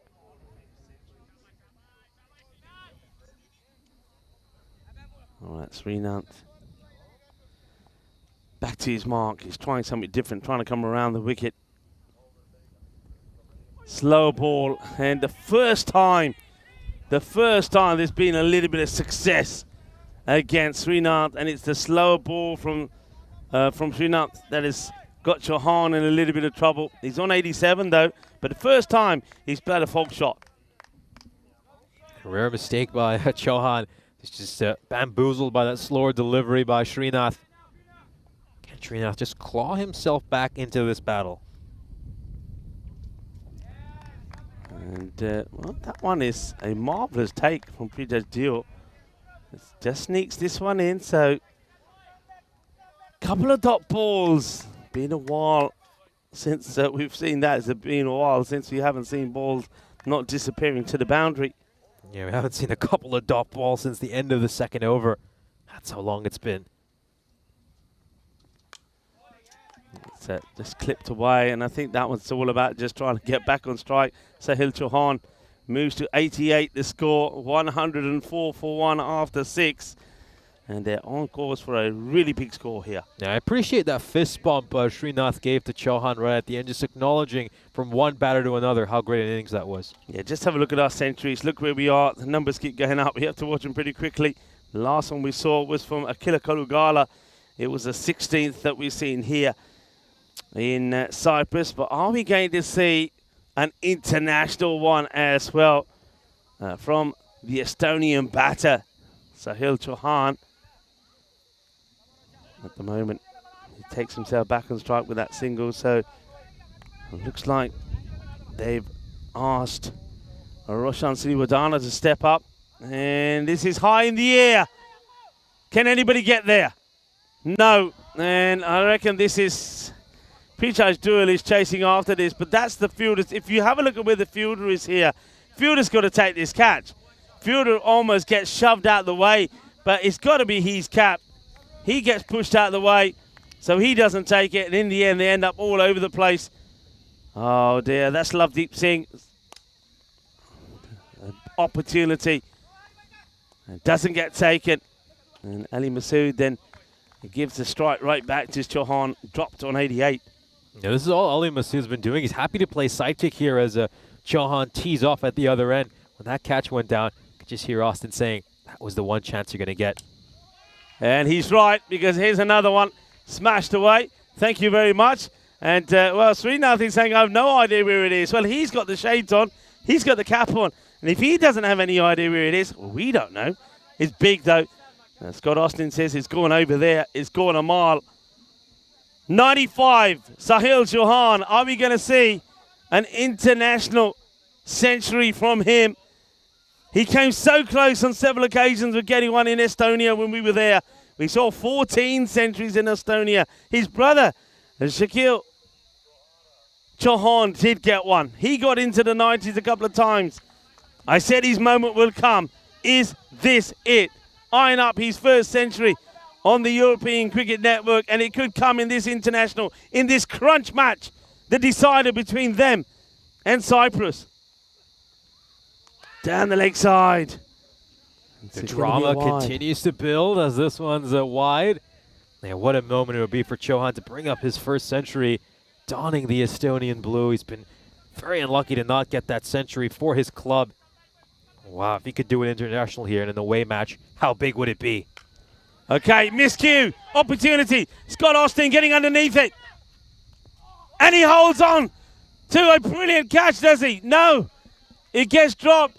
Well, how does this end up in the hands of Srinath? What's happened here? Oh, it's a huge moment. Chauhan goes for the big shot. And he's going to get a life. Let's have a look at this again. Goes high up in the air. Scott Austin, does he overrun it? Does it get over him? Yeah, it does. Now this one gets played away. It'll just be a single as Masood gives the strike back to Chauhan. Chauhan dropped. Oh dear, we saw him dropped on 88. Gets dropped on 95 as well. Yeah, the second chance came there for Scott Austin, didn't it? He said they wouldn't get another chance. He got the second chance. Unfortunately for him, he's put that one down. Will he bring up his century here? He's hitting it straight down the ground. What a dive by Srinath to save some runs for his side there. And then Austin is there to clean it up and throw it back. So Chauhan has to keep waiting over here. Hasn't quite brought up the triple digits yet. Well, he doesn't get it in that one. I suppose the other thing there is that it's not the worst over there from Roshan Siriwardana either. Is 12 runs will come off it, 116 for one. The other thing is, I mean, Estonia don't want to be guilty of focusing too much on Chauhan getting his century, i.e. Ali Masood. He doesn't want to be thinking of just giving singles to strike John. He's got to smash the ball as well. You still got to get to a good score here. It's down to about, expected to score about 162 here now. Remember, at one point, they were on course for 180. Yeah, they just pulled it back a little bit these last few overs. You got to give some credit to these Cypriot bowlers. Rajith going for 14 in that sixth over. This one by City Wonder for 12. So 26 runs off these last couple of overs. A big improvement from the 76 runs they gave between overs 3 to 5. Yeah, that last one. I thought for a moment that Scott has hit his hands and ended up in the hand of Srinath because he ended up with the ball. But of course, it's gone behind him, bounced up and into Srinath's hand. But Austin, yeah, that's quite comical when he's the one saying that's the only chance we're going to get. And then he gets one and puts it down. That's unfortunate for him. He's dropped 3 catches just overrunning them today. This gets played away, but there's a fielder out there. Look at the difference between Masood, we know he's a good hitter of the ball, but he can't match to Chauhan for power. Chauhan, he hits it, it stays hit. All right. Yeah, the way Chauhan is hitting these would clear some boundaries and create grounds all over the world. These have been some enormous hits. Okay, that's well bowled again. So Bathana coming back onto bowls. Just a little bit of a fight back here for Cyprus after they just lost their way a little bit from that over from Sudan to Scott and also to Srinath. So here we go, 98.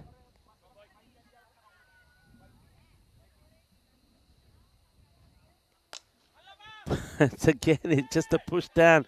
Srinath, well, he decides to show his footballing skills. It's just a single. 98 becomes 99. It definitely is the nervy 90s with Chauhan. Never got to 100 before. Hands the strike back to Ali Masood. All right, can anyone get there? I get the feeling this is going to drop just inside the 30-yard circle. It does. Shy at the stumps, but it's well backed up by Scott. It'll just be a single. 120 comes up on the board. Yeah, but Ali Masood was ball watching once again. He was just standing in the middle of the pitch, watching where that ball would land. Beg your pardon. You'd think after that run out earlier today, he would have learned his lesson. All right, here we go. He's on 99. Will he just push and go for the single? Will he do it in style? He goes and he does it in style. Volley, volley, volley, brrr. What a moment that is. An international 100. And he does it in style. Brings it up in 31 deliveries. And that is 14 sixes and 3 fours. Well batted to Chauhan. He's been absolutely brilliant. What a moment. And he finally gets a century that he's been waiting for. Couldn't have happened to a better cricketer. Sahil Chauhan has been a standout performer for this Estonian side in this European Cricket International Series, and he thoroughly deserves this. He's batted superbly. They simply haven't had an answer to him, have they, Cyprus? No, they haven't. I mean, they slowed him down a little bit in the 90s, but now he's got past that 100. I reckon he's ready to unleash some more powerful hits. Scuffs this one away. Austin is after it, and if anybody can stop it, Austin can. but he takes the dive. He tries to get a hand to it. He can't. It's going to be 4 more. It's the end of the over. As Rapathana, he'll go for 33 of his spell. And Estonia at the end of 8 with 12 balls to go are 130 for 1. Great placement there by Chauhan. Anytime you can split Scott Austin and Arjun Shahi, you know you've done a terrific job.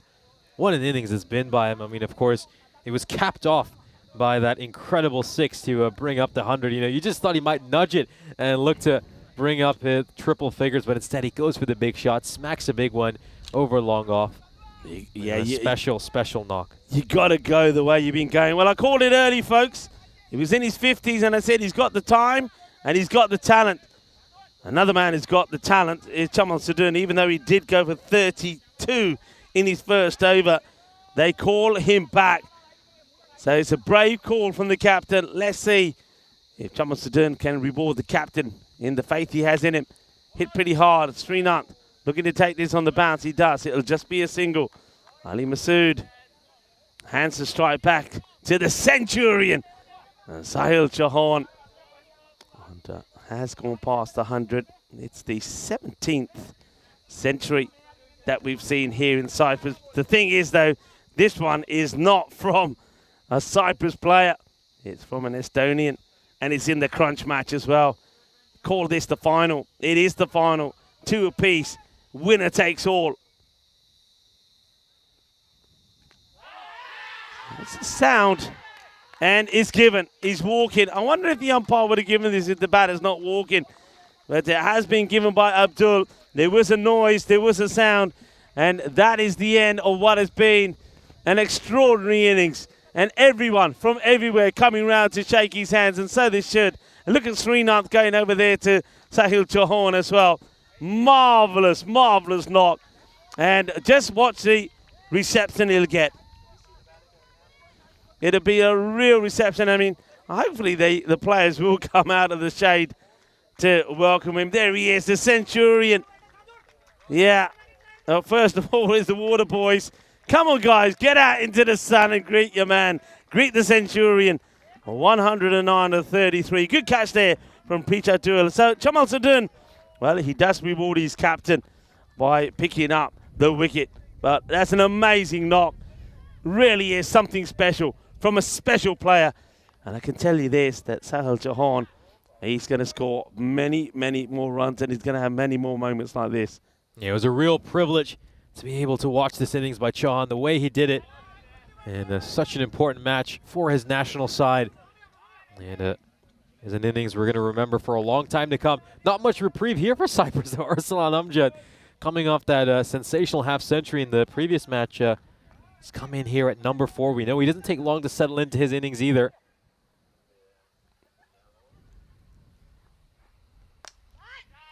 Up in the air, Scotty. Oh, he palms this one over for 6. Now, this is disappointing because you're going to have to say it's another opportunity. He needs to be on the line. He's too far away from the line. He's about a metre away. You'll take a good look at this here. So he's like a goalkeeper. He's palming this over at the crossbar. But I guess they've seen a few times when he's come running too far.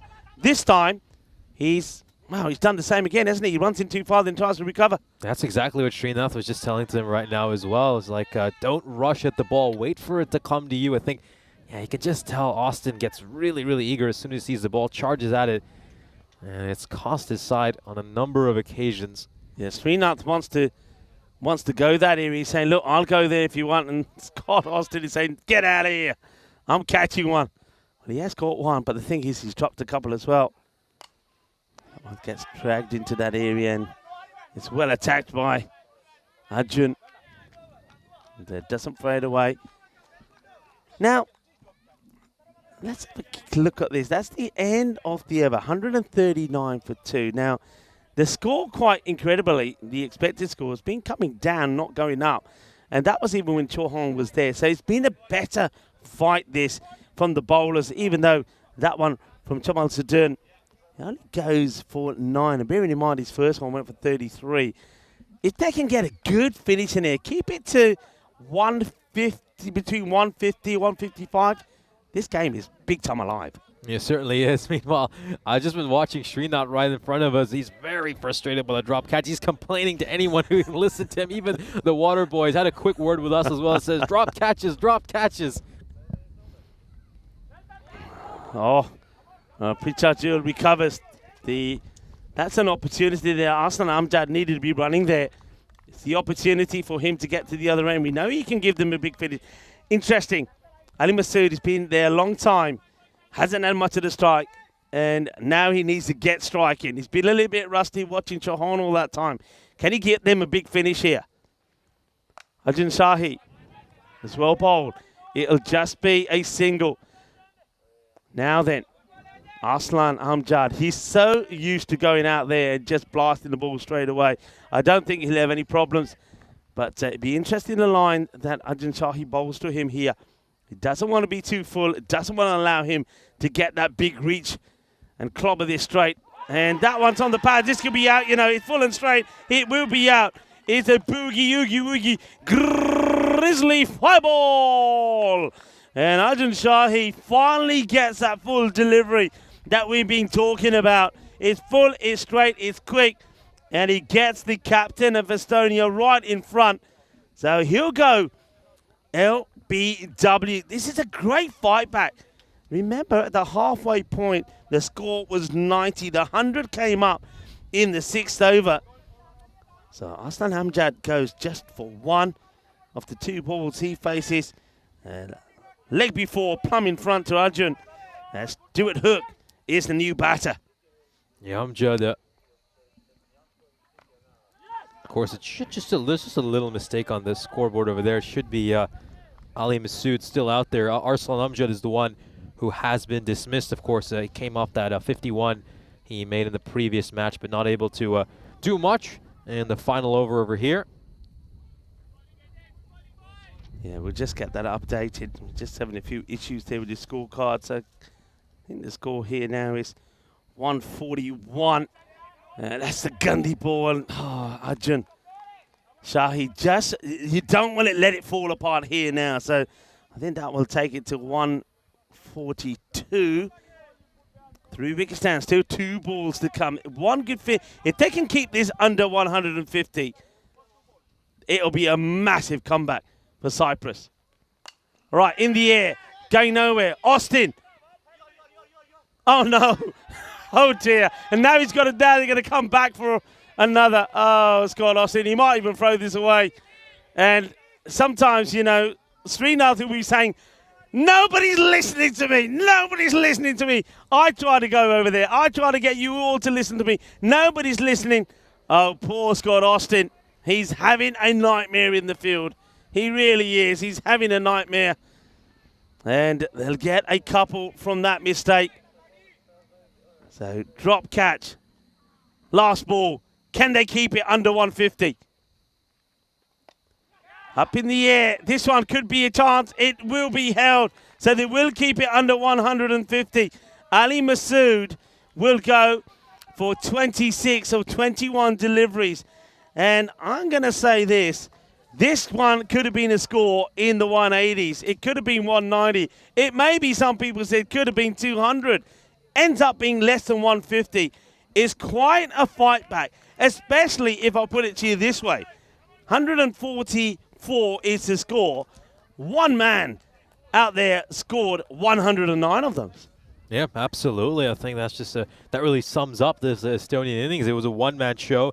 Absolutely incredible by Chauhan. If you had to divide this game into phases, I'd say Cyprus won the first few overs, and then they won the death overs. But the middle overs were dominated by Estonia, in particular overs 3 to 5 when they made 76 runs. These last couple of overs produced just 14 runs for Estonia. And I think the fact that Cyprus were able to close out strong just means the door is still open for them. There was a catch taken by Scott Austin, but unfortunately for him, he wouldn't be taking too many after Bilal Masood was gone for a duck early. A difficult weekend for Bilal Masood. 4 ducks in his performances so far, just the 7 runs in his other match. And we're now going to have a look at the Sahil Chauhan show. What an incredible innings it was by him. 109 runs of just 33 deliveries. He hit 14 sixes. He was dropped a couple of times as well on 88 and there on 95. Yeah, unfortunately for Scott Austin, he's going to feature a few more times in this highlights reel for the wrong reasons. Yeah, it was that little phase there, wasn't it, when Chauhan, he got off into the 90s in electrifying pace, but then he was stuck in the 90s for a while. You mentioned he was dropped on 88 there, but Love Deep, 95 by Austin, and the pressure was getting on him. He did get his 100, but it also meant that Cyprus got back into it. I mean, that was a brave call, wasn't it, to go with Jamal Sudun. But then again, another moment, a bad moment for Scott Austin, palms it over for 6, but a good moment there for Arjun Shahi. This is what we know he can do. He hasn't bowled too much of that. When you're bowling that line, you're going to get wickets, and then he goes for the shorter delivery here. And unfortunately, it's Scott Austin. He drops another one. And worst case scenario is the batters do get 2, but I suppose there is a wicket right there towards the end. It's Lovedeep takes the catch to remove Ali Masood. Ali Masood as well, 26 of 21 deliveries.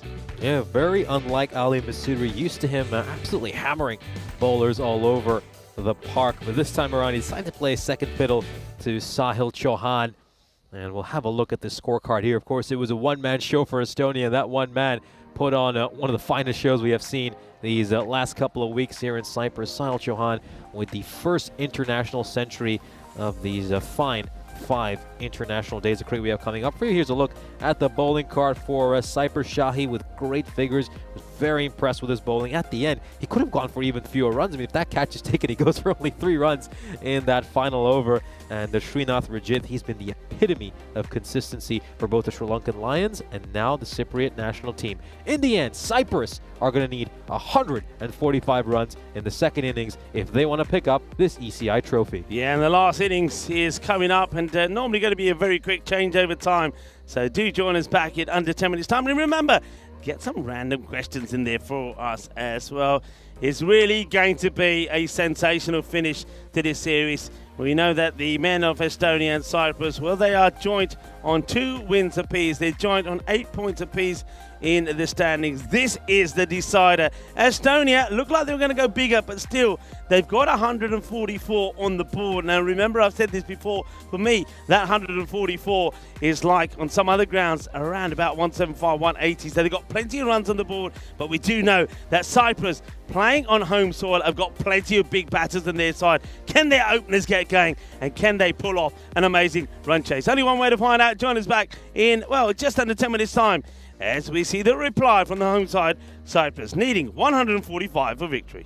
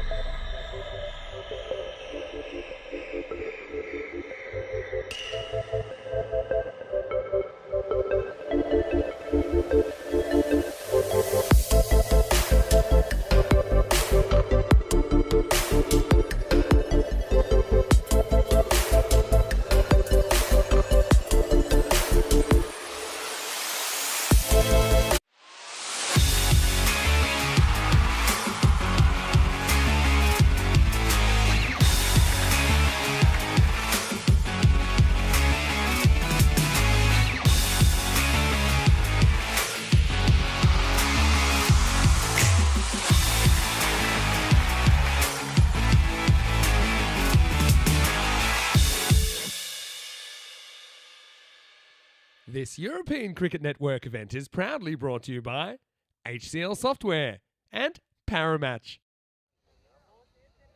Welcome back to the beautiful Happy Valley for our final innings of this great weekend of ECI cricket. We're watching the decider between Cyprus and Estonia. This best-of-5 series is locked at 2 apiece. And this final innings will determine who is going to go on and lift this ECI crown. We'll have a look at the bonus point equation, although you can throw that out of the window. It doesn't matter, since whoever wins this game, however they win it, is going to go on to take this ECI title. It's been an incredible series so far. Cyprus have been winning, and then Estonia have always had a response. Cyprus took the first game, Estonia came back in the second game. Cyprus took the lead in the third game, and then Estonia came back again. The resilience of this Estonian side has been absolutely incredible, coming on the road in this big away series, and they've put on a great display, and thanks to one of the best displays of batting you're going to see in international T10 cricket by Sahil Chauhan in that first innings. They've got a big chance here of beating Cyprus on their home turf and stealing this ECI crown. The target is 145 for Cyprus. And they've got 2 players out there right now in Akila Kalugala and Burdikin, who have been getting them off to great starts throughout this series. Will they do more of the same here? We'll wait and find out. The first ball is coming up. And this is going to be played towards mid-wicket, so he's off the mark on the first ball. Just uses his feet there in the end. Yeah, they're going to do it with 2 of the key bowlers out here as well, or try to do it with that. There's no Robson in the side. No Stefan Gooch. Both of those guys are bowled very well. But Panawa, he was outstanding in that last win. Bowled beautifully well. And, let's see if he can get the breakthrough here. Scott Burdikin, the captain. All right, straight up in the air. Where's this going? Wicketkeeper's trying to get there. It's all over the place at the moment. Can't get there. It's a difficult one for the keeper. Running hard, running back is Rudis Sikaran. He couldn't get there, so Scott gets a bit of a chance here. He does find it. It's almost like that ball is swirling around in the air, then just can't get to it, can't get a hand to it. So half a chance, though, it doesn't go to hand. Yeah, Rudis Sikaran has had a few moments like this since he's been wicket-keeping. He was inserted into the lineup in the 4th match. High in the air. Fielder getting underneath it. Where's those feet? He takes the catch. No issues there at all. That is a big wicket. That really is. He's cool as a cucumber. He manages the rope well, takes a catch. That's a huge wicket. Akila Kalugala will go, and he goes early. And that's a good first strike there for Estonia. What a catch. What a moment. And it is wonderfully taken. And what a lovely moment that is. I just wonder, I don't think this is Adita Savio, it's saying on, I think this is Adita Panwa, who's actually the bowler. So I think we're just getting that corrected at the moment. But Panwa gets the wicket, and they get the dangerous Akila Kalugala out cheaply.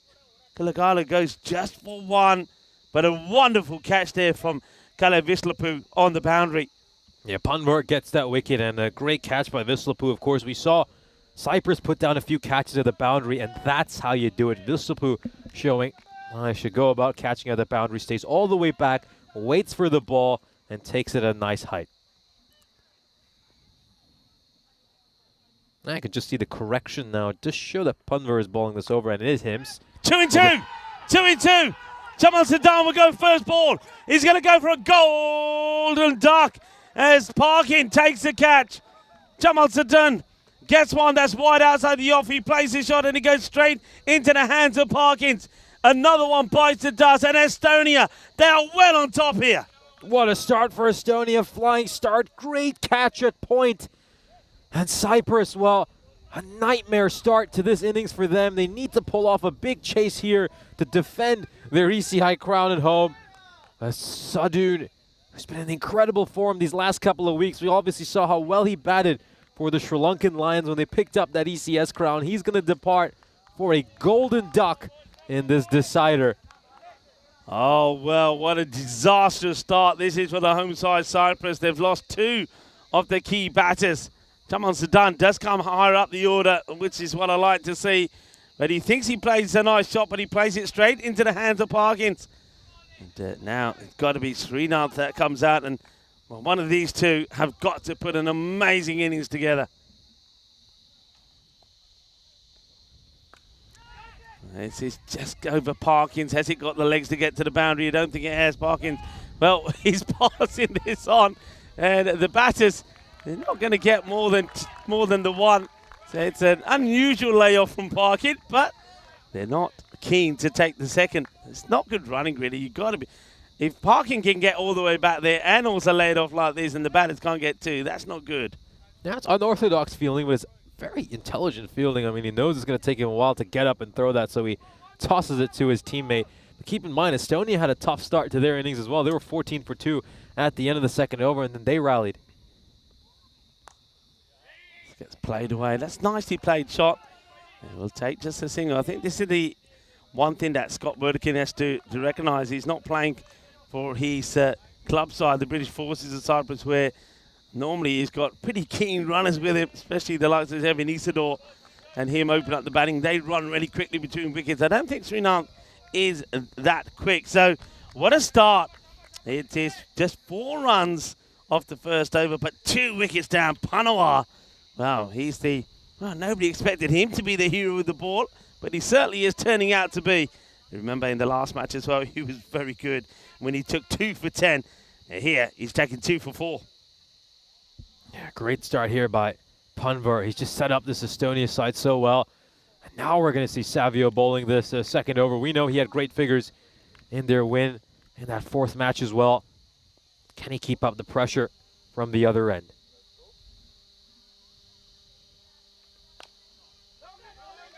Into the deck, no runs, so Savio. So Adita Savio and Adita Panawar, the 2 Aditas, looking to do the damage early on here. Just got to absorb this pressure, haven't they, Cyprus, and then see if they can get clicking. That rate at the moment are just under the 16 required.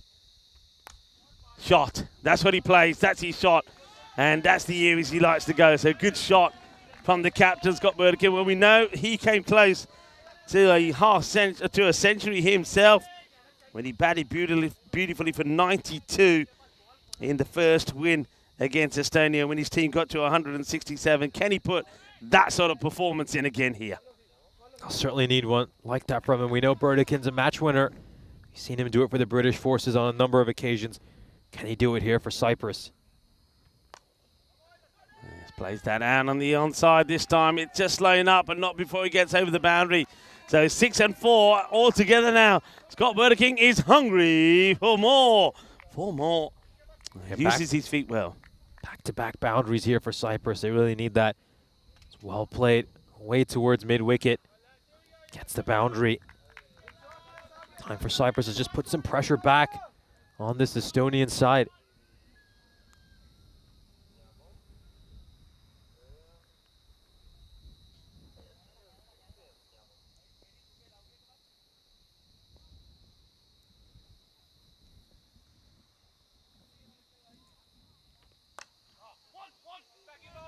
Big shot for 1.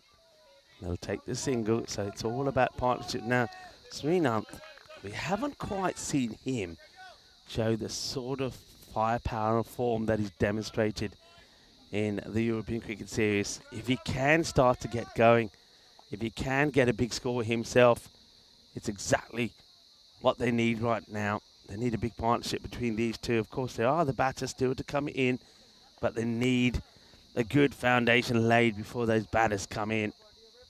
Yeah, absolutely. Of course, it's a whole different challenge playing in the ECI. You're going up against better bowlers. Obviously, Ipsanos is much more batter-friendly than Happy Valley. And this goes straight to the fielder. It's come off the bottom part of his bat. He's not been able to middle it. And another wicket falls here for Cyprus. Savio this time gets in on the fun. Great catch at cover. We were just talking about some of Srinath's issue. He's going to depart having made just 1 run. It's the Adita show, isn't it? Edita Panua first takes 2 wickets, and then Savio, Edita Pavio gets a wicket. Who's the catcher? Yup, Edita Panua. It's 3 wickets down. And I often say when 3 wickets go down in the power play and you're chasing a score like 145, then you're really going to struggle. So that's a sad figure of Srinath, who makes his way back. Arjun Sahi is the new batter. And they're not getting the partnership that they need going.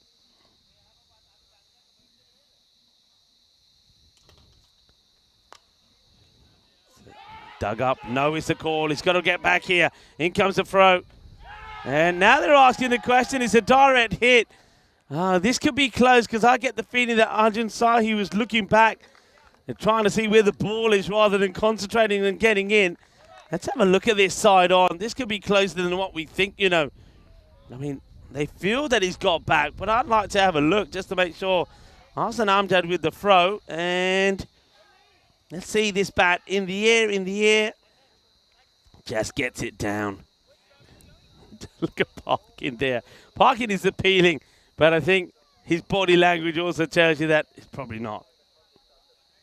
Yeah, but Shahi, he's won Everest, his cricket club games from tough positions on numerous occasions. You know, he's often a one-man show for Everest, and you know, can he do it here for Cyprus? I mean, I was a little bit surprised when he didn't come in at number 4 or 5 for Cyprus in the previous match. But here he is now batting alongside Scott Burdekin. Burdekin knows a lot about Shahi, of course. Shahi batted superbly against the British forces Cyprus. I remember you described it as one of the finest innings you had seen in the ECS when he made that 85 against the BFC to take a match they thought they were going to win away from them. So here's a chance for Burdekin to maybe pull off something special alongside Shahi. Shahin Khan, short, and that's played away. He's very strong with the offside one. Not sure what's happened to the fielder out there. It's been a little bit of a wipeout for the man who's trying to get to that one. Down he goes, sliding and sliding all over the place. I think that might have been to Savio. Yeah, it is. It is to Savio. So, yeah, look at Stuart Hook. He's just having a chat there to Aslan Amjad. All the experienced players come together and they're just saying, look, that's a shot he likes to play. Let's get another man out there. And Aslan is saying, okay, I'm with you. So they're bringing up the square leg to give an extra bit of protection out on the offside. And I think that's a very, very good shout there from Stuart Hook. Keep in mind, by the way, it's been given a 6, so it's gone all the way. Umpire changing his signal, so starts off the over with a 6. That's a full toss there by Khan, and you really feel Khan is the bowler they're going to have to target. They're going to have to look to get a magical over off his bowling. Keep in mind, Estonia were 14 for 2 at the end of the second over. Then they went on that incredible 3-over spree where they scored 76 runs. These two batters, they get on a heater. They're certainly capable of doing the same. Shots. Oh, that's a biggie. And Arjun Shahi says, if you're going to bowl it there, I'm going to send it a long way. And he does. Big hit, big shot, 6 runs. So the second maximo of this over of Shahin Khan. Yeah, this is the over where you feel they have to get 20 to 25 runs off it at least. Shahin Khan has been very expensive throughout this weekend, and these two batters have to look to target him. He's already gotten away with 1 full toss. Could easily have had 3 boundaries so far this over.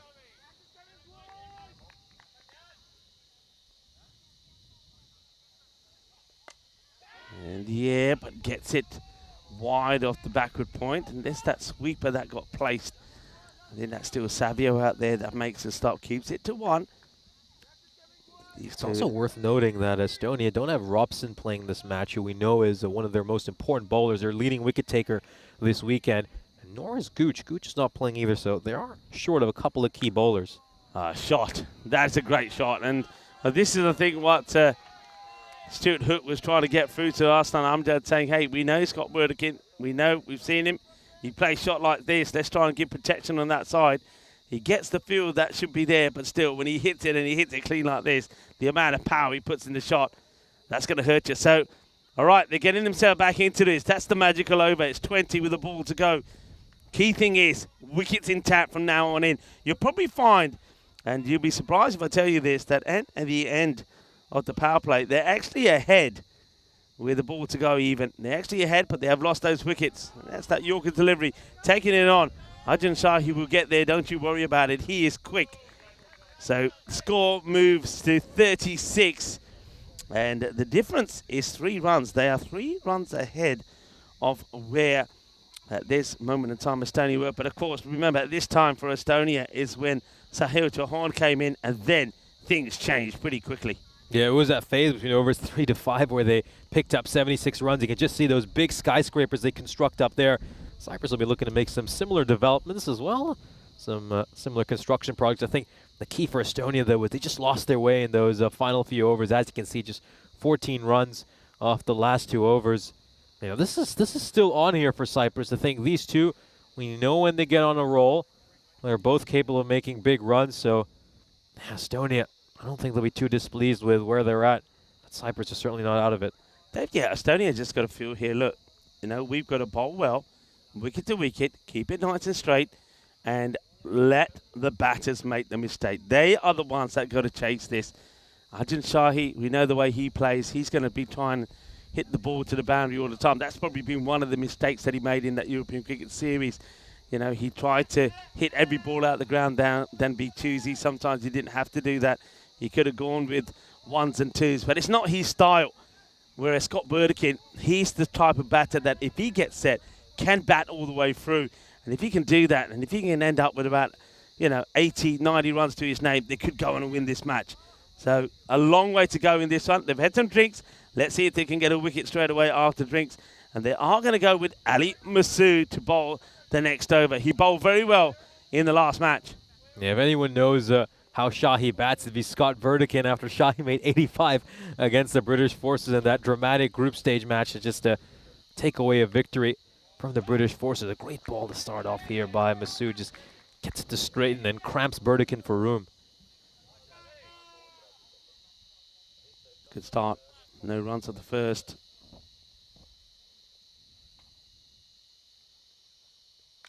And gone straight through.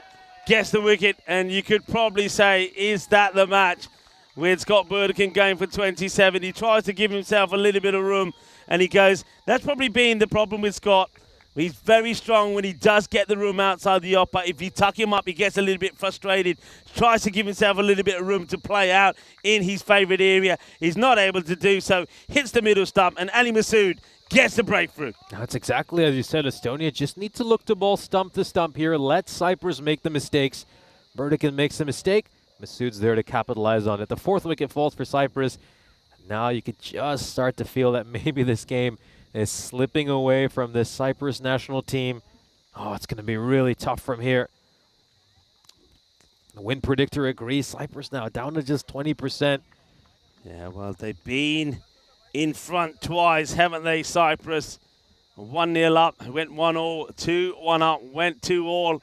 They had a chance in the last one when they were chasing just 124.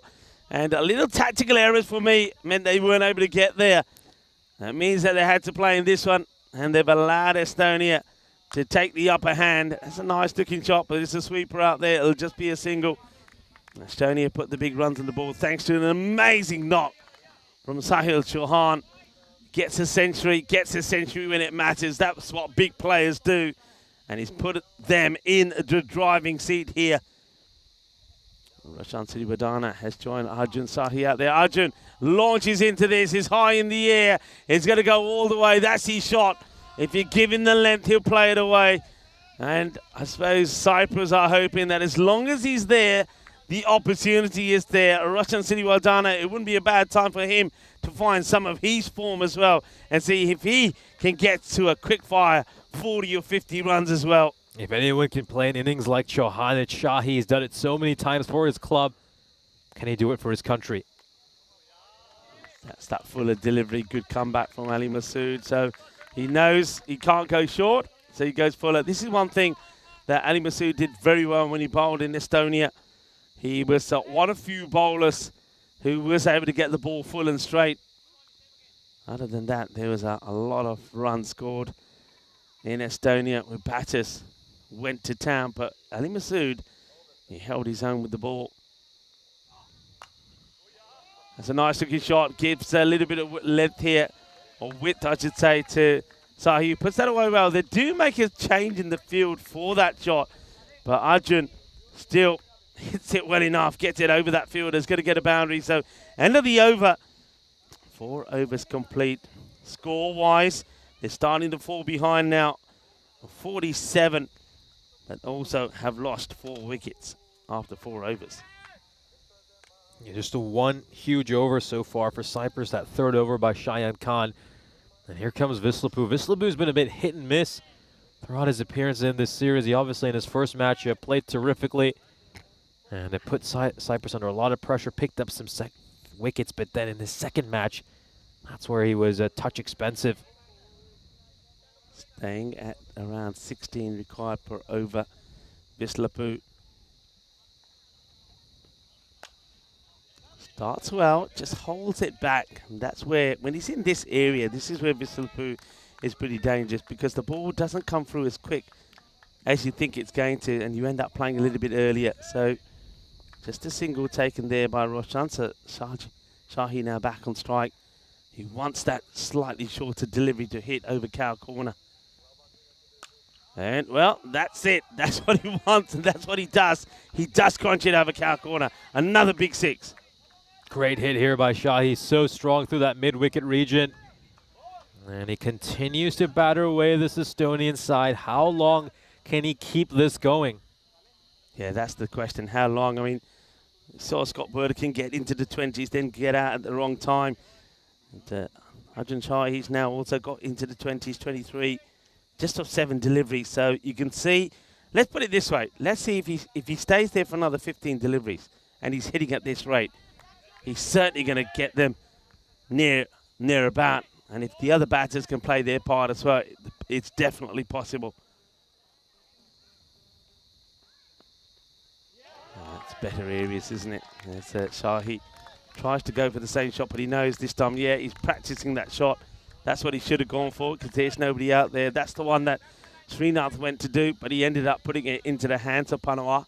Yeah, that's where he should be bowling to Shahi. We know his strength is through that mid-wicket region. He's hit 3 6s through there so far this innings. Oh, well done. Yeah, good. He's learned quickly, isn't he? Learned quickly.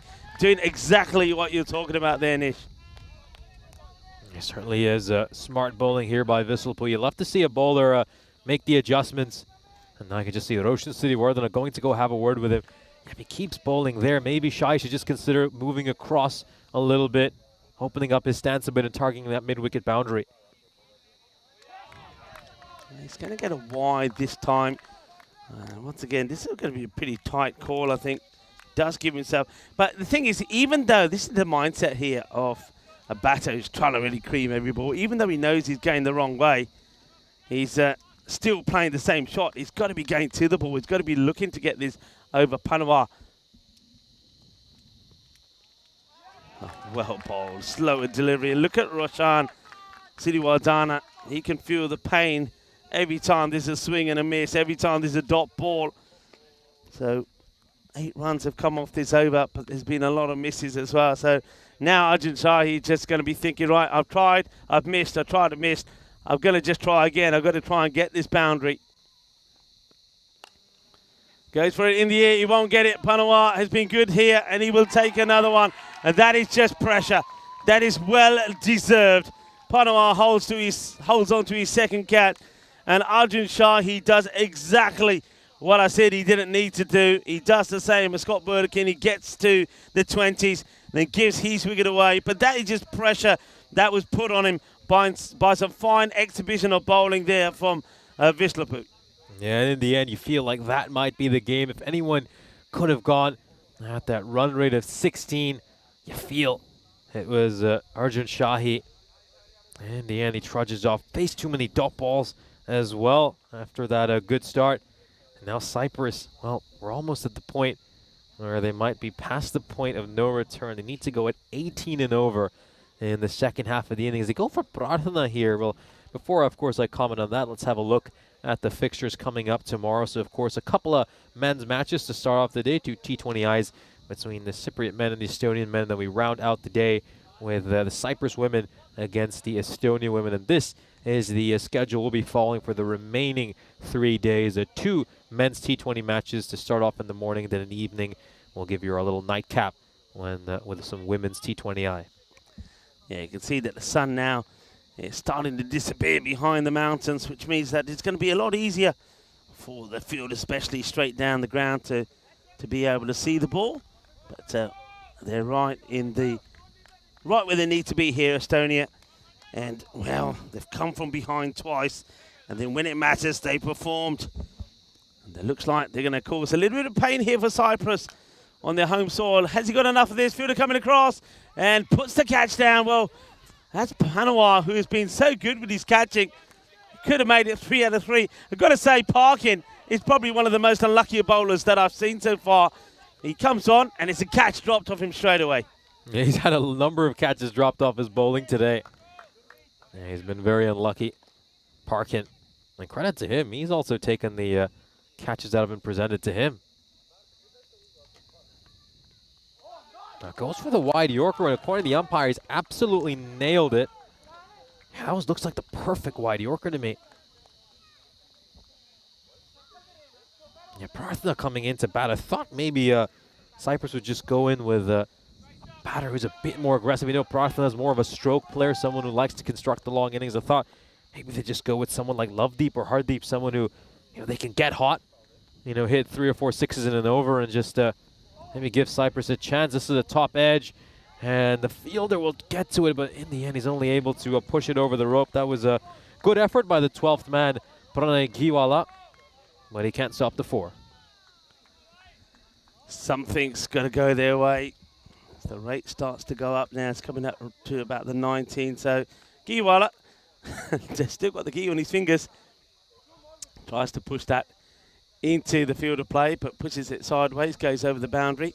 He also just received some news. Sahil Chauhan was taken off for an injury, according to what was listed, and he has not been on the field for this entire second innings. That's probably why I haven't noticed him out there. So he's not been fielding. I think he's hit his century and said, you know what, I'm going to have a sit down. Yeah, I don't think there's any injury there. I think the only injury there is being probably pretty tired and whacked out after a fantastic knock.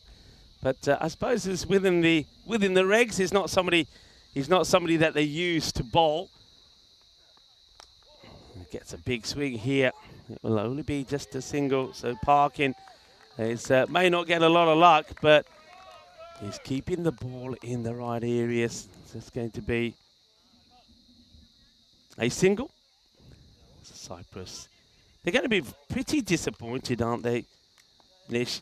If we're honest here, they certainly looked the better side yesterday. This is up in the air. Savio loses it in the sun and ends up making the stop. And look, they don't mind that. Arslan Amjad is having a chat with him there. And I don't think that's an issue. Look, it doesn't go to the boundary. I think Arslan is captain pretty well at the moment. And Savio, though he loses the ball, he doesn't let it get past him. I mean, yeah, when you look at the matches, the way they won the first match, 167 to 141, a convincing victory. They would have been very disappointed to get to a big score in the second match. But they did have some of those key players missing. There was no Scott Burdekin, etc. You thought they would come back strong today. They did. They took a 2-1 lead with that win, with that 145 to 119. But then I think the disappointment for them is not chasing the 124. And it looks like Estonia probably thought, okay, they're not the best when it comes to chasing. We're going to win the toss. We're going to bat. And they've done everything right so far. They got the runs on the board. They needed a century there from Sahil Chauhan. Slapu comes back with that slower, dainty deliveries from him that the batters just haven't been able to pick. They're trying to play the same shot. They're not using their feet. And what we've seen also here is a difference perhaps in the class of the batting that we saw from someone like Sahil Chauhan. He wasn't just swinging up balls like this. He was caressing them the different parts of the ground. He was using his feet to hit over extra cover, to hit straight the ground. He was getting down on one knee to play the sweep shots. It was an innings of a proper batter, not of somebody who's just swinging hard. As Prathana here almost loses his whole shape and balance and almost takes himself in a position where he offers a stumping there to Sakaran. Yeah, Cyprus maybe just struggled with pacing their innings at times throughout this weekend. It looks like that's what's ultimately caused them to miss out on this ECI crown, as that required run rate just balloons past the point of no return. They're starting to show maybe some of the frailties as we have a look at this. Look where he's ending up going here. He's going away from the ball. Look at the balance. Look at the shape. There's no way he's going to get bad on the ball there. It just looks ugly. You can see Roshan having a chat with him, trying to say to him, hey, stand still. But look, we've seen a number of times from in the domestic scene as well here. When they score big, they score big. But they're relying on top three batters to do it. Sri Lankan Lions of Limassol, the champions here, just a couple of days ago, they were a good example of that. You know, if Kalugala and Jamal Zadun and also Srinath go big, they get big scores. But the others never really clicked. You could say that all the way along with all of their batting. And maybe it's the same thing here with the national side. But it shouldn't be, because they've got plenty of batters. So maybe it's just the way they're applying themselves. Maybe the batting order's not quite right. But something isn't working for them where when they lose the openers pretty early. Oh, they're stranded both at one end. Oh, no, that's disaster. Both batters end up at the same end. And Prathana hits the ball, wants to run, and it's almost like Roshan Siriwardana says, no way, it's coming up to the end of the over. I'm not going anywhere. And, well, Prathana gets to the other end. Watch this, Prathana, they're not watching. Siriwardana said, no, go back. He gets in, and then, well, he's got to try and run back. He's never going to make it. It's a proper barbecue, it is. And that is the end of Prathana. A disappointing end for him. He's going to go for 6 of 9 deliveries, run out there in, well, comical fashion. Yeah, real calamity there for Cyprus. And I think that just kind of sums up how this game has gone for the Cypriot national team. Total disaster, complete miscommunication. And it looks like they will succumb to a defeat here. The win predictor has it down to 1%. And yeah, I think I certainly do agree with a lot of the things you mentioned when you did your initial prognosis of what might be the issues with this Cyprus team. I think, yeah, just a few issues with the batting order. Maybe they just need to look to shuffle a few things with their lineup. You can just see Cypriot women's side over there. Of course, they've done terrifically well, picking up 4 out of 5 wins against the Estonian women's square leg. Umpire signals that one wide. Yeah, just I think for this Cypriot team, there's going to be a few things they're obviously going to have to address heading into the T20Is. We'll just see that one, yeah, well over Scott Austin's head. Easy decision for the umpire. This is a struck towards mid-on. I think the one thing I will say about Estonia is even in the games they lost, I think, you know, they're a side who's shown they have plenty of batting depth. Even their middle order can step up. You know, numbers 5 and 6 can go on and play big innings. You know, you look at their 2 losses. They were still in there with a chance at the end. You know, they made some big runs, but I think for Cyprus, when it goes wrong, it goes badly wrong. Yeah, and I think the one thing that we've been talking about the Estonia side, if you look at the scores, I mean, when they were chasing that big score of one, it was a big one, wasn't it, in the first day, 167. They got to 141 and only lost 4 wickets. Ali Masood scoring well. Then they got that win. Ali Masood again, 50. Even earlier today, you know, they got to 119 for 6. Seho Chauhan was scoring well. So they've always been there, and their middle order has shown more strength and more depth that we saw that from Cyprus. Cyprus, they've got the players that we know can play. There's no doubt about it. I mean, even if you were to look at who's out there now at the moment, Roshan Siriwardana, you know, when he got the opportunity for the Sri Lankan Lions of Limassol, he went out there, he crunched it all over the place. It's just the fact he didn't get that opportunity. Scott Austin, we know historically he's a very good player. He's still got the likes of Pitaj Duel in that side. You've still got the likes of somebody like Hardeep Singh, all guys that can hit the ball pretty well. Lovedeep Singh is in there too, but it's about applying that when you go out there in the middle, and that's the few things they're not being able to do. They haven't been able to apply it. It's almost like at times they haven't had a plan, and they're still, for me, looking for the big shots all the time, rather than sometimes say, right, okay, the big shot's not on, I'll take the single. And I think Arjun Sai's innings is a very good example of that. Yeah, just looking to swing out of his shoes on every single delivery, and that's also ultimately why Everest came up short when he was batting for them in that elimination round match against the Nicosia Tigers. But looking at that Cyprus 11, for me, someone like Lovedeep Singh and Hardeep Singh, they are true middle-order batters. I think they're the sort of batters who you would want to bring in with maybe 3 to 4 overs to go in the game. That's where they play for their club sides as well. For a lot of these players, it's tough to make that adaptation when you're opening the batting for your club, and all of a sudden you come in here and you're asked to bat at number 6 or 7. Oh, beautiful shot there by Austin. Just paddles one around the corner. Some great innovation. Yeah, lovely shot. And, well, there might be 4 losing cause, but there's always a little bit of time for some sexy cricket. Scott Austin plays his shot really well. That's obviously something that he's mastered while he's been playing his cricket in England in the last 18 months or so. It's a nice shot from him. Let's see if he can just get a little bit of form going here. Yeah, great ram shot. I think shots like that, they're just, there's nothing you can do about that as an opposition captain. How do you set a field to that? Slightly slower, shorter ball this time, and Austin ends up wearing it.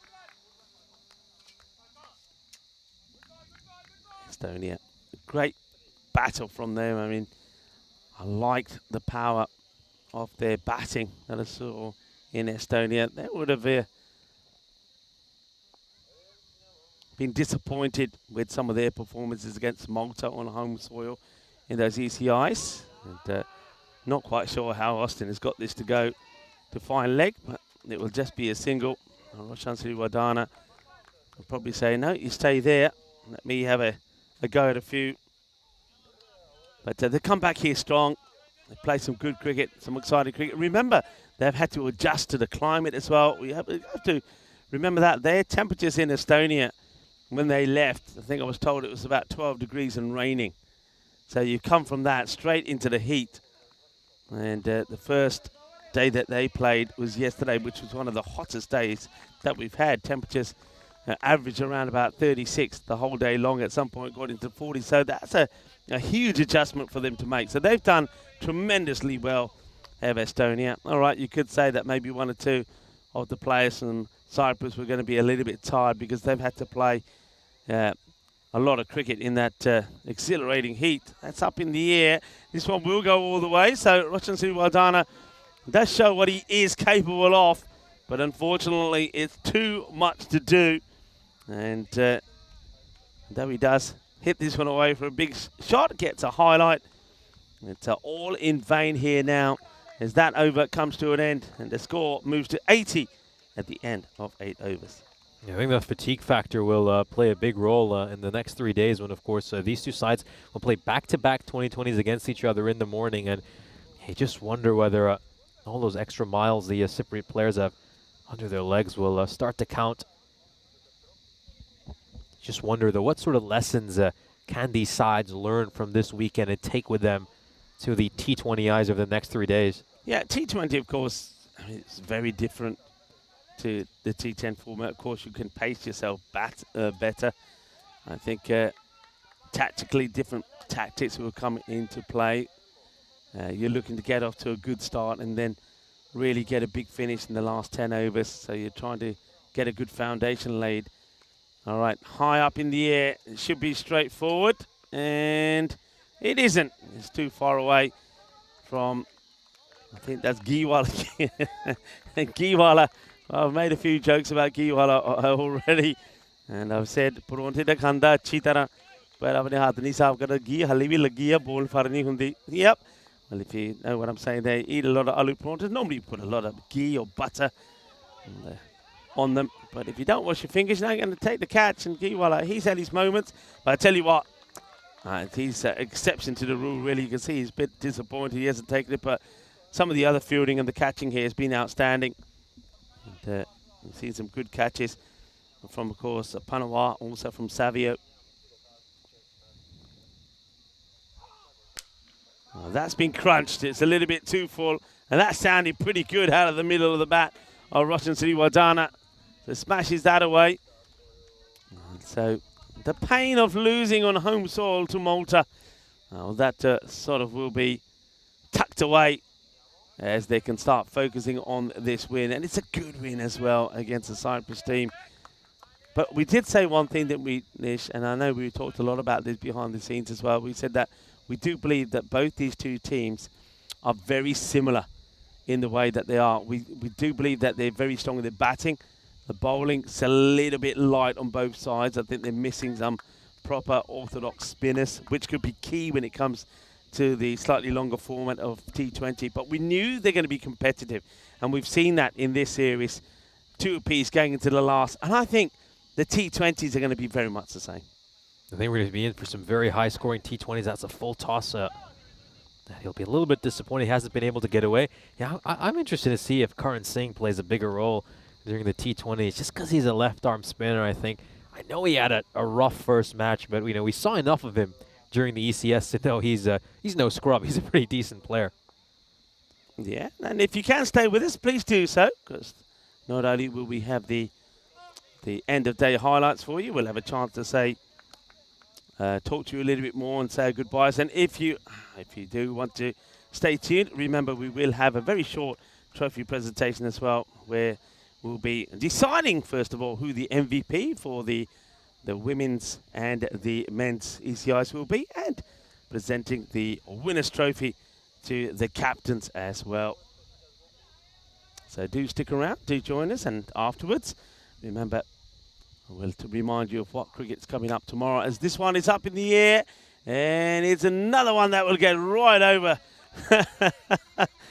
Well, I don't think he's trying to duck from the ball. He's trying to duck from the shades. They're going to end up landing back on his head. Yeah, nice shot there. Big one by Siddhi Wardhana. Saw these two, of course, batting together at the end of the 4th match as well, but this time in far less dramatic circumstances. As Cyprus, well, they need to get 48 runs of the last over, which is pretty much impossible unless you see a flurry of no balls at the end by Estonia. Yeah, I think at this point, just looking at some of the lessons these sides can learn, we'll first have a look at these bowling figures here. Incredible bowling effort by this Estonian side. Look at someone like Aditya Panvar, came in early in this innings, picked up 2 wickets, gave just 4 runs in that first over, really set the tone for the rest of the match. And then Savio as well, great figures for him, got a wicket, gave up just 11 runs. Those two in those first couple of overs really put tons of pressure on this Cyprus side. I think for Cyprus, though, it's really just about figuring out that batting order. I think at times they're still not sure. There's probably a few too many top order batters in the wrong positions, and they're really just gonna have to work these different things out. As for Estonia, though, I mean, obviously they're gonna take this series 3-2, but they have a few things themselves to maybe figure out. Obviously they lack that spin bowling option. Yeah, I was just seeing some of the scores. I know a few people might have been thinking about going over to watch the T20s happening in Czech. Yes, that one's been blasted away. That's a good shot. Well, where was this in the last match from Scott Austin when he was going tiki-taka, almost a run a ball off the 11 or 12 balls that he faced when they needed to hit shots like this for a victory? That's a much better shot. That gets crunched away, but once again, it's good because it sees, and hopefully we'll get him in good form for those T20s, but it's not going to help them here with 4 balls to go. They're still needing far too many runs. Yeah, I mean, in Czechia, what a good finish there from Gibraltar. Not only did they get a win over the women from Croatia after they bowled Croatia out for 62 and got there without losing a wicket, they put 200 on the board against the women from Czechia and then bowled Czechia out for 96. So Gibraltar playing some fantastic cricket at the moment. Yeah, incredible. I mean, Croatia were way ahead after picking up 3 wins on the bounce, and Gibraltar came into the day knowing they needed to win both their games to pick up the Central Europe Cup, and they won both those matches, won them fairly convincingly. But I think a lot of positives there for Croatian cricket. I mean, coming into this tournament, slightly unfancied side, and they win 3 or 4 games, and we're ever so close to getting the cup itself. In the end, missing out because of net run rate. Now that is a huge hit by Roshan Siddhi Wardhana. Moves on to 30 of just 10 deliveries. Yeah, well, this is what I think Roshan is probably going to be one guy who's going to be pretty devastated about the way that this day has gone, because he's not had too many opportunities with the bat, and he's out there now. He's on 30 of 10, a great strike rate from him, 300, and he's going to be asking some of his teammates to say, look, what happened out there? What happened to you guys? Did you choke? Did you bottle it? He swings and misses this one. He knows that's not a great shot from him. They do get past 100, but we've got to focus on a great victory here for Estonia.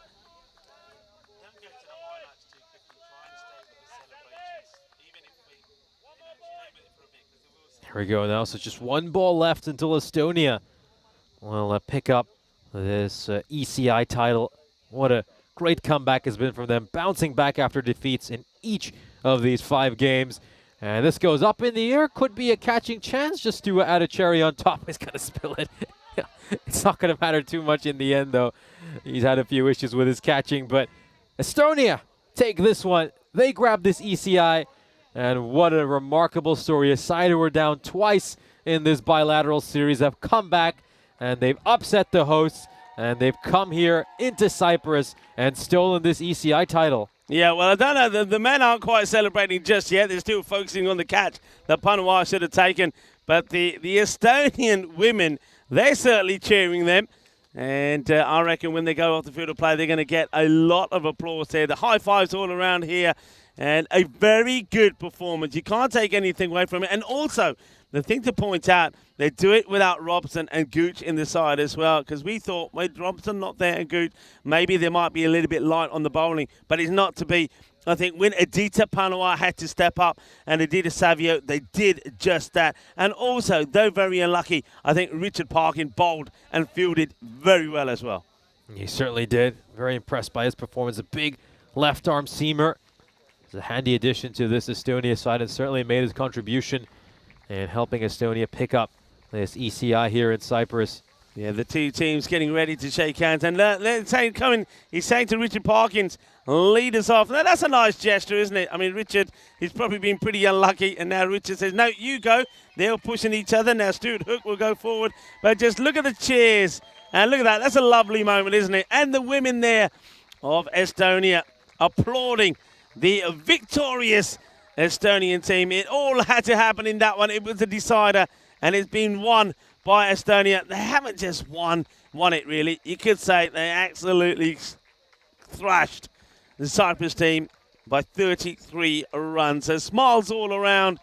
It's been an up and down ride for them. They were behind on 2 occasions. They had to come good in that last match when they didn't get too many runs on the board, and they had to bowl and field brilliantly well, and they did. And then in this one, they stuck with what worked in the last match. They batted first. They got plenty of runs on the board thanks to a superb ton from Sahil Chauhan. What a knock that was. And it was enough to get them the victory. So congratulations. And look, they all want to come together there and probably want to get into a little bit of a huddle. The celebrations will go on. I know we will have a trophy ceremony, a quick one at the end, because I think all the players here, and quite deservedly so, there we go. Yeah, wonderful scenes. And applause all around. Yes, so do stay with us. We will have a very quick trophy presentation ceremony, because I know it'll be quick because everybody's had a long, hot day, and they're all keen to get to the beach as well and get into the nice, cool waters. So let's go to the highlights. And it needed to be a good start. It wasn't. Well, that was the wicket. Not the first wicket to go. That was Chamal Sudan. That will go very first ball. But before him, of course, Akila Kalugala went to a good catch from Vislapu as well. Then Scott Burdekin played some nice shots, but he needed somebody to stay there with him. And that was the problem. Nobody could. Even Srinath, who normally is very reliable, ended up finding the safe hands of Panama. Yeah, Srinath would depart having made just 1 run, a rare low score for him. This was a big chance here for a run out, but he just about managed to make it back in time to Arjun Shahi. And Shahi just gave this Cyprus side a little bit of hope when he hit those 3 sixes through mid-wicket, and we thought, can he keep going? Can he play an innings similar to some of the absolute masterclasses we've seen him when he's donned the Everest red and blue? Some of these hits, but eventually he would be caught on a miscue. Well taken by Aditya Panvar, and once Arjun Shahi departed, it just felt like this game had gone away from Cyprus. This was a good effort in the deep by Giwala. He tried to stop the 4, but was unable to prevent it from going to the boundary rope. A rather silly run out there. Huge miscommunication between Prarthana and Siddhi Wardhana. Scott Austin played this gorgeous little ramp shot around the corner. That one went away for 4. It's always such a dilemma for the captain when they see batters playing strokes like that. You can't really set a feel to it. But Estonia would pick up this ECI title. They win this bilateral series 3-2, this best of 5. What an incredible comeback for this team. They lost game 1, they lost game 3. They kept coming back after their losses, and eventually they string together 2 consecutive victories right at the end to pick up this ECI title. Big congratulations to Estonia for picking up an away series as well, and coming into these tough conditions here in Cyprus. Of course, you emphasize just how different the weather is in Estonia right now. 12 degrees Celsius when they left, and they come in here in an absolute cauldron. And I don't just mean that in terms of the pressure, I mean that because of the actual heat. Well over 35 degrees Celsius. We had a quick look at the scorecard over there. Burdekin, 27 runs off the 12 deliveries he faced. We'll then have a look at the bowling card here for Estonia. Great bowling performance by the likes of Vislapu, Aditya Panver, and Savio Parkin as well. I think that was a very solid bowling effort by him, considering he was bowling under a lot of pressure. And in the end, Estonia, thanks to a great century by Sahil Chauhan, set a target of 145 for Cyprus. And ultimately, Cyprus would fall 33 runs short, and they would fall at home, and Estonia would pick up this ECI title. Yeah, well done. I think ditto everything that you said. There's been a marvellous performance there from the Estonian men's team. But I also want to focus on the women's cricket that we've seen here today. Of course, on that one, it was Cyprus that were flying the flag. Well done to them. They win that one 4-1. But Estonia, they're a team that are coming together well. They're learning well. They're getting better all the time. I loved some of the cricket that they played. I love the passion that they put in. And I love the way how they've come good over that time. Remember when they started the first 3 games, having a lot of issues with the extras, but they came good at the right time. So fantastic performance from them. So what we're going to do, we're going to take a short break here now, but just to remind you, we will have a trophy presentation ceremony for the men and the women, and be delighted if you can join us, and we'll say our farewell from there. But remember, if you do have to go, cricket does start here tomorrow. And we're going to go to T20 action. It's going to be the same 2 teams involved. We're going to start with 2 matches between the men. Cyprus and Estonia will play back-to-back matches, T20 format. And then later on, women will play 1 T20 match as well. And that will be the format for the next 3 days. So if you can't stick around for the trophy presentation ceremony, remember that we will be back here tomorrow. And I want to thank you, of course, for those of you that are leaving us now. Thank you for watching. Thank you for the support. And, myself and Nishay will say goodbye to those of you that are not going to join us in the trophy presentation ceremony.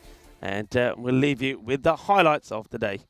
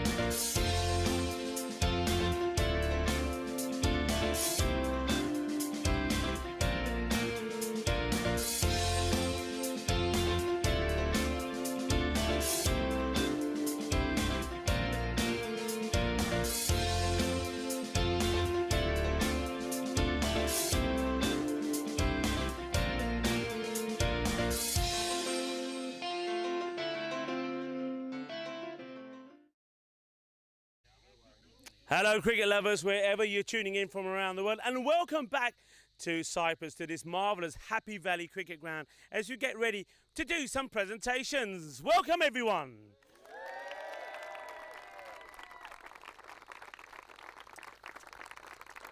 Before I start, and I want to keep this nice and quick, because I know that all of you guys and girls, after having a very long day in these scorching temperatures, are pretty keen to get to the beach over there. So I'm going to be quick, all right. So going to start off with saying some thank yous to, of course, our partners who work very well alongside us. And without them, we know we wouldn't have been able to do half as much as what we do. So Dream 11 to Fancode, also to Perimatch, to HCL Software, to Bizaway Travel, Grizzly Beer Sports as well. And of course to Locker Lifestyles for providing us with these marvellous trophies. So let's hear it for our partners.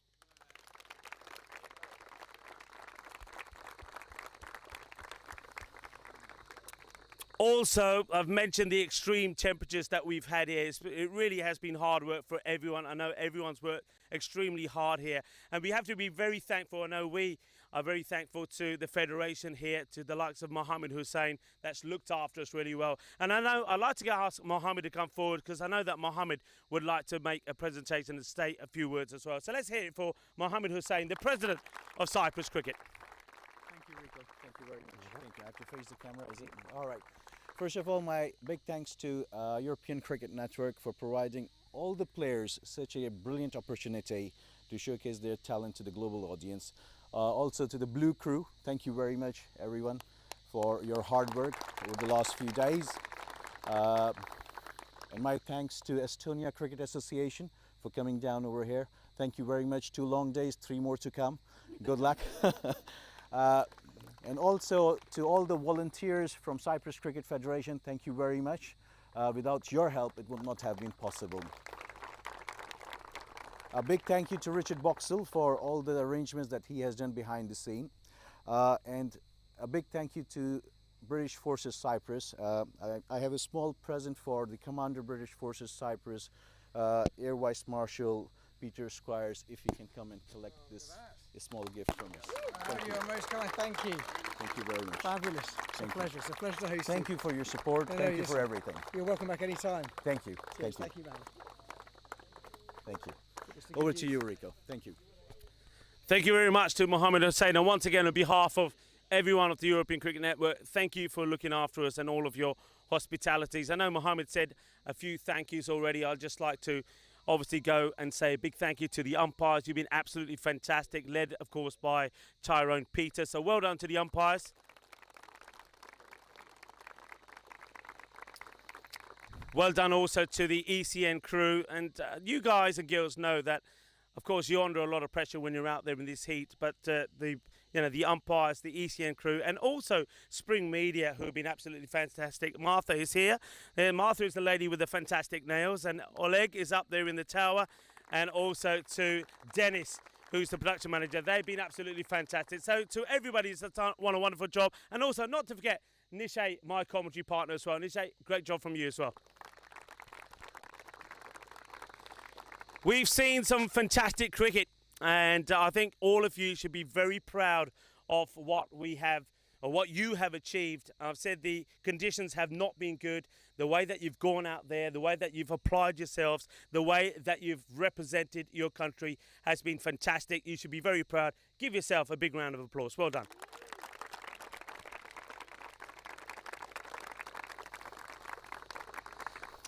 I want to start first with the women's internationals. I think all of you played wonderfully well. I know that you all have different backgrounds and different levels, different experiences that you played and different skills. But one thing that we certainly saw all the way through there is that in those 5 matches that you played, both teams improved so much. I know that Cyprus had a big squad here. You had some experienced players. I know that that Usha Chatrani has got some very special DNA in her side, and she showed that out there with her skills. But also, there was a lot of novice players. There were a lot of players that were playing for the first time, and we saw improvement from both sides in that. I mean, just the way that you started yesterday was a lot of the bowlers were having issues getting the ball in the right spot to eliminate those extras. But just look at the improvement. You can see that yourself, the improvement in what you achieved, the way that you bowled, the way that you fielded. Some of the catching and the fielding was remarkable. So well done and well played. So all the ladies, come on men, give them a big round of applause.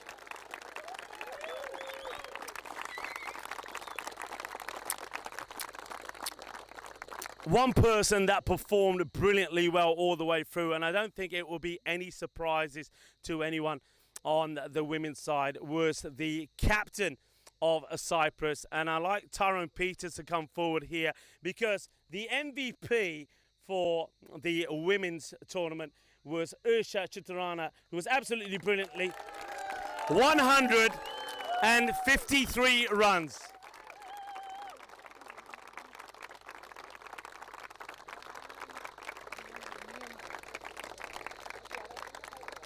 Yeah, congratulations. 2 half centuries, 153 runs. Quite outstanding. And also, you led your team very well. And I know you're standing there next to the captain, I'm going to say Sergeant Vellner, because you told me you are a sergeant. And I want to congratulate you as well. I've just mentioned how the teams and the players came on during this tournament in the 5 matches you played. And I think you led them really well. And all of you should be very proud. Well done. So I would like Peter to come forward, and Peter has the trophy for the winning captain. So with a win of 4-1 in this ECI tournament for the women's, I'd like once again to ask the captain from Cyprus to come forward, Cyprus-Estonia, to receive the winner's trophy.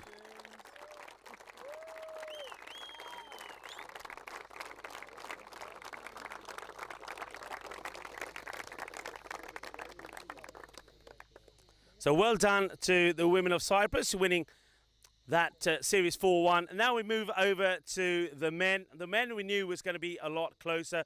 Of course, these are players that have got a lot of experience behind them. And I've had the great pleasure of seeing not only a lot of cricket being played here in Cyprus. We've seen a fantastic European cricket series here involving a lot of players and a lot of high scores as well, 16 centuries. But I also was in May in Estonia, and I know that Estonia are a very good cricket team. They're coming on leaps and bounds as well. And once again, Estonia, when I was there, we saw 14 centuries. So I knew that this was going to be a high scoring tournament, and it proved to be. And really, both teams couldn't be separated. Cyprus started with a win yesterday, but Estonia fought back well. This morning, Cyprus once again took the upper hand. But once again, as you'd expect, Estonia pulled off a good defence of 123 to make it 2 apiece. And then it went in the last one. It was anyone's game. And as I suspected, and myself and Nish were saying this all the way along, it was anyone's to win. But there was something special. And we always say that good players come good when it matters. And one thing and one person who really did perform, and he is going to be given the MVP award here for the men's, Sahil Chauhan, with a century in the final. Tyrone Peters will present you with your MVP award. Congratulations, Sahil. I know you put some wonderful performances in Estonia. That century eluded you on a couple of occasions, but you got there in the end. Well done. Congratulations. A marvellous knock.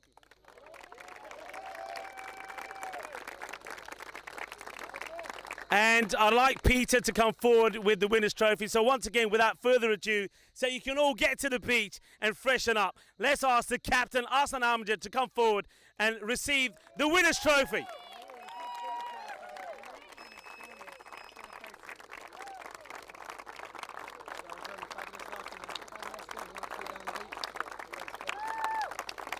Well done, Arslan. Thank you very much for watching. It's time for us to say goodbye and freshen up a little bit. But we will be back tomorrow. Remember, the T20 International starts tomorrow when the men will play each other on two occasions and the women will play once as well. So as I say, here from Cyprus for tonight is good night. Be good, be kind, be happy. Esta mañana.